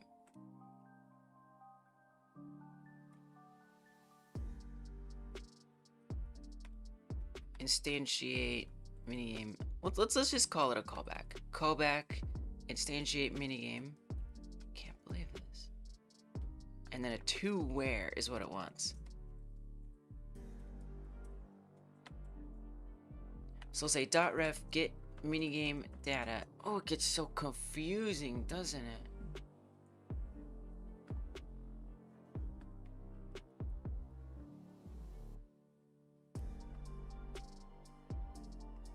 Wow. Then in load minigame, all that I need is, I do need this. I need this. This was still necessary. Actually, this was also, actually all that was still necessary. It's just, the only thing I didn't need was I didn't actually need to do the instantiate function. That's it. So that's not, but it is, but it's not. It is and it's not. But do you know, but Lise, what? Are you sure you can get to it? No, you can't just call that. You know what I think? I think I made this before I realized that the only way to actually run that stuff is this way. Here's what I actually think. What I actually think is this stuff is not possible. And if it is possible, I don't know how to do it, and it's confusing, and I'm not about to try to figure it out right now. So we're gonna actually comment all this out. I'm not convinced that this is actually really possible or doable. So this script is getting quite lean. It's just, which is actually, this is kind of what I want. You know, I just want this to have some data that I update, so that way it can be pulled. Like, this makes so much more sense the way this is set up right now. It's for just pulling data about the minigame. And then over here on the parent is where we actually handle what happens with that data. I don't know, that just seems like logical. Okay, great. So actually I did not, everything's fine. That was just kind of old news that now I'm going to deal with in a different way that I totally forgot I ever would deal with differently. And let's just make it happen. What is he doing? He's moving around in there. It's like there's like packing stuff in there. Oh, he's a cute cat. Anyway. Okay, this is great. You're doing great. Everything is fine. No problem. Don't worry. Good job. Handle minigame callbacks on creation. And in fact, by the way, roll it back. We don't need this. This is trash. So it'll instantiate it. We're coming back here to assign 3D minigame. This minigame instance, that we don't need. See, he's gone. He doesn't do that. It's just not what he does. He didn't stay there long, but he's back there. He never does it.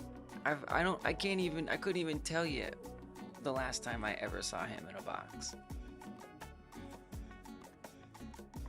Wild. Absolutely wild. I'm glad. I'm glad that he's able to try new things. Proud of him. Also, hey Code Guy, sorry I didn't answer. How am I doing? I'm doing really well. I hope you're doing well. Sorry, I'm in focus mode. When did I pause that timer? Oh, when I set up the camera. Well, you know what? We just took it down, so I think it's fitting. Oh my gosh. I thought, pause it. Actually you can let it run. I thought that the hardest part was going to be getting the damn thing to actually get unpacked and put in the scene. Wrong! That was not the hardest part. The hardest part was setting up an infrastructure to modularly add in new minigames, have them be interpreted, and then instantiated. That was the hard part. I just never know. I never know. Until I'm in the situation, I just never know. Well, onward.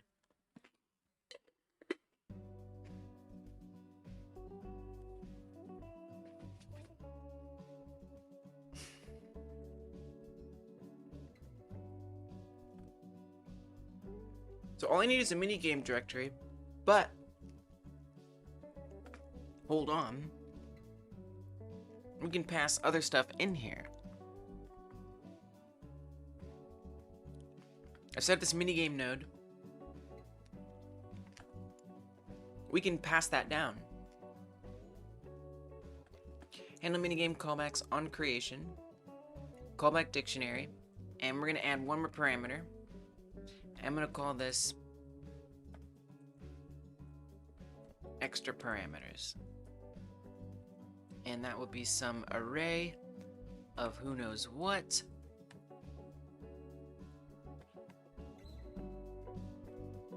So in there, I'm gonna put the minigame node, because we are gonna need that.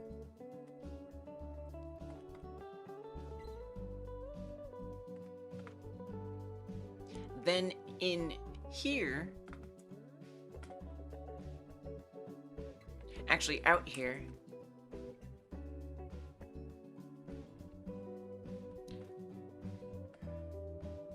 let's switch the order. Minigame node, like that. Variable parameters. Now that's gonna change. That's okay.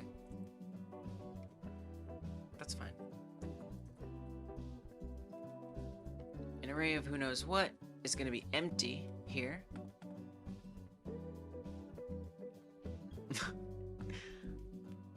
And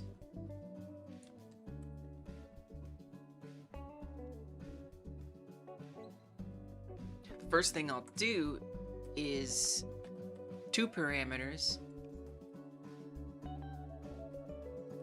I'm gonna append callback dictionary, callback data string.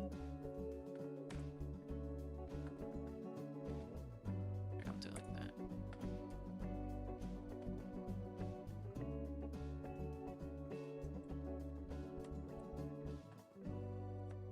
And also append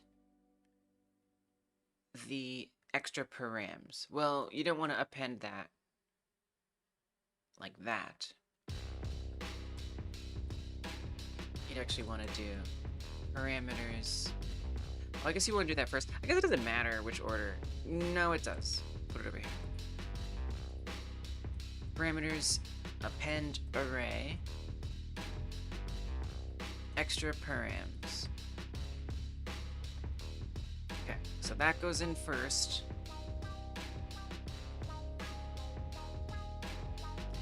I'm not even gonna say that. We're just gonna say minigame node. I'm not gonna make it an array. Yeah, we're just gonna put it in there directly. That's what I'm gonna do.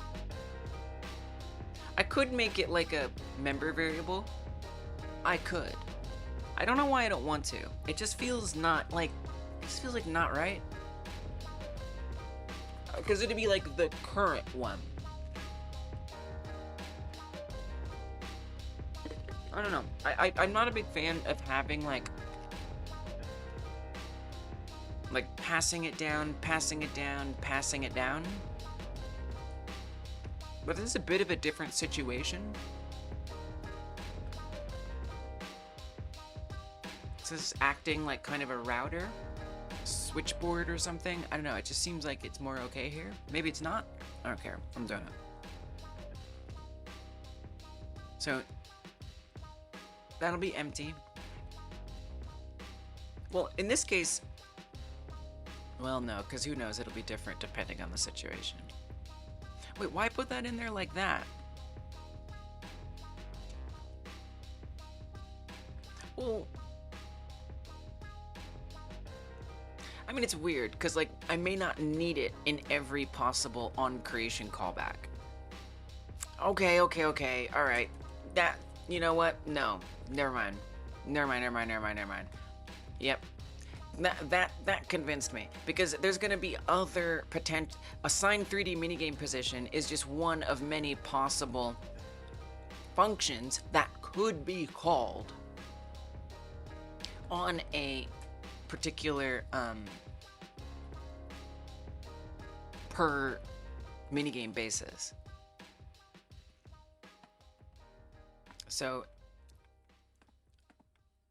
we're gonna say current minigame node. So it's just, you know, then I might, that means I might have a minigame that needs something else. I don't know, func update minigame player color. I don't know, player name or something, right? And it's gotta take in the name of the player and put it on there, something like that, right? If I have it passed down on every callback, I have to, you know, say, well, I don't need the minigame node on this one, so we'll just put an underscore, and it's just sitting there for no reason doing nothing. Or I have to put some special thing that is interpreted here that decides to put it in. It's just like, no, just make it a make it a member. Okay. But I needed to code it a way that I didn't like to find the way that I do like. That's how I function. I gotta keep saying it, because one day I'll remember it. I mean, I'll always rediscover it. Okay. So this is gonna be a new thing called current minigame node. We're gonna pop this up here as a member variable. Current minigame node. It's not gonna be a damn thing until here. So there we create it. You didn't like that? Oh, no underscore. There you go. Put it in statement, found colon instead. Yep. All right. Now I don't have to worry about that whatsoever. All we're putting in is the directory name. And now I can actually try to assign it, finally. So first we have to get the position marker, or we'll just say minigame marker. That's going to be a minigame marker, and it will be equivalent to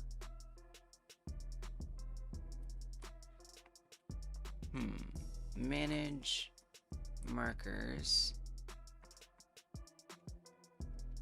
Manage markers is a bit vague. I feel like it should be called manage minigame markers.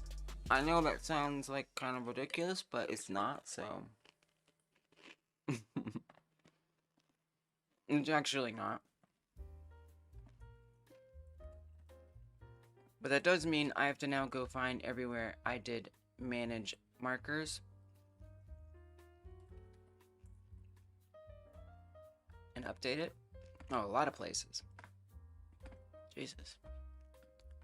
Okay, 2 places.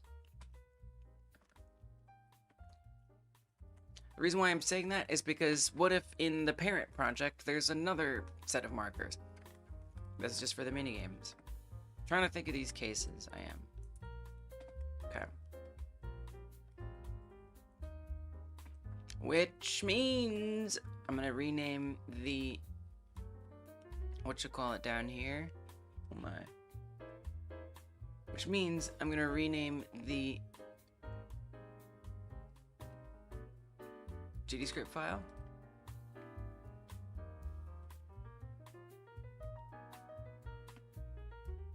because I like that consistency.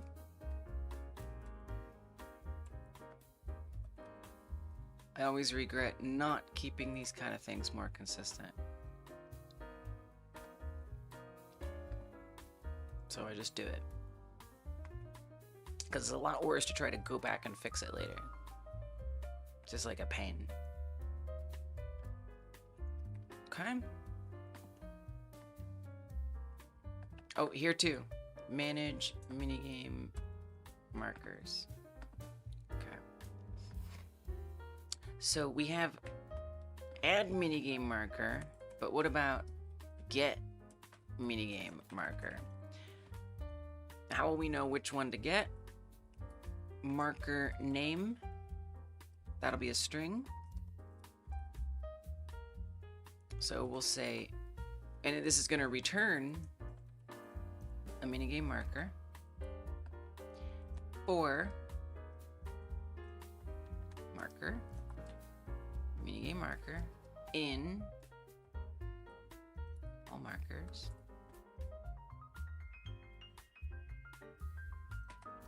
if marker name is set to marker name, return, and we'll say variable marker to return type to a minigame marker, but it'll be null. So then we'll actually just update marker to return to be that current marker if it matches by name, and whatever happens, we return marker to return. I could always put an error in here. We could do a push error.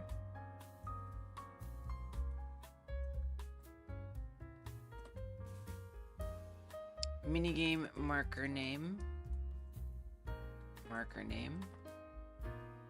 is invalid or something. Sorry, that's only if not marker to return. That one came in hot. Alright, if not marker return, push the error. Otherwise, return it. Okay.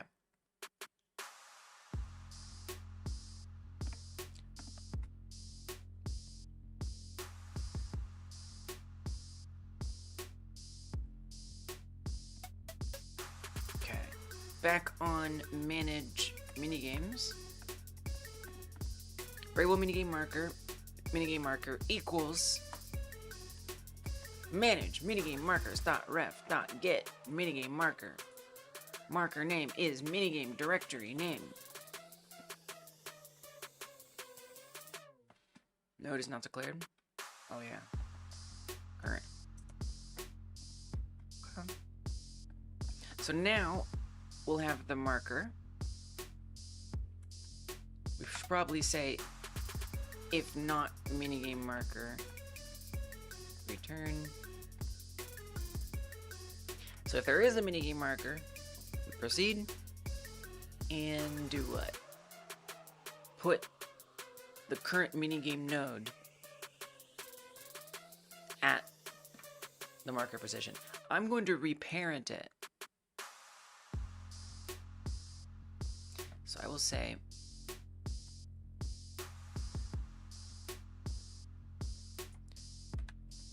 current minigame node, which is it's kind of wild if you think about this. Like, I'm taking this whole, well, in this case it's fine. I'm taking an entire minigame and appending it to a marker. I mean, it's fine. It sounds a little weird, but it's fine. It's fun. I mean, ask yourself, why are you reparenting it? Why are you doing that? Honestly, I don't know. Then maybe you shouldn't. Alright, you're right. You're right. I'm sorry, it's okay. Current minigame gnome. Global position will say equals. Well, marker pause vector 3 equals vector 3.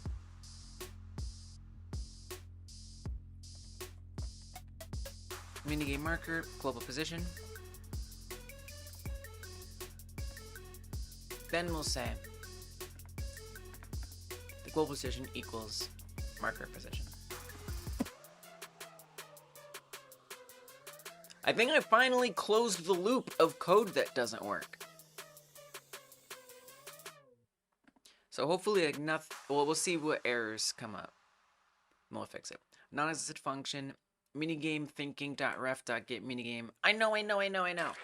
But it did find it, which is good. This is great. Okay. Oh, this is good news. Oh, this is good news. Oh my gosh. Okay. Wait, is everything good? Okay, hold on. First, I need to export the PCK.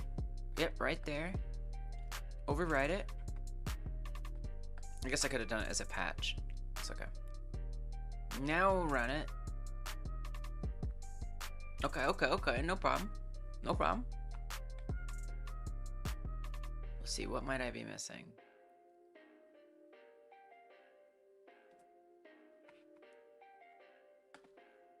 Hey, what's up, MD? Welcome. Non-existent function, minigame thinking. Okay, let's see where we're missing things here.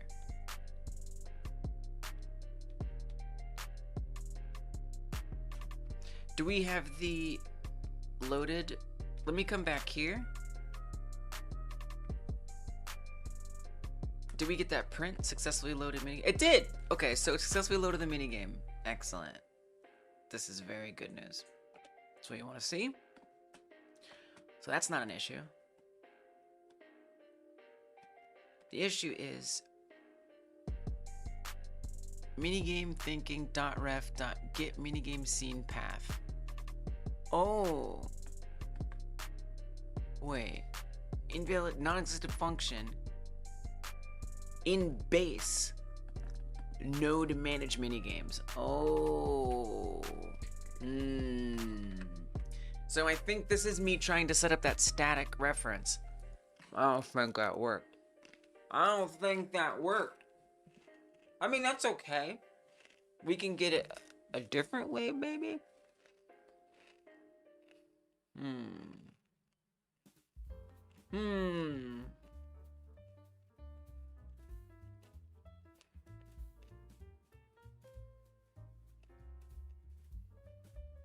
Wow.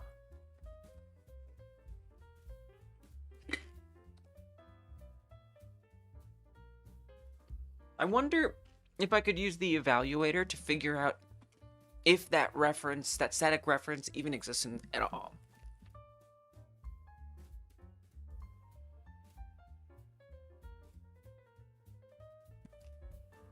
That would be interesting. Minigame thinking.ref.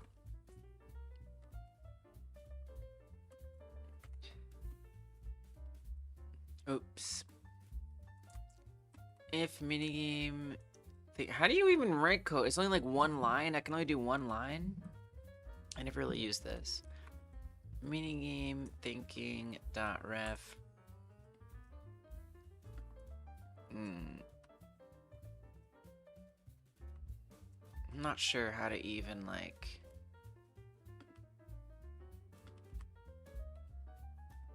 And that is what it's called, right? Minigame thinking, ref.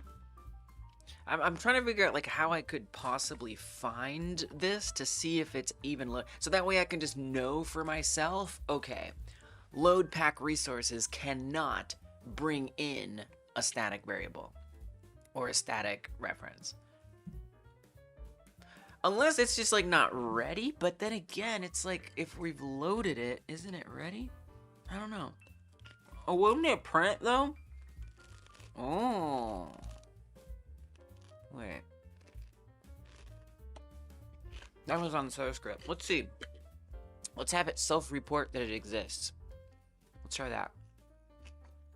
So for Thought Bubble, for example, let's make a script for Thought Bubble.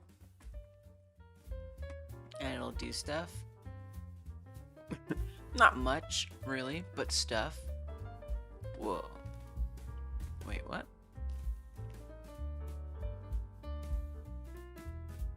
Uh-oh. Okay, hold on. I gotta restart it. Whoa. Whoa. I did rename something, and, I think maybe Godot got confused.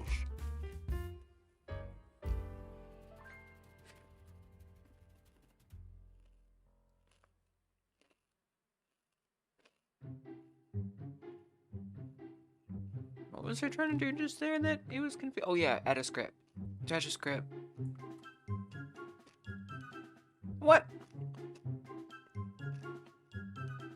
Oh, I never made a scripts folder. Godot wasn't confused. It was me. Thank you, GLNO. Keeping me aware of that. You got a problem with that, GLNO? You judging me? Ban. Just kidding. Okay. So all I'm gonna do over here is I am going to print. Let's do the same thing we're putting over here just to keep it maybe consistent.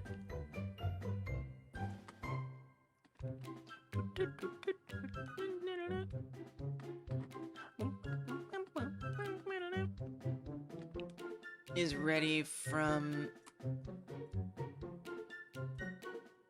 minigame. Okay, let's export it like that. Like this. And that. I think I understand. I think export is patch. I'm still not... I think I understand what export as patch does. I think. Do I really? Do I really? Let me just make sure I do understand what that does, because I'm not sure. I'm actually not sure I do. Do export as patch. Like, I think I know what it does.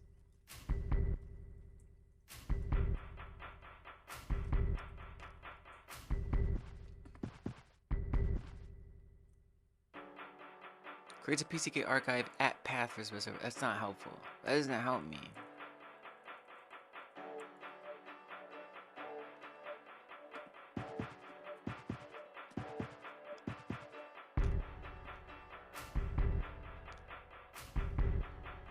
not talked about much, except for in this game that apparently uses Godot to have mods happen, which is kind of cool actually.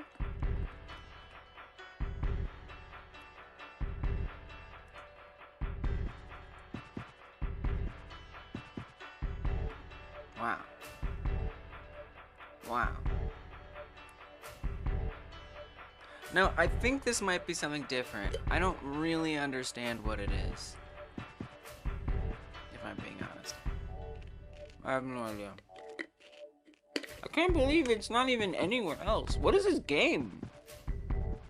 I'm not distracted. I'm just curious about this cool game I've never heard of. Is that so bad? Well, it's some cool Godot game. It has modding. You don't want to know about that? You don't want to know what that is? I want to know what that is. Mega Loot. An addictive inventory management roguelike RPG where meticulous loot management lets you create diverse, powerful builds for each one. With every new attempt, start from scratch and loot strategically to craft dominating setups and become the ultimate power hunter. Oh, it's like an old school RPG. Wow.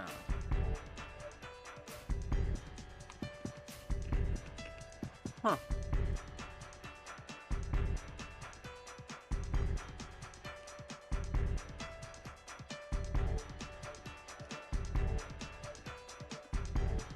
Oh. Got broken or something? Or changed a lot? Wow.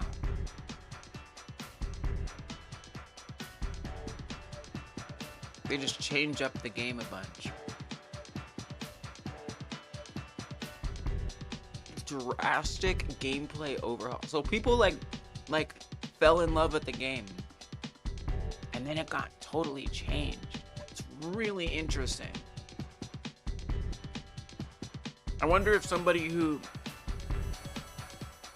came into the latest version doesn't have a problem with it.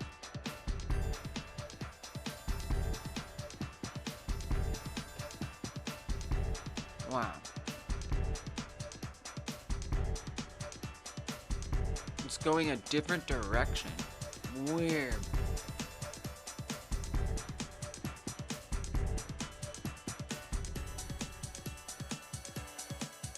It's booty cheeks? Wow.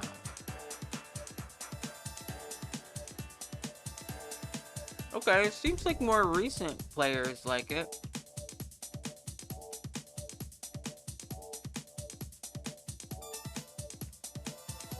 It just seems like it got really popular and then they changed it a lot.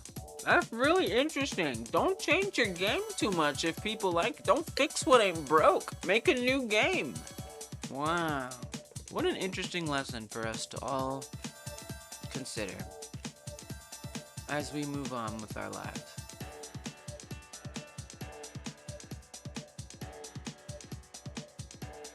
Anyway.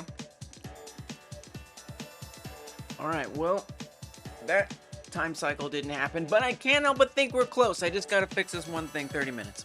Hey, what about that? Hey, that's kind of a thing. What if I keep making the time shorter and shorter until it becomes nothing, and then I have to stop? But there's something to that. There's not nothing to that. I just like subtract 15 minutes every time.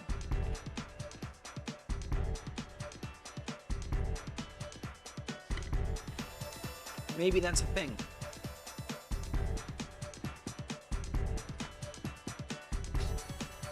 Okay. By the way, YouTube, have you pressed the like button? And I'm just reminding you in case you forgot, press the like button. It helps a lot. If you're on Twitch and you forgot that you wanted to follow, I'm reminding you that following is a thing. Thank you. All right, here we go. Back to it, for real. I'm not going to export as patch. I'm just going to overwrite this. And what I want to see is if that prints out that it exists. The thing exists. No.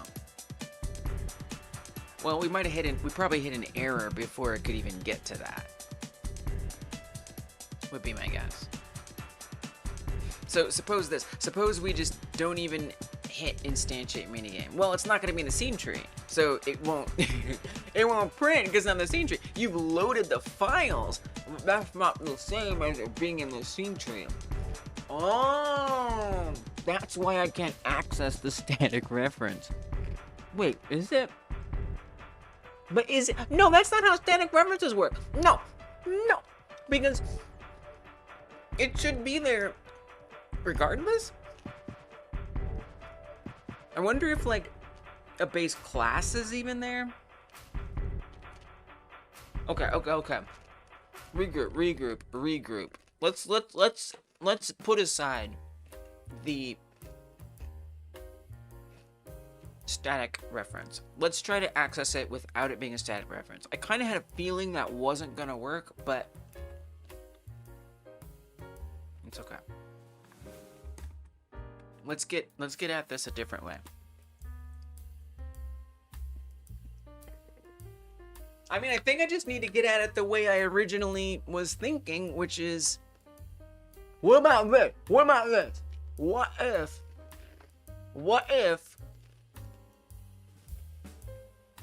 minigame config is added as an auto load? What if it becomes an auto load?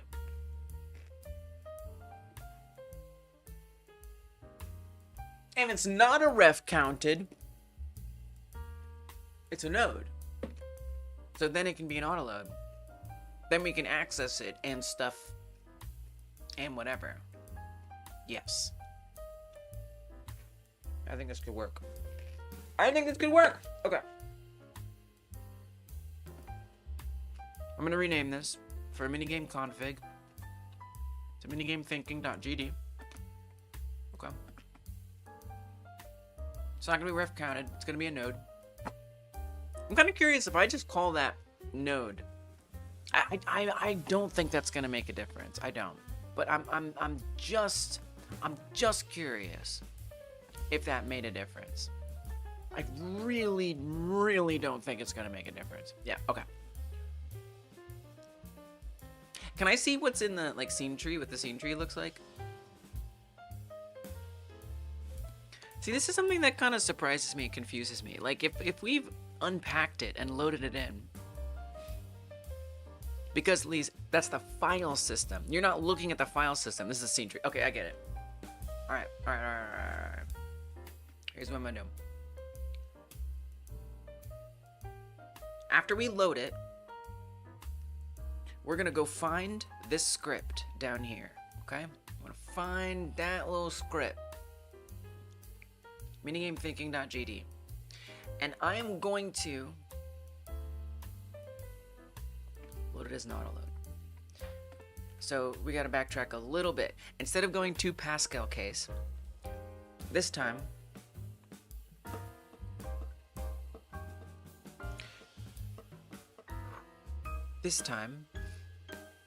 I can't do it in 25 minutes. This time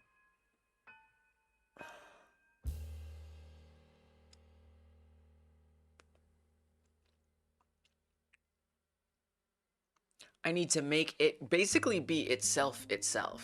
So what we're trying to fetch is the script. So in theory, this will be getting minigame thinking.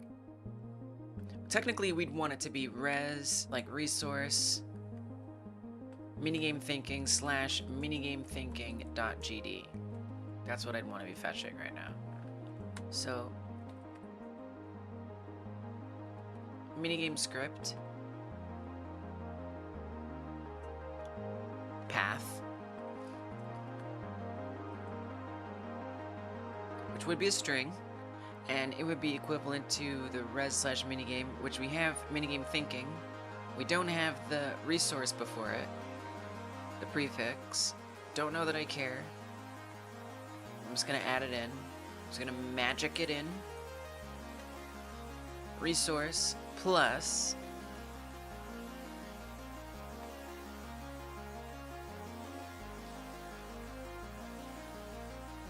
minigame name plus slash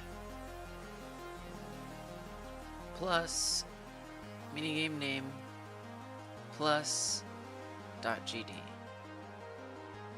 Okay, so we construct the minigame script path, and now we're gonna try to add it as an autoload. This is totally a thing you can do. Editor plugin add autoload singleton. That.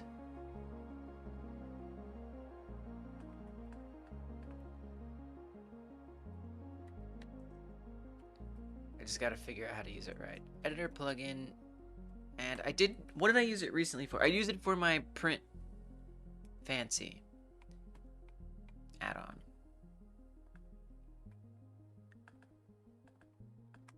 Now that's actually truly a proper add-on, but we're gonna say that's fine. Here, add. Now this already extends editor plugin, but I think we can just do this. I think I can just call this and do it. Now there is the question of when it gets removed. Well, that would be when we destroy the minigame. So whenever that happens, that's when it gets removed. Okay.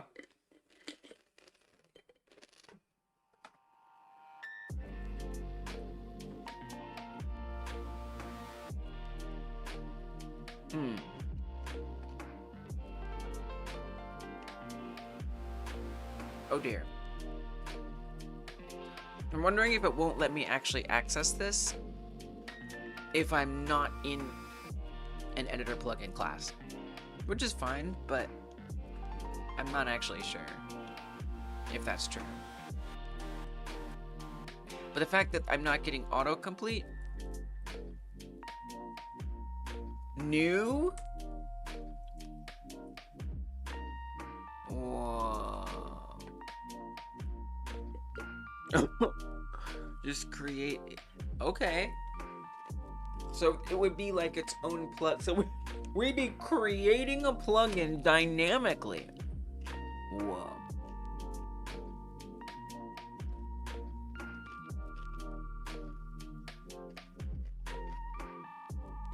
Okay. Sure, why not? It's only a little frightening. Seems weird. Minigame as plugin. Editor plugin equals editor plugin new. Okay. But where does that live? Does it need to go somewhere? I don't feel comfortable with this. Something about this seems like it's not gonna work. I feel like I need to make a single plugin that handles all of the mini games. Just a guess. But you know, we're gonna try stuff. We're gonna see what happens. If I do minigame as plugin, now I can add an autoload singleton. The name of it will be obviously minigame name, naturally, comma, minigame script path. Then when we go to instantiate the minigame, we don't really need this prefix crap. Instead, it would just now be a globally accessible thing. So what I'd want to pass in there is the minigame name, because that is now our global reference. That's our new prefix, basically. So basically nothing else would change other than I need to make sure that callback doesn't start with .ref.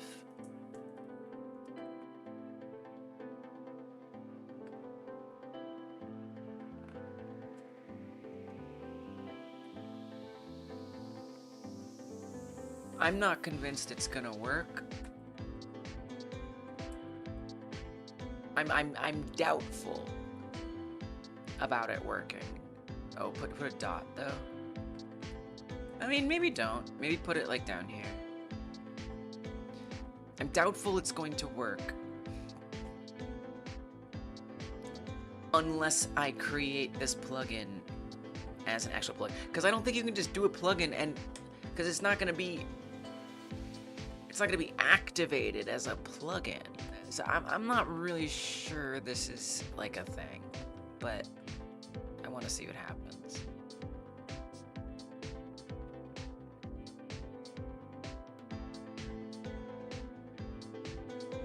So we're going to put a dot here.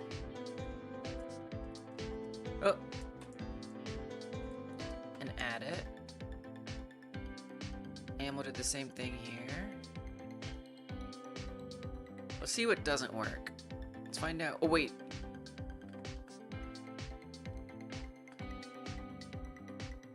Let me export this.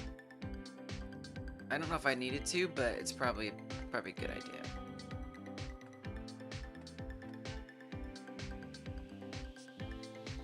Okay, and then what else? I'm just gonna reload this. Oh, is that the right project? I'm just gonna reload this. I don't know, just for good measure. I don't know. You know, I don't know. You know, it doesn't appear in the Godot file system. I don't know. It's probably, I probably don't have to do that, but I'm just gonna do it. You know what? I'm just gonna do it. Probably doesn't matter. I'm sure that error was very interesting. Okay. Can a call method add autoload singleton on a null value?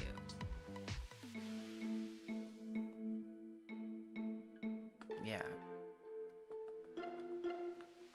It's very interesting that it even suggested doing editor plugin new if we can't do it. But it is finding it, so that's good. I mean, that's expected. This is good, though. This is what we want. 3 errors. Oh. Class editor plugin can only be instantiated by editor. Okay. Editor plugin is not instantiable. Then why do you let me do it? Okay. Alright. So I'm gonna have to make a separate plugin, which is fine. Totally fine. So let's do that.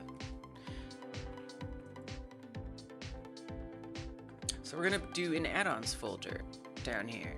This will be fun. In Godot wants plugins to be put in a folder in the file system called add-ons. That's where it wants to live. That's where it wants to go. So we create that, and inside of there, we do stuff. We do stuff. Like, for example, have the top level be the name of the plugin. So we're gonna call it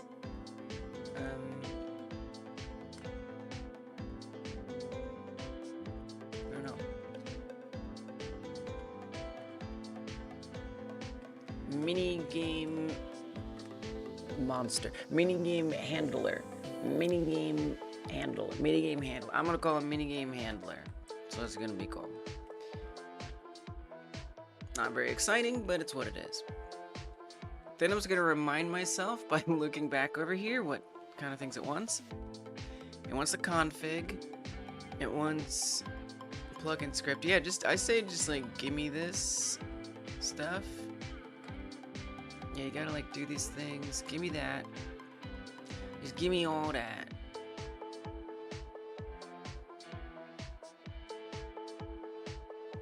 So we're gonna create a new text file, and it is gonna be plugin.config. I'm gonna paste all this in here. The name of it is minigame handler. Handles minigames. Okay. And then we'll make that script plugin.gd that it's looking for. So we'll create a new script, and we will call it plugin file.gd. I don't usually create it this way, piece by piece, but it should be fine. Then we'll just get all this same stuff and slap it in there. Good morning, Derek. Get all that same stuff and I'll slap it in there. Extends editor plugin. Okay, so I'm actually not going to do... I don't even know what I would do here at this part. I mean, I don't really need to add a singleton here. I'd rather have an adding singleton function. I don't really want this. I mean, it's weird because you kind of need you need something to happen when it enters a tree. What if something doesn't happen when it enters a tree? What if no? This is different. This is a different kind of situation. So, you know what? I ain't gonna do it. Instead, I'm gonna create a function, and maybe it gets mad at me. I don't know.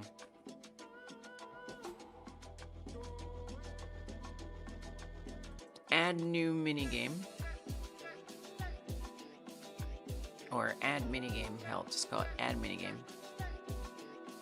And then I'll just call with everything add autoload singleton does. So actually, let me comment this back in for a second. It wants a name and a path.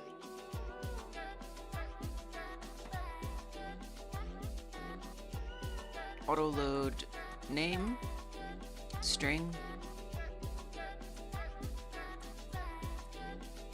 Autoload path, also a string, I would assume.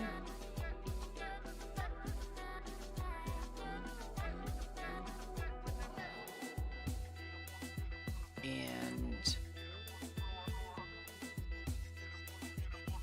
we would literally just run add autoload singleton and pass in those very things.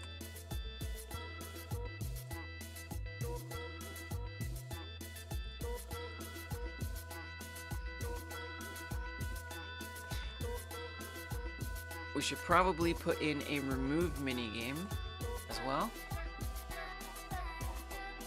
which should just be the same as this. Remove autoload singleton, and all we need to pass in is the name. That's all we need to take as well.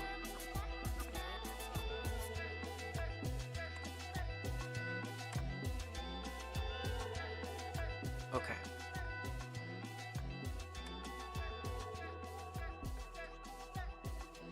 Now again, I do have a feeling that it might get mad at me, but I don't know. I don't know that I need all that, actually, for this particular purpose. So let's go see if we do have a plugin to add up here in plugins. We do. Minigame handler has joined the chat. Let's go. We're going to enable it. It's not going to do anything yet. Let's come to the manage minigames. Instead of this wackiness where I'm creating a plugin in line, this time I'm going to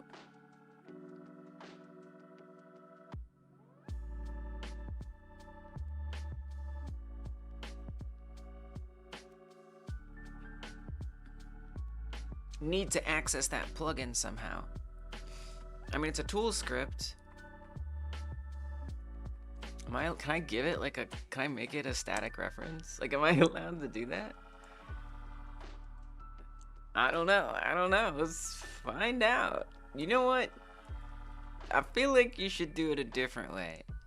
You know what? Let me try it. I don't give a crap. I'll do whatever I want. Minigame. I feel like there's something really wacky about what I'm doing here, and I am so here for it. Static variable. What, am I just gonna assume it doesn't work? No, how about I find out? How about I try it and I get smacked down and I'm like, wow, now I know.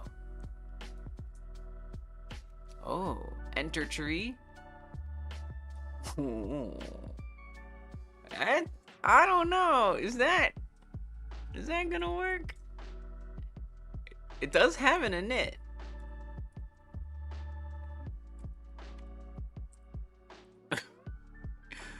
What if I put enter tree here? That's not gonna work. It's not gonna work. What are you doing? I don't know. I don't care. I want to see what happens. I'm just gonna see what happens. I'm curious. It seems a little bizarre.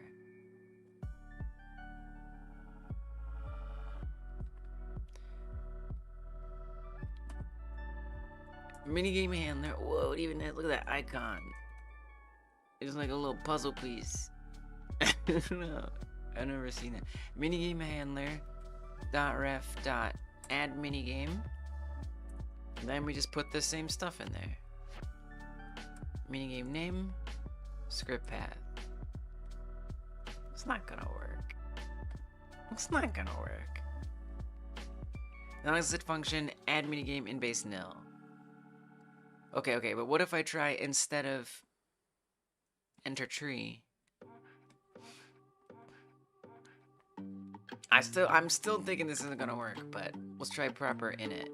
I'm still thinking this is not gonna work. We can get there a different way. I'm just curious. Okay, it definitely did not find it.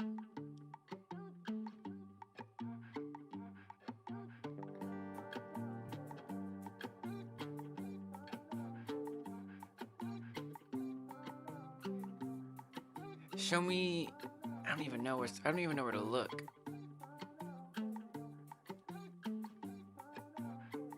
There's not really much places to go. Yeah, because it'd be out here. Well, okay. All right. I don't think that that's gonna work. Is what I think. But it was very interesting. I wish I got like a little more feedback on what didn't work and why it didn't work, but that's okay. It's fine. Oops, that was the wrong place. It's totally fine. So that doesn't work. So how else do I want to try to access this plugin? I don't know. Can plugins be like accessed somehow? I don't think so. I think this is where you're gonna do enter tree and you're going to add an auto load. Yeah, so this is where we do it the old-fashioned way. I don't know what I mean by old-fashioned. It's actually the correct way. There's no new-fashioned way because what I tried didn't work. So in minigame handler, we're gonna create a minigame handler. We're gonna create the minigame handler, and that's what's gonna get created when it enters the tree, basically.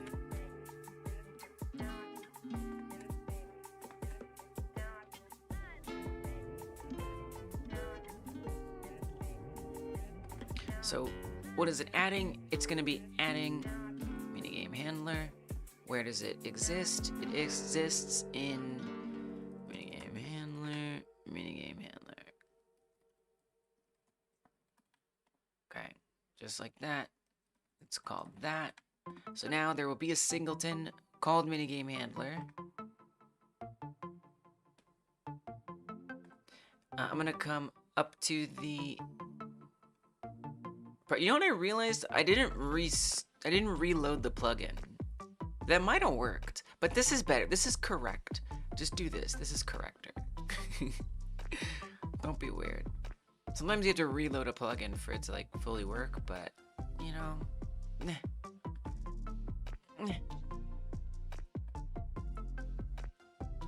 So I think what should be able to happen now, if I've done things correctly, I should be able to come to manage minigames and just pull up minigame handler like that. Now that script doesn't have anything in it, so that's where I would put these, but I don't think I can run these. See, that's the problem. How are you gonna get to plugin.gd? How you gonna do that? I don't know.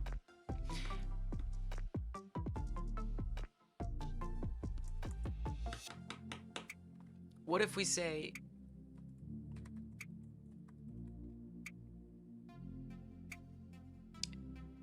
What if we put on here? I don't know. I feel like this isn't gonna work. I feel like this is definitely not gonna work. Extends node. I don't know. I don't know about this. Plugin. Editor plugin. I don't know.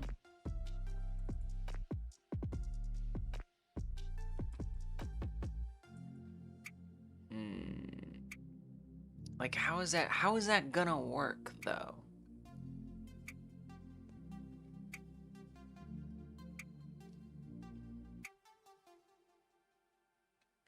Not totally sure.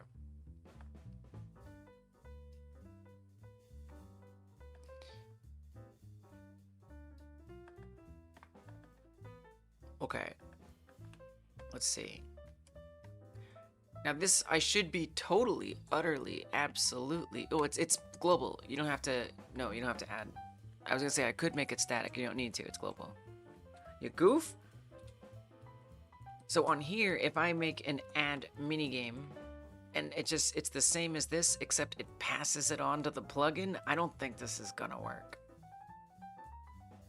I, like, don't. Okay, but I'm gonna try. Gonna friggin' try. Like if I say plugin dot add autoload singleton, wrong. Plugin dot add minigame. Now it's not gonna know anything about that because this is its own, you see, this is its own thing. So it's not gonna be able to find that. Do you know what I'm saying, Lise? So it's gonna have an issue. Unless it doesn't, I mean, this is wacky. This is wacky town. Really wacky town. Normally I would do like a set, but I don't think this is gonna work. So I'm just gonna do that like that for now. I don't think this is gonna work. We gotta go back. Oh, this is kind of tricky. This is kind of tricky right here. It's a little tricky. Okay, minigame handler. Add minigame. It exists. Reload the plugin.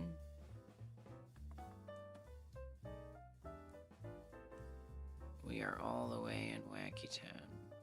Failed to load script with parser error on plugin. Identify our minigame handler not declared in the current scope.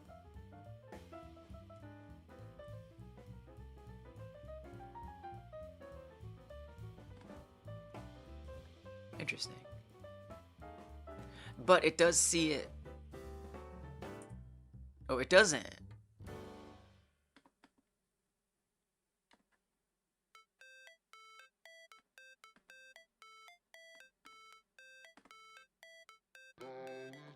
What happened? Oh, I know, timer is up. I don't understand. Add autoload singleton mingle music. What? What?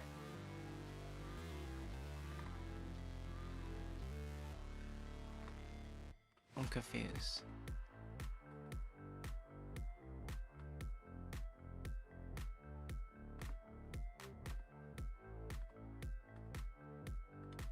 Oh, it was working before.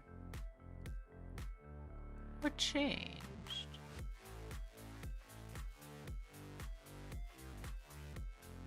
Are you quite sure? Okay, you're not quite sure. Okay, just checking. Just making sure that you're not quite sure. As long as we both agree.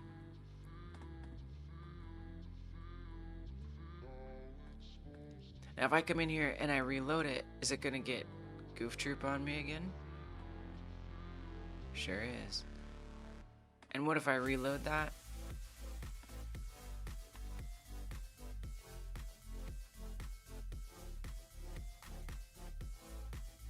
It's weird stuff.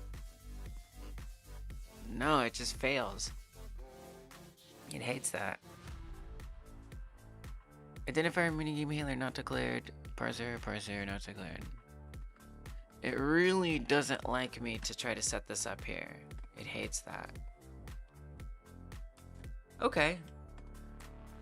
Well, what if I put a ready function here and then we assign it? Whoa.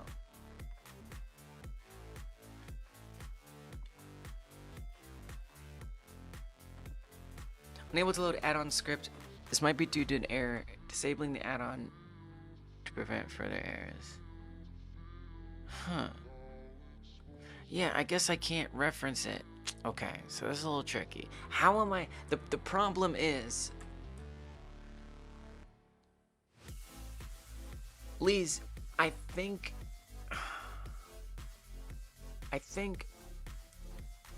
Damn, I don't know. I don't know if I can, at runtime, add an autoload singleton. I'm not sure I can do that. Because as far as I can tell, I'm only allowed to add an autoload singleton from the editor. And from an editor plugin. And the only way an editor plugin can exist is if it's added from the editor. The only way it can be added from the editor, as far as I can tell, is if I set it up via project settings, install plugins.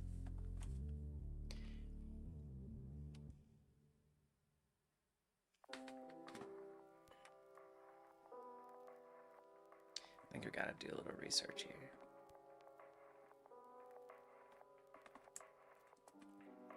Godot, how add plugins to how GDScript call a function on a plugin. Does that make sense, internet? How do I call a plugin function in a script?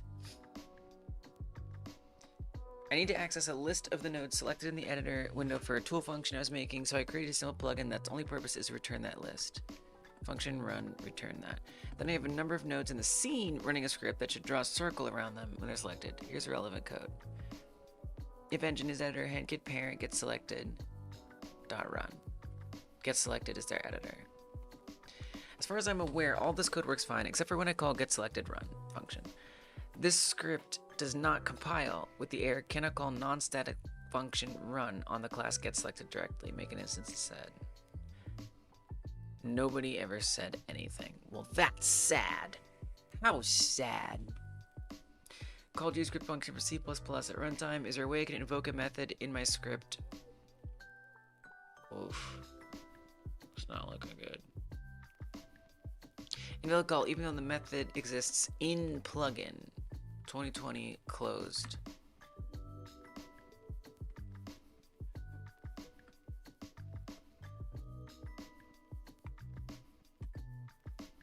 Okay.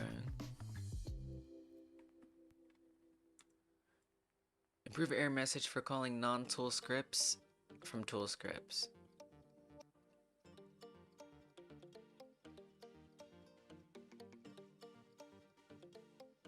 Tool script cannot use things from scripts that are not tool scripts themselves. Whoa. Oh. Oh. Can an auto load be?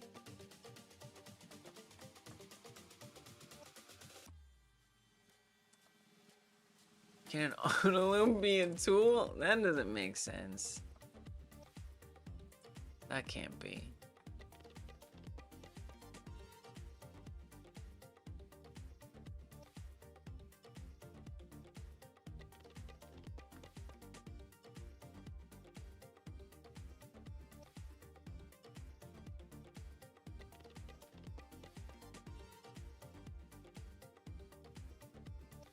Wow.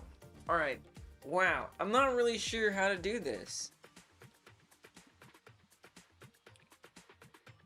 I am not at all sure how to do this.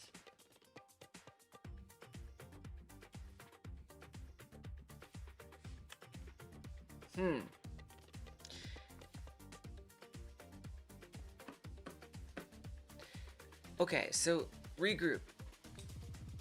Ask yourself, please, do you need to actually add each minigame as its own autoload singleton. Or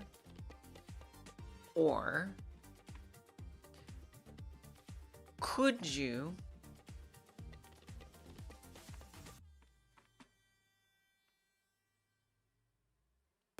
create... I mean, there's no point in the plugin. Like, the plugin has no purpose anymore. The plugin is useless. If I can't use the plugin as an excuse to access and autoload singleton, it serves absolutely no purpose whatsoever.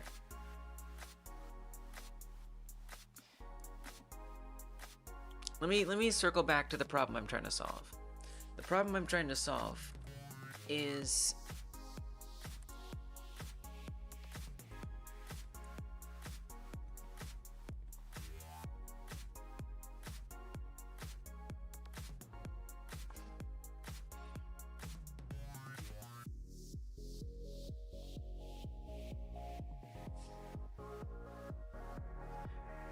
I want to be able to access the minigame that's loaded in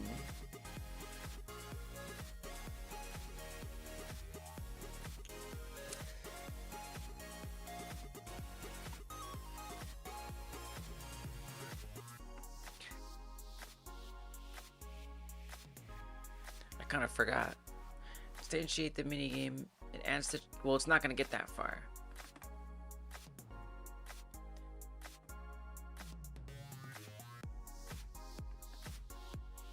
Damn. Kind of wish I had committed a little sooner. I might have to rewind the stream to see what I was doing. Because before... Damn, I got so confused. I tripped myself up. I tripped myself all the way up. I got into the editor thing and I just sort of yeeted every other thought out of my brain. I just removed the thoughts. They left. They became nothing. So I'm gonna rewind to remind myself. That's when we're doing plugin shenanigans. Minigame as plugin, add autoload singleton. The reason I was doing that, because I couldn't access what I was trying to do was be able to access all of these scripts that I put, or all of these functions I put on the minigame script. So this basically, this config file, this minigame thinking, this file that has all this stuff on it that I need. I tried to access it via a static variable. Now maybe I still can, and I was just doing it wrong before, and maybe there's still hope for that, and I just do it more correct this time. But I think that for whatever reason this is not doable to access. So if I can't access that, and I can't add it as an auto load, what can I do? How can I come and find this file? How can I come and find this file and get this stuff? Well, you have the path. That's the most important thing. So come in here, GDScript, right? What is this? Methods, constants. There's got to be some way. Script, GDScript. A script implemented in the GDScript programming language. A script implemented with the GD extension. Says functionality on the tutorials. Methods. New. Create a new script. Yeah. Well, I don't want to do that. Calling new creates an instance of the script. Object set script extends an existing object if that object's class matches one of the script-based classes. If you're looking for GDScript's built-in functions, see at GDScript instead. A list of utility functions and annotations accessible from any script written in GDScript. For a list of global functions and constants that can be accessed in any scripting language, see global scope.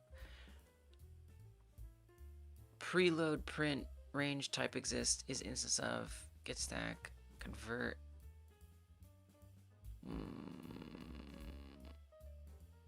Oh, could I like load it? I gotta look it up. I gotta do some lookups. It's the only way I'm gonna get anywhere here. Load GDScript file through code as node. I don't even know. Because autoload's not gonna work. So I gotta do something else. How to load resource to a node by code. I guess that's kind of what I'm saying. Just discover the resources. I want to create a loading sequence for node 2D. The resource has basic data like name, health, aim, accuracy. Create a new resource type. Few instances. The resource is working well and manually adjusting the resource I've created, but you want it to be more dynamic. Where I store the resources in an array. Choose a random one. Example of the resource. Extends resource. Has stuff. What I was thinking of. Choose a resource.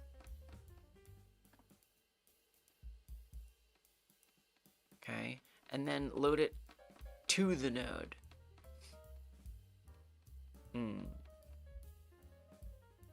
Okay.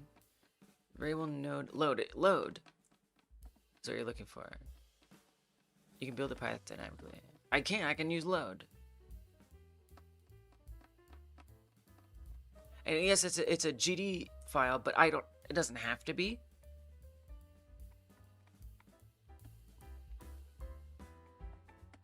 It's interesting. If I were to try to make that work, I would want to well, we're gonna get rid of this whole plugin thing. Plugin was a bust. Very interesting. Glad I checked it out. Don't need it. Absolute trash. Interesting. Absolute trash. But absolute trash. Very interesting. Absolute trash. Oops. Wrong project. Okay. That was dangerous. That could have been bad. Oh, it would have been that bad.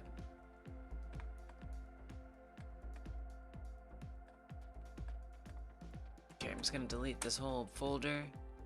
Don't need it, don't want it, not interested. Forget about this. Okay. So we have the path, right? Hey Corey, yeah, I'm here. I'm here. OpenClaw. I don't know what that is. What is it? Minigame script path. Okay, so from that minigame script path, I'm gonna try to load it. But like, what am I loading it as? Well, it says it's a node, so let's try to load it as a node. Minigame, thanks for the follow, Christopher. Minigame data node is a node, and it equals load minigame script path. Can I assign a value of resource to a variable minigame data node specified node?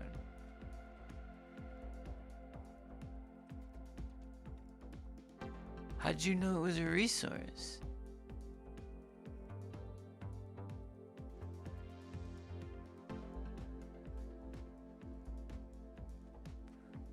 But I load things that are paths all the time.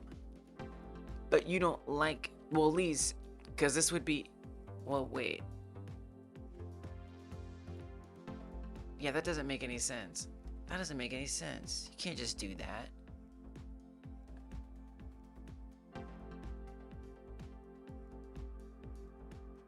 You made that up.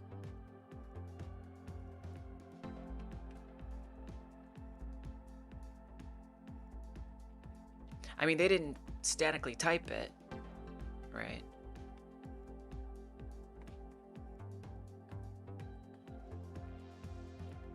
But that feels weird.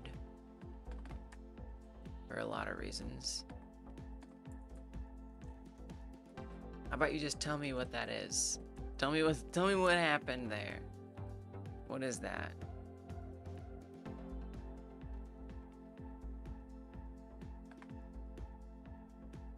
GD script.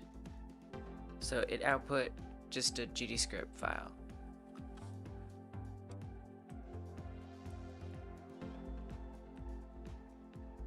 What am I supposed to do with that? How turn GD script file into node? I don't know. I don't really know how to ask this question. Creating a node with GD script. No, that's not what I'm saying. I'm really trying to not want to ask. If anyone knows, and I don't want guesses. If anyone knows how, I'm interested. If you know how to take a .gd file and turn it magically into a node, I'm interested. If you don't know how, I'm not interested. Train on GDScript and get it to assist you based on your own input while you make games. It's hard to explain because it's like 8 days old and you're half awake. Okay. Yeah. All right. Well, I don't understand what you mean. Are you talking about some kind of LLM type of thing? Is it just an LLM? I try to avoid using those as much as possible. But yeah, I don't know. I'm not sure what that is.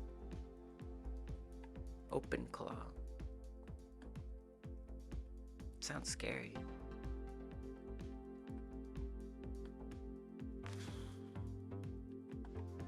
Alright, well, I'm having trouble finding any answer, so I've exhausted my resources.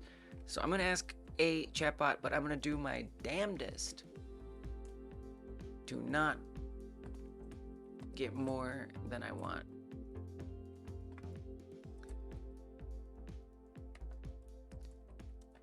I have a GDScript file.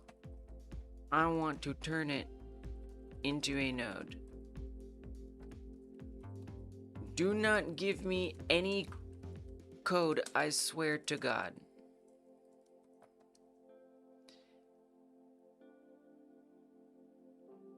Answer this prompt with a simple yes or no. Is it possible to do what I want to do with the .gd file?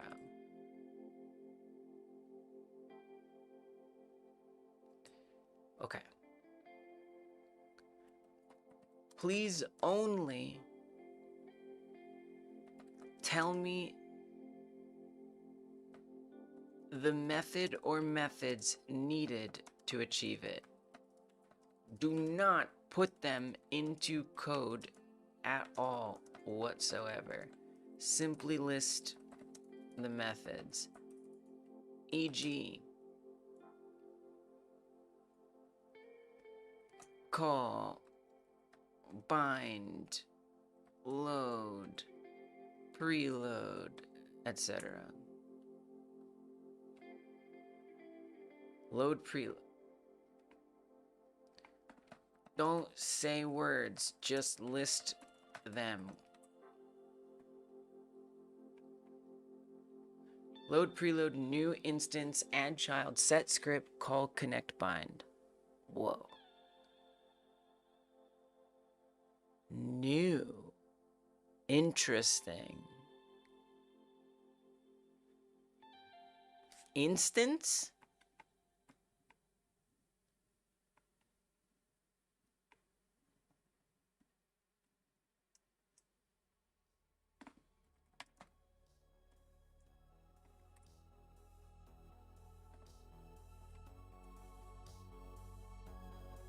What is that?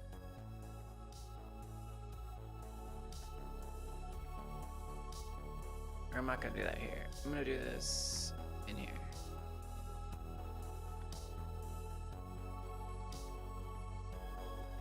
Is that a real thing? just instance? I don't know if I believe that's a real thing. Operating system create instance.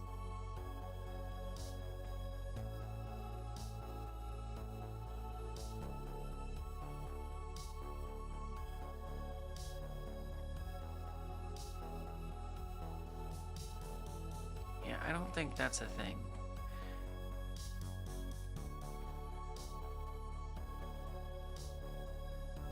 Too many tabs.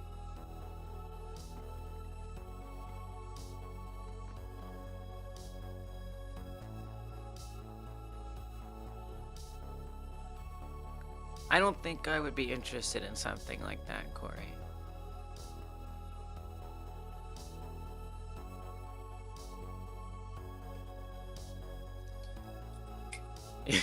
Yeah. Thanks for like letting me know about it.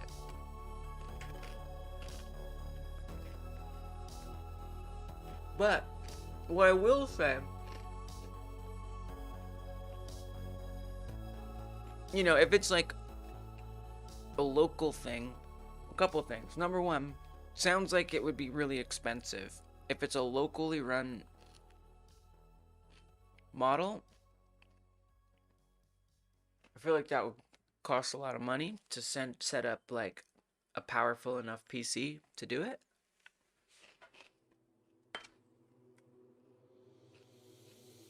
And even then, well, no, I'm saying like, if you're like, yeah, but if it's locally run, it's gonna be really, really slow unless the computer is powerful enough to be able to do all the things it can do. If it's locally run.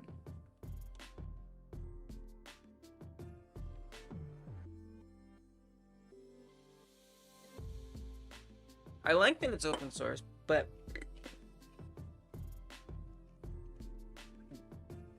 you know what I'm saying? Like, it's gonna be like horribly slow. And you're mentioning people buying Mac Minis. I can't buy a Mac Mini. I can't afford GPUs and all that kind of stuff. So, sounds like it would just kind of suck for a PC that isn't powerful enough.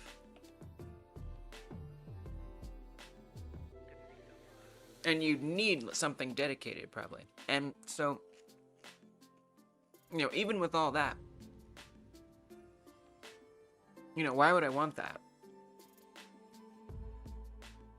You know, I like doing things. You know?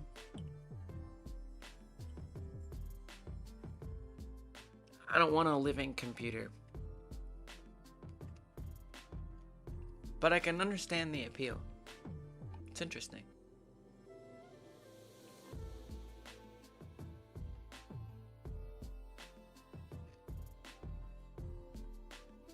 Alright, explain to me your thinking. Tell me what's going on.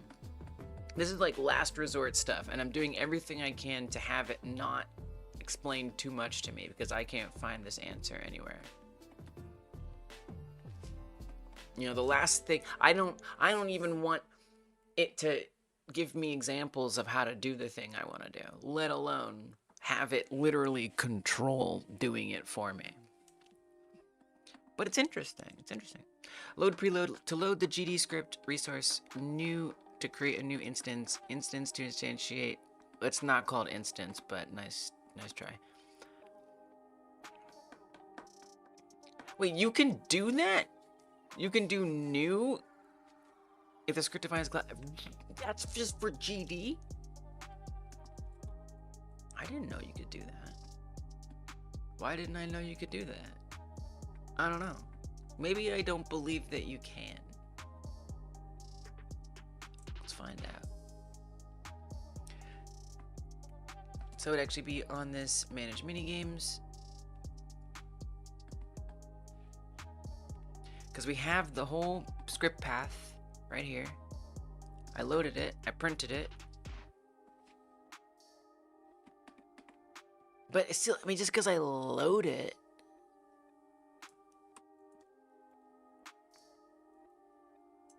I mean, technically this would be like a GD script.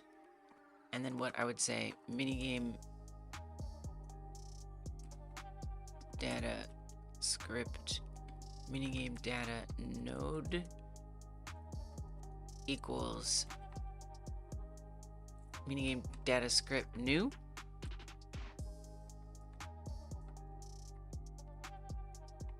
Like that.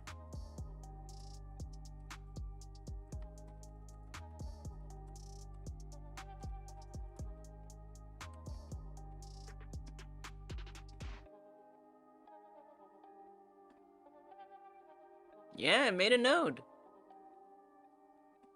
Huh.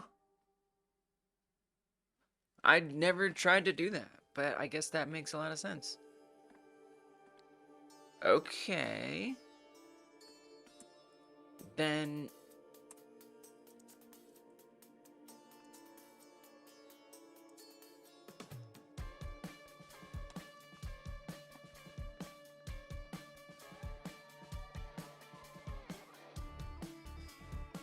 I guess we'll just add it.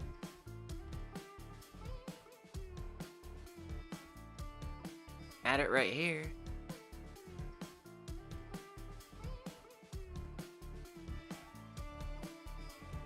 And then pass that on. I was loading it down there, which we can do.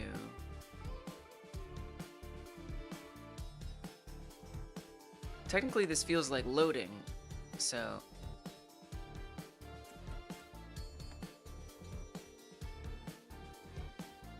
we don't need to instantiate it anymore.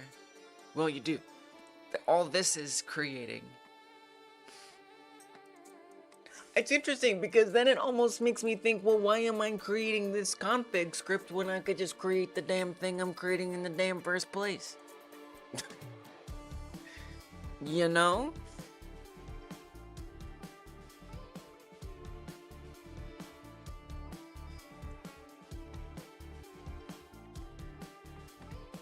Currently, all that's left on here is a directory name. Really, all that's on here is... well, I mean, well... yeah. I mean, we do have the callbacks. And that's convenient to define on a per minigame basis. So I do think that's useful. And I wouldn't really want to put that on the main scene because I want the main scene to handle stuff. Yeah, okay, I guess we still want this. Yeah, this is still useful to me. So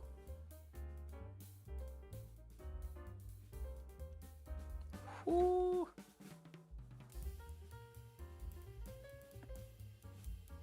Low hammers.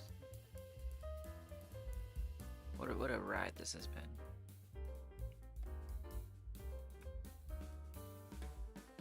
So we still want to instantiate the minigame, except we just need to get it a different way. So when we have the minigame data node, we do have the name. Minigame scene path. We don't need this. We don't need... well, it's very confusing.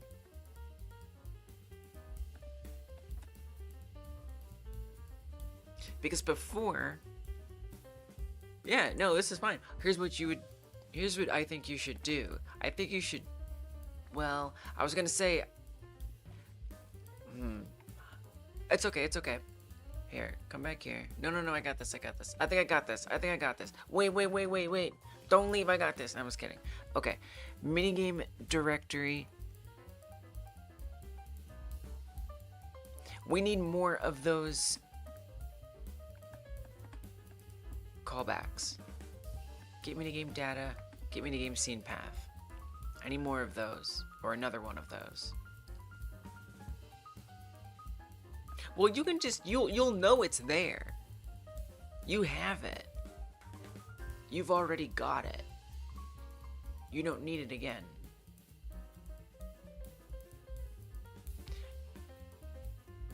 It's just, what's weird is if I'm using just the name, well, Lee's, You're saying minigame name plus that, and you're calling this. I feel like that's not gonna make sense or work. Welcome, Raiders. Hello. Good to see you, RJ. How was your stream?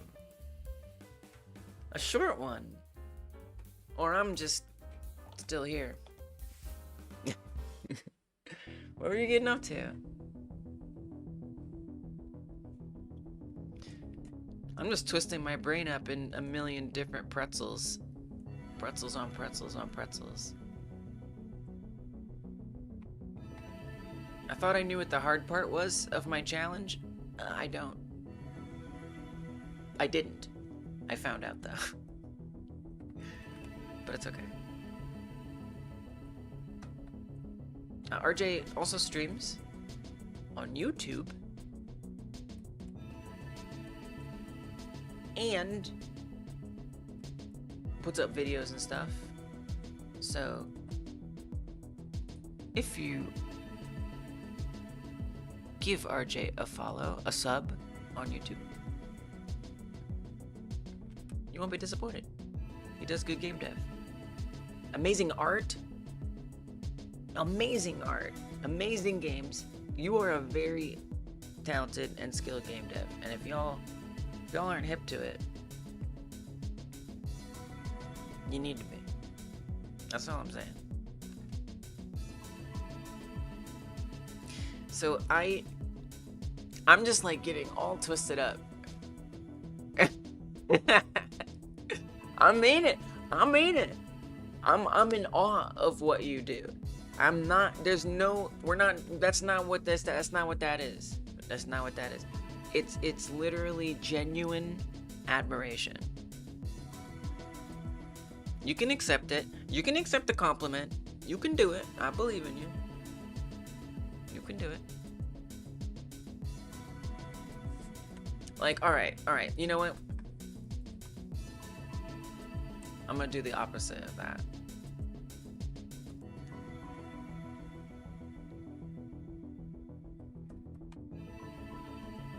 Let's at least just do this one, so that gets me there.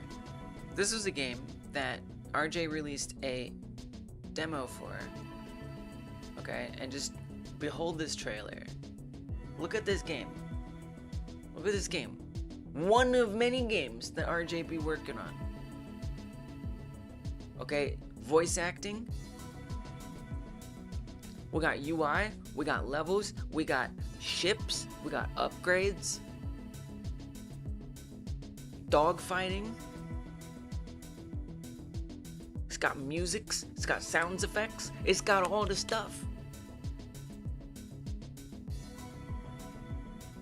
Okay, that's just one thing. That's one awesome thing.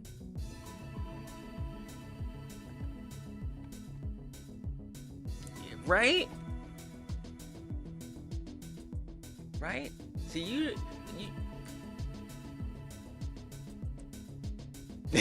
whatever, you know what? You should finish it when you're ready.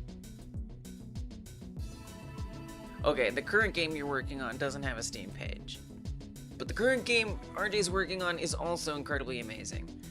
RJ has released and is selling games on Steam. You can't tell me that you aren't doing great, admirable things out here releasing games. Okay? So y'all should go check out this demo. You should go and wishlist it and follow RJ's progress, because RJ's going places. RJ's working on like an isometric Age of Empires like game right now. In 2D! It's a 2D strategy game, Age of Empires style. And it looks 3D. It's mind-boggling. Okay, I'm done. I'm done.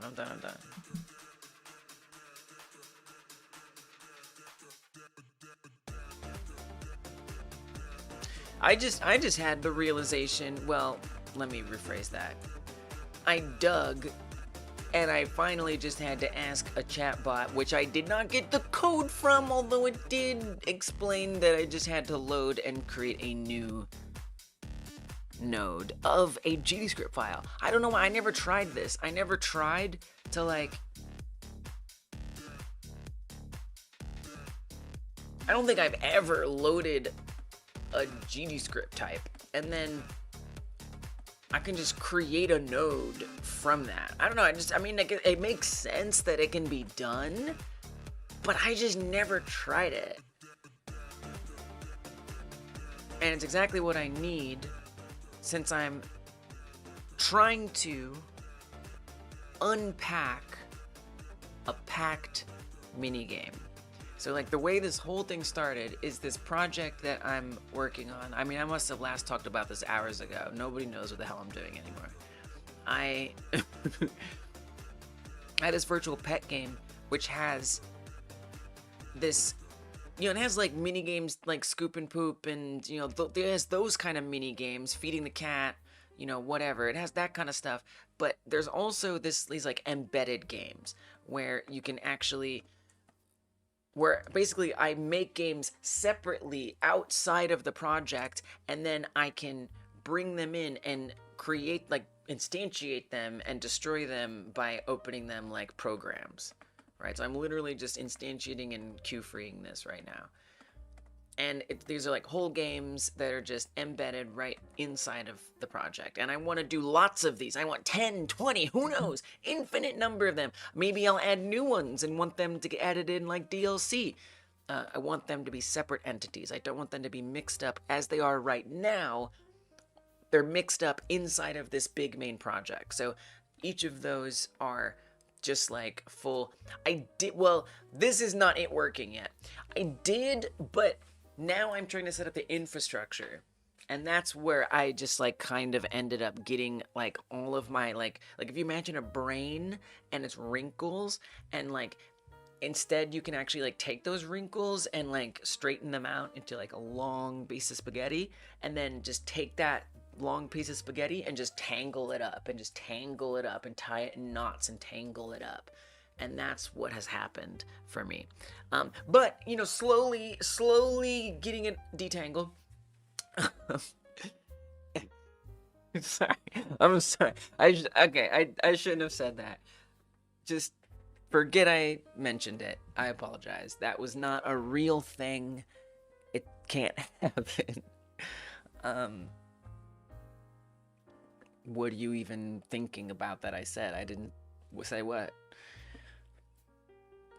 So, I still have all those files that those embedded games have in this main project, and I despise it. So, what I did was I started up this example project off to the side where there's a project B and a project A, i.e. a child project and a parent project, where I try to have this child project be added to the parent project, so that way it can load it in. And the way it loads it in is I export a PCK file. So this does work. It totally loads it up really well, and that's super nice. So this is just this PCK file. This PCK file contains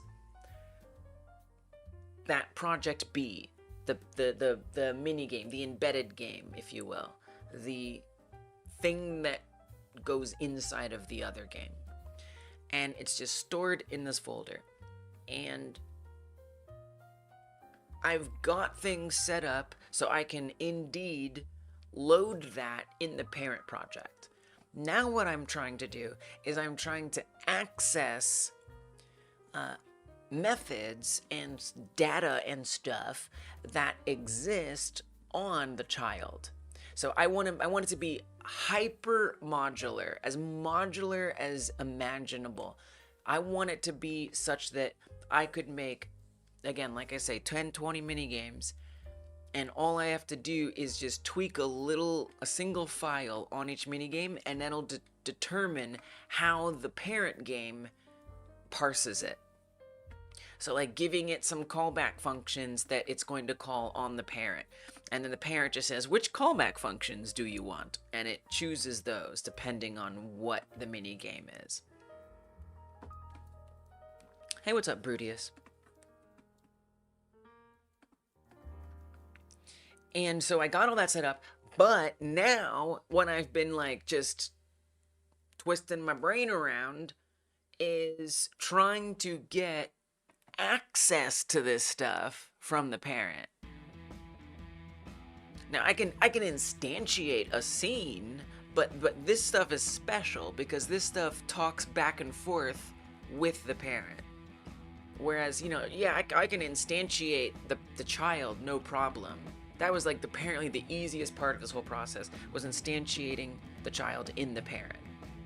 But I need more than that. I need it to be hyper modular and super extensible and flexible. And that's where things got wacky. I by the way, I don't think I need any of this static stuff. I just don't think I need it. It's there, but it can probably go. But I have a breakthrough, which is taking that GDScript file. I tried a lot of things. First I tried the static references, right? So I tried having a static reference to the node, and then in the parent, just discovering the name of this and trying to run methods on this by using a static reference. Anyway, the point is, it didn't exist. It couldn't find the static reference. Normally it can find the static references. This could not be found. So that didn't work. And then I thought, well, what if I load each minigame in as a plugin?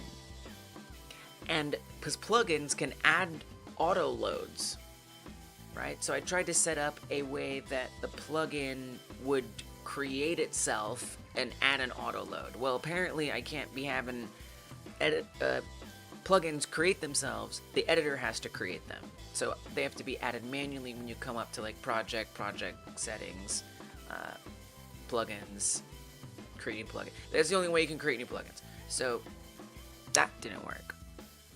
And then I was like, well, maybe I can like create something that accesses the plugin and that adds an auto load, because only way to add an auto load is through a plugin. Nope, that didn't work either. So now I'm finding that config file, and we're just creating a new node that has that as the resource and adding it.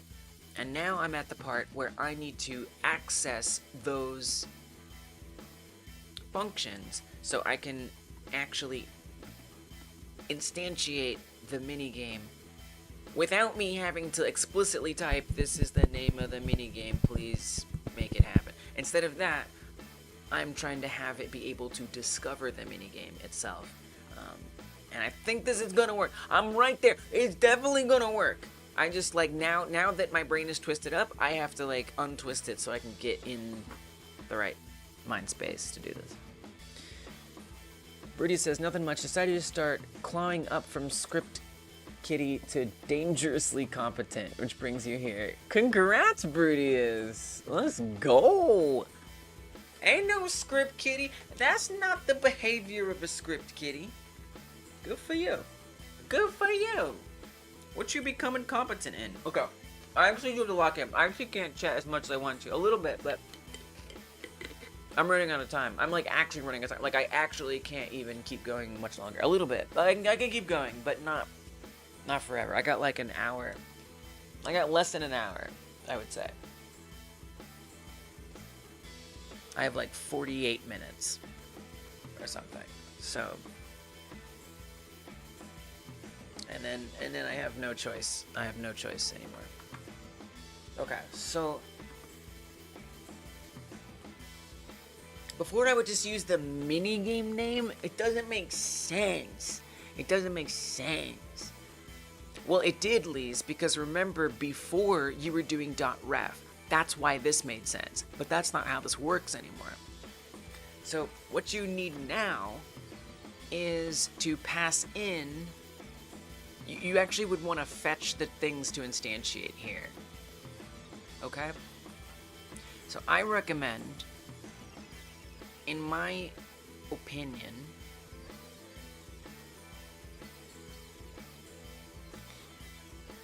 I'm gonna say, put that node into here, okay? Put the minigame node, minigame data node into there, all right? That's what this is gonna receive now, is the minigame data node. The minigame data node, which is my config, if you will, is indeed a node. Now that's gonna mess all this up because that's not what it's looking for. We're gonna recreate it, kind of. So I need to get the minigame scene. The minigame scene is stored in that config file, that data file. There's the scene path. It's got the scene path. That's what we need to instantiate right there. So how do we get the scene path? Well, I have a function called getMinigameScenePath. Back on the parent, I've got the callback getMinigameScenePath. So that's what you need to do. Does the minigame data node, I wonder if it has like a name. I don't think it has a name that's useful. Which makes me think, Lees, you do want to pass in the name. I'm going to say do pass in the name, actually. Actually, let's put that in there.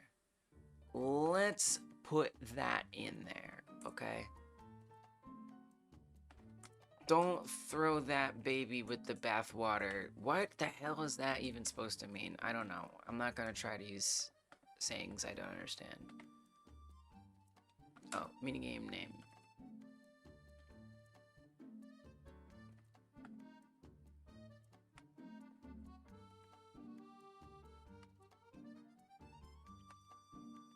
Rudy says, don't worry about replying, you understand, but you want to learn some Python and C#/++. Nice, nice, nice. You run a server hosting company and want to offer even better customer support. Don't want to be wiping every server that has an issue. That's awesome. Space Tiles, that didn't sound sarcastic. That's so cool.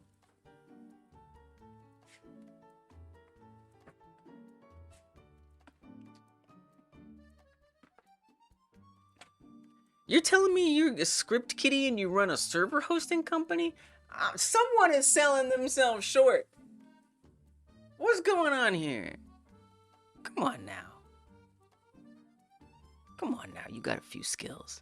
You got a few skills.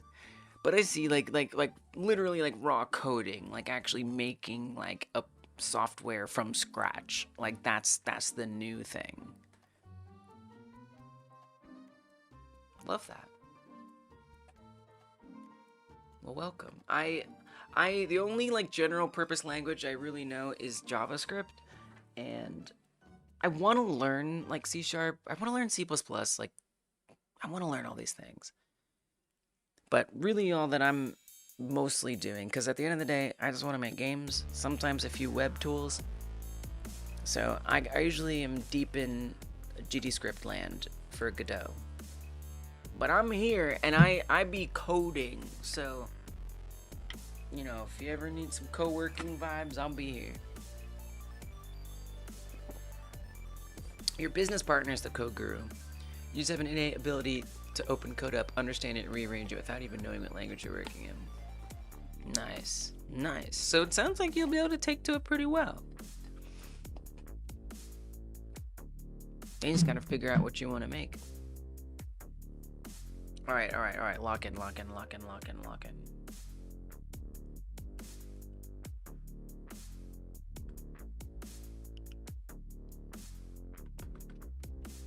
You got this. You so got this. You know thyself so well.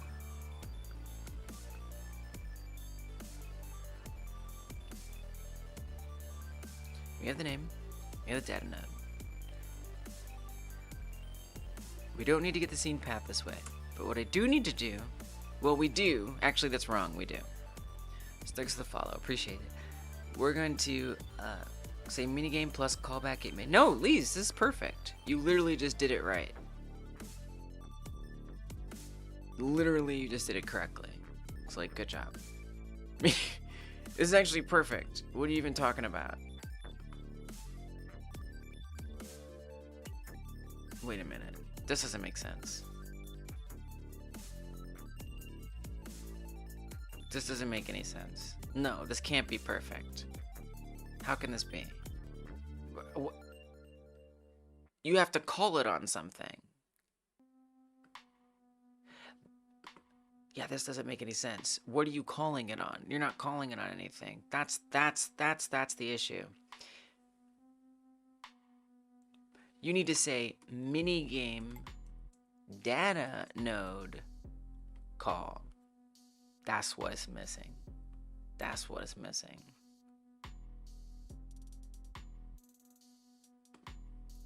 What's it like?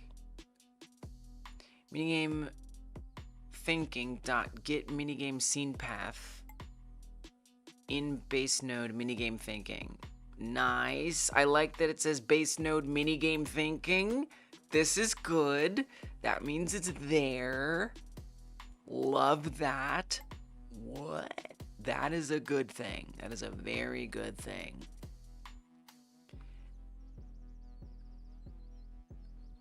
Wait a minute. Wait, will the static reference be available now? Oh, because I've created it, now there's the static reference? Is that what you're telling me? Oh, that's why the static reference didn't work, because it didn't exist. But now it exists? Wait. I don't know.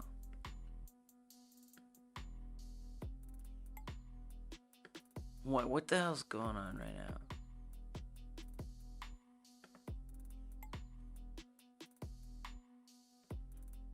Minigame directory name.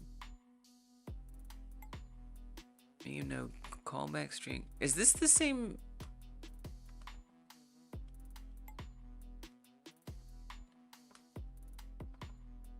I keep tabbing between the wrong things.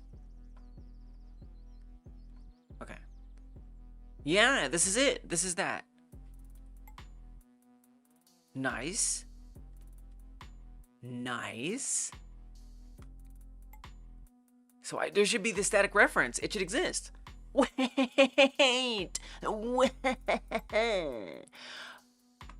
Okay. Back to Pascal case. Yes, give me the Pascal case back. I need that. I want that. Oh.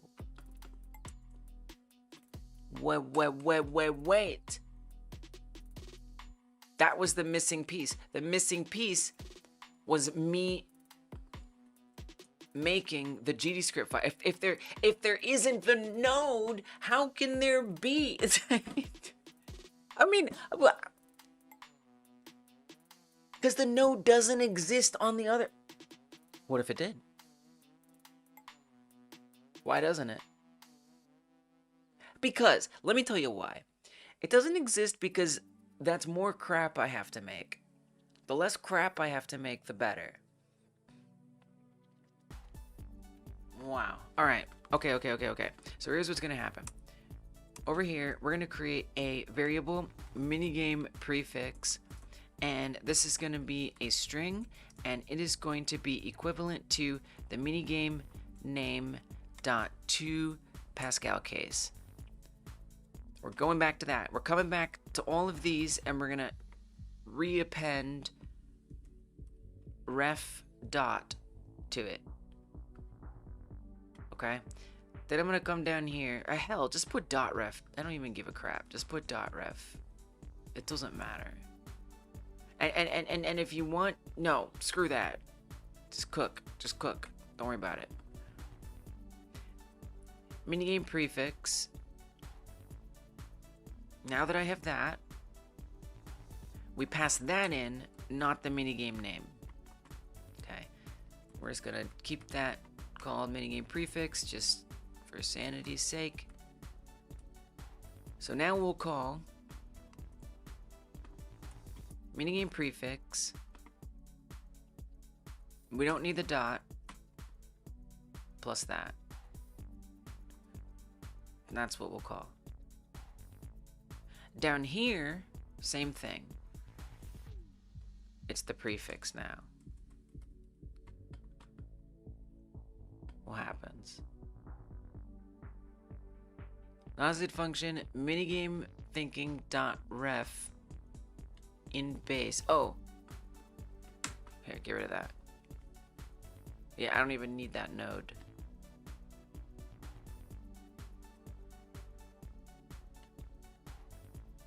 Non-existent function minigame thinking dot ref dot get minigame scene path in base node manage minigames. Okay. Okay, it didn't like that. Okay, it didn't like that. It didn't like that. That was wrong of me. I made a mistake. Okay. All right. Roll it back. No problem. Roll it back. Static reference, still can't find it. Probably would. Here, at least bring it back. Put it on the clipboard. Now go back. Because I might change my mind on that. But for right now, we're not going to do this. Control Z. Big Control Z. It's an undo apocalypse. That's what this is. Okay, yes, do that. Yep.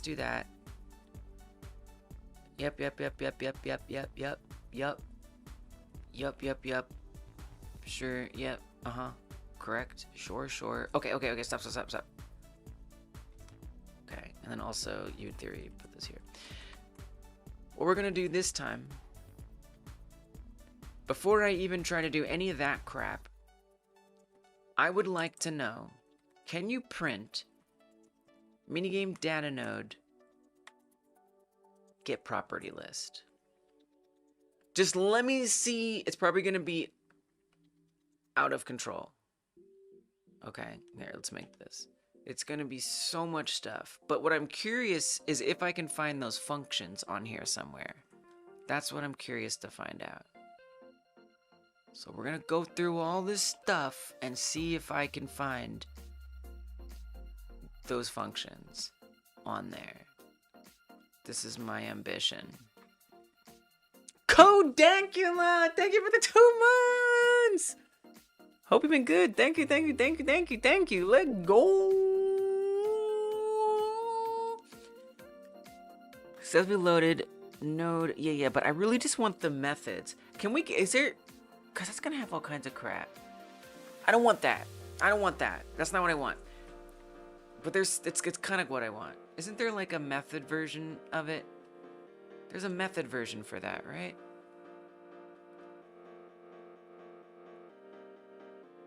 Get method list. Yeah, it's just called get method list. Appreciate you, Code. Hope you've been great. Yeah, that's what I meant. It's still gonna put a bunch of crap, like built-in crap, that I don't care about.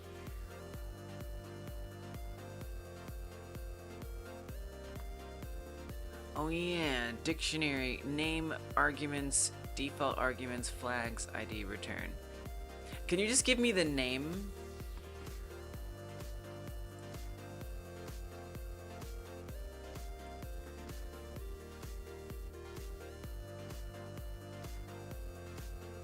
Array dictionary.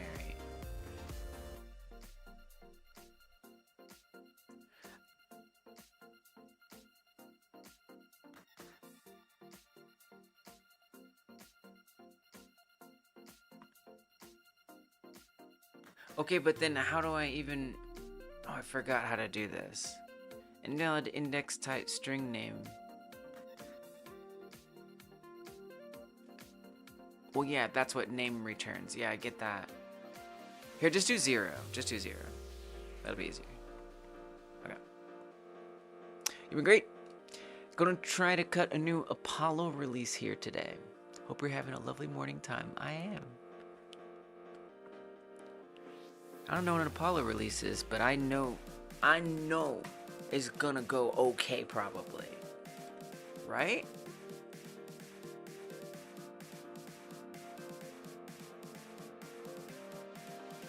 No, not the first dictionary. No. Oh. I see. Okay. For method dictionary in this. It's just so I can observe it, but whatever. We got to go through each one, and then I'll say print method dictionary. That's where we would say name. Okay. Let me see the data. Let me see that data, please. Data, please. Get minigame scene path. Yes, it's there. Okay, they're there. They're definitely there. Okay, then let me get it. Let me get that. I want that. Let me have it. Give it to me. I want to take it and I want to use it. Give it to me. You're right there. You're right there. I want you. I need you. Please. Please. Task manager, Discord bot for ADHD folk. Oh yeah, I remember that you were doing that, but I didn't know it was called Apollo. Let's go. I need to investigate that more. Do you have like, is there like a GitHub or something for it? So I can like keep my eyes on it. Okay, I've got like 20 minutes. Okay, a little more than that. 30 minutes. Barely. Damn. I gotta throw up another focus mode. I don't have to throw up, but I need to put up another focus mode.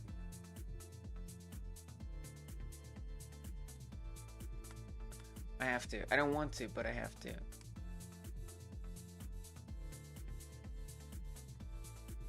Okay, bitch, cook. It's named after your cat?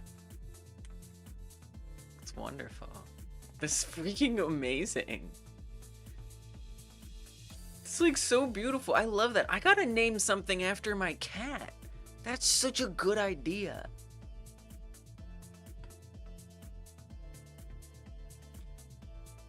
I can't watch. When I watch...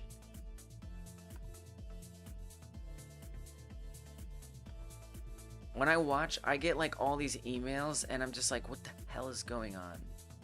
And it freaks me out.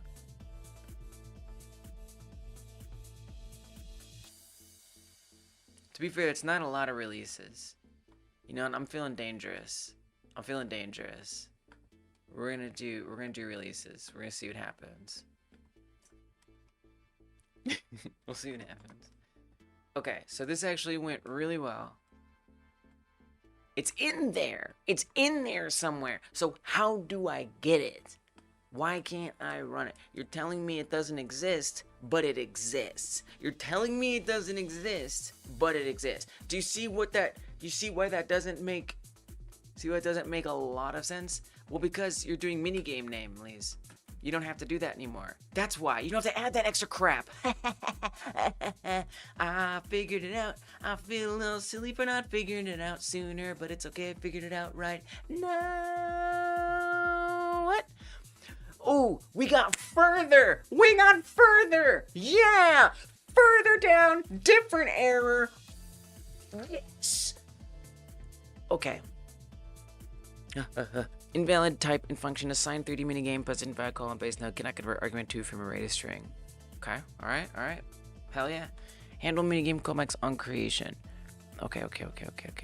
Cannot convert argument 2 to string. There's 2 errors here. What's the first one? Oh, it's just a warning. The parameter minigame name is never used in the function instantiate. That's okay.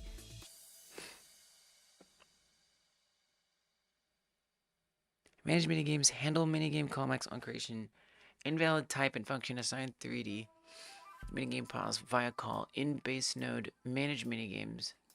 Exactly, space tiles. It's so victory danceable. Cannot convert argument 2 from array to string. Right, it's an array. Yeah, you need to iterate through. That's why, Elise. You have to iterate through. I see. That makes sense. Wow, this is a great error. This is so, oh my gosh. This is good. I can't imagine a better error. This is just perfect. It's so fixable. I love this error. This error brings me life. So what we need to do is I need to actually distribute the array. We need to append each thing in the array as a argument. Oh, call v. Call v. Call v is that. So what you would do is you would create a variable called parameters. And this can be your array of stuff. And inside of there, you're gonna put, what's the first thing in there? Nothing. You just call back dictionary. That's it? Yeah, that's it. That's it. So you say callback dictionary, callback data string. This is the array. Trust me. And then we'll pass in parameters. The reason why I do this is because there might be some things that need to go in there at some point. Oh, damn. Right, that's inside of there. Oh, okay. Okay, never mind. Never we mind. Okay, forget all that. Actually, I don't need to do that unless I need to do that. And right now I don't. Literally, all I need to do is just put the V. So the difference between call and call V is call V will search through an array for the arguments instead of taking the array as the argument. Okay, look, it's there. Okay, we got an error. All right. That's not really the position that I meant for it to go, but that's okay. Error calling method from call V expected one argument, but call it. That's right. There used to be two. There used to be two. But I forgot to get rid of it. Oh my gosh. Oh. Okay. So instead of two, we just want the one. That is right here. What's the one we're keeping? I want to say it's the directory name, but I don't remember. Directory name, yeah. So get rid of this. One parameter. That's it. We don't need that. Oh, wait. So I actually have to export this as a PCK. This is the project B, the one that is being DLC interpreted. So we save this PCK file, overwrite it, close, come over here, now run it. Nice, new error. Manage minigame markers, get minigame marker name, minigame thinking is invalid. Is it? Is it though? This is good. This is good. These are other errors that I didn't get the chance to even begin to try to address. There's 0 markers. Yeah. Right. 0 markers. We need a marker in there. The marker is supposed to add itself from Godot head. So why didn't it do that?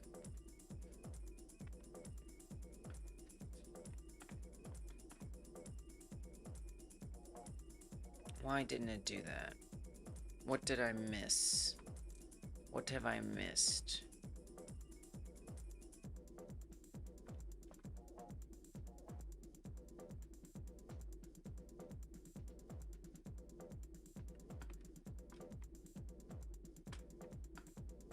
Go ahead. Thinking.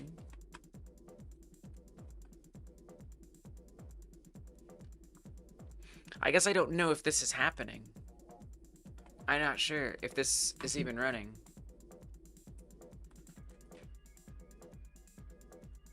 Print manager.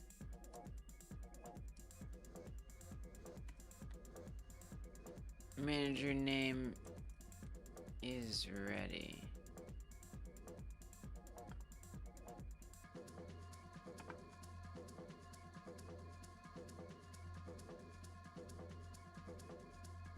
None of those actually worked. So that signal isn't getting emitted at all. It's not getting emitted.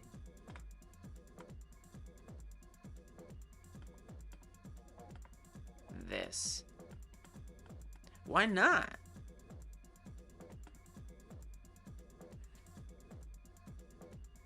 Why not? I guess it's getting emitted before. That makes sense. Signal doesn't make any sense here. Signal makes no sense. Lees, what? Forget that. Really? Yeah. Are you sure? 100%. Yeah? Yeah. Okay. You sure? I'm sure. You want to just get rid of it? Kinda. You think you'll regret it? Maybe. Do you care? Nope. Alright, burn it down. Burn it down. Okay, this class no longer exists. I don't think I need it. I don't think I need it. I thought I needed it. I don't think I need it. I don't even need this manage managers. I don't need any of this crap. Get it out of here. Manage managers. Trash. We gotta clean up from the many different things I was doing that maybe worked, that maybe didn't. Doesn't matter. Throw it all away. I don't care. I probably shouldn't have done that. That was kind of a mistake. Okay, save this. Let's search for managers. We didn't use it anywhere. Oh, we did. Yeah, here. Well, screw that. Forget that. This will be ready. This will be ready. Because manage markers is always going to be loading after. Yeah, manage minigame markers. Well, wait. Manage minigame markers. Thought bubble.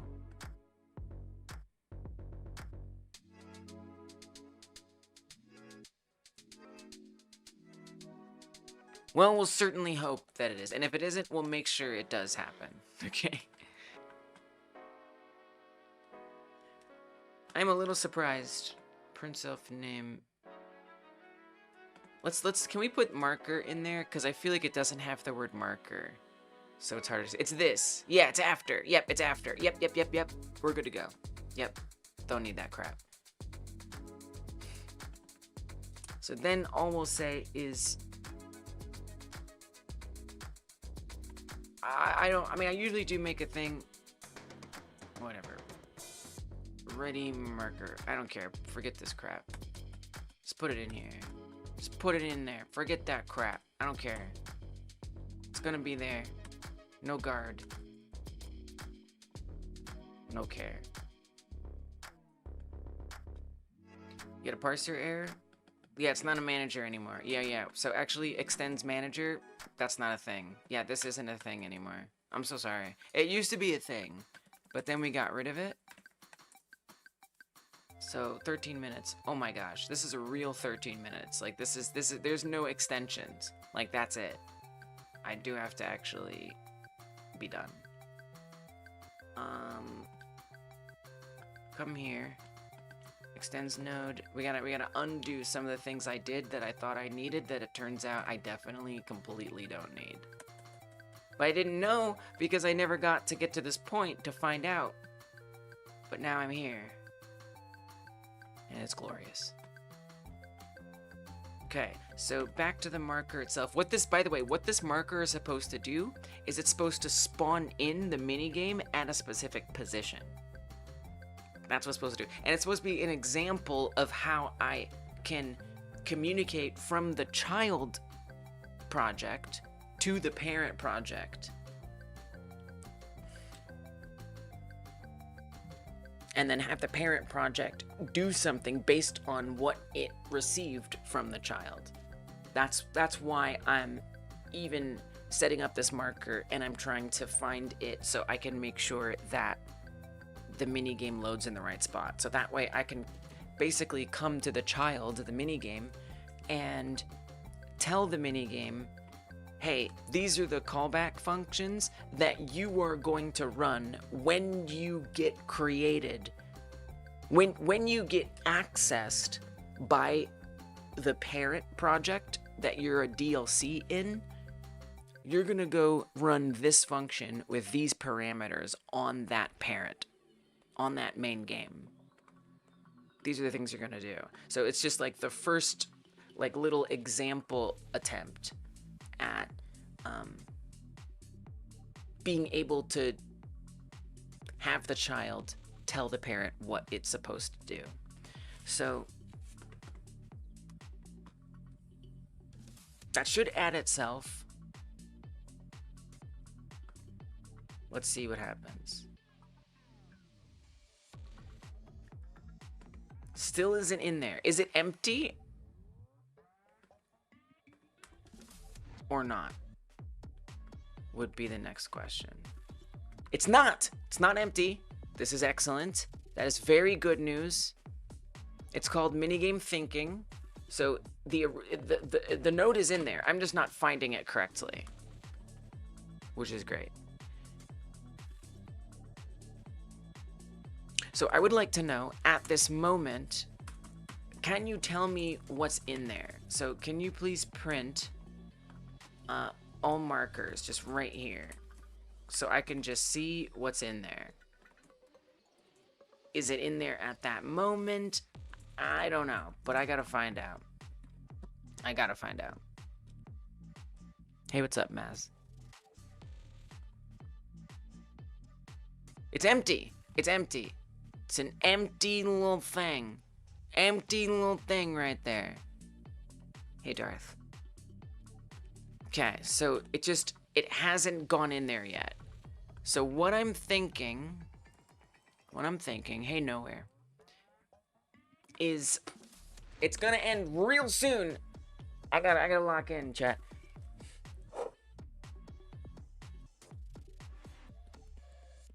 How am I gonna make sure it's there? I'm gonna make sure it's there. It's kind of like an issue that doesn't even matter, but it does. Oh, we gotta make sure it's there. I gotta make sure it's there.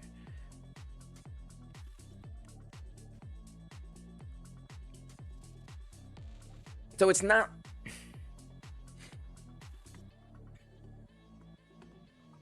Why is he not there? Successfully loaded minigame. Thought bubble is ready. All markers. Minigame thinking marker. Oh, look right there. There you go. All markers. Then this is ready. No. No. Other way around. Other way around. Boop, boop, boop, boop, boop, boop, boop. Don't do this. You can't do this. That's incorrect. We can't do that. So how are you gonna make sure that this runs? Well, because look, here, put that there. Go. That didn't work. That did not work. Thought that would work. It did not work.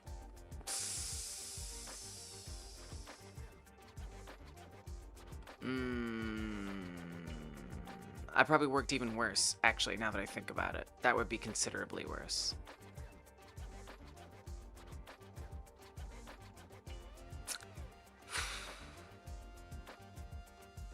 Here's what I think needs to happen.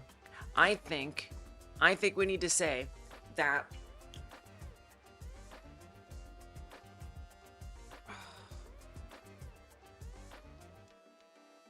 damn. You know, this timing thing. It's just it's frustrating. It's very frustrating. I don't know that I can sort out this timing thing right now. Okay, let's ask ourselves, where does the marker get created? I honestly don't know.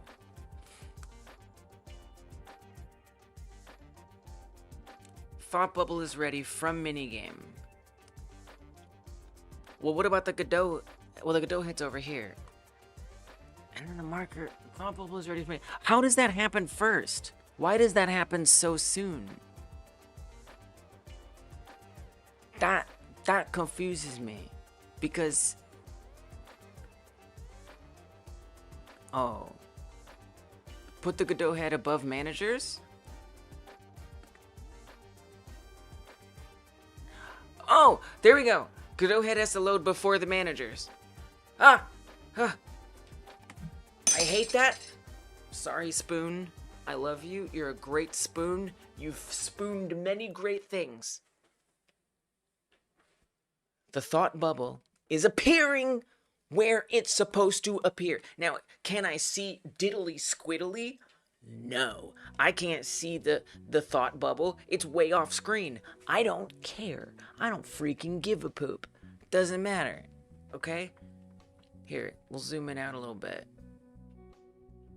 There's the gigantic freaking thought bubble.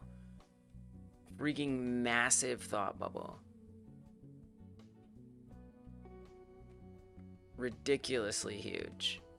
Just unnecessarily ginormous. That is the minigame.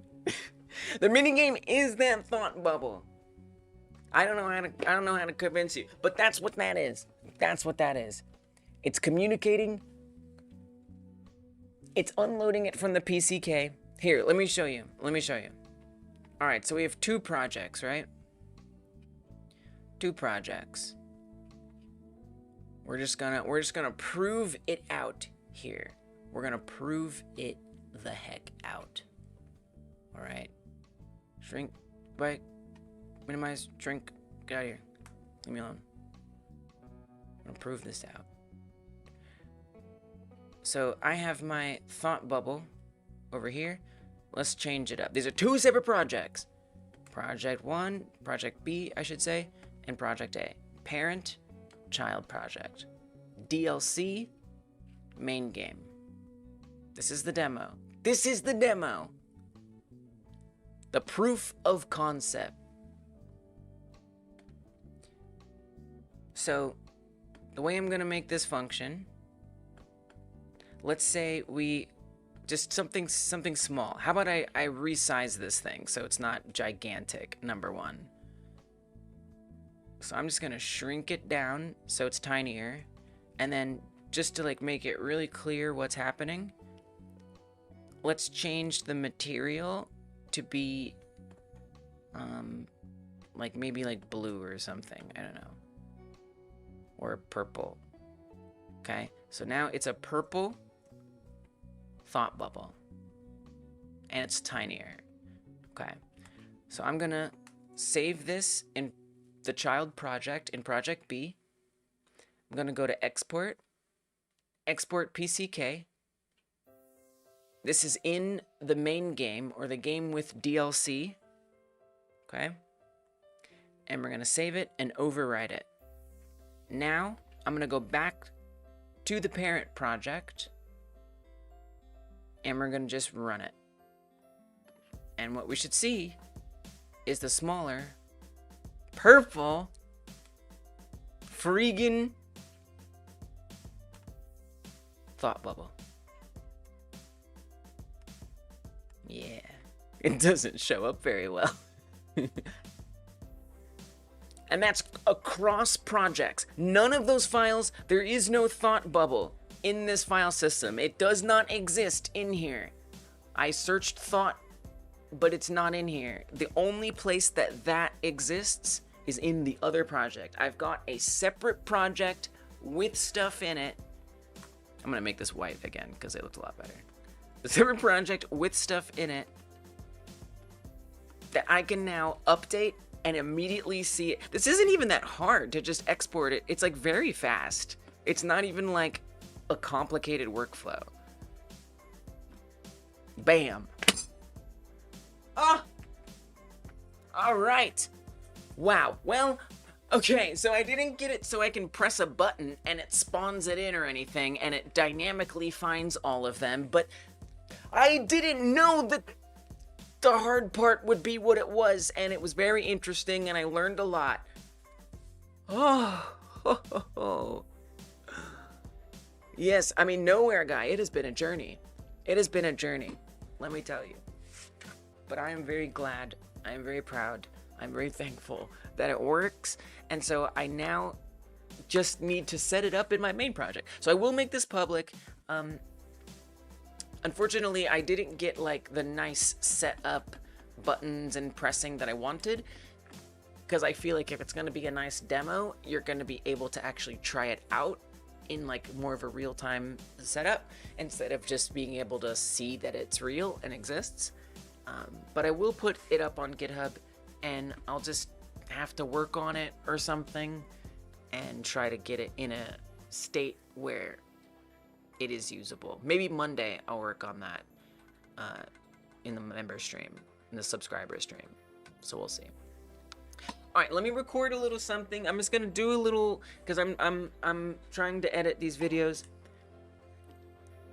Okay. How do I want to do this? Because I think I'm gonna split this into 2 videos. Video 1 will be me talking about or trying to solve the problem of getting it to appear in the first place. Okay. So yes, it appears in there. This is like the final version after I did a whole bunch of stuff, but indeed it appears in there. Thank goodness. I've got a little time left to spare, but I got it done, and I'm very, very proud of that. Even though I got it to appear in there using load resource pack, there was still the issue of, well, how do I make it super modular? So if you want to see how I got that hypermodularity to work, so that way I can just drop in any minigame and have it happen, watch the next video. It'll be like over there. Check it out, and thanks for watching this one. Okay, so that is not what's really happening. I've been trying to put out videos on YouTube where I just edit these live streams down into smaller co-working sessions. There's no music, it's just literally the stream without any of the chat, and I try to skip over things that aren't really necessary. I'm just gonna try to start putting those out as videos. So that's what that was, to be the divider between the two. I guess I should say one more thing.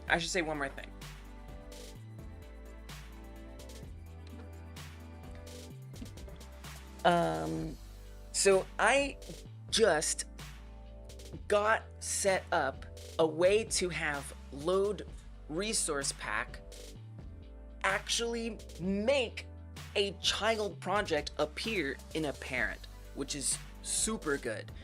But what I need to do is figure out how to make that super hyper modular. So that's what I'm gonna do right now. It's gonna be interesting. I think it's gonna be easy, right? This is not the hard part, right?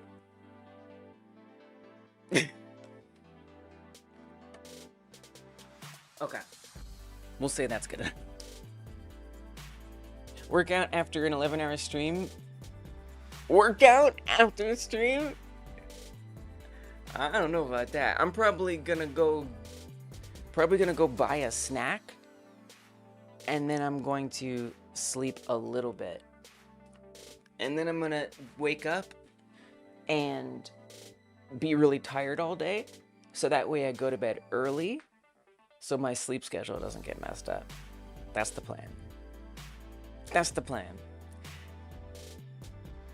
Editing an 11-hour stream. I've got a good strat. I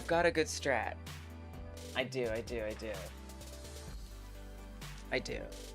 I know, I hear you. But I already did it. I've already done it. And it's not as bad as you think.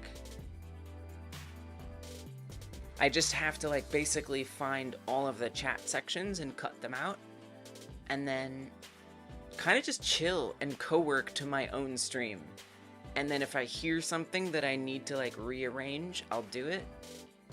So it's kind of like I co-work with myself, and then I mostly can just listen, and then once in a while I have to like stop and like edit something. So it's a very lazy edit, right? It's not like I'm in there carefully chopping things together and rearranging it. You know, it's not that kind of editing. I'm trying to find the laziest version I can do to still be able to put something up. That's the idea. We always think this part will be easy. Exactly, Fruity. It wasn't. I thought the thing that was gonna be hard, the thing that I thought was gonna be hard ended up being easy. I just couldn't believe, I didn't, I mean, what? I don't know. It caught me unawares. Completely caught me unawares. We'll make a black hole mod for space engineers. It'll be easy. Had a plan. Went to plan. You just underestimated the plan. Turning the planet back, shrinking it, cranking gravity. Turned out to be like 3 days of work for 2 people instead of half an hour for myself. Oh no! Especially when it like isn't just you that it affects. Damn. What is black hole mod for space engineers? That sounds cool. You got some cool stuff. Thank you everyone for hanging out. I appreciate you. Obviously, we're gonna do a YouTube raid. We're gonna do a Twitch raid. We're gonna make sure we keep all the game dev vibes going. So I'm gonna go find out who's around, what's happening. If you're watching this after the stream in a YouTube VOD, I don't know why you would, because I'm gonna edit this into a video and you probably aren't here. But just in case you are, this isn't going to be very relevant to you. And within the next minute or two, the stream is just going to cut out. So keep that in mind. Not if you're watching live. If you're watching live, we're here. Don't worry. It's not going anywhere. But if you're watching after the stream on YouTube, it will be cutting out in the next minute. All right. Let's see who's around on YouTube. Yeah, I'm excited to see you. So I'll be back. Okay, couple things real fast. Okay, real quick before I do all that. Y'all, did you know our next game jam is joinable? Our next game jam is joinable. My next game jam. I run a game jam every other month called the Game Like Jam, and the next one starts in March 1st. It's a month-long jam. We make games like other games. I'm pretty excited about this next one. I think a lot of you are going to be pretty interested in making this game. I'm basically certain that a lot of you are going to be interested in making this game. So something to think about. Like I'm pretty sure. I just have a feeling it's a game y'all are interested in making. It starts in 14 days, 14 hours, 45 minutes. So if you just go to that link in chat and you hit the join button, you will get notified before anyone else what the theme is going to be, like a few hours before the jam starts.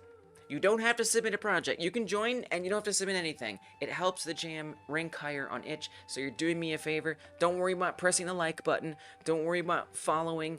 Don't worry about subbing. Just go here and join the jam.